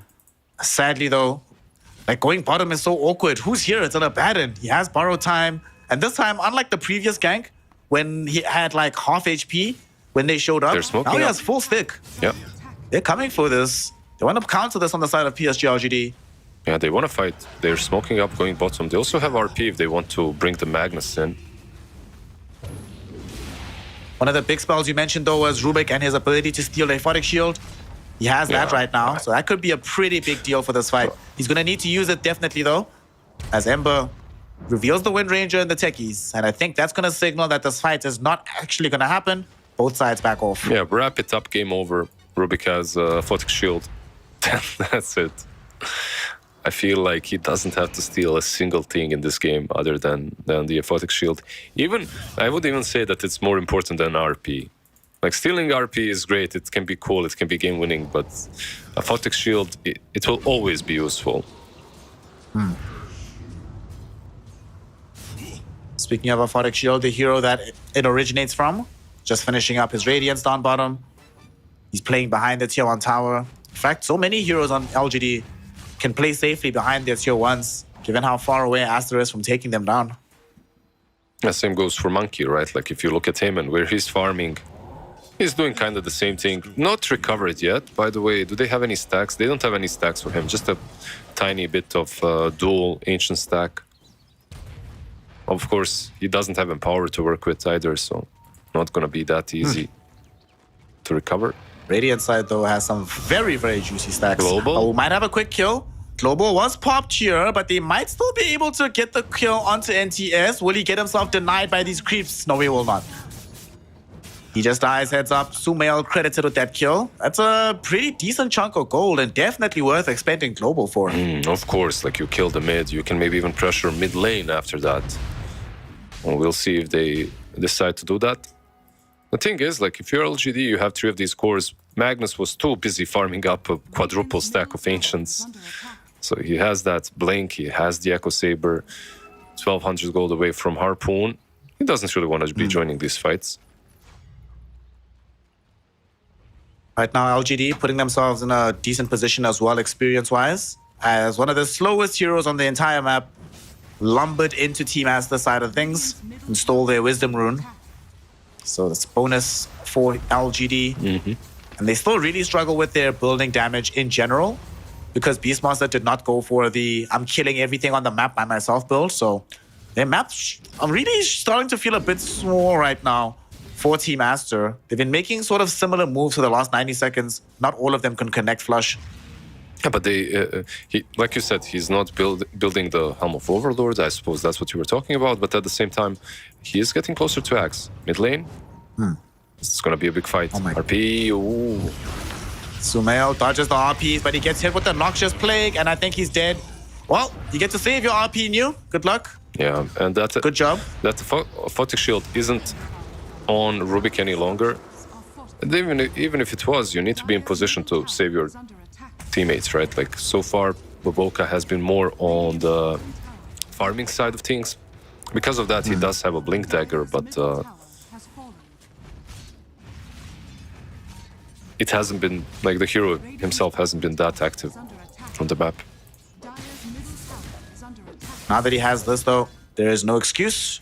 Want to see you being involved in as many frays as humanly possible.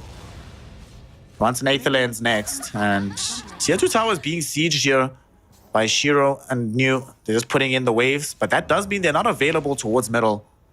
The Team Aster could try to make a play here if they catch vision on any of these heroes.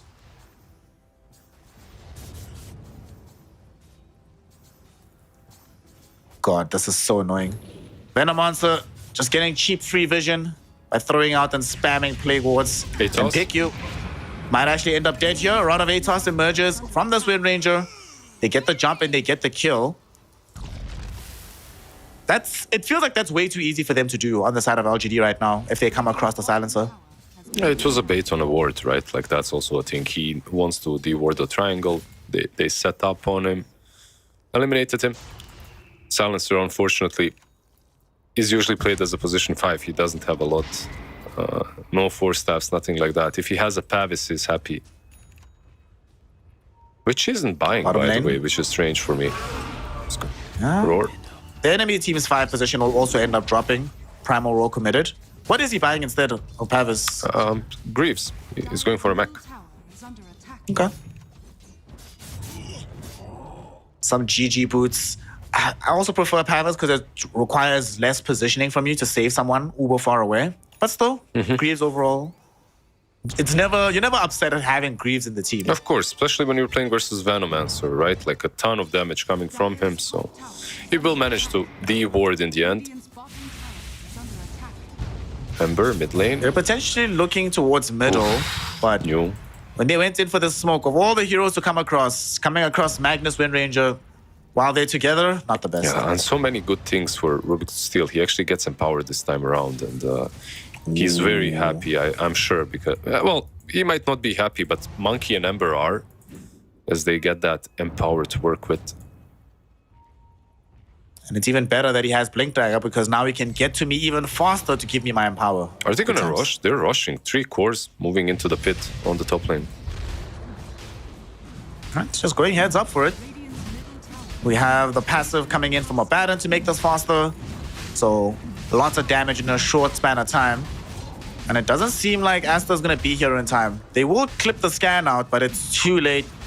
The Aegis is about to fall. They're stacking up for a potential move here. But now the question is, do they have the bravery to take a fight after the Roche? And the answer is no. They'll just let it go. Maybe D-ward here and there. But they're standing right underneath an Observer ward, so it could actually be the side of LGD that come directly at them after getting this Aegis. Yeah, they do not have any smokes on the side of LGD, but the vision is good enough, I feel like, for Magnus to perhaps jump in, skewer someone out of position. Magnus in question does have Harpoon, but he's a bit too far away. So looks like Asta will be allowed to live. Also, speaking of that Magnus, both him and the Beastmaster top of the net worths as expected. Beast, after getting the drums of Slom and BKB, is there anything special you want to see coming in from XSS? What's he building next? BKB? I'm not sure. Maybe some break would be solid, but not sure what you go on Beast at this point. You could get a blink to initiate easier with the roar as well, right? Maybe just some more utility, really. Like the BKB and Aghanims, you're kind of set. Your game is set. You can always be in front. You can always dish out the damage. Usually the game ends at that point, doesn't it? It's the Aghs and the blink. It's the Aghs and the BKB, sorry. And you're good. Bottom tower is under attack. So far, XSS has been having a very good game for himself. Shiro wanting Manta style after he's picked up this Radiance. Still just chilling, only died once in this game. Becoming harder and harder to kill as time goes on. Yeah, the game right now, it did slow down a little bit. Right, they gave the Aegis to Wind Ranger. She's farming up the BKB. Shiro. Cosplaying good old... What was it? Was it Naga? It was, right? Like the old build Naga, Radiance Manta. Yeah. It's also... I kind of missed that build. Yeah. They are moving top with the Beast and the Ember. They want to take down the Abaddon maybe twice. Let's see. Okay. Yes, allies coming in towards him. Borrow time could get triggered and they can try to do a similar trick as what they did down bottom, but it's not that easy. They don't even get the borrow time to trigger. But his reinforcements are here. There's going to be the Harpoon play. They get the Global Silence out onto New. He has no BKB, so could end up dead here. Can they kill him before the silence ends? RP. Stolen Skewer brings him back towards the tier 2 tower to ensure that they can bring him down. Good job by Baboka. And Aster get their kill. Yeah, Shiro needs the Manta. Like, once he gets the Manta, that's much more difficult to do. I feel the Manta will be the MVP item, the MVI of PSG LGD, because once you get the Manta, you can actually lose the Global Silence, dispel it from yourself, and then you can dispel it on someone else, like on Mag. So the team fights will be way, way easier for you. Not there just yet, though. Well, they're all gonna just pick you. Speaking of silences, very easy kill happening on the Global Silencer himself. Under attack. Also, now I just realized, Lizard, LGD has 5 Universal Heroes. I don't think I've seen this before. Damn, that's actually true.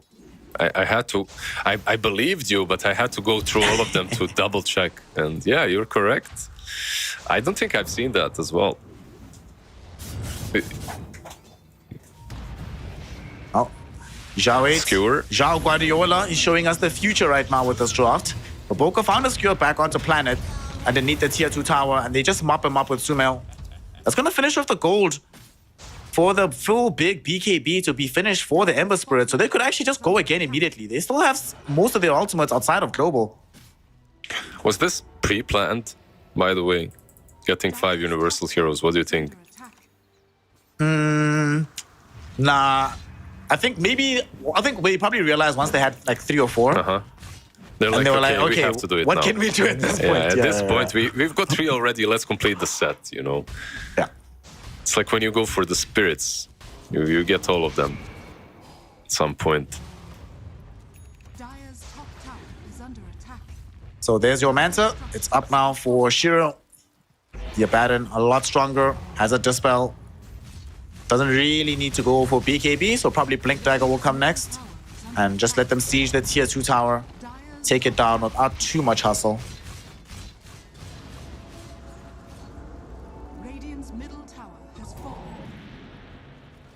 So now what are we waiting for next? We know that they're going to be playing with this Aegis. They finished taking the tier 2s with it, so they're like, cool. We have to wait a while until it's up again. So do we just play around Roche, or do Aster now feel that, given that we have global online again, it's our turn to shine? I feel like you look at Monkey and you see what he's got, but first Ember, He should be fine. yeah, he's taking a ton of damage from all the dots. They just don't have enough catch. I feel like you need to use that RP to get a solid pick off on a core. When it comes to Aster, I believe they are kinda ready. Their biggest issue so far was the fact that Monkey didn't really have a lot of farm, so he couldn't join these fights. Right now with Maelstrom, BKB and Echo Saber, I think he would be very happy to go and fight, so they can get actually the Crimson that we mentioned on Beastmaster at the beginning of the game. That's something that you can wait for, but it's not a big deal. Sumail, he's the first one rushing forward, comes across a Venomancer. Veno knows he's dead, will pop a Pavis on himself to elongate the duration of this death, but the certainty of it is not in question. He dies, gives us some intel towards PickU. I love the range on Gale. It was really damn long.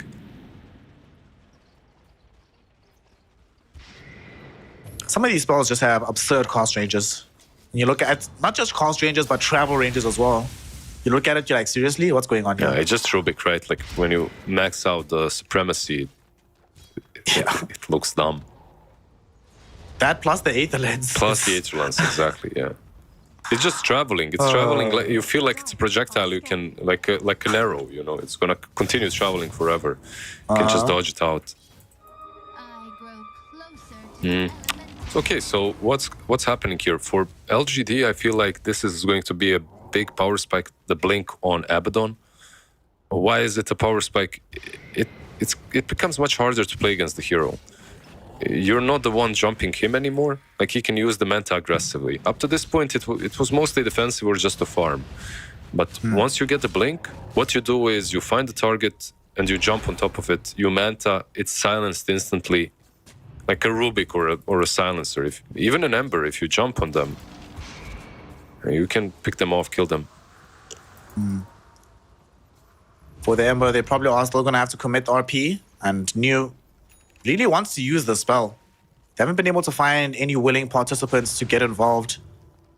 Yeah, Team Master he's like just farming back. Anyone for a BKB? Nope. Anyone for an We're good, RP? Anyone, please? We want nothing to do with that, sir.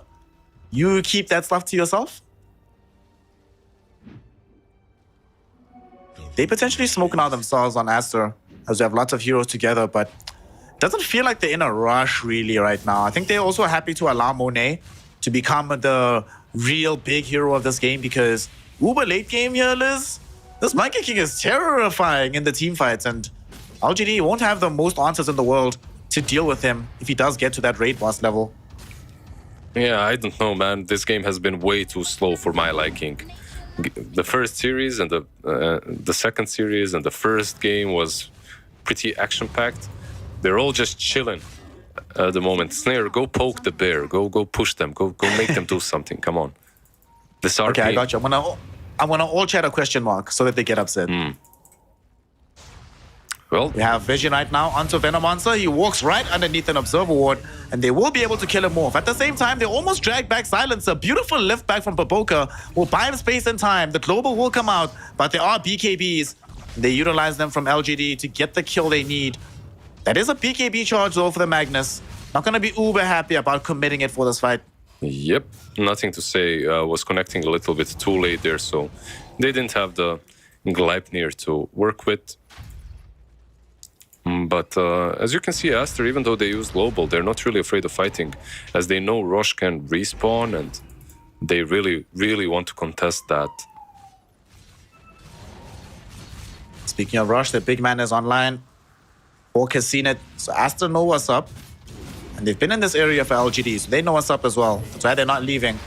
We do see now, they potentially want to jump onto Sumail. They got the searing chains out. But he just pops BKB, going in the opposite direction. Will Remnants away, but now he doesn't have BKB for the fight. Yeah, can they continue fighting here? There's a double damage still. Abaddon is in. Coming onto Beastmaster, they really want him. He pops a BKB of his own. Monet has a Wukong's, they use it. With the Primal Robe being thrown down onto this Wind Ranger, they just want to back away from this fight. Monet still has a BKB to pop if necessary. Hasn't utilized it just yet. Just before he gets skewered back by New though, he does Monkey. trigger it out. New still has access to RP, so he could still die, but New can't get there in time. It's only the... However, LGD zoned them away from the area list, so they get the free Aegis. Well, Silencer, he's gonna walk in, I believe. Let's go. He's gonna walk in and snatch it. Not gonna happen. Anyway, did you see the shackle shot on Ember? Oh, it like stretched during the BKB. It's stretched. Imagine if it's stretched and then it just slammed him back into the tree.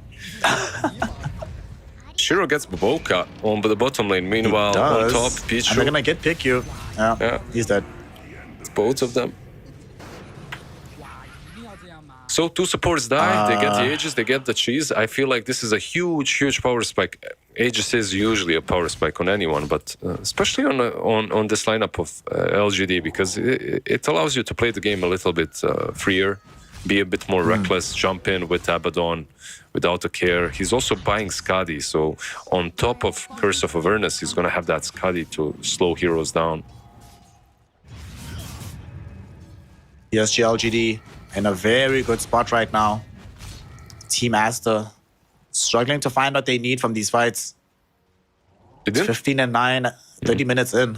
Yeah, it didn't look that bad for them. I feel like the biggest issue was not having a way to deal with Wind Ranger.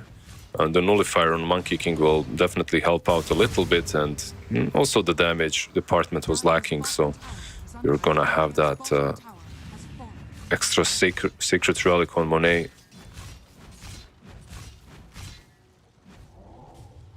We'll see what happens as well once they end up picking up the AC from Beastmaster. But they're not going to let them get there easily as LGD come in with the Skadi on the Abaddon, take out Monet's courier, and should be able to not only remove the tier 2 tower, but take away Aster's 30-minute Tormentor. So they're going to be down one shard. They couldn't get the prior Wisdom Rune, so they might lose the upcoming one as well. Like, a lot is being lost in these last few minutes. Yeah, Monkey might steal theirs though. He's on top lane. We'll see if he does that. Instead, he just buys the Sacred Relic and he's maybe gonna even TP because your tower, your tier 3 tower is half HP. Yeah. They have to come do something about this. They are still playing with an Aegis for another 3 minutes on the side of LGD, so it's very difficult to stop them. Sumail is here, trying to throw in some slights just to poke at them. But Shiro, he has 3 lives right now, so very happy to commit at least 2 of them, trying to take down a lane of Rax.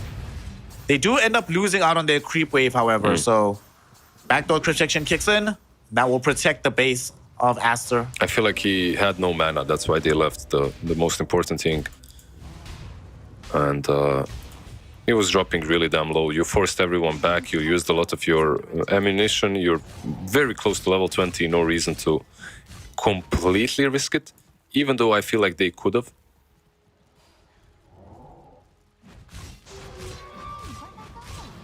Right now, given the stakes that are available, He's getting the not the time to be taking risks. he's getting the 85 DPS burrow time immolation, so he's gonna be hitting Ember with his own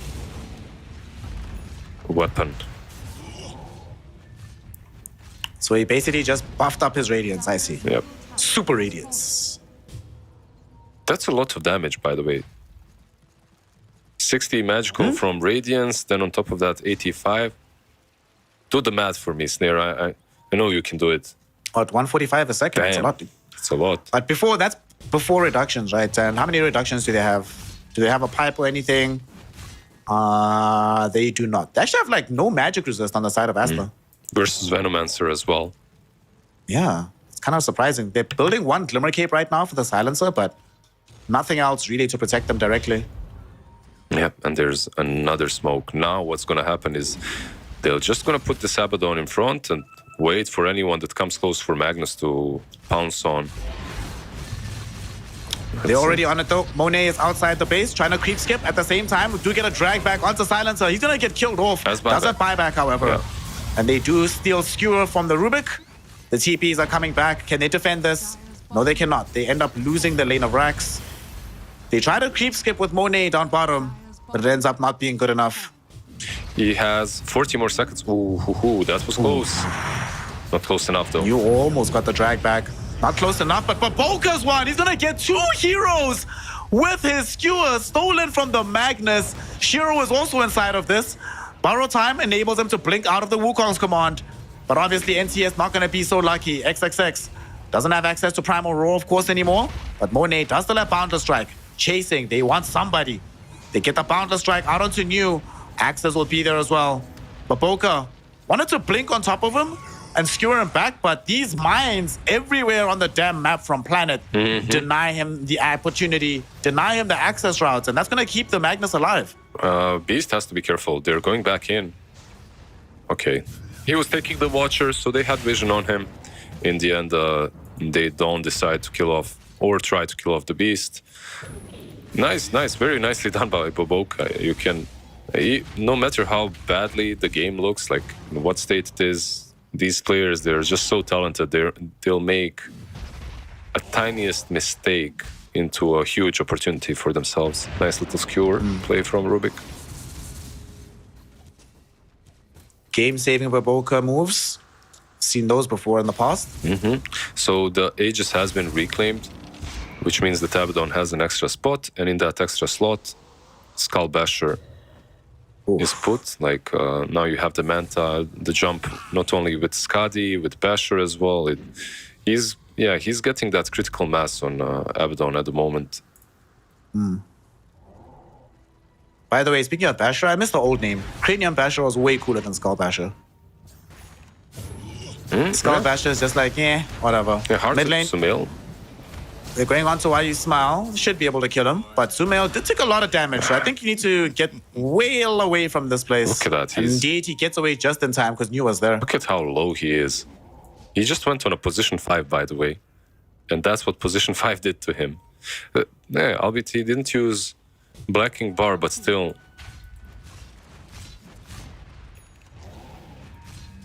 I must say, Sumail has done a really good job at recovering in this game. There's a large portion where he was the lowest net worth core. Wasn't able to progress his items, but here he is on track to finish off an Aghanim Scepter.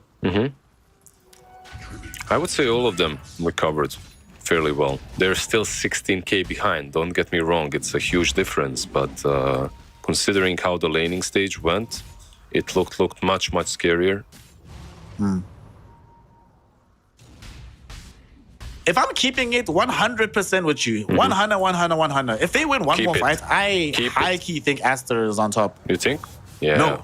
I agree if they get a really good fight. They're smoking up to wrap around. But the mines. Goddamn mines. That's going to enable them to pick off the silencer. He's dead, no buyback. And he's the one carrying the global. XXX has to beat on these drums just to stay alive. Sumail going in to run some interference, but he will just zip back. So they've wasted some time from PSG LGD. LGD, at the same time, didn't commit any of their ultimates. They didn't commit any BKBs, so they are prepared to fight again. Yeah, just the borrow time, right? Like, but it's 30 seconds away from being like you can't. At this point, I guess it's not even a. It's an ultimate, but on a very low cooldown, so doesn't matter that much. But yeah. These mines, man, you just can't smoke on the map. As long as the Techies player is careful enough and is watching where they are, which is everywhere. Like if you look at the map, how many green dots do you see? They are literally littering the map.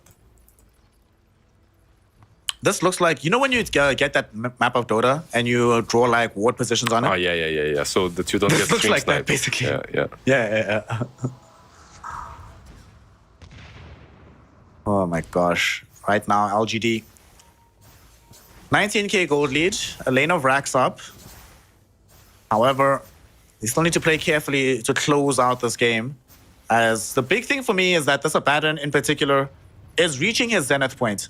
Once he finishes off having the Swift Blink, maybe you replace the boots with something else, but then you are maxed out. No more progression for him. Even right now, he feels like he's at his peak, more or less. And I know where you're going with this. It can't be said the same for Monkey King. He still has an item to work with, maybe even 2, that he can switch out the boots, right? Ember as well. has space to grow, but they were pinging out the bottom side of the pit. It gets taken during the night, so unfortunately for Aster, they're going to have to play into 2 cheese now, like one on Windranger, one on Techies. And there's Techies with cheese. Yeah, and there's Magnus, by the way, with refresher shards. So he was buying an orb. Now he got it for free. Dire's top tower is under attack. Still gonna build into his orb, but having the double harpoon plays, double RPs. Now it's even more important for the silencer. PickU, I think, is actually too close. He needs to be on the other side of the base right now. I would say he's too close already, yeah. It even looks like he's baiting. Does he have buyback? He does not. I don't know what's happening here. Jump in from this Ember Spirit. They really want to try and find some kill. Sumail, though, got stunned up. Him and Monet inside the Wukongs. They right-click down this Ember Spirit, 100-0. Shiro now forcing Monet outside of his own Wukongs, getting back half his HP thanks to the Boundless Strike. He's now going to run down Monet, kill him off. And that's 2 heroes dead without buyback. That's game. XXX will also get taken out. He does have buy, but he's already committed the Primal Roar. The Silencer dies. No ultimates available, and I think you're right. This might just be the game. LGD going for the jugular. They're going for the 2-0 victory, and they get it. GG, well played is called. New does miss an RP. He gets the second one, though, baby. He will let Baboka know, let Baboka realize that he belongs to the best team in China. PSG LGD take pole position in the DPC. Yeah, considering how the season started and how much hype there was around Aster, I expected them to end out on top, but still, yeah, they're not looking very happy. If you compare this Aster and the hype around them when they were winning in those first couple of days, and the Aster right now, it's really not the same. But yeah, it's understandable. It was a really difficult series for them. Losing O2 is never, it's never fun. Even if it doesn't really matter way too much, you're still gonna get to the major. And Sumail definitely makes CN Dota great again. Even if he's not winning, he's making it so much more interesting. Like really, I'm very happy to have been a part of another season of CN with him in it, because it's just like everyone is more interested in the region, right? Sumail, for the entirety of his career, has always carried a lot of attention with him. And we're very glad we get to apply that attention towards China. Not going to succeed at the very end of achieving the dream. And to make matters worse, Lizard, because they lost here and they are now technically in second, they're 5-2. So they could actually slip down to 3rd place if they end up losing their tiebreaker game. So things are not looking as great for Aster as they would have wanted it to. Yeah. Like you said, the start was phenomenal. The wheels did fall off at the end a little bit. What can you do? Yeah, so tomorrow they will be playing versus IG, right? IG is the one that won today. Yeah, for second place. Yes. Yeah. Okay. For second place and third one, there will still be more Aster. Okay, one more series of them. Gonna be a fun one. Sumail versus Emo on the mid lane. Gonna be quite interesting. But this game, yeah, PSG LGD. We should talk a little bit about them. Incredible drafting, I think. Definitely. Yeah. Definitely caught Aster off guard. Like this Beastmaster just didn't have a lane. Abaddon plus Venomancer made sure that he is having a really rough time. Then on top lane as well, Mag and Techies. How do you win versus these 5 universal heroes? Yeah. Zhao 8, Guardiola 8 himself has cracked this code, cracked the strategy. Just pick as many universal heroes. That'll get you the W that you need. It gives LGD a 2-0 berth over Team Aster and does secure them at the very top of the division. Sadly, because they're the ones that won, they are just underneath where they'd need to be to accrue some much-needed spots in the top 12 of the DPC, but still get a huge amount of points for yourself. This game, this is such a team game. Who are we giving MVP to? You made me choose last time, so it's your turn now. It's my turn. I'd give it to Shiro just for making this Abaddon work, like position 1 Abaddon. I think his item progression was on point. His laning was good. He saved Nothing to Say a couple of times. The Blink Dagger, the Basher, the Skadi, the Manta, yeah, everything good. I can't say, like, I could give it once again to New, but we've given him MVPs I don't know how many times. Timbersaw, Magnus's Beastmasters, like, Shiro doesn't get enough attention, I feel like. So his Abaddon deserves it this time around. I have to say, though, special mention to everyone, especially Nothing to Say from the mid lane. Like, the Wind Ranger didn't have an easy game, but he made the hero work once again. Yep. Great game from Shiro here. Although I do wish we were able to put in some coaches for an MVP mention, because I think Zhao 8 should definitely get the MVP mention for this one. Guardiola 8 made magic happen with these drafts, concocted some pure magic to get these Ws. And it's also funny you were mentioning how Shiro's been skating under the radar this season. Last season was all about this guy. It was about Shiro and Planet, basically. You know, Zeal would pop up. You'd be like, oh, Zeal is looking good, only because you were kind of surprised they have a good offlaner again. But this season, Shiro, we get to see it on the very last day of the DPC. He whips out a hero that hadn't been played. Had today gone by, we might not have had any carrier patterns. But shout out to Shiro for at least giving us the one and getting us the victory there. So LGD at the top, they do not have to play tiebreakers. Unfortunately for Team Aster, they're not done with Dota just yet. They have to play a team they've already lost to. And of course, we have another tiebreaker underneath them for the final major slot between Azure Array and Extreme Gaming. So for me, when I'm looking back at this, what are your biggest recollections? What's your... does this look how you expected it to? What did you expect coming into Season 3? And how do you contrast that to the reality of this world? I think maybe the only team that I expected to do better a bit was Azure. But then when I think about it, everyone that's top 3, top 2 is like, I expected these teams to be top 3, but somehow I expected Azure to be there as well. You know what I mean? So there just isn't enough space. There's way too many very good teams at the moment. Extreme as well, just keeping up. Like Aster Aries and Team Bright and Piggy Killer, kind of expected them to be bottom 3. When it comes to the whole season, the highlights are definitely going to be New on Timbersaw. Like, his offlane was insane a couple of times. The fight with Medusa where Shiro is dodging everything from Extreme is a highlight. Yeah, and overall, just Team Aster, Sumail and Team Aster, and the amount of hype that he brought to the scene in the first couple of game days was, just... It's not something that anyone can emulate. Yeah, definitely not something that can just be very easily replicated. Not only did he bring hype into the scene, but he sort of revitalized Team Aster. If you just look at how they looked physically and in the game, and during XWY's tenure on the team, was not good. No one was ever happy. Games were looking very weird. Communication between players like Baboka and XXX, guys who have been together their entire careers, was not good, and that can't be happening. So with him being in the mix, elevated the squad, they looked better, faltered at the very end, but still managed to get themselves into the major, and we're going to get to see more from Team Aster tomorrow even, because we have to get past some of these young tiebreakers. They get to round out the day versus Invictus Gaming. That is, if I'm Team Aster, I've already just lost to AG yesterday. I lose to LGD today. Man, it would break my heart if I lost 3 games in a row into IG again the next day. Yeah, and losing like 3 of your last officials. Well, not last officials before the major, but still like 3 of your last DPCs.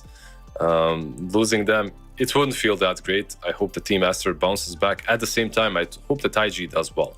And the IG will do well. Why will they do well? I don't fucking know, but at the end of every season, they just find the secret sauce and they make the team work much, much better. They've already played Aster, right?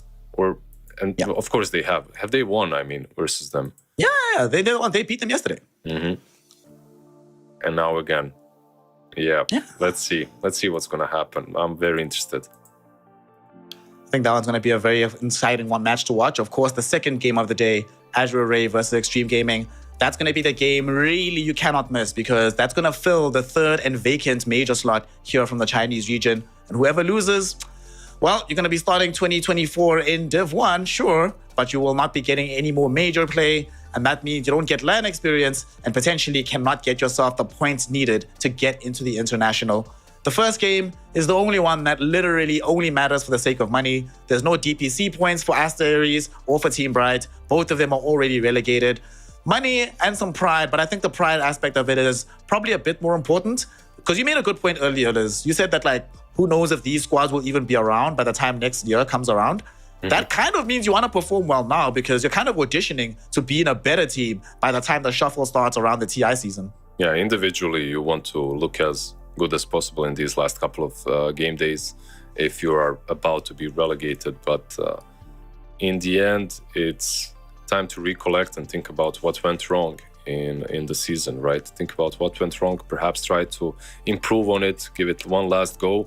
But both of these teams, like Aster Aries and Team Bright in the first series, I can't imagine them being very hyped for the series to play it or to be like in a really good mental situation, because you just lost like 6 games, 6 series out of 7. No one would be happy at that point. Yeah, very difficult to imagine that you'd have a good mentality about the game. At that point, you don't even want to play with the people on your team anymore. You're just like, oh gosh. Yeah. These guys again, we're losing again, game in, game out. It's very difficult. And sometimes these people are your friends, right? You want to have relationships with them in real life as well, which gets frustrated by bad performances. I know how it goes. Like at the beginning of the season, you're all signing up for a ton of tournaments. You're screaming 2 versus 3 in the lanes, right? Like you're practicing some lanes. Your Discord channel is all spammed all the time. There's like memes, there's music. And right now, there's just tumbleweed, nothing. There's just no chat inside. There's just like your coach or your manager writing in the time and the place where you have to be to play the game, and that's it. Yep. Unfortunately, it hasn't gone. No, you have to ask for the lobby password. Like, he's not even going to tell you. Yeah. You get there and he's like, what's happening here? What's going on? So it's kind of rough. It's been kind of tough for those teams at the very bottom. Fortunately, though, for all of us, we've just witnessed some greatness coming from the teams at the top. And to speak to a man who is on the top, I asked you who's the best mid laner between him and Sumail. You told me it was nothing to say, the best in China. We have an interview with him right quick. So let's hear what he has to say. NTS, congratulations on the victory. Congratulations on the dub. Are you not tired of playing Wind Ranger at this point? Do you think the hero is actually that busted? And are you going to be playing more of it at the major? 这场比赛的胜利，想问一下，你玩风行者这个英雄，会不会有的时候会感觉有点玩腻？你觉得他是不是现在还是版本很强的英雄？然后你觉得 Major 上他依旧会这么强势吗？因为这个英雄还是要看对面的英雄吧，就是对面的大哥就比较怕的话，然后选出来就比较好发挥，然后这英雄感觉还是蛮有实力的。Yeah, I think Wind Ranger really depends on the game. If the enemy carry is easily countered by her, then she's really good. I think overall she is still a very solid pick right now. As one of the premier mid laners on the planet, what have you made about how have the changes to the game affected you as a mid player? How do you think the game is different just from your perspective, not thinking about the rest of the grander strategy? 那想问一下，作为世界上顶级的中单，作为你的感受来说的话，你觉得版本更新之后，单从中路的角度来讲的话，你觉得游戏对你来说有哪些改变？因为就那个全才的属性吧，然后就中单就感觉有很多英雄都能玩，然后就是更多选择吧，比如像之前的版本就没那么多，就是比较常规的中单。那现在其实很多英雄都能打中，就是看你自己打路人怎么样挖掘到出装那些吧。Yeah, so I feel like there's there are many options right now to play here to play mid, because of the change of the universal hero, and compared to previous patch, you can only pick the regular mid laner. Right now, you can have more options. It's only depending on whether you try it in pubs, whether you figure things out in pubs, and you get some fresh idea, figure out some new builds. But I feel like overall, it's more viable. Okay. Something else I also wanted to ask. Obviously now at the end of the DPC, y'all came first with New in the team. What's it been like playing with him versus what it was like playing with Zeal versus how it was like playing with Shang Yu at the beginning of the year? How does he help the team, and what kind of perspective does he bring that the previous offlaners did not?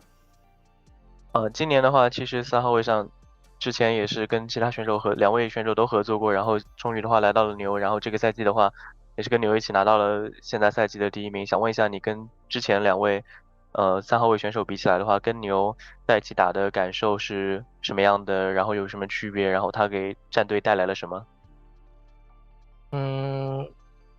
其实就是英雄可能可以玩的比较多吧，然后就比较稳定吧发挥的。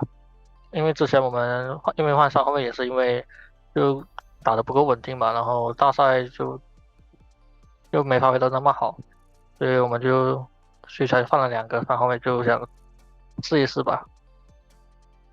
I feel like Neil has a very good hero pool. He can play many heroes, and I think the biggest thing stand out from other two is he's a very stable player. The reason we keep changing post 3 is because players just cannot always keep on a very be very stable, and that's probably the reason we feel like we underperformed in the major, and then we come back and change the role. I think Neil is really has been always on top of his game. He's very consistent. He definitely has been very consistent. I agree. Brother Liz, what have you got, man? Yeah, congrats on the win and the qualification to the major once again. So with this new consistency, do you think you've got what it takes to maybe even go to the top of the major, win it? What do you think? What's your form like at the moment? 那想问一下，就是你说牛的状态一直保持的比较好，你觉得你们现在能够继续保持这种状态，在 Major 上去展望一个比较好，甚至夺冠的这样的一个名次吗？让你觉得现在让你来评价的话，你觉得现在自己的状态怎么样？我感觉保持这个状态拿这个前3应该没问题吧。我是觉得我现在的状态是蛮好的，就感觉打得很顺。Yeah, I feel like if team can remain what we play right now in the majors, then I think it's easy for us to secure a top 3. As for myself, I really think I'm kind of close to the peak form, and I just feel like I'm always having a very comfortable game. Okay, thank you. You look like you're in a very good form, and with that good form, you just won versus some Western mid laner. His nickname is Sumail. You might have heard of him. What do you think about him and his adjustment to the Chinese region? How do you feel you scale against him as player to player? 那就是想问一下，你也提到你状态非常好的情况下，最近也是跟一个叫 Sumail 的这个中单选手都交过手了。我们也知道 Sumail 的话一直也是非常强的一个这个西方的中单选手。你觉得他来到中国赛区之后的话，你跟他对线打完比赛之后的感受是什么样的？就是因为他打的也很好嘛，然后他对线那些都很好，就是打了过后就感觉就是我跟他打，就是我自己先发挥好自己的路，然后再去打边路吧，就是中路对线就别跟他打那么久就行了。Yeah, first of all, Sumail has been a great player, and I just noticed that immediately when I start laning with him and play against him, I always have to tell myself I need to focus on the laning stage. I have to have a good laning stage, and then I be able to help my teammates. So I feel like playing against Mel, you always want to have a good laning stage. Yeah, okay. Thank you very much, Snare. Yes, I have only one more question to ask. Obviously, right now, we're going into the final major of the year. Then we're going to be going into TI season. Heading into TI, give me a team from Europe and maybe a team from China just one team from China and one team from the rest of the world that you think have very strong likelihood right now of finding themselves in the final day of TI. 那我们之后的话会有 major 之后的话就是 TI 了。那想问一下，就是以目前的状况来看的话，能不能跟观众朋友们分享一支中国的战队和一支国外的战队，你觉得有可能会出现在 TI 总决赛的最后一天？现在目前看来的话，Tundra 还是 Tundra 吧，Tundra 的状态感觉很好。中国的话可能就我们自己吧。Yeah, I would pick Tundra. I think Tundra has been playing great, and a team from our region, then it's us, LGD. Of course, you're going to say it's you. Well, the way you're looking right now, you definitely are the best in China. So congratulations on the games. Good luck at Dream League. Good luck at the major especially. And we hope to see you at TI. Thank you. Good luck. That is, of course, nothing to say. Mid-player extraordinaire who's been holding it down for the LGD brand for many years now. Feeling very confident. I love how he said it there. Like he's not at peak performance. Every game seems simple, but he says he's close. He at least acknowledges that there's always room to grow. And if this is what he's playing like now, Lizard, imagine what they look like when they're actually at 100%. Yeah, I feel like you can always leave yourself room to grow, right? Like even if you're winning all the tournaments, you can always find some flaws. And that's, I think that's probably a trait of all the best players. And they always find something that they're unhappy about. Not something that they're unhappy about their surroundings. Like my safe laner, my off laner, my supports didn't help me. No, like they want to improve themselves first and foremost. And it's something that we all can learn about, not only in the game, but outside of it. Yes, something to certainly emulate. And with these victories, PSG LGD, they are technically in the top 12 of qualification. Obviously, that's all going to change by the time the major rolls around, but they still need to perform well there to be the first team in China confirmed to go to the International 2023. With that, we are done and dusted now. Div 1 of China is finished. No more Dota remains. We have all our answers and we have an entire year of Dota to reflect on. Liz, I'll give you the last word before I do my extended goodbye. Reflections on 2023 for you personally, not just in terms of the game of Dota for China, but Dota overall and just for you. What's this year been like for you? It's been an improvement, I would say, in comparison to the last year. It's been going better and better. And just before Snare takes the mic away, I just want to say, Snare, you're beautiful, you handsome South African man, you beast. I know he's gonna sing songs about everyone, so I gotta beat him to it. You marvelous host, even better caster. It was a pleasure of working with you. Everyone else, the crew behind the casters, the panelists, the hosts, the production in PGL. It was my pleasure. And this guy that's in my ear right now as well. Like he's very bold but very handsome as well. So Snare, take it away.